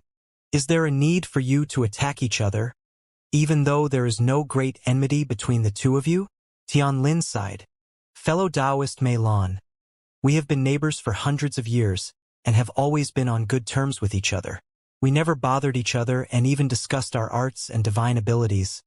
I should not be stopping you, but you have to think carefully. Fellow Taoist Su's 8-colored crystal is a rare item. There might only be one, but it'll be easy for him to freeze your soul for several breaths. If you remain by the side and refuse to take action even when my soul is frozen, I will still have a way to break free. From then on, I will leave Crimson Flame Planet. Why should it bother me if I leave? This place is about to become a spot rife with trouble, the old woman said with a cold smile. As Tianlin smiled wryly, the old woman spoke once again. I refuse to believe that you can't see my intentions. It's not as if Crimson Flame Planet can't accommodate a third-world paragon, and neither will it interfere with my training. After all, there was a third-world paragon in this place in the past. However, he opened the seal to the Crimson Python Phoenix's region. The true guards will probably come again in several years, 9 years at most. Once they begin their patrol and see this, they will definitely descend to Crimson Flame Planet en masse to investigate this matter. At that time, I won't be the only one affected, you will be affected as well. In fact, all of the cultivators here. Heh. No one will be able to escape from being delivered a death sentence. The old woman glared at Su Ming, but she was speaking to Tianlin. Unless he leaves this place. When the old woman lifted her right hand, the ripples in the world behind her immediately froze, then gathered on her right hand. If he puts the Crimson Python Phoenix back into the seal and leaves this place immediately, then we can all avoid trouble. Tianlin remained silent for a moment, then swiftly spoke up, a resolute look on his face. I do wish that this place would become the second Black Ink planet. So you really intend to stop me? Freezing light shone in the old woman's eyes. When she saw that Tianlin was still stubbornly standing between them, she sucked in a deep breath and put her right hand slowly downwards, then looked at Su Ming. I will allow you to live here for 8 years. If you don't leave after 8 years, then I will definitely kill you for Crimson Flame Planet. The old woman turned around swiftly. Just as she was about to leave, she cast a look at Yu Hongbang, who was standing in the distance. With a glint in her eyes, she lifted her right hand and pointed at Yu Hongbang. You, who brought this disaster upon us, I will kill you as a warning for others. When she pointed at Yu Hongbang, his expression immediately changed drastically. He retreated swiftly, but 3 black threads had appeared around him out of thin air. They surrounded his body and were shrinking at an incredible speed. One of the 3 ring-shaped black threads wrapped itself around his neck, another his chest, and the remaining one around his waist. If those 3 threads shrank at the same time, they could dismember Yu Hongbang instantaneously. When terror rose within Yu Hongbang, madness showed on his face. He did not ask for help from Su Ming. He knew that this moment was incredibly important for Su Ming to avoid getting into a battle against a world paragon. Besides, the old woman was clearly trying to kill him to vent her anger. Yu Hongbang gritted his teeth, erupting his power of heaven cultivation realm. At the instant the 3 threads shrank, his body was torn apart with a bang. However, there was no blood from his torn body. Instead, they turned into dried pieces of bamboo. Yu Hongbang's real body appeared 100-something feet away. He coughed up a huge mouthful of blood. His face had turned pale, and there was also a dull and lifeless hue to his face. Clearly, he had used an item to protect his life during that moment of crisis. But even though he had escaped death, he was still injured. Humph? Your ancestor is old Ku Zhu. Oh well, I will spare you because of my friendship with Ku Zhu all those years ago. The old woman looked at the dried pieces of bamboo, and a slightly melancholic look appeared on her face. She turned around and no longer bothered with the crowd.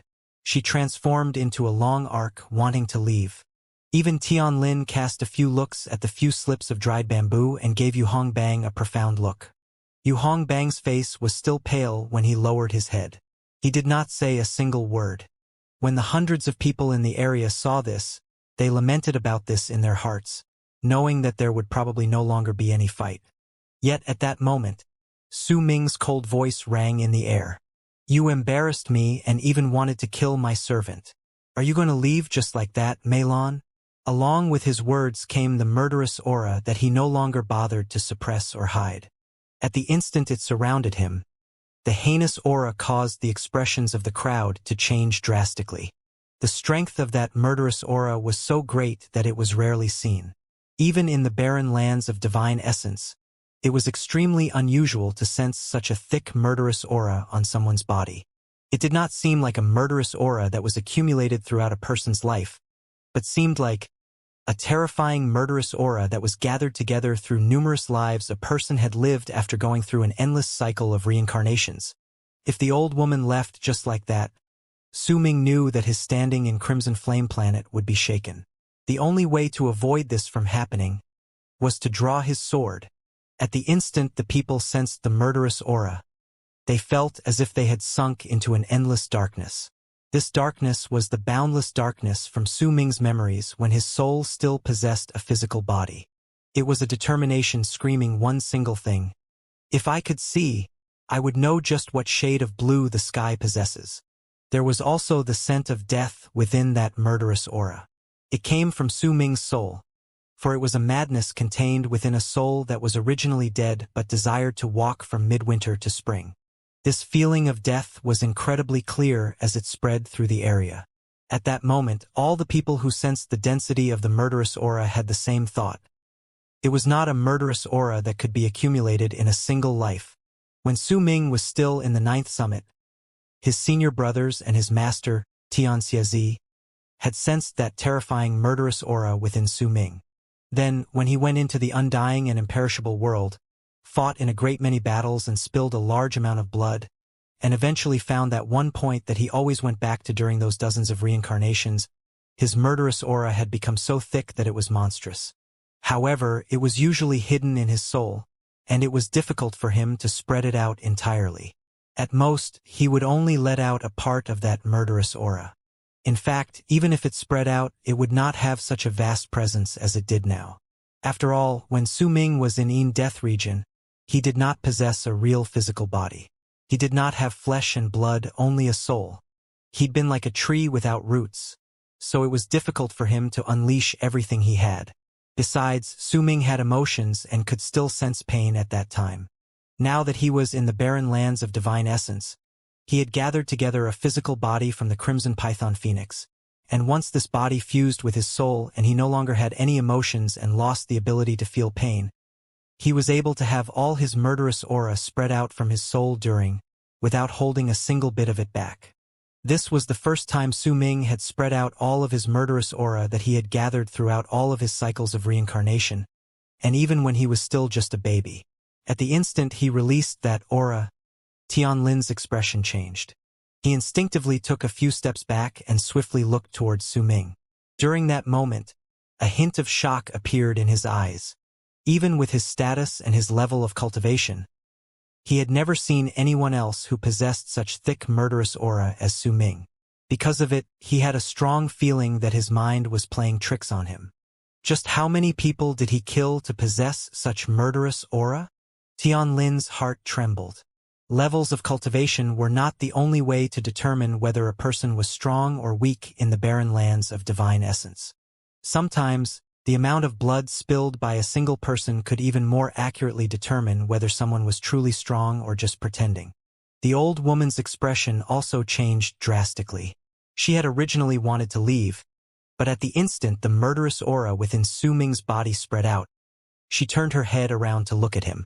Her pupils shrank swiftly, and her skin went all crawly, while her hair stood up on end. If these two people were reacting in such a manner, then it was even more so for the hundreds of cultivators around the area. They retreated like one with expressions of shock. When they looked towards Su Ming, their gazes were filled with terror that surpassed its previous self. Even Yu Hongbang was shuddering at that moment. When his gaze landed on Su Ming, he thought he saw a murderous spirit instead of a person. He felt as if his body had been plunged into ice and darkness, as if he was immersed in death, and that cold froze his body and soul. In fact, even the Crimson Python Phoenix under Su Ming's body had lost most of its surrounding heat at that moment. It twisted its body about, as if it was not used to the murderous aura spreading out from Su Ming. The bald crane in the distance also widened its eyes. When it looked at Su Ming, a dazed expression appeared on its face. It thought to have remembered something, but no matter how hard it tried, it could not recall any details regarding it. The only sound came from the killing sword in Su Ming's hand, which was letting out a piercing screech that was full of excitement and delight. A desire for blood could be sensed from the sword whistles, and its color had even changed from red to a near-violet shade. At the instant Su Ming's words and murderous aura shook the sky and earth, he took a swift step towards the old woman whose expression had changed. At the same time, the crimson python phoenix let out a roar and rushed out with him. The current Su Ming was already much stronger than when he was fighting against those Dao slaves in Yin Death region. Back then, he had only been in the initial stage of life matrix realm. Afterwards, due to Yu Xian's abyss death breath, his soul was completed, and the 3 seals were broken. However, at that time he was still incredibly weak, and it was difficult for him to fight against the thousands of Dao slaves. Yet at the instant Su Ming put on the mask, he moved from life matrix realm to life privation realm. As a cultivator in Earth cultivation realm, he had come to truly possess a body of flesh and blood, and during these 2 years, he had constantly been refining this body using the surging indulger's divine abilities. The combat abilities he could bring out now far surpassed what he possessed when he was in Yin Death region. As he took a step forward, he lifted his left hand and pushed at the ground. With it, the surging indulger's divine ability was immediately activated. His left hand started withering away, and even his torso as well as his right hand, which was holding onto the sword, was reduced to mere skin and bones within an instant. He then lifted his left hand to tap the center of his brows. With it, black fog spread out and turned into a gigantic head of a malicious ghost. As it roared, it swept up Su Ming, instantly increasing his speed. In the blink of an eye, he had closed in on the old woman, while heinous murderous intent spread out from the killing sword. All of this happened too quickly. While Tianlin was shocked by the murderous aura on Su Ming's body, he hesitated to take action for a moment, and during that time, Su Ming had already appeared right before the old woman.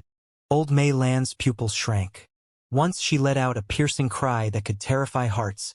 She lifted her right hand, and her power of a world paragon erupted from her body to turn into a huge flag on her right hand.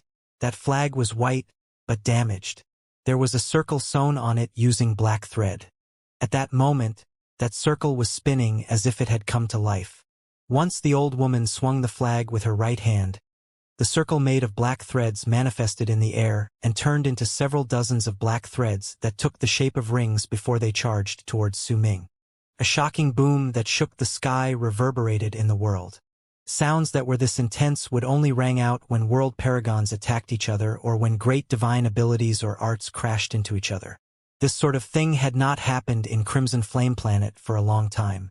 After all, resources were lacking in this place, so the recovery of cultivation bases was slowed down a lot. Because of it, unless they absolutely had to, very few people would waste the power they had stored in their cultivation bases. The world roared. As that violent bang and its endless echoes spread through the air, numerous dimensional tears appeared in the sky. A wave of impact that looked like a violent gust of wind swept through the area, and the wind that was stirred up caused the hundreds of cultivators around to breathe rapidly. This was a true battle between cultivators, not the small little disputes they had against each other because they did not dare waste their cultivation bases. As that loud bang rang in the air, most of the ring-shaped black threads crumbled. Su Ming's killing sword continuously cut through the black threads, but it was difficult for him to completely cut through all of them. Yet even so, a powerful suction force spread out from his killing sword, and the old woman's right hand withered as she held onto the flag. It was as if a part of her flesh and blood had been sucked away, while Su Ming's body had regained some flesh and blood from its emaciated state. This strange art caused the old woman's expression to change. The head of the ghost formed from the black fog was also charging towards her from behind Su Ming with a roar. The old woman swung the flag in her hand backwards, but she did not move backwards herself. Instead, she moved forward. She took a step and lifted her left hand. Her fingernails instantly grew longer, and she swiped at Su Ming through the air, as if those fingernails were 5 sharp needles moving to him. As for the ghost head, it had been torn apart once the old woman's fingers touched it, slicing right through. Su Ming staggered a few steps backwards. His killing sword could not cut through all the ring-shaped black threads, so the 5 black threads that remained moved past and landed on his chest. They inflicted heavy wounds on his body, and he now looked a bloody mess. An intense pain should have rushed through Su Ming, but he could feel nothing. He did not even spare those wounds a glance. His expression remained aloof, and when he took a step forward, he lifted his right hand and clenched it before hurling a punch straight on the old woman's incoming 5 fingers. Booming sounds rang in the air once again. Su Ming's left arm was reduced to a bloody mess, and some of his bones even shattered to pieces, making him look incredibly wretched. The old woman's 5 fingers swiftly withered, and a large amount of flesh and blood was absorbed from her hand. However, she only let out a cold harumph and swiped at him once again with her left hand. Su Ming was as calm as ever when he took a step forward instead of retreating, as if he was not injured. With his torn and bloodied left hand, he punched the old woman's fingers once again. Half of Su Ming's left arm shattered with a bang. As it did so, blood spilled from his arm. Some white bone and torn pieces of flesh could even be seen still attached to his shoulder. The old woman's expression filled with shock, because in her eyes, Su Ming did not seem to be experiencing even a little pain. It was as if his body did not belong to him. In fact, she could even see Su Ming lifting his right hand to seize the broken piece of bone to swiftly pull it out. Once he completely tore off his left arm and threw it to the side and stopped the blood from flowing from the wound, he looked over with a cold smile. This scene didn't shock and terrify the old woman alone. Even Tianlin sucked in a sharp breath. As for the hundreds of cultivators in the area, when they looked at Su Ming, an indescribable shock could be detected on their faces besides fear.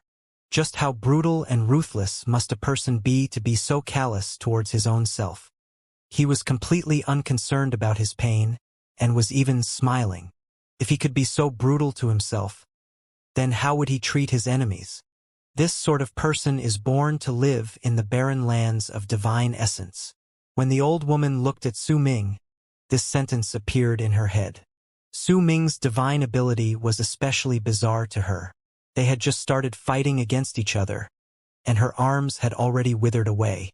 She had lost almost 2/10 of her flesh and blood, and she had also lost some of her cultivation base once she started circulating it. Since replenishing a cultivation base in this place was incredibly slow, her heart clenched in pain at this sort of loss. However, that pain in her heart did not last for long. Her eyes went wide, because at that moment, Su Ming had let out go of the killing sword in his right hand. Dozens of crystals that exuded a thick spiritual energy appeared in his right hand, and he crushed all of them. Once a large amount of spiritual energy surged into Su Ming's body, he lifted his head and flashed a cruel smile to the old woman before swiftly charging over towards her once again. The crimson python phoenix had already closed in by then. With a roar, it rushed towards the old woman headfirst. The phoenix's inborn divine ability to disassemble all materials was contained within its head, and the old woman's face became incredibly dark. Booming sounds continued reverberating in the air. After a dozen-something breaths, the old woman let out a shrill roar and retreated swiftly. At that moment, half of her flesh and blood had withered away, and she looked as if she had just seen a ferocious ghost. Throughout her entire life of fighting against others, the old woman had never run into any enemy who was like Su Ming. He was completely unbothered no matter how bad his injuries got, completely unperturbed even if his arm was torn off. In fact, even his cultivation base did not suffer too much depletion as he was completely indifferent towards the injuries he sustained. As they fought, a large amount of her flesh and blood would be absorbed every single time he touched her, and he would also absorb spirit stones during battle to replenish the cultivation base he had spent. There was no way she could fight against him, even if she had the power that belonged to a world paragon. If the Crimson Python Phoenix was not here, things might be slightly better, but now, Su Ming had left an incredibly deep impression within Mei Lan's mind. He still has many skills which he hasn't activated as well, like that art that could control the flow of time just then. This person hasn't attacked with his full strength. Su Ming's entire body was drenched in blood, and his chest was a bloody mess. White pieces of bone could be seen on many parts of his body, but his expression was as calm as ever. Once he stopped blood from pouring out of the wounds, he cast a cold look at the old woman. A fierce light appeared in the crimson python phoenix's eyes. It went under Su Ming's feet, and as it stared at the old woman, it roared. There was a threatening tone contained within that roar. At that moment, Su Ming's emaciated body started squirming in a bizarre fashion, and all his wounds recovered within an instant. Right under the old woman's horrified gaze, white bone and flesh started rapidly growing at the spot where Su Ming had torn off his left arm. In the blink of an eye, a new arm was formed. As Su Ming recovered, his body gave off a feeling that he had become stronger than before. It had happened because he had refined his body by absorbing flesh and blood that was of the old woman's caliber. I originally did not want to attack, but you've gone overboard. I can sense the signs of a seal on your body. You might have the presence of a world paragon, but what you showed is just the level of a cultivator in heaven cultivation realm. Release your seal and fight against me properly. Su Ming swung his left arm about, and the 8-colored crystal appeared on his left palm as he spoke flatly. Those who had become lords of world planes would be able to easily overpower the cultivators in heaven, earth, and man cultivation realms in terms of power. However, Su Ming was much stronger than when he was in Death region. And more importantly, he had a physical body here. He also had a sufficient amount of spirit stones as well as the crimson python phoenix by his side. As for the old woman, she had been in this place for many years and knew just how difficult it was to survive here. That was why she had sealed up some of her cultivation base. Once she released it and activated her power of the world plane, it would be incredibly difficult for her to recover her cultivation base. That was why, as of then, she was caught in a situation between a rock and a hard place, and she was placed in a dilemma. But the main problem was that she could not grasp the true extent of Su Ming's level of cultivation. Even though she could see the signs of a seal on his body, his brutality towards his own self and that thick murderous aura were all telling signs that he was definitely not an ordinary person. The crimson python phoenix was also a creature that gave the old woman a headache. If Tianlin was willing to attack, she would be able to fight without worry, her actions not shackled. However, she could tell that Tianlin had other thoughts in his mind regarding this matter, and because of that, she was caught in this situation. Su Ming was actually taking a risk. He was betting that the old woman would not dare to attack at full strength due to her wariness towards him. Would the both of you care to listen to what I have to say? Is it also not a form of fate that the three of us have met in Crimson Flame Planet? Could you not continue with this fight? Tianlin walked up towards them with a wry smile. The old woman let out a cold harumph, but she did not say anything to decline what Tianlin had suggested.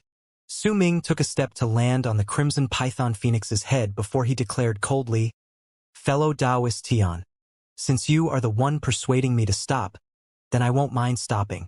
However, from now onwards, fellow Taoist Meilon will not be allowed to step into the northern region of Crimson Flame Planet without permission." The old woman stared at Su Ming. After some time, she turned around and transformed into a long arc without a single word and disappeared in midair in an instant, leaving the place as she turned into an illusion. Tianlin looked at Su Ming with a wry smile, then shook his head and spoke up. "Brother Su, fellow Taoist, Meilon harbors no ill will. I will talk to you about this in the future. You don't have to worry about her trespassing into the northern region here when fellow Taoist Kuju was still around. We had formed a rule among ourselves that we would not enter each other's regions randomly. I will now take my leave." Tianlin let out a sigh and wrapped his fist towards Su Ming before he left. By the direction he took, it could be seen that he was chasing after Meilon. When he left, the hundreds of cultivators on the ground were silent as they looked at Su Ming warily. "From now on, I will be the master of the northern region of Crimson Flame Planet. When I am in isolation, listen to you Hong Bang's instructions for all trivial matters." Su Ming swept his gaze across the land, and his aloof words fell into the hearts of all those present. Understood. The hundreds of people wrapped their fists in their palms and bowed together without any hesitation. They already knew that since the Crimson Python Phoenix had been broken out the seal, since Qi Beishan death in that bizarre manner, and since Su Ming's short but intense fight against the world paragon Meilon, that the northern region of Crimson Flame Planet would now belong to him. There could only be one will in this place from then on, and that was Su Ming's will. All those who went against his would be destroyed. Yu Hongbang's voice was the loudest as the 100-something people bowed and paid their respects to Su Ming. His expression was filled with excitement at that moment. This sort of position and status had not landed on him since his ancestor had been killed by the True Guards all those years ago.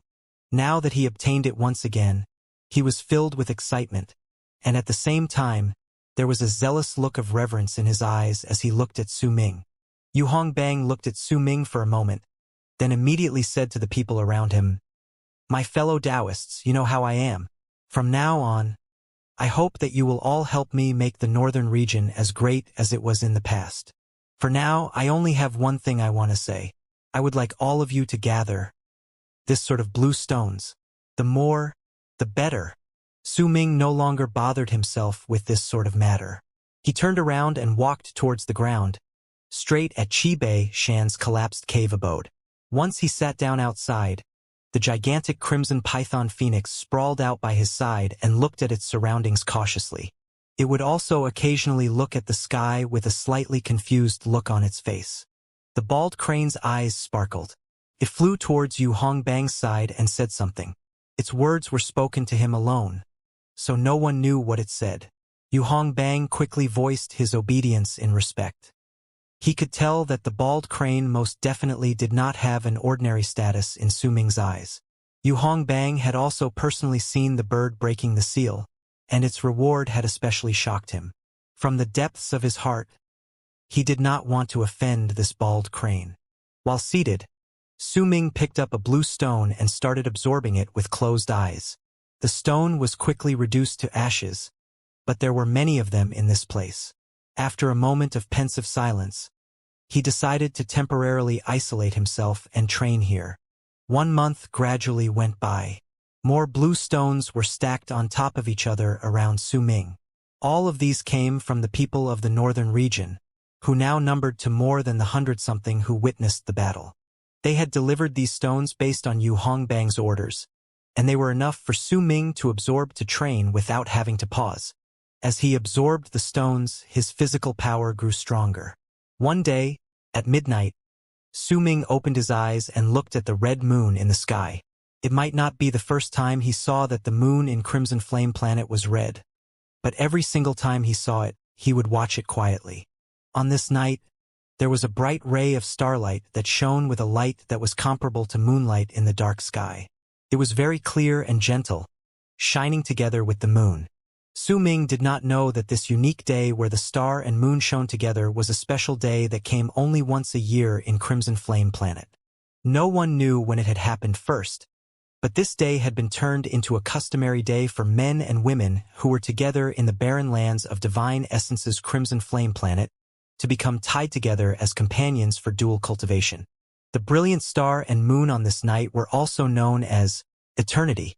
I no longer have any emotions, but I still have people that I miss dearly. It was quiet all around Su Ming. The crimson python phoenix lay with its eyes closed, taking a nap by his side, while the bald crane had gone off somewhere. In this silence, Su Ming's soft whispers echoed in the air. I no longer have any pain, but why does my heart ache when I long for them? Su Ming touched his chest. He looked at the star and moon in the sky, whispering softly with a voice full of anguish, but no one bothered to answer him.